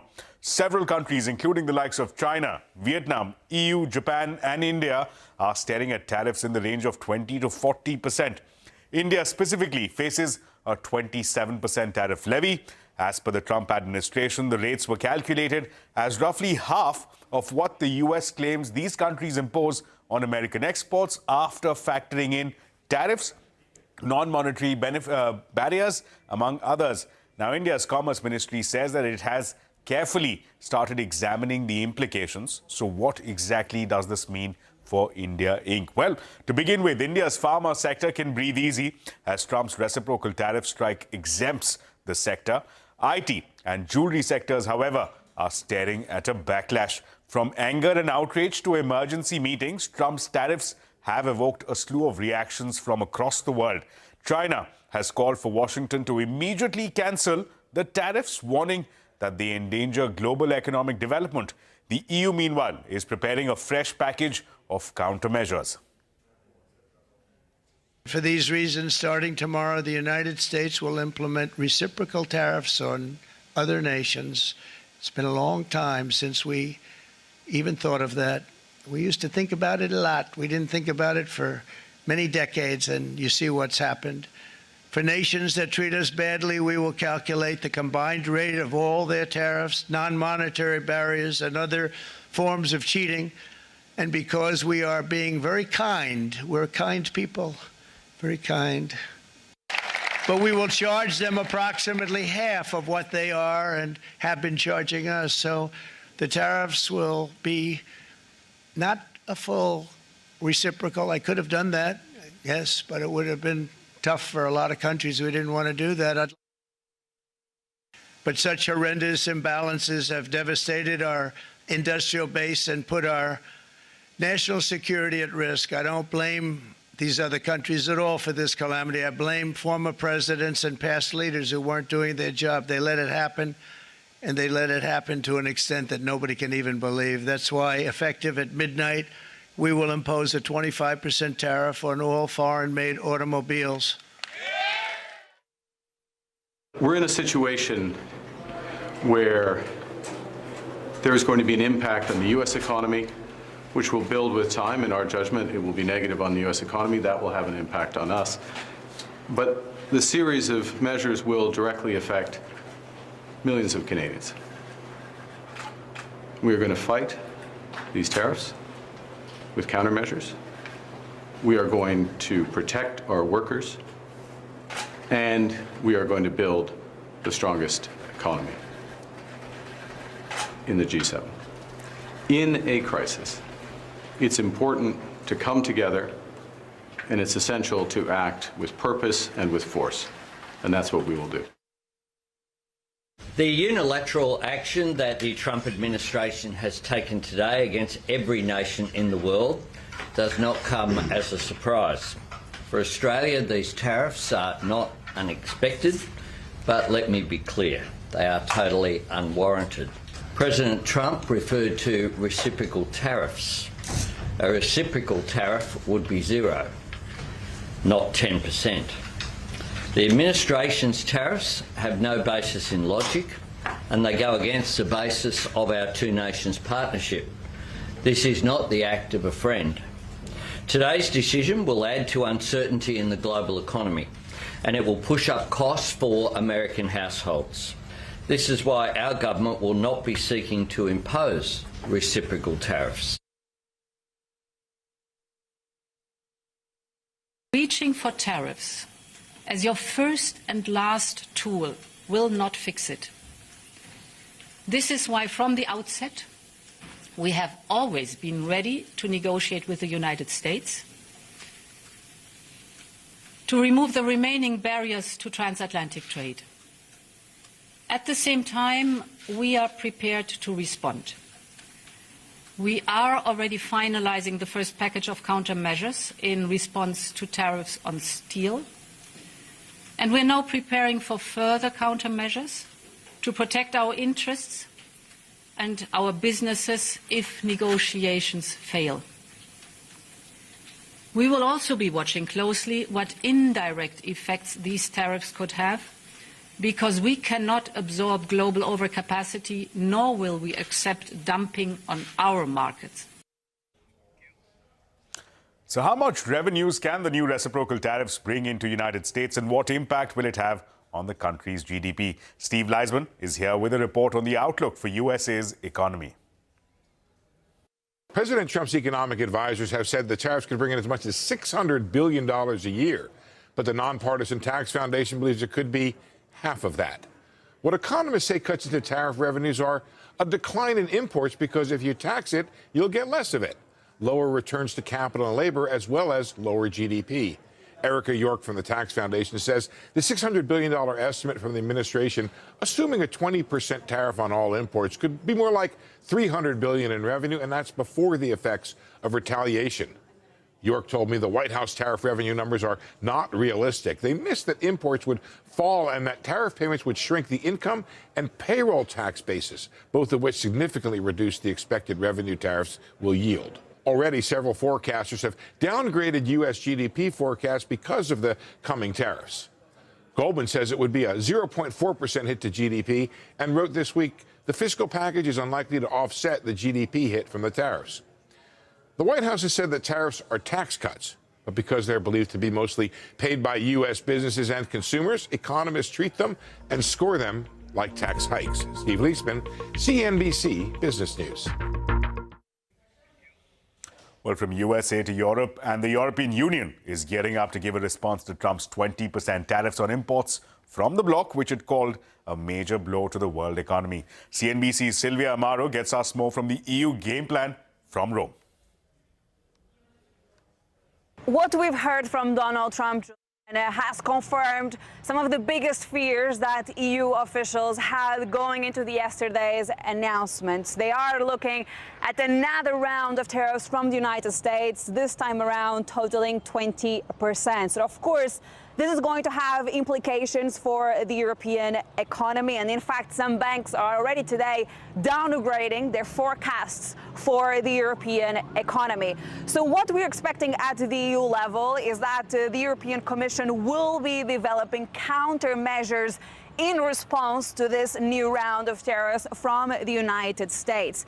Earlier this week, we heard from Ursula von der Leyen, the President of the European Commission, and she said that they are preparing, quote, a strong package of measures, and these could actually hit digital services, in particular US big tech firms. So let's see what the detail will be over the coming days. But as we are in Italy today, I would also like to highlight some of the reactions from Rome this morning. In fact, Giorgia Meloni, the Prime Minister of Italy, was among the first EU leaders to react. And she said that, of course, the announcement from the United States was a wrong step, of course, but she wants to see some sort of compromise. She would like to see a deal with the United States that will prevent further trade escalations. That's the picture coming in from Europe. But let's also get you a global pulse check on how policymakers, economists are reading into the reciprocal tariff announcements. I think my baseline is that this is the opening round of what may be a very complex set of negotiations across scores of different countries. So I think maybe, as Secretary Besson has been quoted, it maybe puts a cap on max tariffs. But I think there's a long way to go to see how the tariff war is going to eventually be settled. I think there's definitely a headwind from the trade policy uncertainty. We saw evidence of that back in 2019. There's much more uncertainty now. So companies are not eager to invest or hire, so long, especially if they're exposed to trade. And so I think it's a headwind to growth. A recession would not be my baseline, but you'd have to say that the odds of a recession have gone up compared to where we would have been 3 or 4 months ago, just from really the uncertainty effect on consumers and businesses in and of itself. This was stronger than what many of us expected. But it's the opening step. So I would expect, I would assume that this will not be in place in a month, 2 months, definitely not in the back half of the year. So I'm in the camp that this is the beginning of a big negotiation. Korea and Japan don't charge tariffs for automobiles anymore. So Mexico and Canada will most likely be addressed with the USMCA agreement. That's scheduled for 26, but that will be brought forward, hopefully in the next month or two. And that the autos will be folded into that discussion. Germany, it's about, they charge us 10%, we charge them 2.5%. That could be fixed. So this is a broad-based, all-out assault by Trump on the notion of free trade that was supposed to benefit the U.S. and the rest of the world. And it is striking that this is such a broad swath of tariffs encompassing a wide variety of products, and it doesn't discriminate between U.S. allies and rivals. It hits everybody pretty hard, and countries in Asia in particular seem to be hit quite hard. But there are many countries around the world, even those like the United Kingdom, with which the United States runs a trade surplus, that have gotten hit with some tariffs. So nobody really has been spared. Mexico and Canada seem to have gotten off lightly on this round at least, because it seems like there are no additional tariffs being imposed on them. I think that, up until now, what we had, were the skirmishes between the administration and Canada, Mexico, China, Europe. And then today is when the war actually began. The global trade war starts today. And I was really struck by, pundits and strategists and economists and analysts all saying, well, today was going to be the day, that at least the uncertainty is going to end today. But no, the uncertainty didn't end today. All we know is that it was the official day of the trade war, the global trade war. And now we're going to go through a multi-month or multi-quarter period of the law of unintended consequences. And so we're going to be writing fresh chapters in this book on making uncertainty great again. Everybody talks about, the breath of fresh air, that it's a 10% baseline tariff. That's the baseline. The average tariff rate just went from 2.5% to 20%. When we started off, when you do a back of the envelope calculation, most of us started off with the tariff differential. It is to mean that what India imposes on the US and US imposes on India. What you've seen now is 26%, which is almost more than 2.5 times what that tariff differential is. To mean that there are a lot of other soft factors that have been added in, non-trade barriers. You've also seen currency movements, not only for India, for across other trading partners as well. Which means that if there are, again, to my mind, if there are some concessions that are made, it could be that you could get a bit more discounted, tariff rate, and that would be a part of the negotiations that are going on. So I would think the window to lower this 26% is very much still live.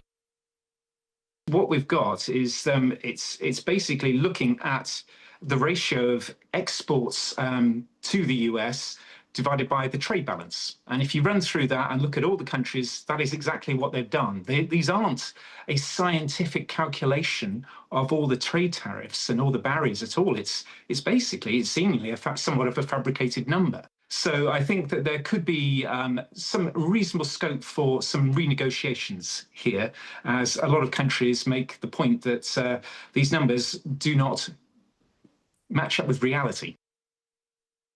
Talking about 25% permanent tariffs on steel, aluminum, and autos. And I think this has the potential to bring inflation back in a serious way in coming months. And if that's the case, I think that has the potential to really depress the consumer. And this time around, the Fed is not going to be able to come to the rescue here, because it can't possibly lower interest rates when inflation is significantly above its 2% target. I think that inflation, which has been running around 2 to 3%, is about to run at 3 to 4%. I think the Republicans are running the risk of losing their majority in both houses of Congress next year. I think this is just a disastrous policy. And coming up, China gets hit the hardest after Trump imposes a 34% reciprocal tariff on the country. And that's over and above the existing levies. Details when we come back.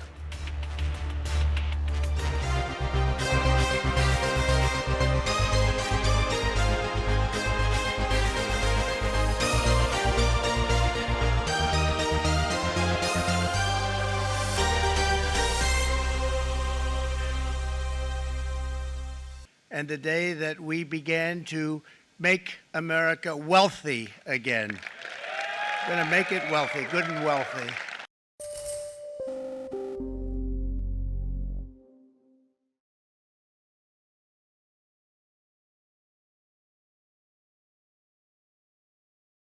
For these reasons, starting tomorrow, the United States will implement reciprocal tariffs on other nations. It's been a long time since we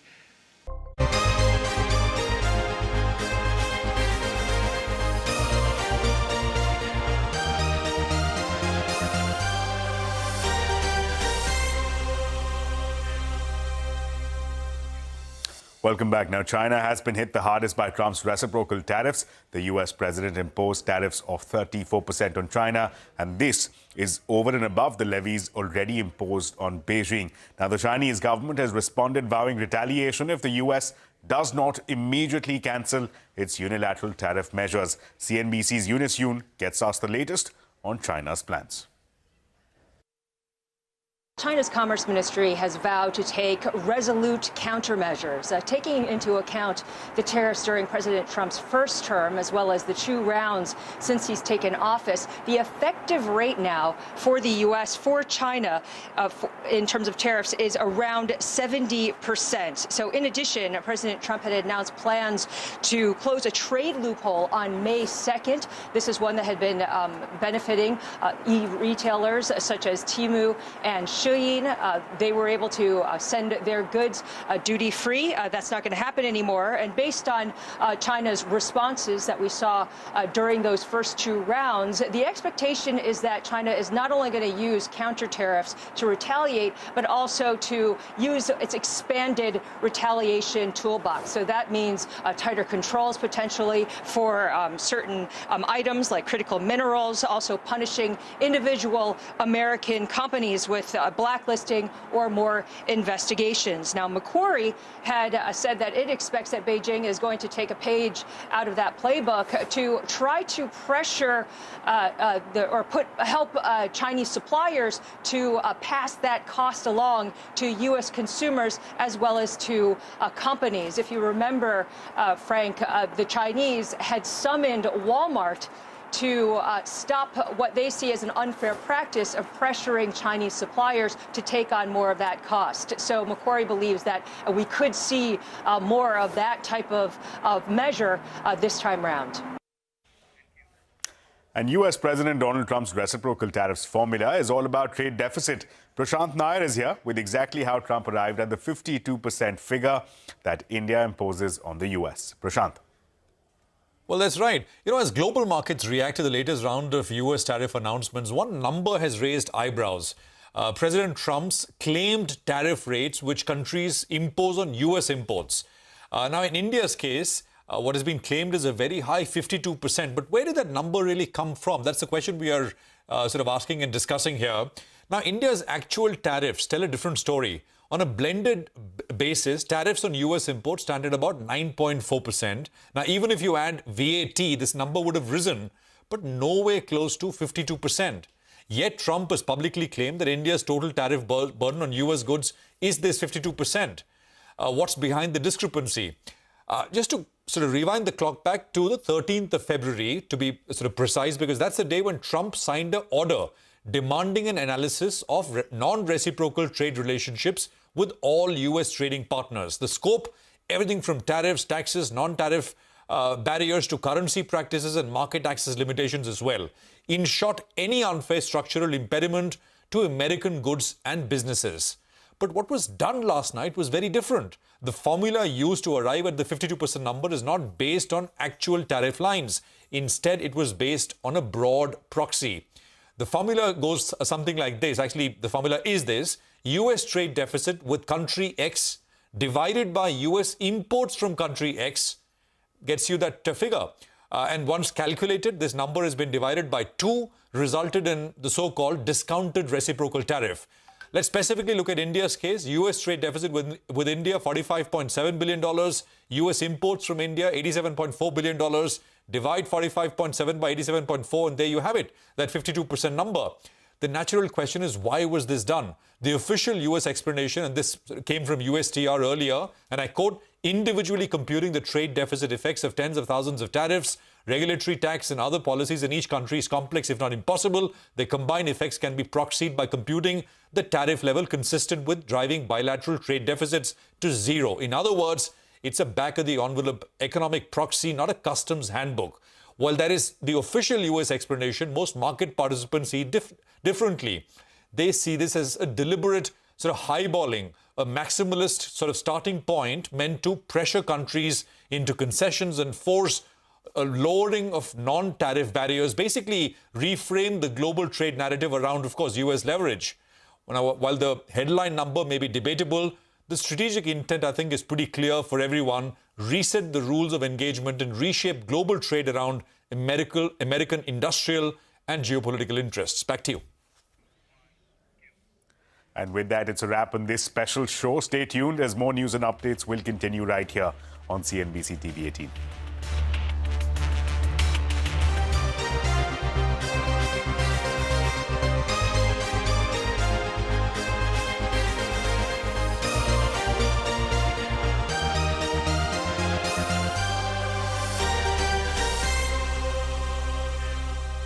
We used to think about it a lot. We didn't think about it for many decades, and you see what's happened.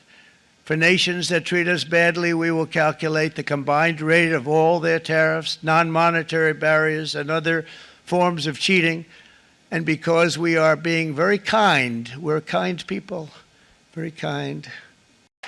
But we will charge them approximately half of what they are and have been charging us. So the tariffs will be not a full reciprocal. I could have done that, yes, but it would have been tough for a lot of countries. We didn't want to do that.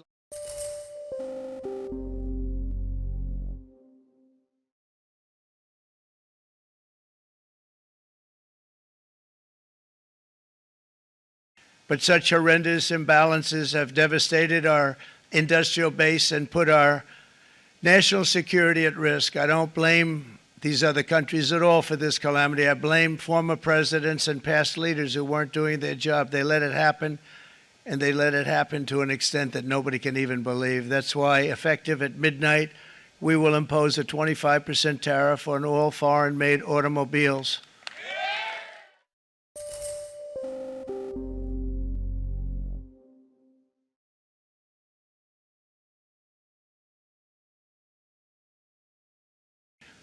Not a full reciprocal. I could have done that, yes, but it would have been tough for a lot of countries. We didn't want to do that.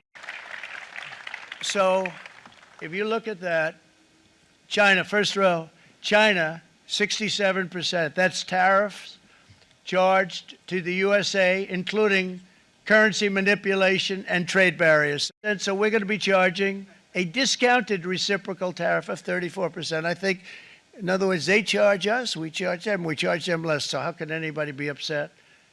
They will be, because we never charge anybody anything. But now we're going to charge. You know, you think of European Union, very friendly. They rip us off. It's so sad to see. It's so pathetic. 39%, we're going to charge them 20%. So we're charging them essentially half.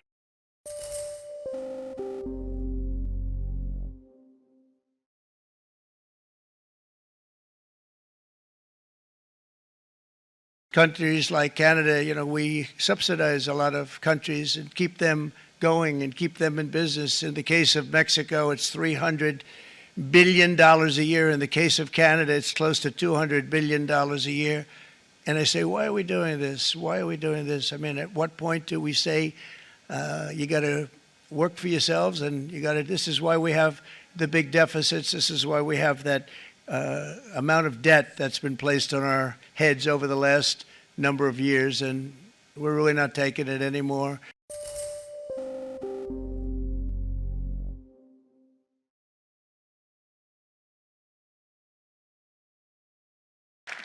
April 2nd, 2025 will forever be remembered as the day American industry was reborn, the day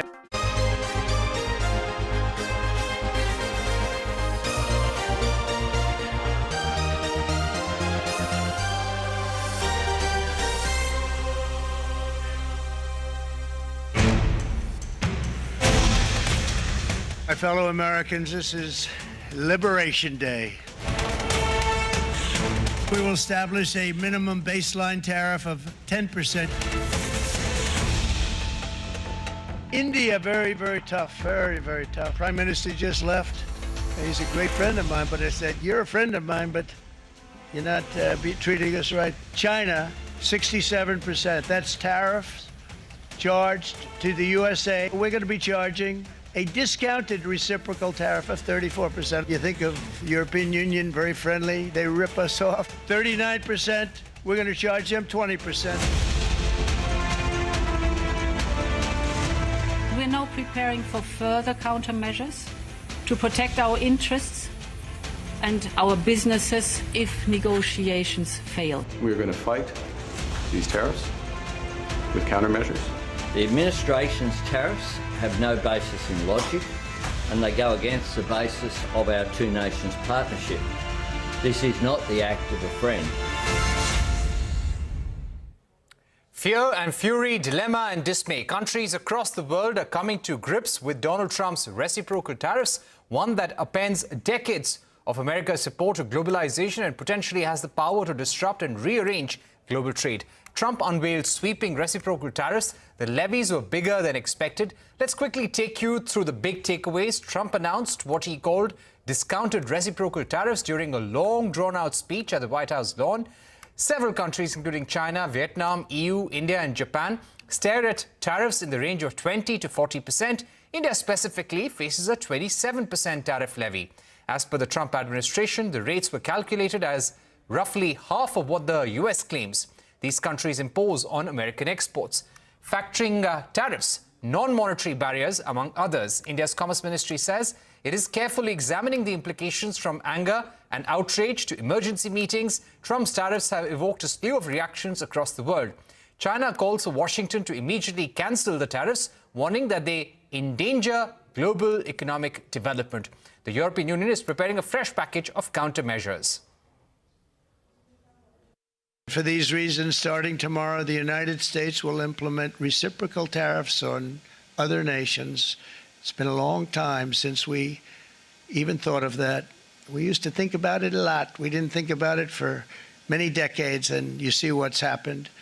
For nations that treat us badly, we will calculate the combined rate of all their tariffs, non-monetary barriers, and other forms of cheating. And because we are being very kind, we're kind people, very kind. But we will charge them approximately half of what they are and have been charging us. So the tariffs will be not a full reciprocal. I could have done that, yes, but it would have been tough for a lot of countries. We didn't want to do that. But such horrendous imbalances have devastated our industrial base and put our national security at risk. I don't blame these other countries at all for this calamity. I blame former presidents and past leaders who weren't doing their job. They let it happen, and they let it happen to an extent that nobody can even believe. That's why, effective at midnight, we will impose a 25% tariff on all foreign-made automobiles. Jayant Dasgupta, former ambassador to the WTO, and Pankaj Mohindru, chairman of the Indian Cellular and Electronics Association, are joining us in the program. Pankaj Mohindru, if I can come to you first, what's going to be the impact on the mobile phone industry? India has big ambitions to become a supplier for the world, but is this going to have a negative impact? What's going to be the spillover effect on India?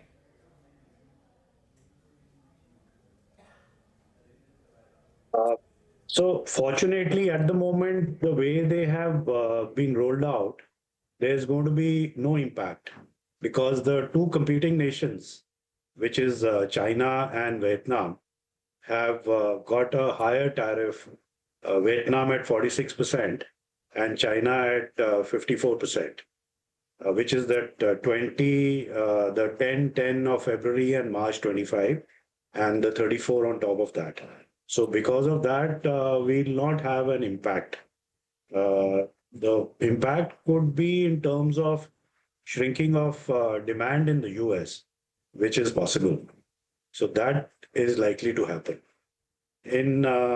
For other electronics, also the tariff difference is China is at 79% now, and Vietnam is at 46%.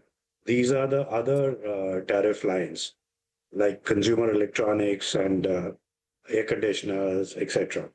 So currently, we have this short-term big advantage.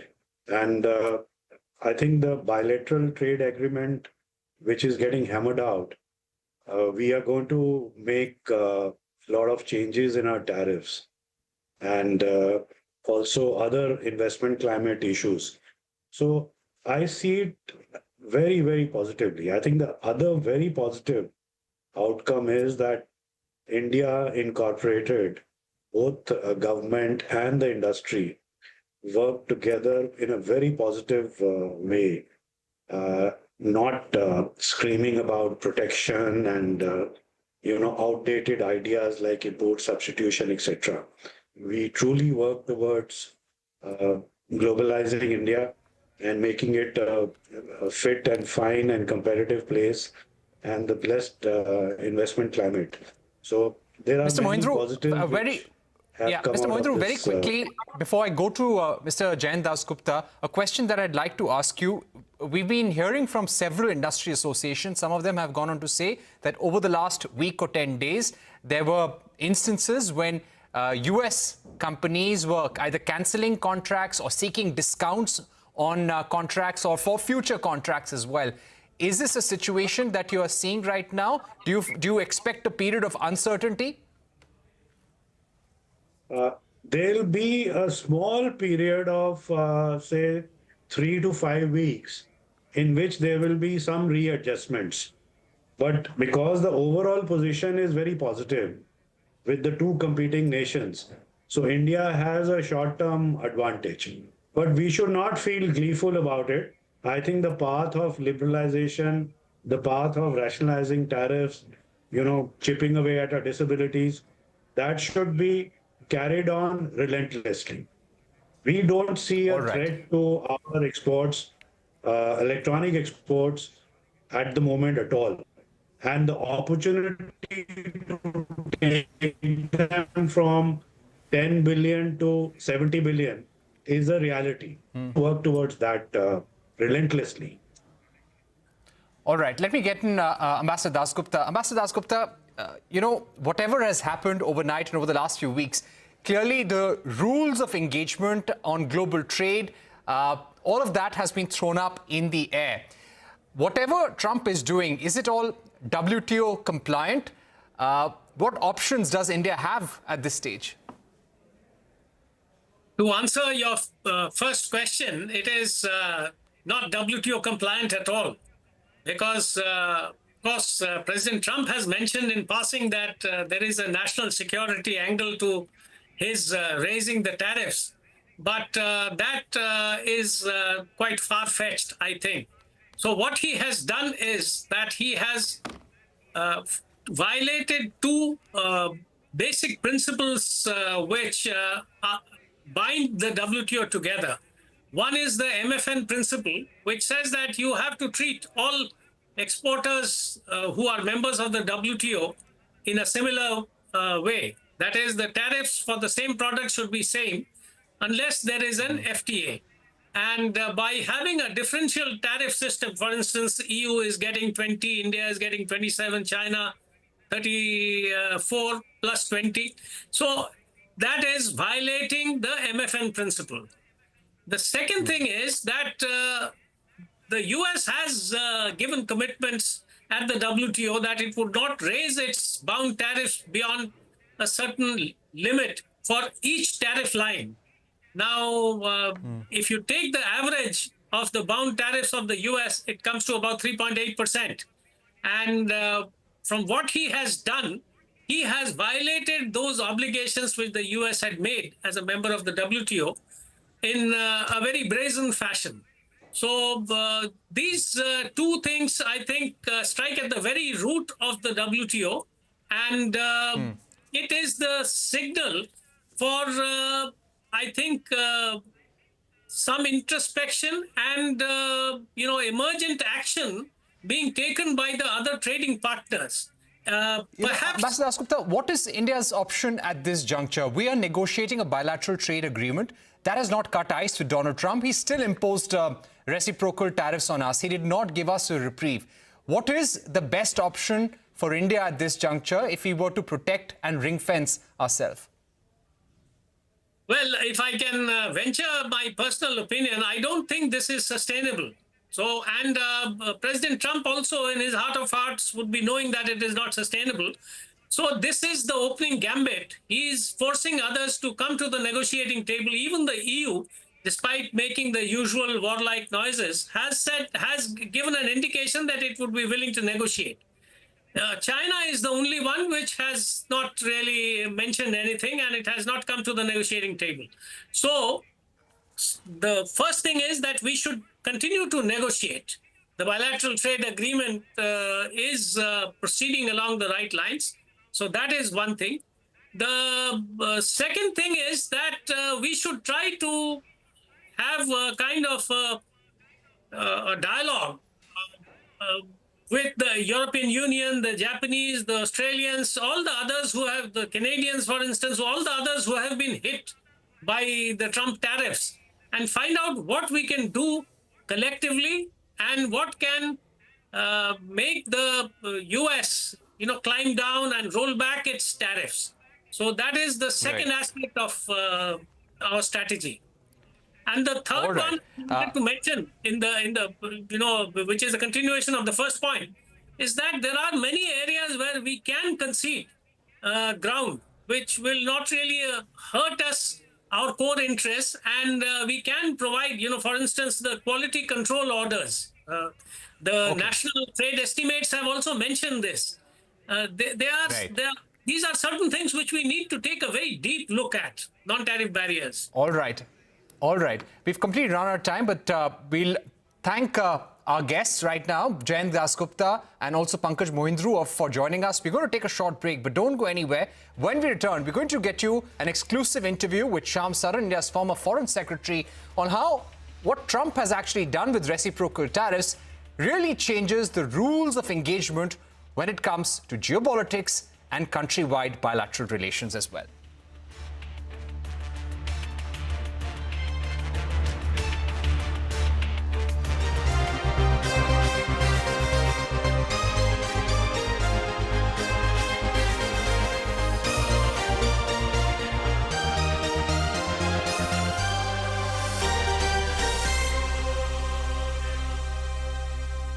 Was reclaimed.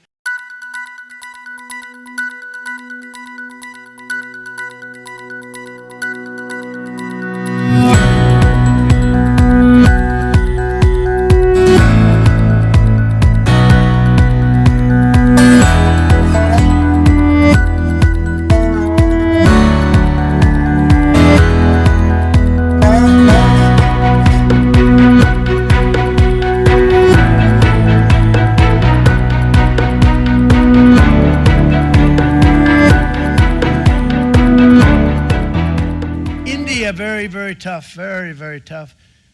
The Prime Minister just left, and he's a great friend of mine, but I said, you're a friend of mine, but you're not treating us right. They charge us 52%. You have to understand, we charge them almost nothing for years and years and decades, and it was only 7 years ago when I came in, we started with China charge. We took in hundreds of billions of dollars from China in tariffs, and they understood, honestly.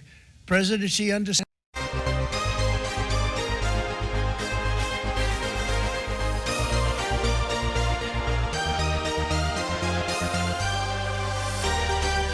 Welcome back. You are watching our special broadcast. Donald Trump, who is self-admittedly a fan of tariffs, has in a way upended the world order with a slew of tariff measures over the last few months. How will this United States trade relations with India and the rest of this world?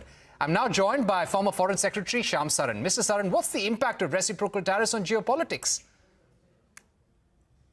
As far as the geopolitical impact is concerned, I think perhaps this is one aspect which is being neglected in much of the commentary which I see, because Essentially, what Trump is doing is that he's now suggesting that the organizing principle of interstate relations would in fact be trade. That means, other aspects which determine interstate relations, like maybe ideological affinity or, security relationships, or, a larger sort of sharing of political values. These are not important. That the overriding principle is going to be the trade relationship. That is the foundation. This is a very big change, from the principles on which the world order has been organized so far. So to me, if this is going to be the kind of, shall I say, the standard by which US is going to determine its relationship with other countries, then we are in a completely different kind of a world.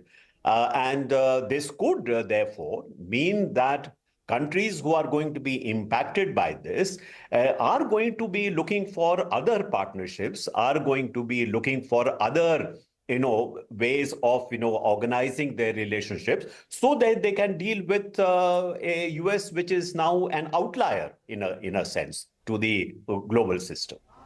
Let me ask you about the Trump announcement. He mentioned India among a group of countries which he said are getting discounted rates, a 27% rate compared to more than 50% for China. Would you say 27% is a discounted rate? No, I don't think that is a correct interpretation, because essentially what the US has said it has done is to take into account the tariffs which are imposed by the partner country on the US, the average tariff, and secondly, also taking into account what may be domestic measures like non-tariff barriers. He has counted, for example, VAT. In our case, the GST would have been counted in as well. And taking that into account, to actually impose 50% of that, notional tariff. So in India's case, what may have been the calculation that it would have been perhaps on the Indian side, as he has said, 52% was what was imposed by India against US goods. So he is taking about half of that. This is the formula which he has followed apparently with respect to other countries as well. Right. So there is no exception. There is a formula on the basis of which US has arrived at this. Let me also ask you about... We may not agree with that formula, but there is some formula and there is no exception made for India. That's what I wanted to make, sir. Very important, sir. Do you believe, right now we're also seeing statements from the Commerce Ministry saying that they are looking at all options, seeing opportunities for India. They're also talking to the Trump administration. Is there possibility for any reprieve or a temporary pause from these tariffs till the time we sign a bilateral trade agreement? The White House notification says, yes, if President Trump so feels that trade deficit issues are resolved, then these tariffs can be stopped. But do you think India can get a pause earlier? Well, India did try to get a pause, as you recall, when we said that we are ready to come to some kind of a deal by the autumn of this year, and that any kind of trade measures taken by US should be paused till then. The US declined to do that. So I have seen no evidence that right now, when actually these tariffs have been imposed, that there is any indication from the US that it is likely to give India a reprieve. All right. Let me also ask you, what do you think has really changed in the India-US relationship going forward, sir? What do you think will be some of the deciding factors? You, of course, mentioned trade, but are there going to be cracks now in the India-US relationship? Well, trade is certainly a most important component in that relationship. But, if I go by, for example, the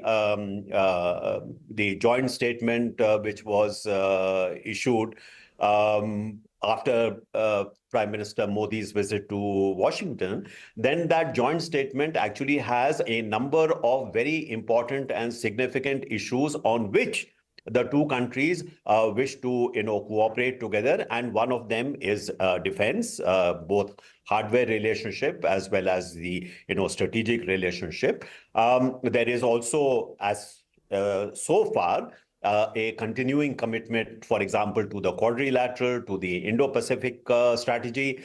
So we have not seen those components of the relationship negatively impacted. So going forward, I think we should be open to maybe having some setback as far as the trade part is concerned, and move ahead on the categories of relationship, or components rather, of the relationship, where there is a willingness on both sides to move ahead and expand our cooperation. Those opportunities are there. Secondly, even with respect to the current tariffs, you would have noticed that some items, some commodities have been exempted, like, for example, pharmaceuticals. And, pharmaceuticals is a very important, export from India to the United States. So maybe some opportunities might open up there. The second thing you would have noticed is that quite perhaps unexpectedly, the largest tariffs have been imposed on Asian countries. For example, you take Vietnam, which was a bit of a surprise to me, or if you take even smaller countries like Cambodia, or even next door Bangladesh. So the focus has been very much on these Asian countries, and of course, top of the pile is China, with possibly a tariff rate which will come to something like 54% if you take the 20% initially, and now 34% being added to that. Could there be some diversion of trade towards India? Those possibilities are there, but I do not think we should take it as a given. We will still have to work to make sure that our goods are competitive compared to other partners. Right. Do you feel that these tariffs also bring an opportunity for India? What is also being said by certain market observers, that if Chinese tariffs on China is almost as high as 54%, 37% on other nations, India gets a chance to probably become a bigger exporter to the US, because India's goods will be cheaper compared to other jurisdictions. Do you think that argument makes sense? Are we going to see that happening?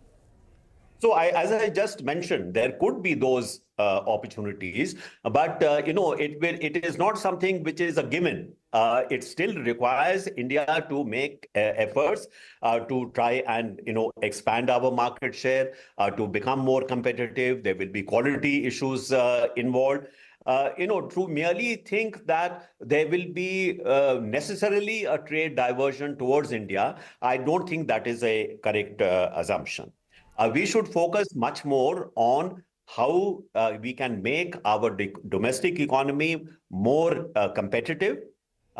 We should be able to, address some of the very major quality issues that our exports have. There are issues relating to logistics. So, to think that somehow because China has a bigger tariff on its products, therefore necessarily there will be a diversion towards India, I don't think that is a correct assumption to make. Right. My final question to you would be, sir, do you think it's also high time for certain sectors, such as, take cars, for example? US has been saying that India charges 70% tariffs on imported cars. Apples 50%, rice and husk 80%. Do you believe that the time has also come for India to drop some of these measures, and we've been protectionist for far too long? Well, I completely agree that, it is time for India to roll back what we have seen in the last few years of a creeping increase in our tariffs. Actually, since 1991-92 reforms, the general trend in India was towards lower and lower tariffs. It is only in the last 5 or 6 years that we have seen, every budget where we have seen tariffs being increased, and that Make in India somehow also reinforce the idea that perhaps we need to raise tariffs in certain areas. Our experience from the past has been, before 91-92, that we ended up because of those very high tariffs, we ended up by actually having an Indian economy unable to compete in anywhere in the world. That situation changed after 91, 92, precisely because of the liberalized policies that we adopted. I think we should relearn those lessons of the past. And it is high time that we actually open the Indian economy much more, reverse the trend towards higher tariffs. And by the way, if you look at the last budget, there were indications that the government was itself becoming aware of this particular factor, and some changes in the tariff had actually been made. I would hope that this tendency becomes much stronger going forward. Not only because of the US factor, but because in terms of making India really a globally competitive economy. All right, Ambassador Saran, thank you for joining us on the program. With that, it's a wrap on this special edition of the show. Thank you for watching. Goodbye.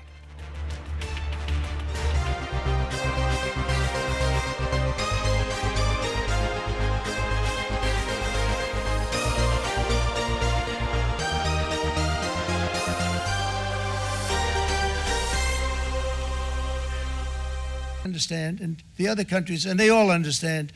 We're going to have to go through a little tough love, maybe, but they all understand. They're ripping us off, and they understood it. Prime Minister of Japan, Shinzo Abe. He was a fantastic man. He was unfortunately taken from us, assassination. But I went to him and I said, Shinzo, we have to do something. A trade is not fair. And he said, I know that. And he was a great gentleman. He was a fantastic man, but he understood immediately what I was talking about. I said, Shinzo, we have to do something. He said, I know that. And we worked out a deal, and it would have been a much better deal, but frankly, there were many years left on the deal that was made previous to my getting there, but it was something.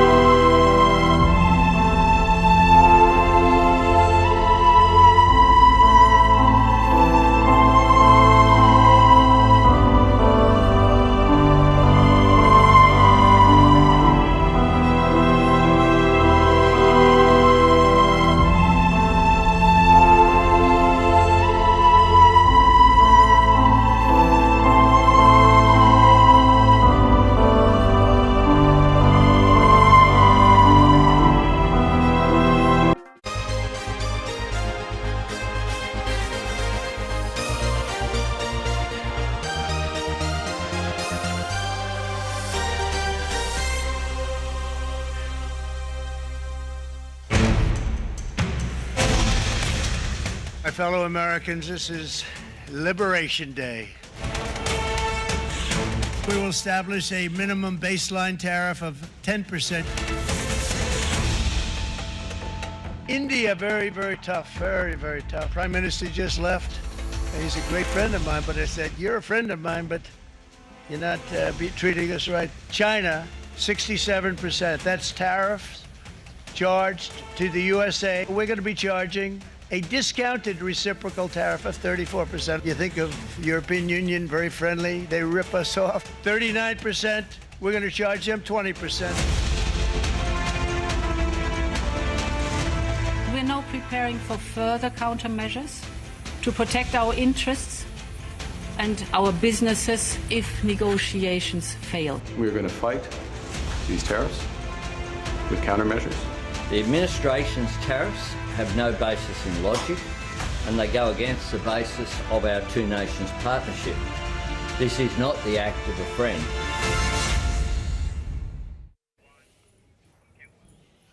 Fear and fury, dilemma and dismay. Countries across the world are coming to grips with Donald Trump's reciprocal tariffs, one that appends decades of America's support to globalization and potentially has the power to disrupt and rearrange global trade. Trump unveiled sweeping reciprocal tariffs. The levies were bigger than expected. Let's quickly take you through the big 5 takeaways. Trump announced what he called discounted reciprocal tariffs during a long, drawn-out speech at the White House lawn. Now, several countries, including the likes of China, Vietnam, EU, Japan and India, are staring at tariffs in the range of 20 to 40%. India specifically faces a 27% tariff levy. As per Trump administration, the rates were calculated as roughly half of what the US claims these countries impose on American exports. That's after factoring in tariffs as well as non-monetary barriers, among others. Now, India's Commerce Ministry says that it is carefully examining the implications. So what does this mean for India Inc.? Well, India's pharma sector can breathe easy as Trump's reciprocal tariffs strike exempts the sector. Meanwhile, IT and jewelry sectors, however, stare at a backlash. From anger and outrage to emergency meetings, Trump's tariffs have evoked a slew of reactions across the world. China has called for Washington to immediately cancel the tariffs, warning that they endanger global economic development. The EU, meanwhile, is preparing a fresh package of countermeasures. For these reasons, starting tomorrow, the United States will implement reciprocal tariffs on other nations. It's been a long time since we even thought of that. We used to think about it a lot. We didn't think about it for many decades, and you see what's happened. For nations that treat us badly, we will calculate the combined rate of all their tariffs, non-monetary barriers, and other forms of cheating. And because we are being very kind, we're kind people, very kind. But we will charge them approximately half of what they are and have been charging us. So the tariffs will be not a full reciprocal. I could have done that, yes, but it would have been tough for a lot of countries. We didn't want to do that. But such horrendous imbalances have devastated our industrial base and put our national security at risk. I don't blame these other countries at all for this calamity. I blame former presidents and past leaders who weren't doing their job. They let it happen, and they let it happen to an extent that nobody can even believe. That's why, effective at midnight, we will impose a 25% tariff on all foreign-made automobiles. Well, India's textile and electronics exports may get a leg up. This comes as competitors, the countries such as China, Vietnam, Indonesia, Bangladesh, could face relatively even higher US tariffs. Now, the pharma industry, meanwhile, has heaved a big sigh of relief after staying out of the tariff ambit. Hormaz Fatakia joins us. Hormaz, tell us, give us a pulse check of India Inc.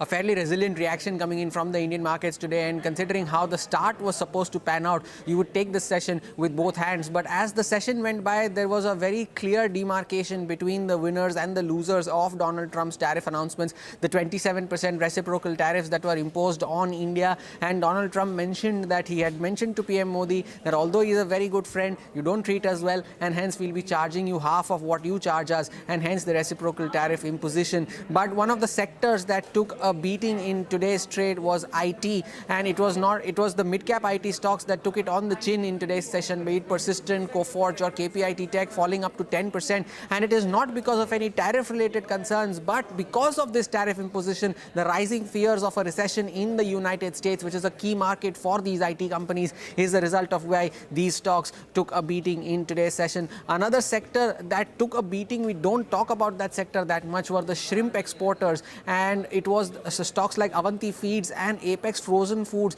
that at one point were down almost 18% in today's trade. India, of course, is one of the largest shrimp exporting countries to the US, and Incred Research has analyzed that in case these tariffs remain in place, the shrimp import duty will now rise up to as high as 45%, so a negative reaction for these shrimp exporters as well. And some of the winners, though, in today's session, one very clear winner was the pharma sector, and it was the Nifty Pharma Index that was an outperformer today. Most of the stocks ending higher, although off the highs of the day, but still ending higher. The question only remains is for how long, because there are investigations that are in progress, and that leaves the window open for any future tariff levy on the pharma sector. And lastly, another winner that emerged in today's session was the garment and textile companies, be it the likes of Trident, be it the likes of Arvind, Gokaldas Exports, all of them seeing healthy gains in today's session. And that's not because they were exempt from any form of tariffs, but the competitive nations were the ones that were charged a lot more in comparison to India, be it China, be it Vietnam, be it Bangladesh. All of them charged anywhere between 40 to 50% in terms of reciprocal tariffs. So that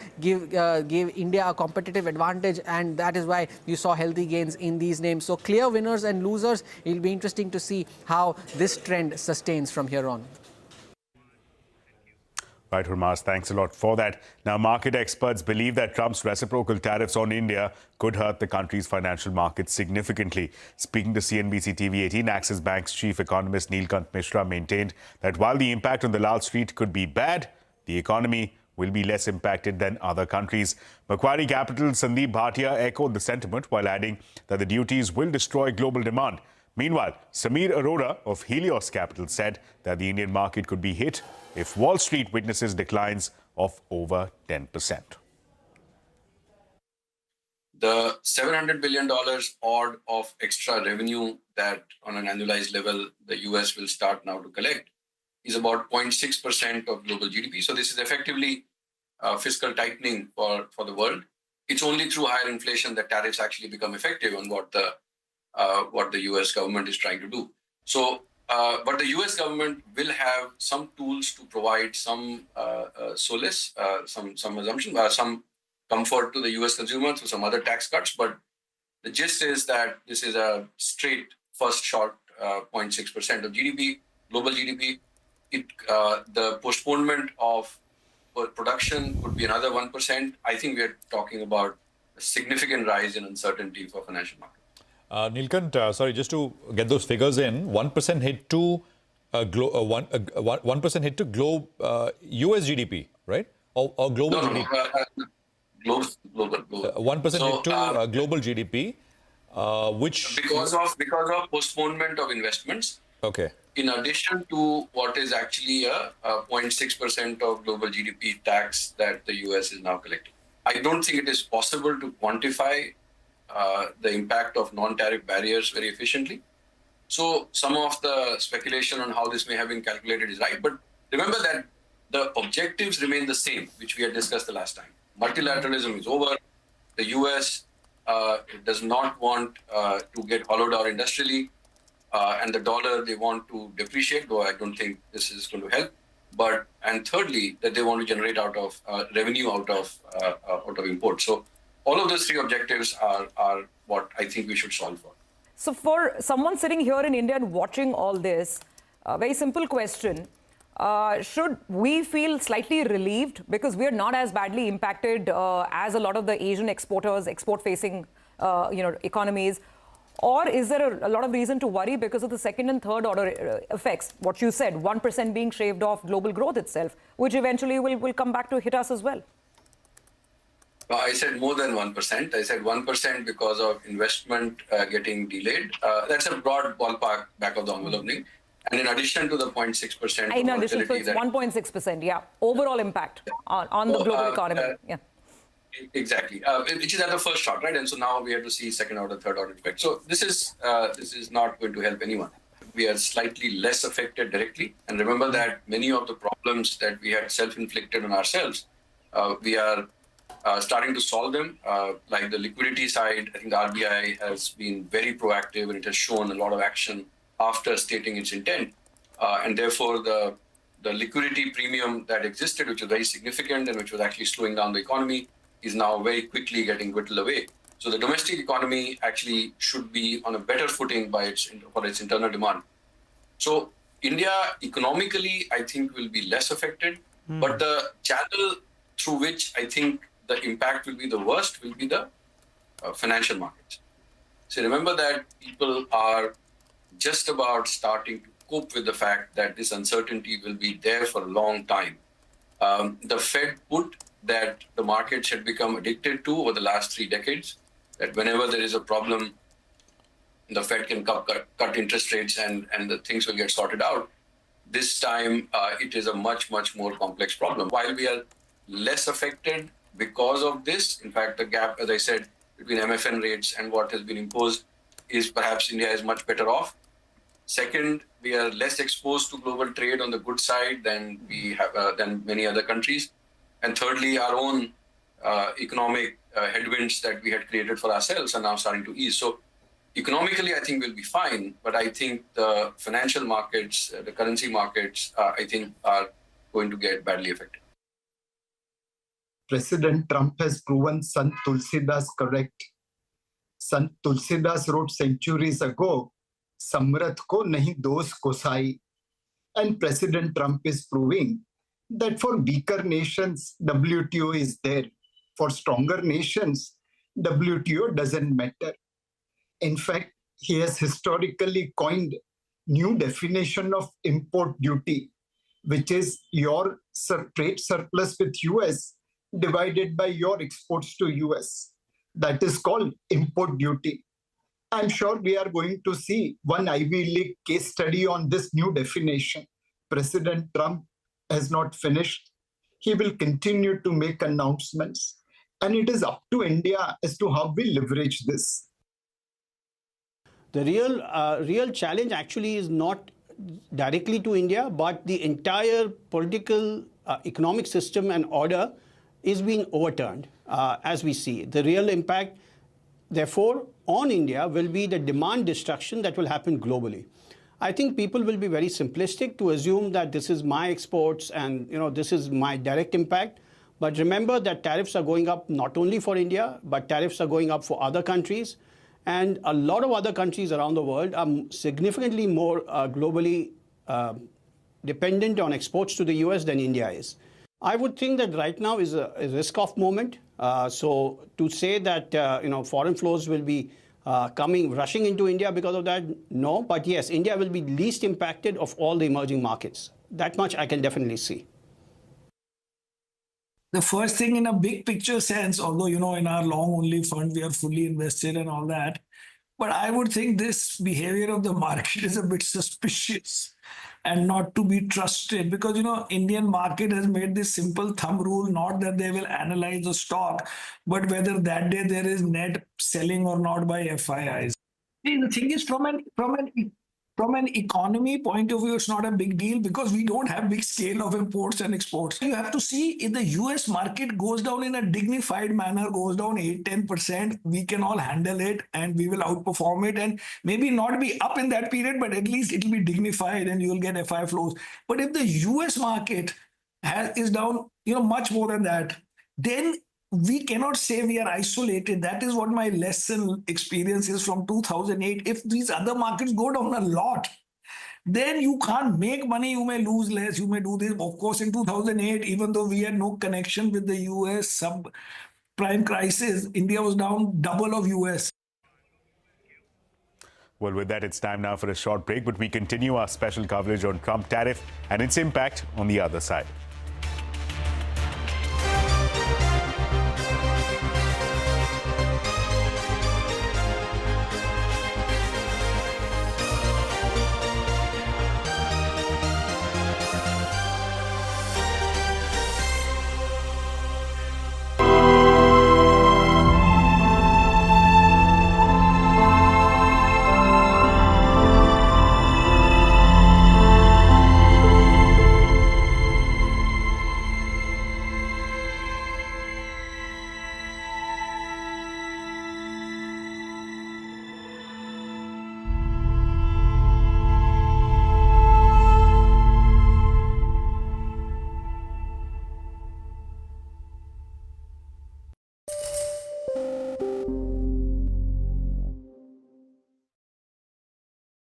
माननीय सदस्य लोग ये कह रहे हैं कि हमारे सदस्य नहीं है यहाँ पर जो हमारे साथी हैं, लेकिन अध्यक्ष महोदय मैं ये कहना चाहता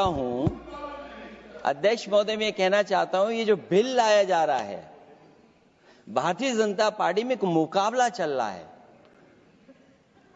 भारतीय जनता पार्टी के अंदर मुकाबला चल रहा है कि खराब हिंदू कौन बड़ा है। और ये बात अध्यक्ष महोदय मैं ऐसे ही नहीं कह रहा हूं।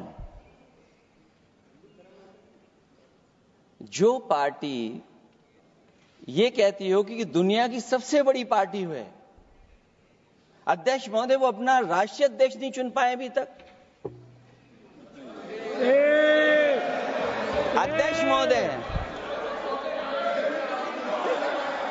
अध्यक्ष महोदय भारतीय जनता पार्टी क्या है?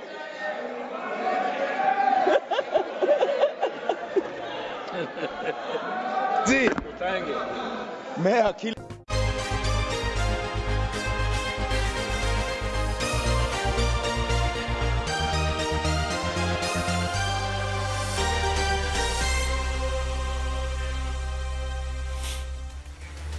Welcome back to our special broadcast. Now, former diplomat and fellow at the Center for Social and Economic Progress, Jamini Bhagwati, fears that Trump's tariffs is set to impact movement of FDI globally. Further, called out US for being short-sighted as it imposed hefty tariffs on its trading partners. Meanwhile, former Finance Secretary S.C. Garg doesn't see any reason why India needs to be protectionist and consider cutting down on tariffs on auto imports. On the contrary, former chairman of Central Board of Excise and Customs says that auto sector has reached maturity in India and can look at reduction in rates. He added that India must approach free trade agreements cautiously. They're looking at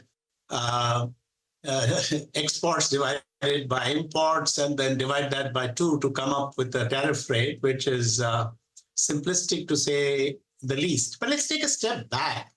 You know, these tariffs are a part of an overall Trump agenda.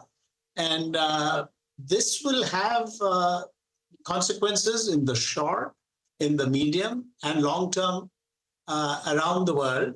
And it will not just be confined to trade. It will be more widespread in terms of foreign direct investment. So do you believe that as India readies its response, where do you believe we should draw the red lines and what more do you believe we can offer? You know, there's too much has been made about this trade agreement that we'll sign by fall or by December and so on. There is tremendous resistance over the decades, I've noticed, from our industry to opening up our trade sector in goods. And, they're right. The US is right that we have irresponsibly high trade barriers. For instance, certain kinds of car above a certain engine size, 125% duty. We have only heard of Harley Davidson from him. Why is Indian industry so scared of competition? Or is it that they are so mollycoddled and feel so comfortable?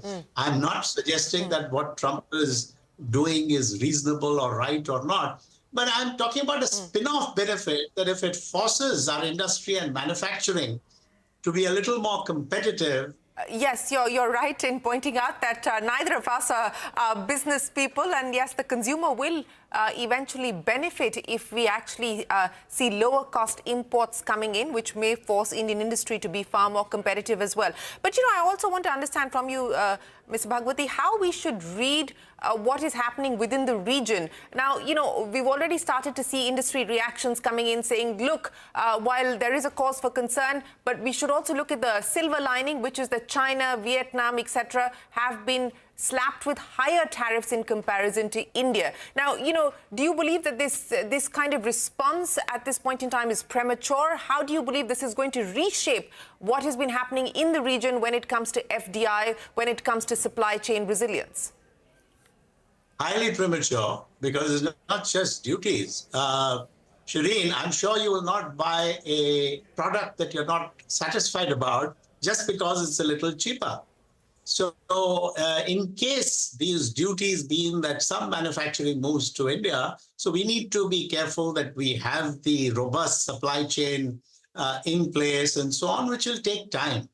My guess is, in the short term, I think the US and President Trump in particular have been short-sighted in imposing such huge tariffs on ASEAN, the smaller ASEAN countries. They are basically providing relatively labor-intensive products to the US. What is going to happen? Here is where I bring the strategic aspect into play. The ASEAN countries are physically closer to China. They have large volumes of trade with China, but they are strategically closer to the US because they don't want communism to overtake their countries, except for Laos, which has now effectively become a Chinese colony, and Cambodia is also hugely under Chinese influence. But even somewhat larger ASEAN countries like Malaysia, etc., Thailand, they may gravitate towards China in terms of looking for ways in which they can meet market demand in China on some preferential basis. And the Chinese, given the size of their economy, will look to provide some kind of alternative to the US. So that is more likely than India immediately replacing Vietnam or Malaysia or Thailand as a place where manufacturing will quickly shift. It could over time, as we know in the case of Apple. We are now producing Apple phones because that's also somewhat political in terms of the summit level meetings between India and the US. And I don't see that we will become a world leader in terms of a trading nation. If we had that confidence, we would have joined RCEP because we were nervous about our own capabilities, or the CPTPP. I think those are groupings that we should have a fresh look at. We don't have to do it in public view. This can be done quietly by experts within government and also pulling in non-government experts to look at the change scenario. Do we still feel that nervous about these trade blocs as compared to earlier, given the kind of attitude that the US has taken yesterday? Times ahead, difficult times ahead. What I had mentioned in that article was basically the Niti Aayog study itself, which pointed out that India's exports under the FTA to ASEAN countries specifically had not really shown the sort of export benefits which we anticipated when we went into the FTA. So one was only telling that you go to FTAs with caution. And currently, the silver lining, apart from everything else, the other countries being impacted with higher tariffs, is that Pharma is not there. Textiles are another area of strength for us. Bangladesh and Vietnam seem to be having a higher tariff as of now. But there's a great amount of uncertainty. And I don't think this helps business, this helps trade, this helps the Indian exporters. He'll have to factor how much pain he will absorb. Mr. Garg, come in here on this discussion. Your first thoughts, sir, impact and what can we do? Mr. Shah earlier said FTA is, of course, work in progress, but we need to enter those cautiously and carefully because we have data which shows they don't, outshine growth otherwise. I mean, FTAs by themselves. Go on, sir. India cannot simply look at that bilaterally goods by goods or sector by sector we'll negotiate. I don't think Americans have patience and the time to do these bilateral negotiations. We'll have to also see whether we can take broad brush calls. And here, again, if you analyze the Indian basket of exports to America and American exports to us, I don't think we need to have such high tariffs at all, whether it's agriculture or whether it's industry. So slash the tariffs down massively. The Indian industry might suffer some short term, but Indian consumer will not suffer at all. I think the time has come to join in this it's big reordering of the world trade and the economy which is happening. You're saying India needs to have a far wide-reaching sort of thought to this. But if India were to start opening up, in sync with what the US wants, this could be pretty damaging for domestic industry, wouldn't it? Automobiles, which you just said. In automobiles 20 years, 30 years back, we perhaps needed some protection. But today, compare the prices of a Tesla being manufactured in America or Tesla being manufactured here. It makes hardly any difference in cost, because so much of automation, robotics and other things have taken place that in automobiles, the labor advantage is completely gone. Even today in EVs, etc., many of the components, engines and others, you are in any case importing. So I don't really see any threat if you reduce the 60% tariff to 10% on automobiles.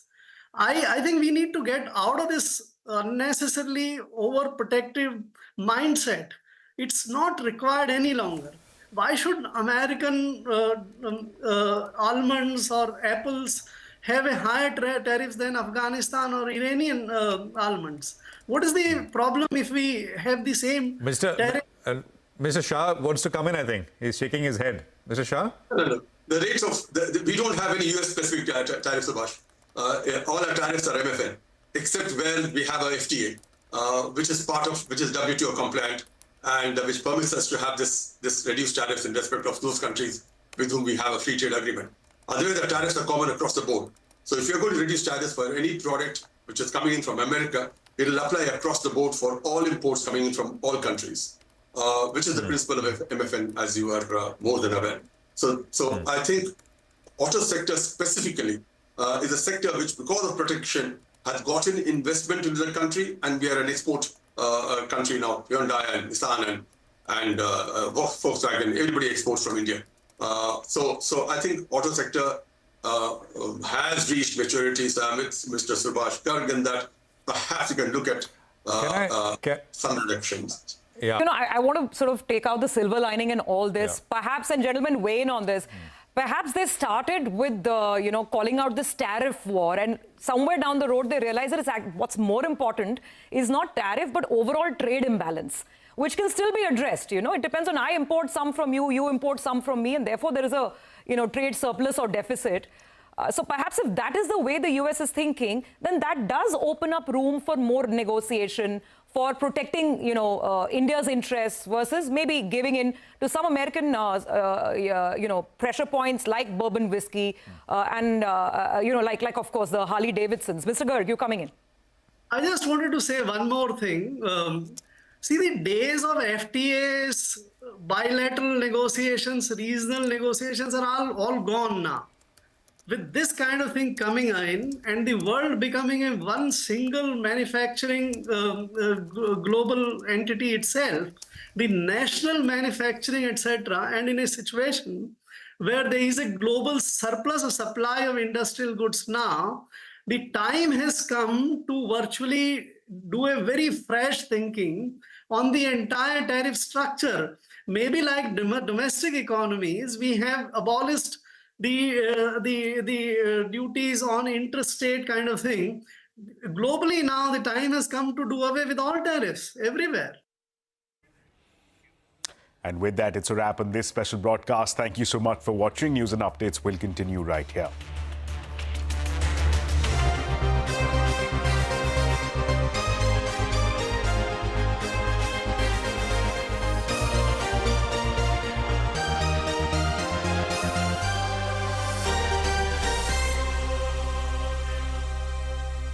बहुत हंसते हंसते कहा है, इसको हंसते हंसते जवाब देना। इस सामने जितनी पार्टियां हैं, उनका राष्ट्रीय अध्यक्ष उन 5 लोगों को ही चुनना है परिवार के। हमें माननीय अध्यक्ष जी करोड़ों सदस्यों में से 12-13 करोड़ सदस्य प्रक्रिया कर चुनना है तो देर लगती है। आपके यहाँ जरा भी देर नहीं लगेगी। मैं कह देता हूं अभी 25 साल तक आप अध्यक्ष हो जाओ, नहीं बदल सकता। अध्यक्ष महोदय, क्योंकि जो बात निकल के आई है वो मैं फिर आगे बढ़ा दूं। अध्यक्ष महोदय, जो बात सोशल मीडिया या और जगह गुपचुप हो रही है, कहीं ऐसा तो नहीं था कि अभी कुछ दिन पहले यात्रा जो हुई है वो कहीं 75 वर्ष की एक्सटेंशन वाली यात्रा तो नहीं थी।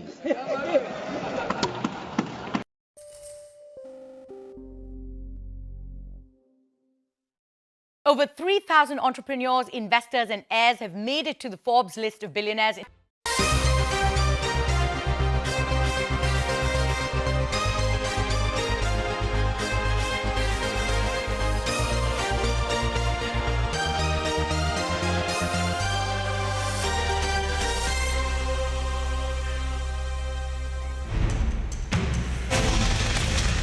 My fellow Americans, this is Liberation Day. We will establish a minimum baseline tariff of 10%. India, very, very tough, very, very tough. Prime Minister just left. He's a great friend of mine, but I said, you're a friend of mine, but you're not treating us right. China, 67%. That's tariffs charged to the USA. We're going to be charging a discounted reciprocal tariff of 34%. You think of European Union, very friendly. They rip us off. 39%. We're going to charge them 20%. We're now preparing for further countermeasures to protect our interests and our businesses if negotiations fail. We are going to fight these tariffs with countermeasures.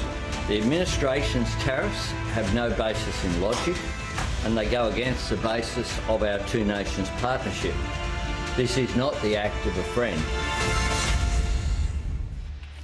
Fear and fury, dilemma and dismay. Countries across the world are coming to grips with Donald Trump's reciprocal tariffs, one that upends decades of America's support to globalization and potentially has the power to disrupt and rearrange the global trade order. Trump unveiled sweeping reciprocal tariffs. The levies were bigger than expected. Let's quickly take you through the 5 big takeaways. Trump announced what he calls discounted reciprocal tariffs during a long, drawn-out speech at the White House lawn. Several countries, including China, Vietnam, EU, Japan, and India, stare at tariffs in the range of 20 to 40%. India specifically faces a 27% tariff levy. As per the Trump administration, the rates were calculated roughly half of what the US claims these countries impose on American exports, factoring tariffs, non-tariff and monetary barriers, among others. India's Commerce Ministry says they are carefully examining the implications. So what does this really mean for the Indian industry? India's pharma sector can breathe easy as Trump's reciprocal tariffs strike exempts the sector. The IT and jewelry sectors, however, stare at a backlash. From anger and outrage to emergency meetings, Trump's tariffs have evoked a slew of reactions across the world. China calls for Washington to immediately cancel the tariffs, warning that they endanger the global economic development. The European Union is preparing a fresh package of countermeasures as well. For these reasons, starting tomorrow, the United States will implement reciprocal tariffs on other nations. It's been a long time since we even thought of that. We used to think about it a lot. We didn't think about it for many decades, and you see what's happened. For nations that treat us badly, we will calculate the combined rate of all their tariffs, non-monetary barriers, and other forms of cheating. And because we are being very kind, we're kind people, very kind.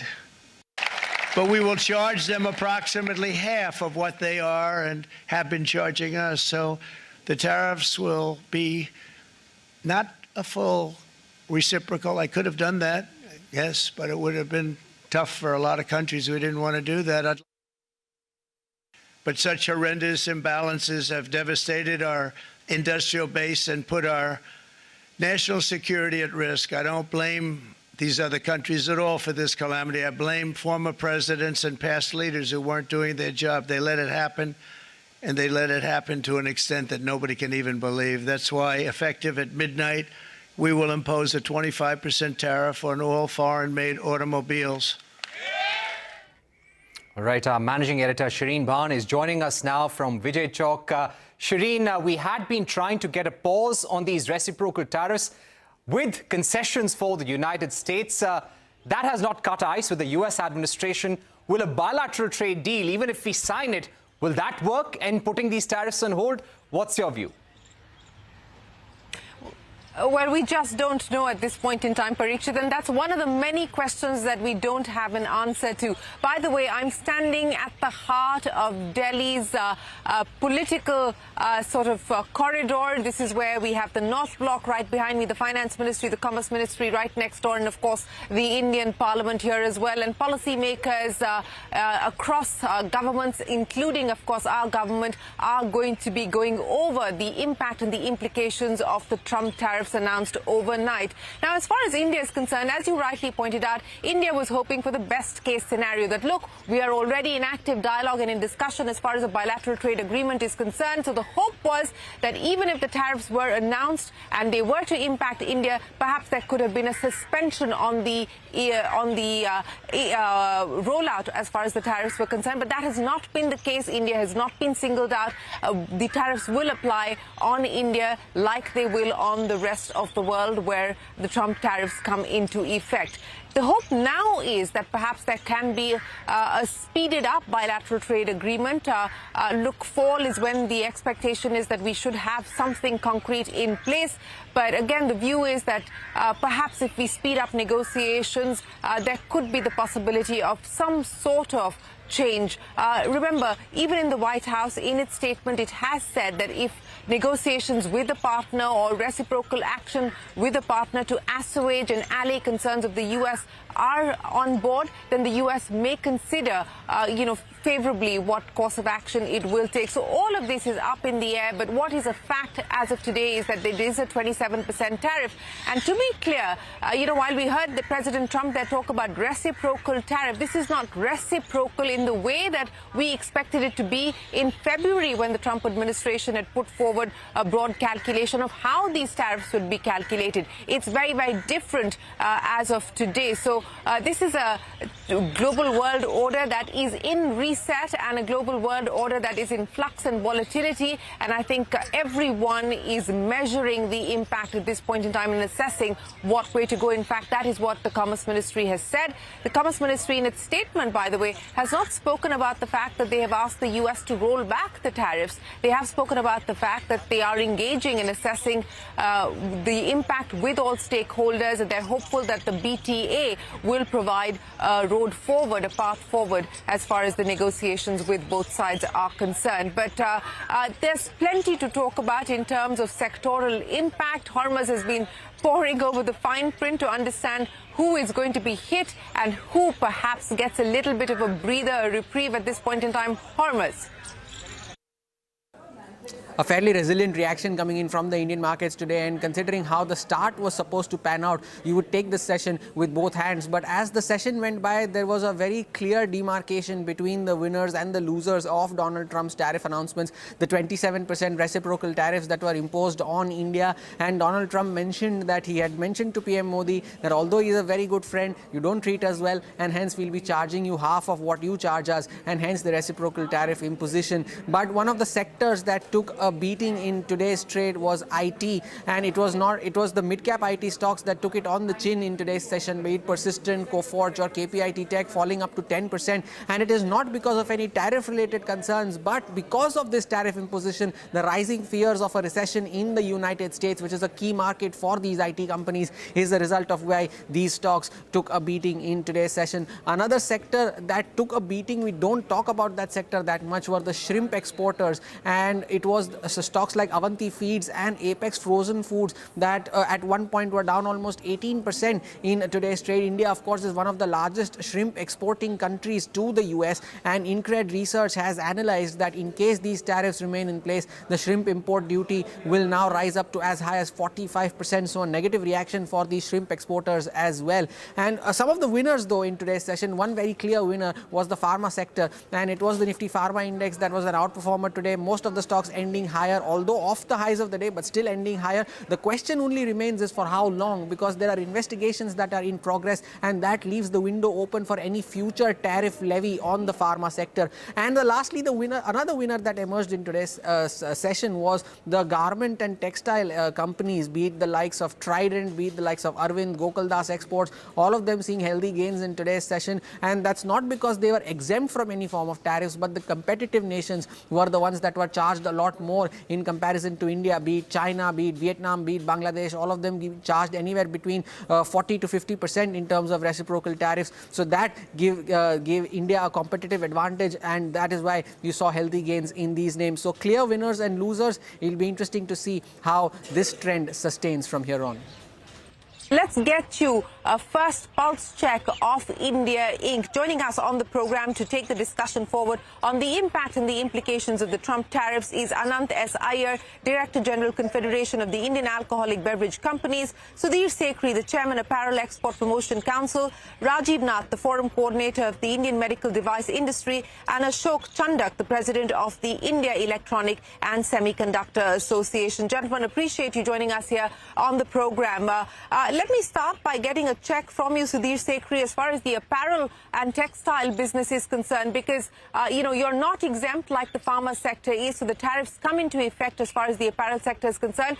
But the hope and the belief or the hypothesis is that since we're better off when it comes to tariff imposition within the region, could this be beneficial to India? Lay out the best case for us. Okay, yeah, first of all, now that the cat is out of the bag, there is a sense of relief in the sense that, we at least know where we are heading and how we fare vis-a-vis our competition. Now, see, as far as apparel is concerned, we really stand to gain a bit when it comes to our competition, because be it Bangladesh or be it China, their tariffs are anything 10% to 20% higher than those imposed on us. However, I think that is seeing it in a very narrow sense, because what is happening here is the US importers, they've already started asking for discounts and cancellations. Now, this is a big issue for us, and this needs to be addressed by the government. They have to take it up with the government there, or, like China did, when 10% tariff was imposed on China, many retailers, they started pushing manufacturers to reduce prices. And that's when the China government stepped in, and that they said they warned these retailers that they'd be blacklisted if they continue with this kind of a thing. So that is one part of it. The second part is I just want to interrupt you there. I want to interrupt you there because what you're saying is very important. So I want to understand this for the benefit of everybody watching. You're saying that order cancellations have already started, and the call and the ask for discounts have already started on account of the tariff imposition, or even before the tariff imposition? Okay. Well, actually, the discussion started last week. And now that the tariffs, it's now clear what it is. So discounts, they've started canceling orders. And in fact, last night we received a message from buyers asking for discounts. And some buyers are also asking for postponement. So in the near term then, Sudhir, what should we expect? Because, as you pointed out, and I that's what I've been caveating as well, that, this business of what happens to the region and how much higher the region is us versus India, and whether that benefits us or not is a more medium-term aspect. But in the short to near term, what will the impact be? What is the hit likely to be? Have you done any calculations on the back of the announcement that's happened overnight? Yes, like I said, in the immediate term, this is what they're asking. But obviously, we cannot, the kind of discounts they're asking, anything from 15 to 20%, that is definitely not workable. We don't work on very 5-6% net profit, and we definitely cannot afford this. So we have to take a stand, and we'd like this government to support us on that. Now, coming to the other aspect, of course, yes, we will become competitive when it comes to our neighbors. But let's not forget that there are many other countries where the US is buying garments from those countries, but they're not buying much because of the higher cost of production. Now, let's take Turkey as an example. Now, Turkey has they've been subject to a tariff of 10% only. So, which means the difference between Turkey and India is today 17%. Now, the 17% will more than offset the higher cost of production in Turkey. So, obviously, I think a lot of business might move to Turkey. Similarly, Germany, even the European countries where the tariff is now 20%, there is a differential of 7%. Maybe that 7% may not offset the difference in cost of production. But look at the NAFTA countries, Dominican Republic, for instance, Egypt, Jordan. Egypt has been hit with 10%. So they are 17% lower than us. Dominican Republic, 10%. Okay. I mean, a lot of American production is still being carried out in DR. So that is good. DR is going to gain, and a lot of business is going to move. So, it's very difficult to predict what exactly is going to happen in the next 3 to 6 months. But immediately, this is the negatives that we see. This is the downside we see. The upside is, yes, okay. We call Bangladesh, China, Vietnam, Cambodia, Pakistan. They are competitors.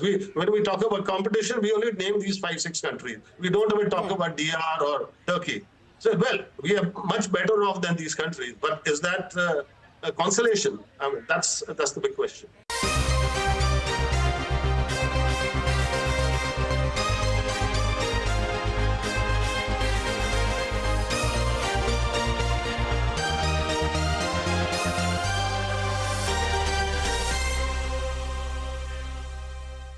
That's 247 more than last year. Not only are there more of them, but they're richer than ever. The billionaires on the list are worth $16.1 trillion in total, up nearly $2 trillion over 2024.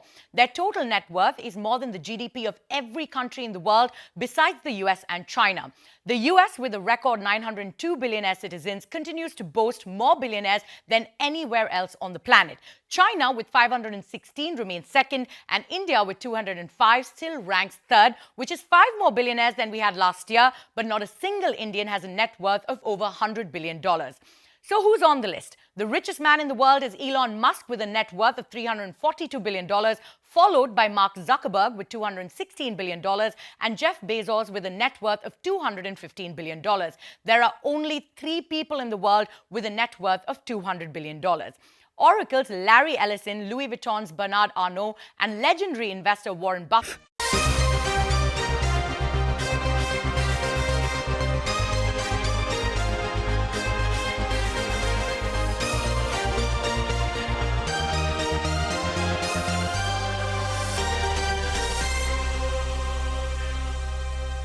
Let me also go across to Rajiv Nath, Forum Coordinator at the Association of Indian Medical Device Industry. Mr. Nath, many thanks for joining us. The pharmaceutical sector at this point in time is exempt, so there is a sigh of relief there, but not so for the medtech sector. What will the impact be? It looks slightly detrimental to us, but I think business people have to look for windows of opportunity, because unlike apparels, where you can move things around very rapidly, for quite some time, USA has been looking at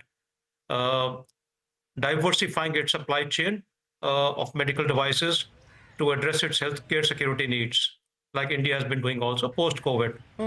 So I think that is more strategic in mind. So Indian manufacturers have to see product lines where USA is wanting to shift away from Mexico or from China into suppliers like India. And this may be an opportunity for us over here to take forward. So yes, domestic manufacturing. Well, that's the medium to the long-term consequences. But what about the near term, Mr. Nath? In the near term, with the imposition of this 27% tariff, what will the impact be on medtech manufacturers? Well, I would say in the short term, where we are competitive and ahead of the competition from other countries, that will be maintained. There should be no immediate short-term concerns over there. The buyers will, of course, have to absorb the higher costs. So it's going to be a pinch for them. For us, tariff is not the main concern. Of a higher concern for medical device industry is the non-tariff market access costs. The cost to get a US FDA approval varies from $10,000 to $500,000, depending upon the risk classification of the product. That is for the private healthcare market. And to access the public healthcare market, that is nearly impossible because of the Buy American policy. And we're not allowed to take part in the bids for the American government purchases over there, because we are not partners to the trade agreements with the USA over there. So it is the non-tariff issues our government basically has to negotiate on our behalf in the bilateral agreements going forward. And we do hope, like they've seen some reprieve for pharmaceuticals, maybe they can consider a reprieve also for medical devices being healthcare products. Well, a reprieve or not, we don't know. But let me ask you very quickly, what is the quantum of exports to the US at this point in time? And do you believe that that is likely to see an impact on account of the imposition? So currently we are exporting high quality consumables, disposables, and some electronics to the tune of about nearly $500 million over there. And we import from USA nearly $1.5 billion worth of goods. So the imports are double that from USA. So in that respect, yes, this policy is going to give an asymmetrical advantage to the US companies who are accessing the Indian market. Interestingly, the biggest market for Indian medical devices is USA, and also the biggest suppliers to India is USA in medical devices. Yeah. Yes, and this will, of course, be something that I guess both sides will take up, even as far as the bilateral treaty is concerned. But let me go back across now to bring a view there from the Indian Alcoholic Beverage Association. Joining us now is Anant Iyer. Ms. Iyer, many thanks for joining us. We've already seen that cut by India on bourbon whiskey ahead of the Trump tariffs coming in, with the hope that perhaps that would assuage and allay some concerns that the U.S. had. But the tariffs have come in nevertheless. Take me through the impact that you see. Yeah, Sudhin, thanks a lot for having us on your channel. We are still awaiting some clarity on what will be the exact tariff on spirits as well as wines. Currently, India has only reduced its duty on bourbon to 100%. Our fear is that it's not so much from the US, because the exports from US into India, the imports into India are about $24 to $25 million, which is very small when you compare it to the overall imports of spirits and wines from the other parts of the world, especially the United Kingdom, EU, and other countries. So our fear is that there are other FTAs now in the on the table, and those countries should not use whatever concessions we give to the US as a benchmark for discussions, because that doesn't safeguard the interests of our members and our industry. As you know, our industry is a state subject. We face a whole host of challenges, and the cost of operations that we have in India, right, are at least at least 50 to 75% more than what it is in any developed country, or even in the middle kind of developing or developed countries, in just plate production costs, input costs, etc. So we have our own challenges, and we have already given our representations to the concerned ministries, including our nodal ministry, which is the Ministry of Food Processing, and requesting them that yes, they should safeguard our interests. And we have ourselves recommended, as an industry, a staggered reduction of customs duties over a period of 10 years. So it's not that we haven't done it, but to have a very drastic cut may set the cat among the pigeons, as it were. Yes, because there is a negotiation underway with the EU as well, and of course that is going to be one of the items there. Of course, will be wine and spirits will be up for discussion and debate. And your fear is that if India cuts on this, just as we have done as far as bourbon whiskey is concerned, that will open up the room for negotiation there as well. Let me bring in Ashok Chandra, the president of the Indian Electronic and Semiconductor Association, into the conversation. Mr. Chandra, many thanks for joining us. Very quickly, the near-term impact, the short-term impact of the tariff imposition, and of course, eventually the silver lining as well, but the near-term impact. I don't see any major near-term impact, except for the fact that whatever exports we do to United States, almost like $12 billion of electronics, if there is a short-term demand reduction in US because of the prices going up for the consumers, that's the only impact I would see. But India is well placed as of now compared to the other electronics and semiconductor exporting countries such as China, Vietnam, Taiwan, Thailand, as well as Mexico. So overall, we are, I would call it, at a positive edge. And it depends on India now, how do we make use of the opportunity that is available. And I want to add one point over here. that recently one policy was announced on PLI for electronic components. And I call this as one of the winning trio for India now. The PLI for electronic components, there is a PLI running for electronics manufacturing, and there is a Semicon India program. All three put together creates a very good combination of a value addition for electronics manufacturing. And India need to capitalize on these policies and ramp up faster. So short term, no major issue. Long term, yes, maybe United States electronics manufacturing industry would get developed. But still, I would call the demand in US for electronic goods is tremendous. It's quite huge. It's almost like a $500 billion. So we will still have a huge opportunity to grow forward and expand. Well, that is the hope that as far as the electronic sector is concerned, this could be a silver lining. This could be an opportunity as we see significant tariffs being imposed on the likes of China, Vietnam, etc. But of course, in the near term, as the gentleman was pointing out, the fear is what will the tariffs do to global demand? What will the tariffs do to global growth? Is the U.S. possibly headed into a recession? That is now an issue up for discussion and debate. Gentlemen, appreciate you joining us here on CNBC TV 18 for the first pulse check of India Inc. on the Trump tariff imposition, what it means for India and its different sectors in the near, medium and long term. We are going to take a break here, but we will continue with Trump Watch and the tariff plan right after this. Stay tuned to CNBC TV 18. Big news makers coming up.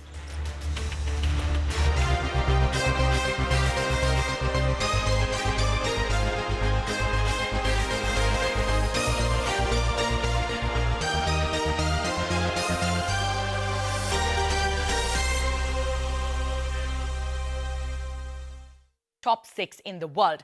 There are 15 billionaires with a net worth of more than $100 billion. US President Donald Trump's net worth has doubled in the last year from $2.3 billion to more than $5 billion thanks to his social media platform Truth Social and cryptocurrency bets. Mukesh Ambani remained the richest Indian and the 18th richest man in the world with a net worth of $92.5 billion. The other Indians on the list included Gautam Adani at number 22 and Savitri Jindal at number 48. Shiv Nadar was at the 51st position with a net worth of $34.5 billion. Dilip Shangvi at number 79 with a net worth of $24.9 billion. And Cyrus Poonawalla at number 86. Only 13.4% of the billionaires on the Forbes list are women. There are 2,681...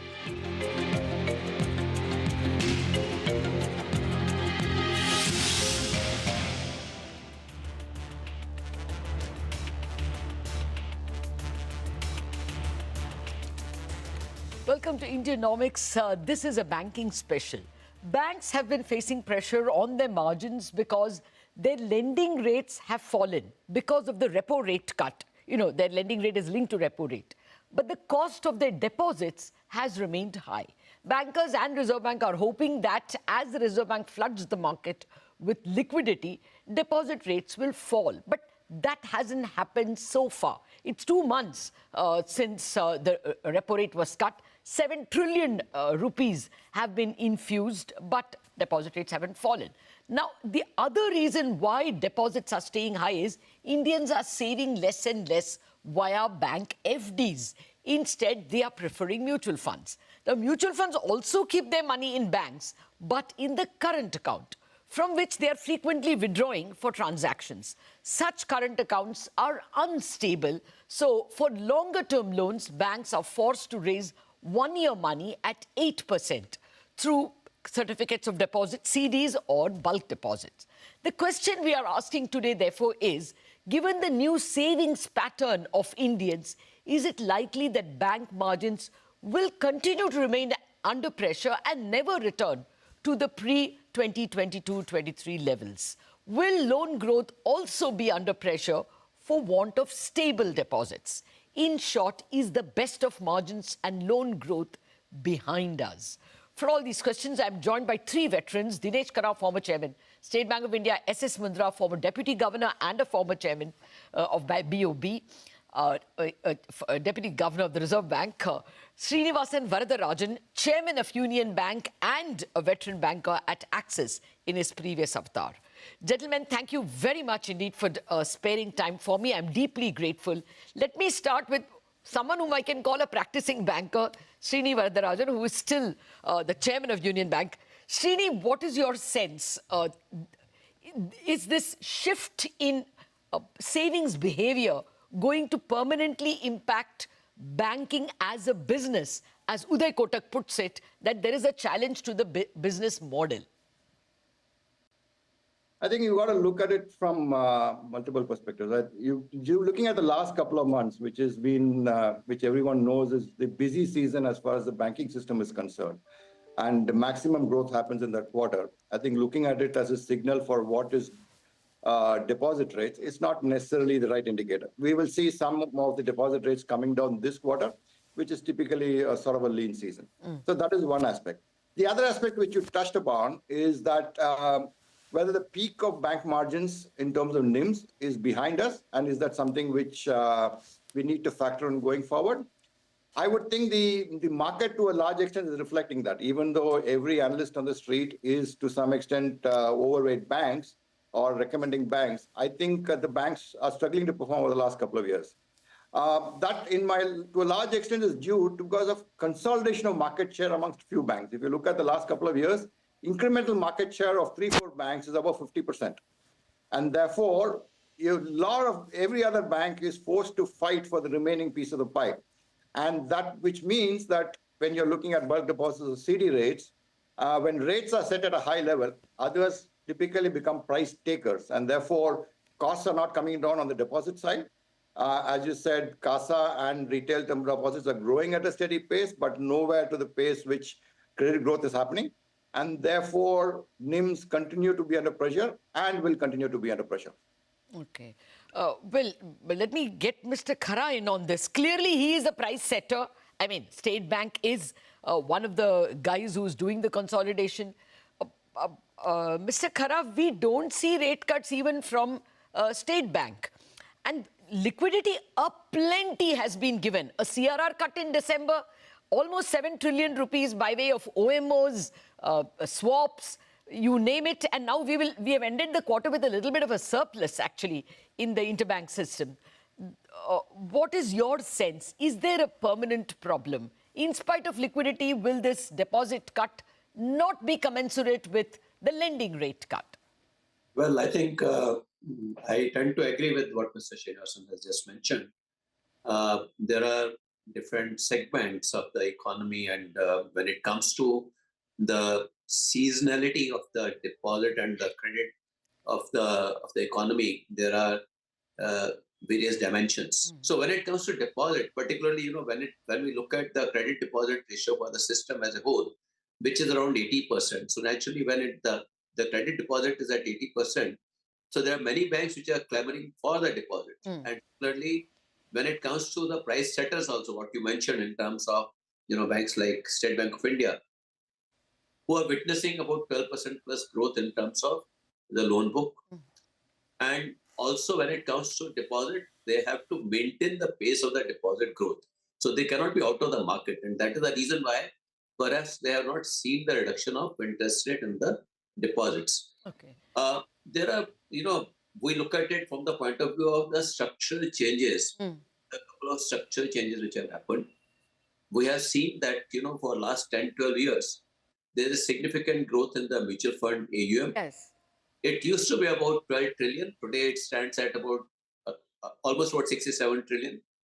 So that very clearly means that it's one segment of the society who have become saver in this particular position. They have only seen the upside of the mutual fund. Only for last about 2 months' time, they have started witnessing the reversion to mean. Yes. And that is one of the reasons why probably you would have seen that, when it comes to SIP, whether those SIPs have been paused or there have been stoppage of SIPs. So I think this is one phenomenon, what you mentioned, whether deposit will go away and people will go only for the mutual fund. Perhaps this is one area where now the behavior will undergo a change. Yes. This generation of the savers will probably have much more matured outlook. There will be allocation principle which they will be applying. They will be going deposit and as well as for the market instrument. depending upon the risk appetite. No, that's the point, sir. You know, my father saved only on FDs. Whereas I would assume that, and I am on the threshold of retirement in a few years, I would perhaps be more, different in my asset allocation. So, Mr. Mundra, my more elementary point, I take what Srini and Mr. Khara are saying, seasonal, slack season, busy season, all that is taken. But isn't there a permanent issue that lazy deposits era is over? And therefore, bank margins won't be what they were. Banking business won't be as easy as it was. Okay. Interesting point, Lata, and both Srini and Mr. Khara has made very relevant point. But let me start with, there had been certain narration, and you have also mentioned recently. Number one is about, looking at that you raise deposit 8%, where the cost ultimately comes near to 9%, and you land at 8.5%. Yeah. Similarly, there had been narration that CD ratio is running at 80%. Now, what I would like to argue that these are a very valid point, and they indicate to a long-term trend, but they are not as binary as we can very simplistically look at them. You're referring to the, I think we should run the Uday Kotak tweet. I think you're referring to that. That 8% cost and 9.5%, 8.5% home loan. Yes, I am referring to that. The fact remains that while you are raising deposit at 8%, you are also having the CASA, which is maybe 3 to 5 or 7% in saving rate and zero cost at current account. So ultimately, you look at blended cost. Why I'm telling it is not as binary. Similarly, you are talking about that a home loan is given at 8.5%, but at the same time, there are loans which are also earning 11, 12%. So again, you have to talk about the blended yield. The point I am trying to make, Lata, that with all this, even with the trend which is little declining, but if you look at the NIM of Indian banks, they are still very high if you look at globally. So there is a room, and there is a atmosphere is building up where I agree these NIMs have to come down to a level which is more matching with that. So I agree with Srini that couple of months or 3 months did not to be taken as a permanently lasting trend. But my opinion, fact remains, this is a high time for Indian banks that they will have to look at the credit side and move away from this model of, getting into wedlock with an asset. Means you underwrite an asset and then till maturity it remains. It has to be originate and distribute model. And for originate and distribute model, you have to have an efficient market. It was not there at all few years back. Today there are avenues are available, but fact remains that lot more is to be done, and banks have to be prepared for this change where the NIM would be under pressure, NIM would be declining, and they would have to learn to recycle their assets and do the new underwriting. As well as one last thing. Sir, can I come to you? Can I come to you in a minute? I'll come to you in a minute. I take your point entirely that one point you make, yes, the era of lazy deposits and therefore high NIMs is under challenge. And secondly, that now banks have to circulate their assets, buy and sell their assets a little more. I'll come to that in a minute, but I wanted to ask Srini another thing. The constant criticism, I get even trolled for that ultimately money remains in the banks. And therefore, why are you all cribbing? You tell me why it is not different. That money coming as FDs and money staying in the current account of a mutual fund, why are they fundamentally different? Clearly, as you initially said, the behavior analysis indicates that, the current account deposits are volatile and you cannot rely on them for long-term lending. So the point one needs to understand, and one possibly the market or the regulator needs to sort of mandate, is that banks need to disclose quarterly average balances of all these deposits, whether it's current accounts, savings accounts, retail term deposits, and bulk and CDs. Because the composition of this is changing. The liability composition is changing. Even though a year-end number looks like X, actually the average balances are not that. And the composition of current and savings accounts in the overall liability profile is coming down. The system is growing credit at a faster pace than the average balances of CASA are growing in the system. Therefore, even though these are low-cost deposits, their share in the overall liability profile is coming down. Therefore, the cost is getting pulled up. So structurally, the NIMs are actually declining, and that is the truth, and that is going to continue. And I agree with Mr. Mundra that, yeah, banks have to be prepared for lower NIMs. I think whether you call it lazy banking, whatever we call it, I think the CASA profile of banks and as a percentage of the overall liability is coming down on an average basis. That has implications for cost of funds, and that has implications for NIMs, and that is not going away. Okay, I was going to put that last line to vote. Are NIMs structurally headed lower? Srini and Mundra have already said yes. Mr. Khara, where do you stand? Just yes or no. Are NIMs structurally lower? I would say that if at all you're looking at NIM of 4, then perhaps yes. If at all you're looking at NIM of 3, then perhaps no. Okay, I will take it as 2.5 out of 3 votes in favor of the idea that margins are going to be a little under pressure compared to the past. We have to take a break, and after that, I want to ask you whether the regulator and the tax authorities need to change some rules. After the break.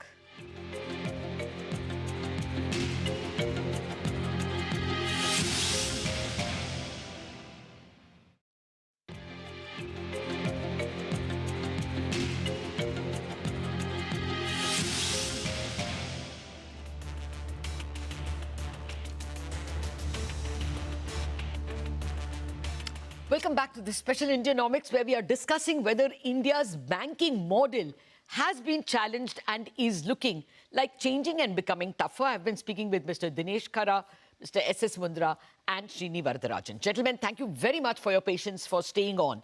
My next question is, what can the regulator or what should the regulator do? Mr. Khara, the EBLR, External Benchmark Lending Rate Rule, the Reserve Bank brought it because banks were not passing on the rate cut even after RBI announced a rate cut. So they said your lending rate, many of them, will be linked to the repo rate or the T-bill rate. But the cost of funds, the deposits are not linked to anything. Do you think EBLR needs to be refined? Do, say, savings deposit be linked also to repo, something like that? No, actually, there was a situation where there was an effort made by banks to link the deposit rates with the external benchmark. But what we have seen that, the market does not respond to that. And normally it doesn't really work out well. So that is the reason why perhaps, and also we have to acknowledge the fact that when it comes to savers, that community is very broad-based. There are very common men who may not like to have that kind of a risk sitting in their deposit book. So this is I really wonder whether it will be a success or not. Okay. But I think what you mentioned, when it was introduced that you have to link up your loan book to the EBLR, then perhaps that can be revisited. Maybe. Exactly. That was going to be my question. Srini, do you think therefore loan book could EBLR be rejigged because it seems to impact only one side? I don't think so. I'm not understanding why that should be the case. I think EBLR is now reasonably well established. Okay. I think it to some extent improves transmission.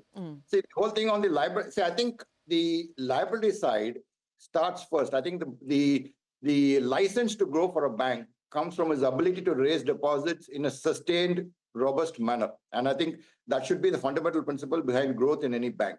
If you try and grow the asset side at a pace which is much faster than what your sustainable deposit growth is, there is always going to be a problem. And therefore, banks have to calibrate their growth on the asset side based on how their deposit profile is growing. Okay. If you try and grow assets and then try and search for deposits, you will end up sort of weakening your liability profile. And that to a large extent is what we are seeing in some of the smaller banks. So the thing is, I don't see any reason to tinker with the EBLR. I think what we need to do is to try and make sure that the liability side growth to a large extent drives the pace of asset growth. And as long as that is there, I think it will work. Okay. By growing the asset side faster is when I think the risk lower NIM sort of increases substantially. Okay. Well, there are some banks, of course, with very stable deposits, salary accounts like Mr. Khara's bank. And so they can have the ambitions of high growth. But That's what I said, Lata. There are few banks which are on an incremental basis taking away the lion's share of CASA as well as retail term deposits because of their ability in terms of digital engagement and various other things they have in place in terms of customer profile. With the result that every other bank becomes a price taker, and therefore they are in a very difficult situation. Well, Mr. Mundra, I want to come to you because you brought the very important point that banks have to churn their assets now. You can't give the loan and hold it till maturity. You have to manage the book. Do you think the regulator also has to become a little open to banks depending on wholesale funds and managing the liability part also? The fixation with CD ratio probably, as it is, in the D of the deposits, they are not including NABARD refinancing and, the D is a little underestimated. So do you think separately, the RBI also has to become a little open to people taking bulk deposits and certificates of deposits? Nothing wrong. We have all to become marketized. Okay. Number one, I think whenever there is a little sign of stress and the narration goes back that then our regulators should do something. Okay. I think all the entities are mature enough. Market process are well established. To my mind, one, I have already mentioned that you have to manage your credit book more efficiently. You have also to become more efficient in your asset liability management. Okay. Now, if you look at it, I mean to say, you see there is something like behavioral pattern in CASA deposit, which is allowed by the regulator, right, for your ALM plotting. Now, if you look at the behavioral pattern of your CASA deposit, you also look at the behavioral pattern of your wholesale deposit, you reach to a core portion of your deposit, which you can call as a core portion. You put some allowance there also further, little bit as a cushion. That core portion is what you should use for your long-term lending. Match it. And then you have the short-term lending and the consumer loan. And that long-term book also which you create, then you should be able to churn. I think it will be a virtuous cycle. But what I am trying to say, I agree with all the gentlemen, with you, the whole structure, it has to go a structural shift. Now, there has been argument that this preemption should be reduced or other the regulatory cost should be reduced. Okay, fine. To my mind, that is not a lasting solution. That is a band-aid. Regulator do it today. Within 6 months or a year, everything will be absorbed and you are back to the same place where you are. So I think what we should look at is the more lasting and root cause solution rather than every time clamoring for that, regulator should come with some crutches and provide the help. Okay, I want to quickly try and get two questions. Mr. Khara, does the government have to rethink taxes? I mean, debt is really getting a bad deal compared to equity. And the corporates also need debt capital. They can't only manage with equity. Is there a rethink needed?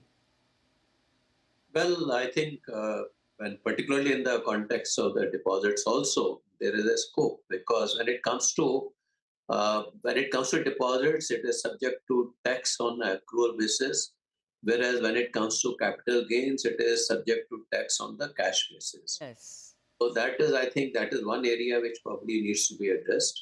And what you mentioned that, when it comes to even the long-term capital gains also, for a economy which is aspiring to grow at much faster pace, we would certainly need the debt as well as the equity both. So the gap between the, capital gains probably it needs to be re-looked into. So I think there is a scope which can perhaps be looked into depending upon the fiscal room which is available can perhaps be looked into. Yeah, I guess there are a lot of votaries for low capital gains on equity. Capital gains tax on equity, but there are not so many people supporting debt. Final question to you, Srini. The usual cry is when animal spirits are there, loan growth will come. After all, every loan creates its own deposit. Therefore, this argument is only because you are under pressure, you're bringing all these arguments. Once the animal spirits come, deposits and loans will both grow. Is that a good argument? So I agree. I think the growth drives credit rather than credit driving growth. So the whole thing of trying to say, give more liquidity and credit growth will happen and therefore growth will have an uptick. I don't agree with that. I think growth, when it happens and animal spirits are there, automatically credit will be driven up. Never have we seen banks short of money when there is demand. Just by having liquidity and money and trying to push credit, I don't think so we'll achieve growth.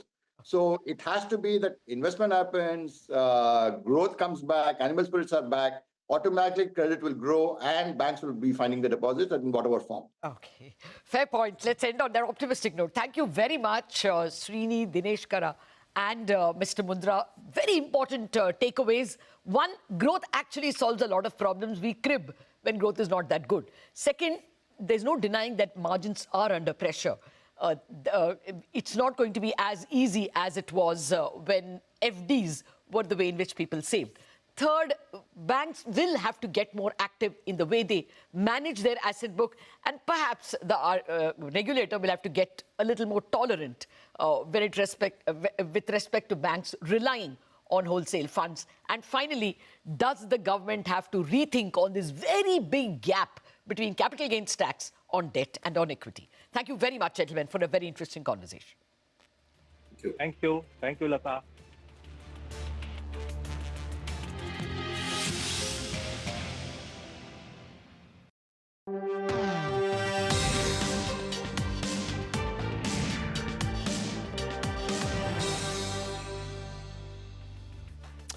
Hello and welcome to this special edition of Market Editor.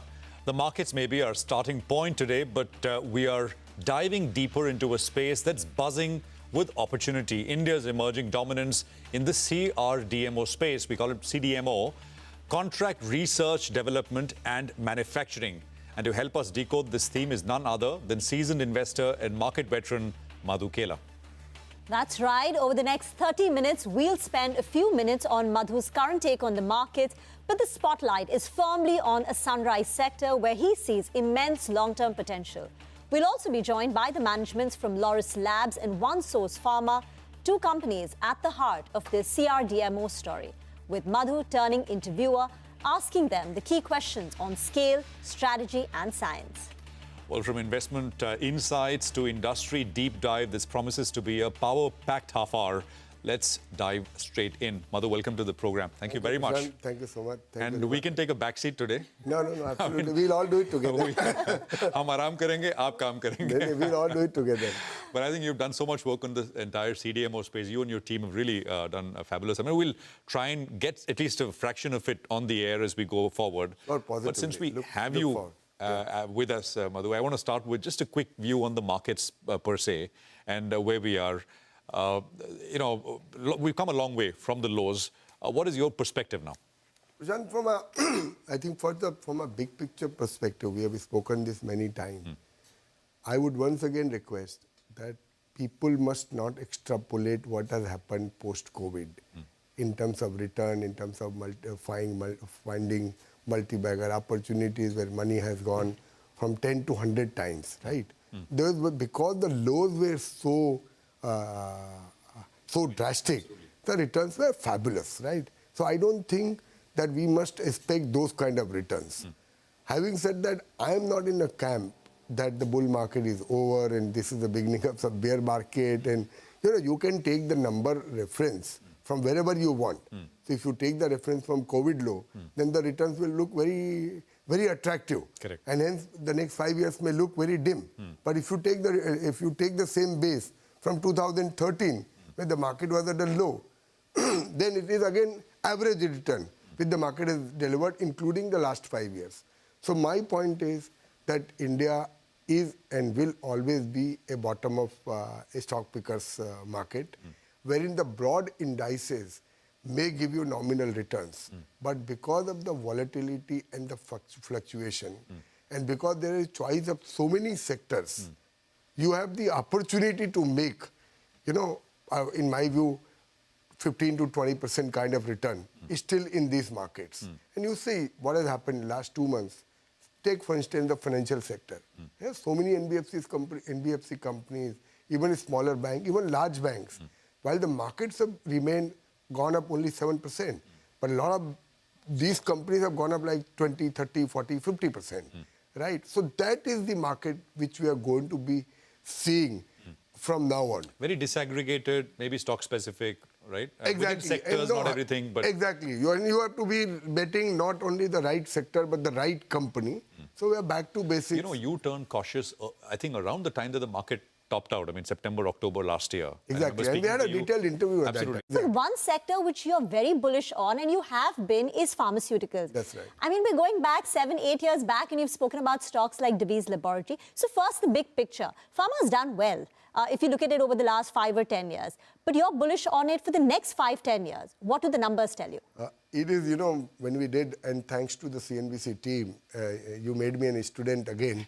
So I think we actually did some numbers, and numbers is so heartening. In 2005, the total industry size of pharma was 28,000 crores, including API, local, everything put together, and profit was 2,500 crores. And we have those graphics which will come up, which will very starkly put out, please. This, Prashant, has gone to 6 lakh crores. And this year, the profit will be 80,000 crores. So after IT, this actually is one big industry which has got developed in the last 20 years. So many great companies, you know, Divi being obviously one of the most biggest wealth creator, but so many great companies have come. And from where we started, merely as a API supplier, that's how we started. We went into generic, then we went into complex generic, then we went into, you know, local markets have grown. And now the CDMO opportunity. So the margin which used to be 10 years back, the overall industry margin which used to be 15% has now gone to around 23%. And you look at the change, right? Today, in the total FDA facilities in the world is only 1,425, out of which 396 plants are there in India. So you are talking about, you know, 28% market share in US FDA plants, while our market share in terms of global CDMO or global pharma is still very minuscule, right? Total size of the global pharma industry is $1.5 trillion. And we are still, let's say, 6 lakh crores. In terms. So it is still very small. So I am quite positive that, you know, over the next 5, 10, 20 years, this industry has a lot of leg. And what came out clearly was, obviously you need, it's a very long gestation industry. So you need to make upfront investment. So the size of the profit of the industry still was so small, even 10 years back, that kind of investment was not possible to be made. But now, with the size of profit increasing, like this year, cash flow will be 1 lakh crores of all pharma companies put together. And the size of the whole industry 20 years back was 28,000 crores. So I think once this cash flow starts getting on the ground, the opportunity will That number is very stark. And again, I mean, those graphics will come up again. 28% of global FDA-approved facility was 4% of sales. Exactly. Is that because of scale? Plants here are much smaller. Is it because of the kind of products which are manufactured? And also, it is also because of that, we are also, it's a transition. You know, pharma is a very sensitive thing. So quality, when you look at it, if there is still inspections which happens in Indian plants where they are still able to have quality issues. It is also got to do with scale. And also, let's not forget, when N-1, N-2, we are still dependent on China for basic stuff like solvent, starting material. When all of that shifts to India, which I think will happen in the next 3-4 years, because see, if you are a global major and if you are placing your bet on India, India is still sourcing those material from China.